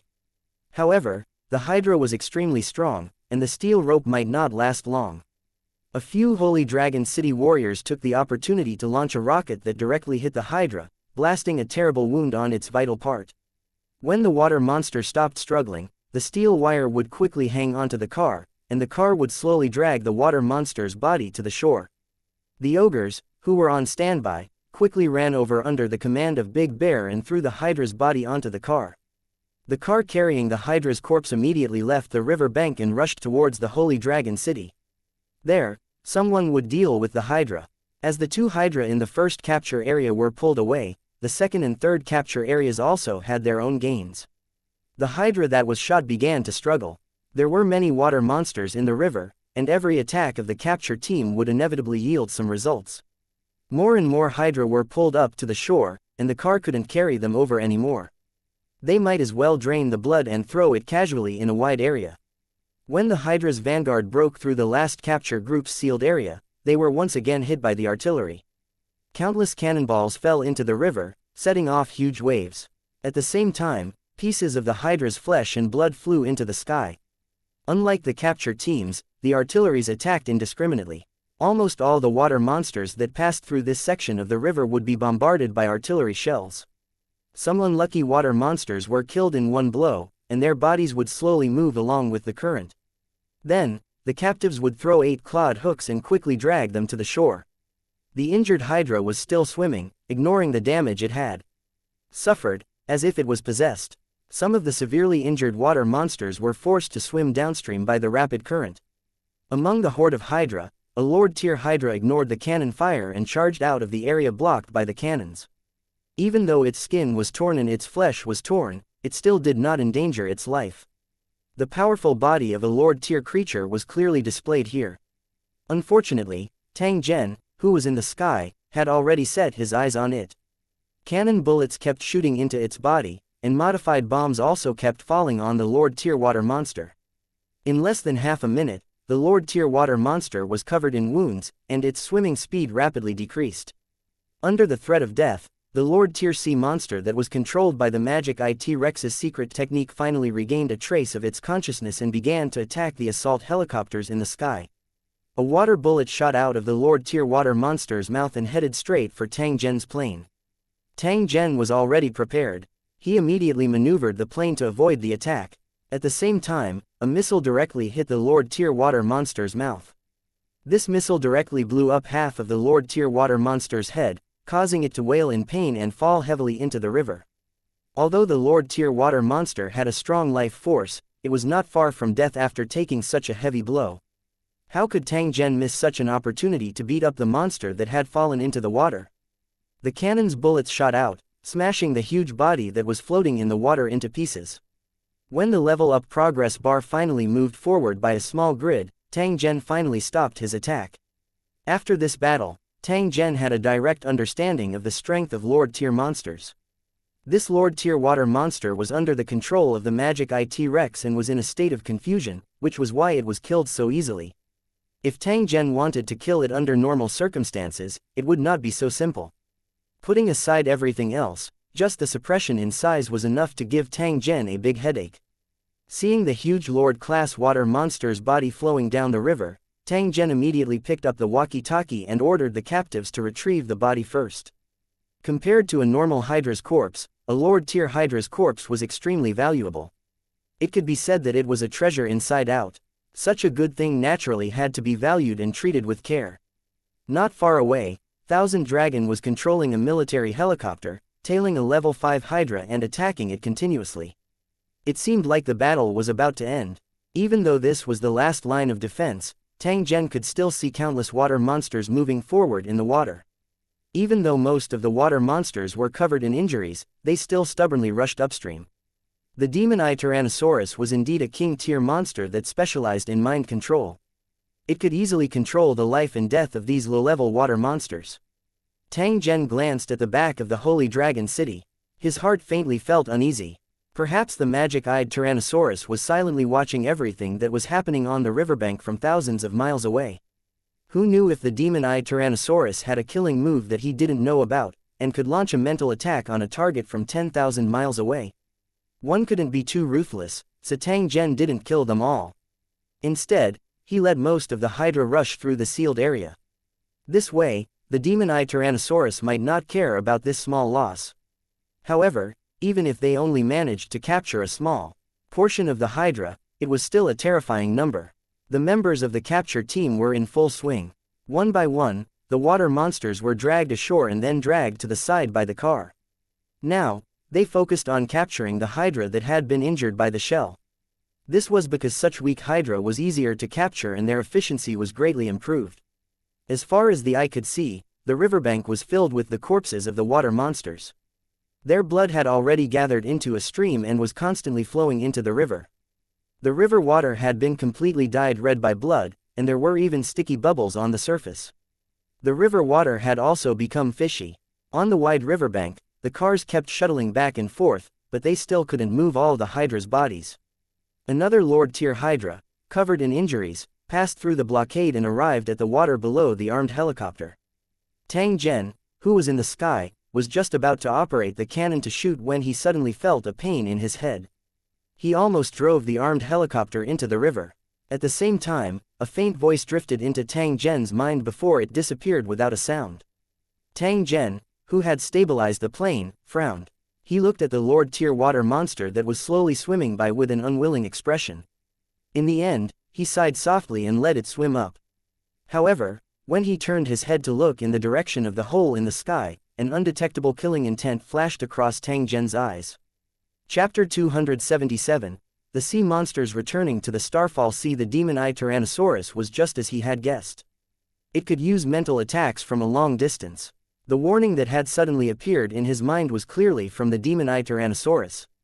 Although he was ambushed, it allowed Tang Zhen to have a certain understanding of the demon-eyed Tyrannosaurus ability. This was the best it could do to use a spiritual attack from a distance. Tang Zhen wouldn't treat the demon-eyed Tyrannosaurus as a soft-hearted person. Since it couldn't kill him directly, it meant that it couldn't do it even with its ability. Or rather, it could be done, but the price to pay was too high.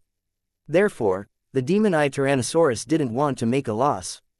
No matter what, he had to be more cautious. After thinking up to this point, Tang Zhen informed Xianxia to cancel the air interception and controlled the assault helicopter to land on the riverbank. After jumping down from the plane, Tang Zhen lit a cigarette and stared at the river in silence. Not long after, Xianxia walked over and stood beside Tang Zhen. "City Lord, why did you suddenly give the order to stop the interception?" Xianxia's face carried a trace of confusion as he asked Tang Zhen. Tang Zhen smiled as he pointed at the river surface. He spoke to Xianxia, "We caught the Hydra too ruthlessly, and it was unhappy, so it gave me a small warning." Xianxia's expression changed upon hearing this and he asked, "Magic-Eye Tyrannosaurus, xianxia, are you alright?" Tang Zhen shook his head, indicating that he had no problem with it.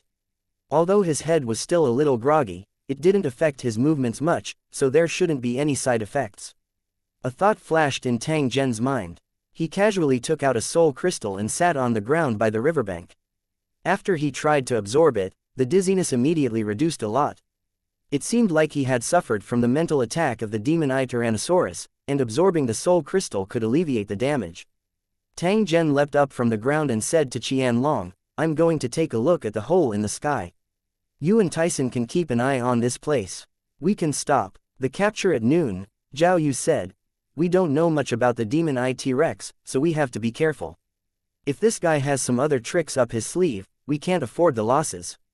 No matter what, we've earned big, haven't we?" After Tang Zhen said that, he turned around and jumped onto the assault helicopter, heading straight for the hole in the sky. Tang Zhen walked along the river. It did not take long before he faintly saw the torrent that descended from the sky. Tang Zhen controlled the assault helicopter to land on the ground and stored it in his storage space. He then began to walk toward the hole in the sky. For safety's sake, Tang Zhen activated the quantum invisibility light screen and stealthily moved through the wilderness. The hole in the sky was getting closer and closer, and it had already appeared in Tang Zhen's map view. Tang Zhen immediately closed the distance and observed the situation within the hole.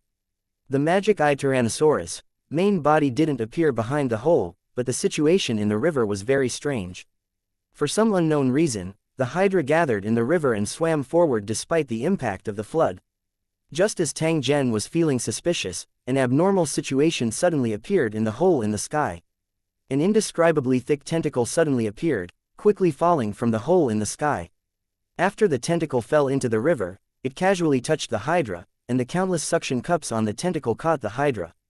Then, the tentacle quickly retracted from the hole, bringing a long string of struggling Hydra behind it.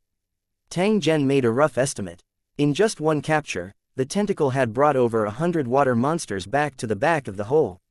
Such a capturing efficiency was more than 100 times that of Holy Dragon City. In less than 5 minutes, the huge tentacle reached out from the hole in the sky again and fell into the river. In the blink of an eye, another group of Hydra was grabbed and brought behind the hole in the sky by the tentacles. Tang Zhen stared at the scene before him without blinking. He secretly guessed the origin of the tentacles and wondered if they were also part of the demon-eyed Tyrannosaurus' body. Time passed by slowly, and the number of water monsters in the river decreased. A rough estimate showed that thousands of Hydra had been brought back to the back of the hole in the sky by the giant tentacles. After a few more times, all the water monsters in the river would disappear. At that time, would the hole in the sky automatically disappear? When the last batch of water monsters was brought into the hole in the sky, Tang Zhen clearly saw a huge shadow flash behind them. The shadow was huge and moved slowly behind the hole. Before long, a huge eyeball appeared behind the hole. This was the demon eye of the demon-eyed Tyrannosaurus. As soon as Tang Zhen saw the demon eye appear, he immediately switched from the map view to avoid being hit again. Tang Zhen's previous experience was still fresh in his memory. Even if he was given a lot of courage, he would not dare to look at the demon-eyed Tyrannosaurus in the eye. The giant eyeball scanned the wilderness with a cold gaze and slowly disappeared behind the hole. Tang Zhen let out a sigh of relief. He felt an invisible force sweep across his body. If he wasn't wrong, it should be from the demon-eyed Tyrannosaurus. This fellow had obviously discovered that he was peeking at him, but he did not care about it at all. It was obvious that he did not place Tang Zhen, this little worm, in his eyes. When the shadow in the sky completely disappeared, the lightning that was originally shining near the hole instantly became violent. It was as if it had been suppressed before, but now the pressure was gone. The lightning and its speed repaired the hole in the sky. The torrent in the sky began to weaken at a speed visible to the naked eye. After about half an hour, the last stream of water fell from the sky, and then there was no more water drop in the sky. As he looked at the clear blue sky, Tang Zhen was practically unable to believe that there was still a torrent that had descended from the sky half an hour ago. After taking out the assault helicopter, Tang Zhen quickly jumped on it and went straight to the bottom of the hole in the sky. Looking down from the sky, the place where the torrent had fallen had a huge and deep pit that looked extremely deep. Since there was no water supply, the river had stopped flowing. The waves were as flat as a mirror, and it looked extremely magnificent.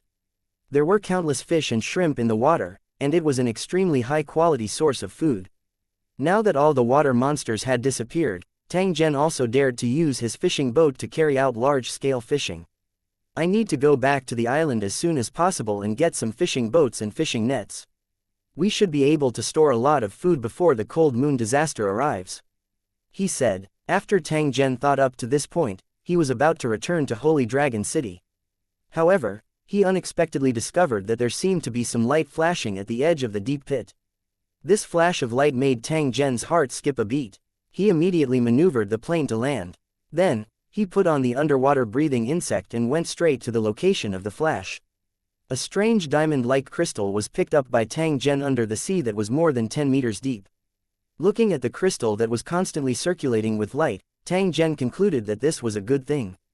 Chapter 278 Great Harvest. Wearing the underwater breathing insect, Tang Zhen began to search for this kind of glittering crystal under the water. After searching for half a day, Tang Zhen found a total of 7 such crystals at the edge of the deep pit. This crystal was as bright as a diamond. It didn't need any light source and could flash with a fiery light from time to time. Tang Zhen knew that there was definitely more than this kind of crystal stone, but he did not go deep into the huge pit to search. There was no need to waste a lot of time on something he didn't know the use of. After keeping the crystal in his storage space, Tang Zhen boarded the military helicopter and headed straight for Holy Dragon City. After returning to the Holy Dragon City, Tang Zhen discovered that the riverside was still bustling. The water monster in the river had disappeared, and the original capturing tools had been removed.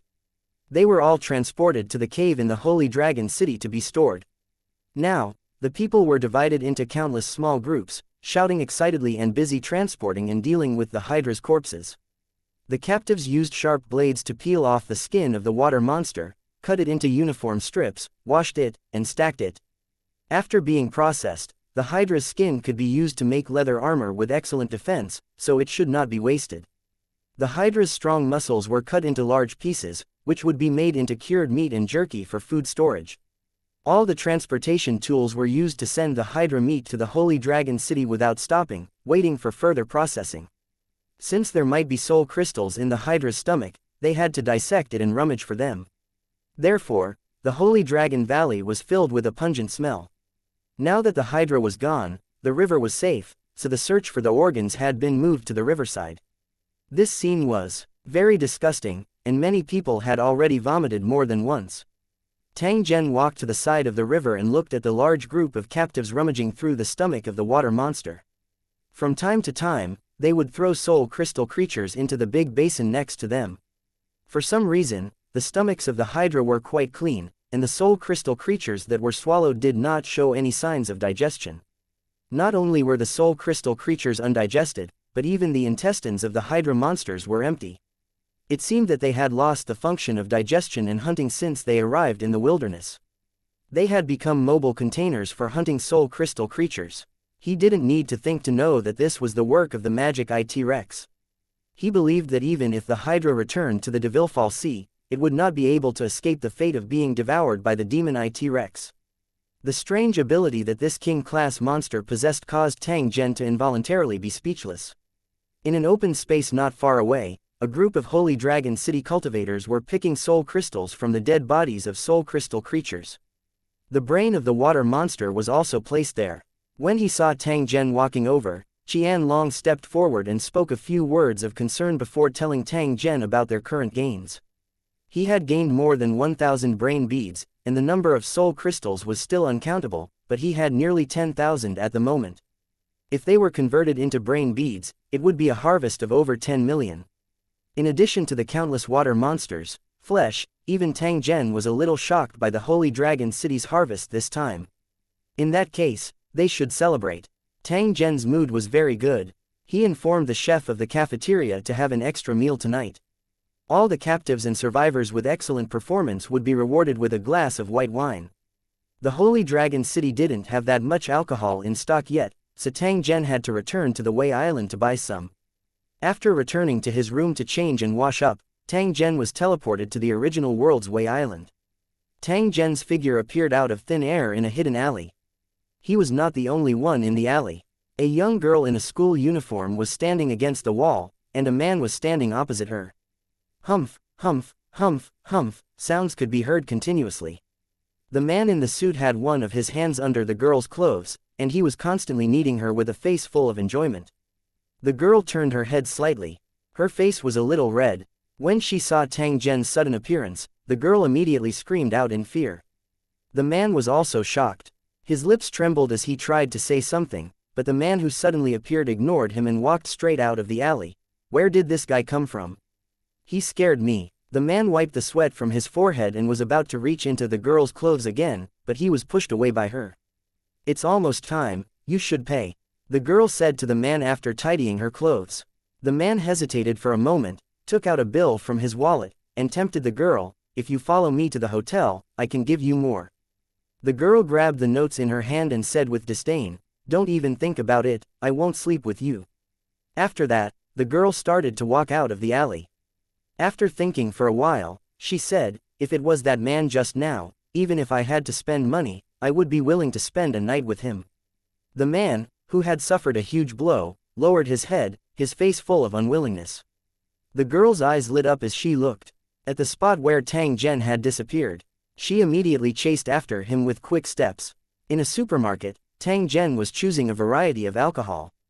Due to Tang Zhen's large purchase volume, the supermarket arranged for a truck to deliver the goods to the place he specified. In front of a row of shelves, Tang Zhen was holding a bottle of high alcohol and carefully examining it when a woman's voice suddenly sounded beside him. "Are you preparing for a party? Is that why you bought so much alcohol?" Tang Zhen turned around and saw that it was the girl he had seen in the alley. She was looking at him with watery eyes. Ignoring the girl, Tang Zhen held the bottle of wine in his hand and said to the supermarket salesgirl, "I want 1,000 bottles of this, 1,000 bottles of this one as well. I want 1,000 barrels of these." The eyes of the girl behind him lit up. When she heard the man's tone, she felt as if her heart was about to melt. He was so tall, so elegant, so cold. She really wanted to be thrown onto the bed by him, and then ravage him without any pity. The head of the infatuated girl was filled with messy scenes. The main character was Tang Zhen, who ignored her completely. After walking around the supermarket, Tang Zhen paid the bill and followed the truck to Ju Miko's house. After being chosen by Tang Zhen to be the gatekeeper of the Wei Island, Kumi had moved out, and the house was temporarily requisitioned by Tang Zhen. After the staff moved the wine to the courtyard, Tang Zhen locked the door and kept them in his storage space, sending them back to the Holy Dragon City. A moment later, Tang Zhen appeared once again. He opened the courtyard door and walked out. He also needed to purchase some fishing boats and fishing nets to fish in the river. Because of the shortage of fuel, Tang Zhen didn't plan to use a moped to catch fish. Therefore, small fishing boats such as stainless steel became his first choice. In the professional market, there were many small fishing ships for sale. Tang Zhen only needed to make a payment and wait for the goods to be delivered. There were also many types of fishing nets, such as hand-cast nets, hanging nets, pulling nets, net cages, and so on. Tang Zhen planned to buy a batch of each. Following the map's instructions, Tang Zhen quickly arrived at his destination. After going around the market, Tang Zhen had purchased all the materials he needed, and each of them was in sufficient quantity. Once again, the goods were sent to Kumiko's house, all back to the Holy Dragon City. From tomorrow onwards, these fishing tools would be distributed and they would begin to fish in the river. The sky was getting dark, and the Holy Dragon City's banquet was about to begin. Chapter 279. The Holy Dragon City's banquet. The Holy Dragon City was bustling with noise and laughter tonight. Dozens of huge street lamps stood around the Holy Dragon City square. With the support of the lighting system of the Glittergold race, each street lamp was like a small sun, shining brightly. Under the illumination of the lights, the Holy Dragon Valley displayed a different kind of beauty that made people intoxicated. Although the Holy Dragon City square was huge, it was filled with people with happy expressions. It was their first time attending such a large-scale gathering, so they were very excited. Whether it was the residents of the Holy Dragon City, the survivors, or the captives, they were all sitting on the ground, waiting for the dinner to begin. Because there were too many people eating, the existing tables and chairs were definitely not enough, so they simply divided them into groups and sat on the stone slabs on the ground. Someone roughly estimated that there were thousands of such groups in the square. Neatly arranged, the women lined up in a long line and walked through the passage that was specially left in the square. Then, they placed the tableware in the middle of the crowd. When all the utensils were laid out, a group of men came over and placed bottles of wine in the middle of them. After some people saw the exquisite-looking bottle, their faces were filled with curiosity, and they began to guess what was inside the bottle. Every time this happened, the Holy Dragon City residents in the same group would proudly explain to these country bumpkins what was in the bottles, and then, inadvertently, state the price of the bottles. When they heard that the exquisite bottle contained wine, many people secretly sighed. Holy Dragon City was really rich and overbearing. Those who had experience in exploring wild buildings began to whisper to each other, showing off their experiences and telling stories about how they had obtained this bottle of wine from wild buildings. Some people calculated the price of the wine in bottles and were immediately left speechless. There were thousands of tables in this banquet. Even if there was a bottle of wine on each table, there would be more than 1,000 bottles. How many brain beads would it be worth if they were sold? In the past, he had always heard the residents of the Holy Dragon City flaunt how rich they were. Now, it seemed that they were not lying. After the wine was served, it was time for the food. The water monster meat cooked in a large pot was placed in an iron basin and then served on the table one by one. Along the way, it emitted an extremely rich fragrance. The water monster's meat cooked with thick oil and red sauce was not only delicious, but also had great benefits for the body. It was definitely a rare good thing. The captives who had tried to eat the hydra before were now in good health and high spirits.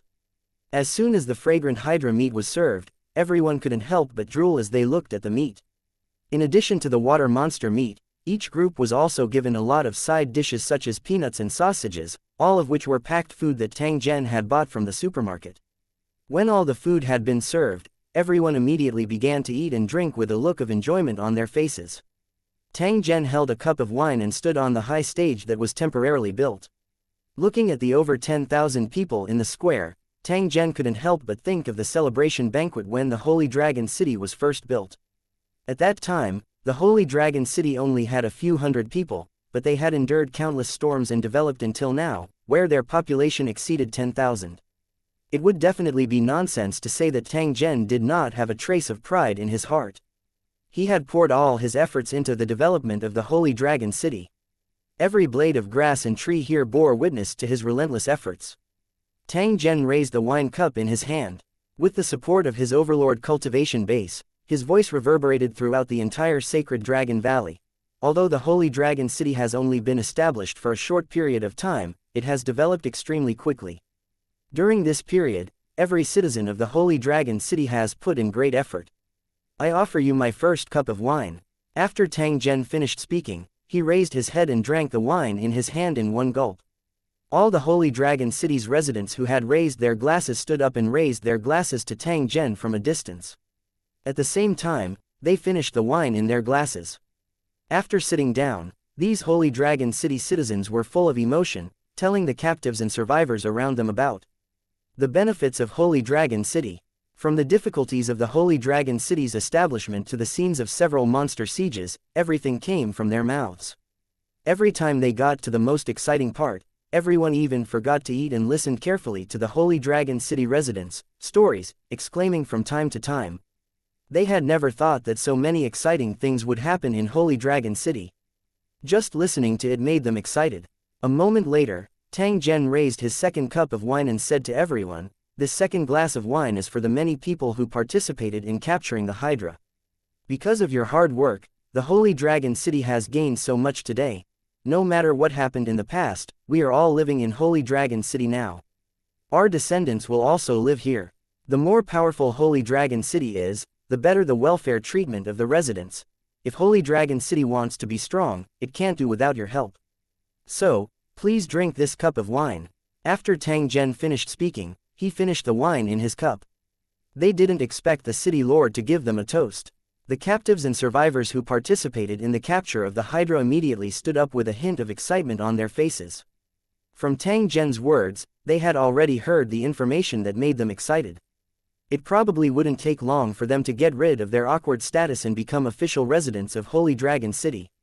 His heart, which had been hanging in the air for a long time, finally settled down at this moment. At the same time, a sense of security rose from his heart. After drinking a glass of wine, many people's faces were red, and they couldn't suppress their joy. With a good mood and the wine to liven things up, the atmosphere in the square immediately became lively.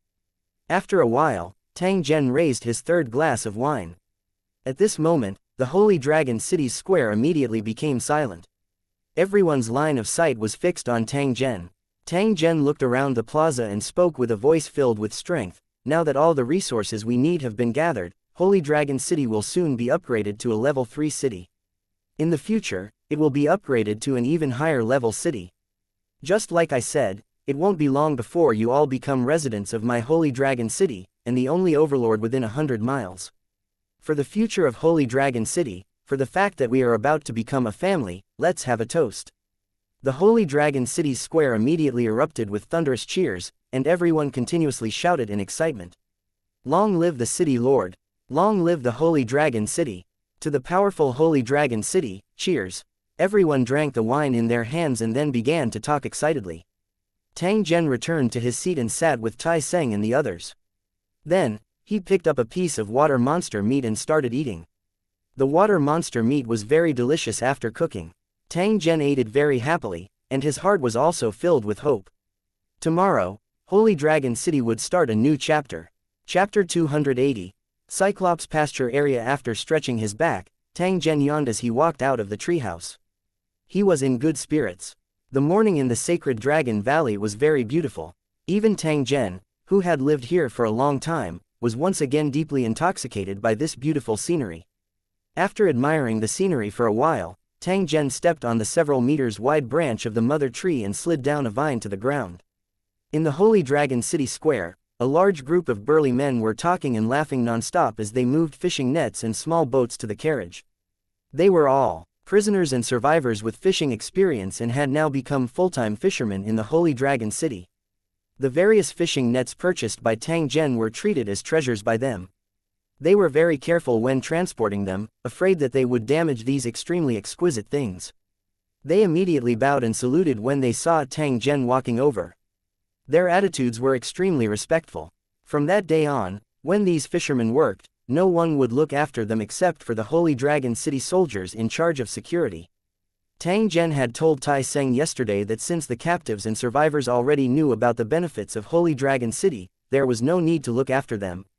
If such conditions couldn't keep their hearts, then why force them to stay?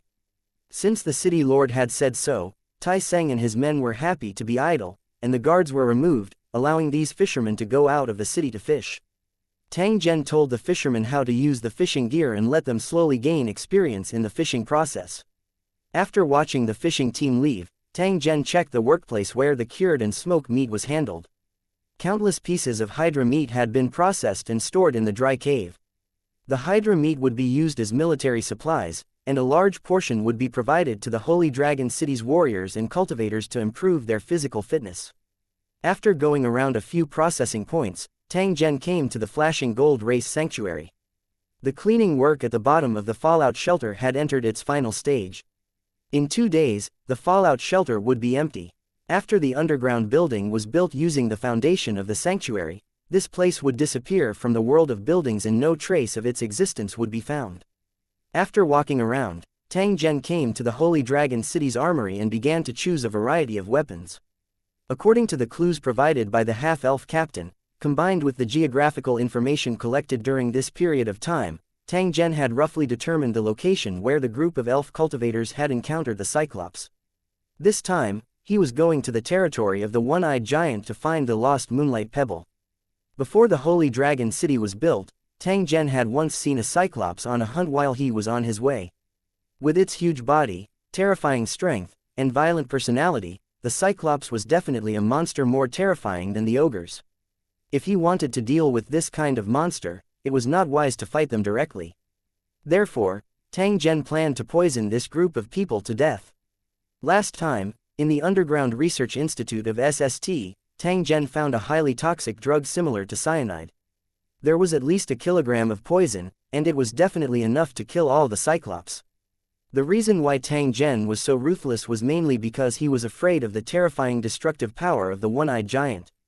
If these big guys joined the team to attack the tower while Holy Dragon City was leveling up, it would definitely bring a lot of trouble to Holy Dragon City. Prevention was better than cure. Therefore, Tang Zhen must get rid of them in advance. After preparing the required items, Tang Zhen drove a military jeep, leaving a trail of dust behind as he headed towards his destination. The road was desolate, and scattered bones could be seen from time to time. Compared to the edge of the continent, the central region, which was covered by the cold moon disaster, was a barren land. After some of the wanderers wandering in the wilderness saw Tang Zhen's car, they were so frightened that they immediately ran into the grass. After which, they stuck their heads out and carefully observed. In fact, the first thing the wanderers did when they saw the car was confirm Tang Zhen's background. It was because among all the forces nearby, only Holy Dragon City, which had destroyed 5 towers in a row, had such a strange transportation tool. As the Holy Dragon City's reputation gradually spread, the wanderers had a preliminary understanding of the Holy Dragon City. They also knew that there was a kind of metal carriage that could run at high speed in the Holy Dragon City. Although the pillaging groups in the wilderness were unscrupulous, no one dared to set their sights on Holy Dragon City. When they saw a car from the Holy Dragon City, the members of the pillaging group would hide far away. The reason why these fierce guys were so cautious was that they knew that the Lu Cheng soldiers had a kind of flintlock that could fire continuously and was extremely powerful. After the most powerful group of bandits in the vicinity had accidentally encountered the Holy Dragon City's convoy, they had a devious idea and wanted to rob the Holy Dragon City's convoy responsible for catching fish. Unfortunately, before the bandits could reach the convoy, they were all killed by the flintlock. The whole process took less than a minute. Since then, all the pillaging groups knew the Holy Dragon City's power. When they encountered the Holy Dragon City's convoy, they would immediately run away. The Holy Dragon City's position as the overlord had already been established unknowingly. Recently, there was a piece of news circulating in the wilderness. That was, Holy Dragon City was about to open a huge trading market. When the time came, there would be countless goods for sale. I heard that the nearby forces have decided to go to Holy Dragon City to take a look. First, to make a deal, and second, to take the opportunity to observe the strength of Holy Dragon City. Many wanderers were also tempted because there were many job opportunities in such a trading market. If they could find a stable job, they and their families would no longer have to worry about food. The establishment of the Holy Dragon City's trading market had attracted the attention of countless people in the wilderness. During this period of time, wanderers often came to the Holy Dragon City, requesting the Holy Dragon City's warriors to give them a job that would provide them with food. The Holy Dragon City's warriors would allow these wanderers to enter the commercial district and participate in the construction work after careful questioning. The Holy Dragon City's population was slowly growing without them knowing. The military jeep driven by Tang Zhen was driving very quickly, giving off a feeling of letting the horse rein in. The scenery of this wilderness was similar to the Gobi Desert of the American Alliance in his original world. Driving without restraint, Tang Zhen soon saw a mountain peak that rose from the ground. It wasn't right to call them mountain peaks, because they were more like some giant stone pillars that rose from the ground, scattered and abruptly appearing on the horizon. This was the territory of the Cyclops. They controlled a large area nearby and did not allow anyone to approach. There was a special plant growing in this area, which was the favorite food of some giant reptile. The Cyclops domesticated this reptile and used it as its main food. In addition to this kind of reptile food, the one-eyed giant would also hunt some monsters and creatures to improve his food. After Tang Zhen arrived at this area, he put the jeep into his storage space. After activating the quantum invisibility screen, he ran toward the giant stone pillars. After walking for a short while, Tang Zhen saw a group of huge insects that looked like hamster women on the grass.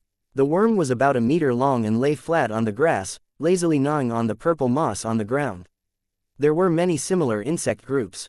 Tang Zhen looked around and saw at least hundreds of these large insects. The Cyclops pasture was full of this purple moss. There must be a lot of these big bugs, which could barely sustain their daily consumption. Whenever the Cyclops felt that the number of insects had decreased, they would stop capturing them and let them reproduce for a period of time. During this period of time, the one-eyed giant would go around hunting monsters and creatures of the 100 races as food for the transition period.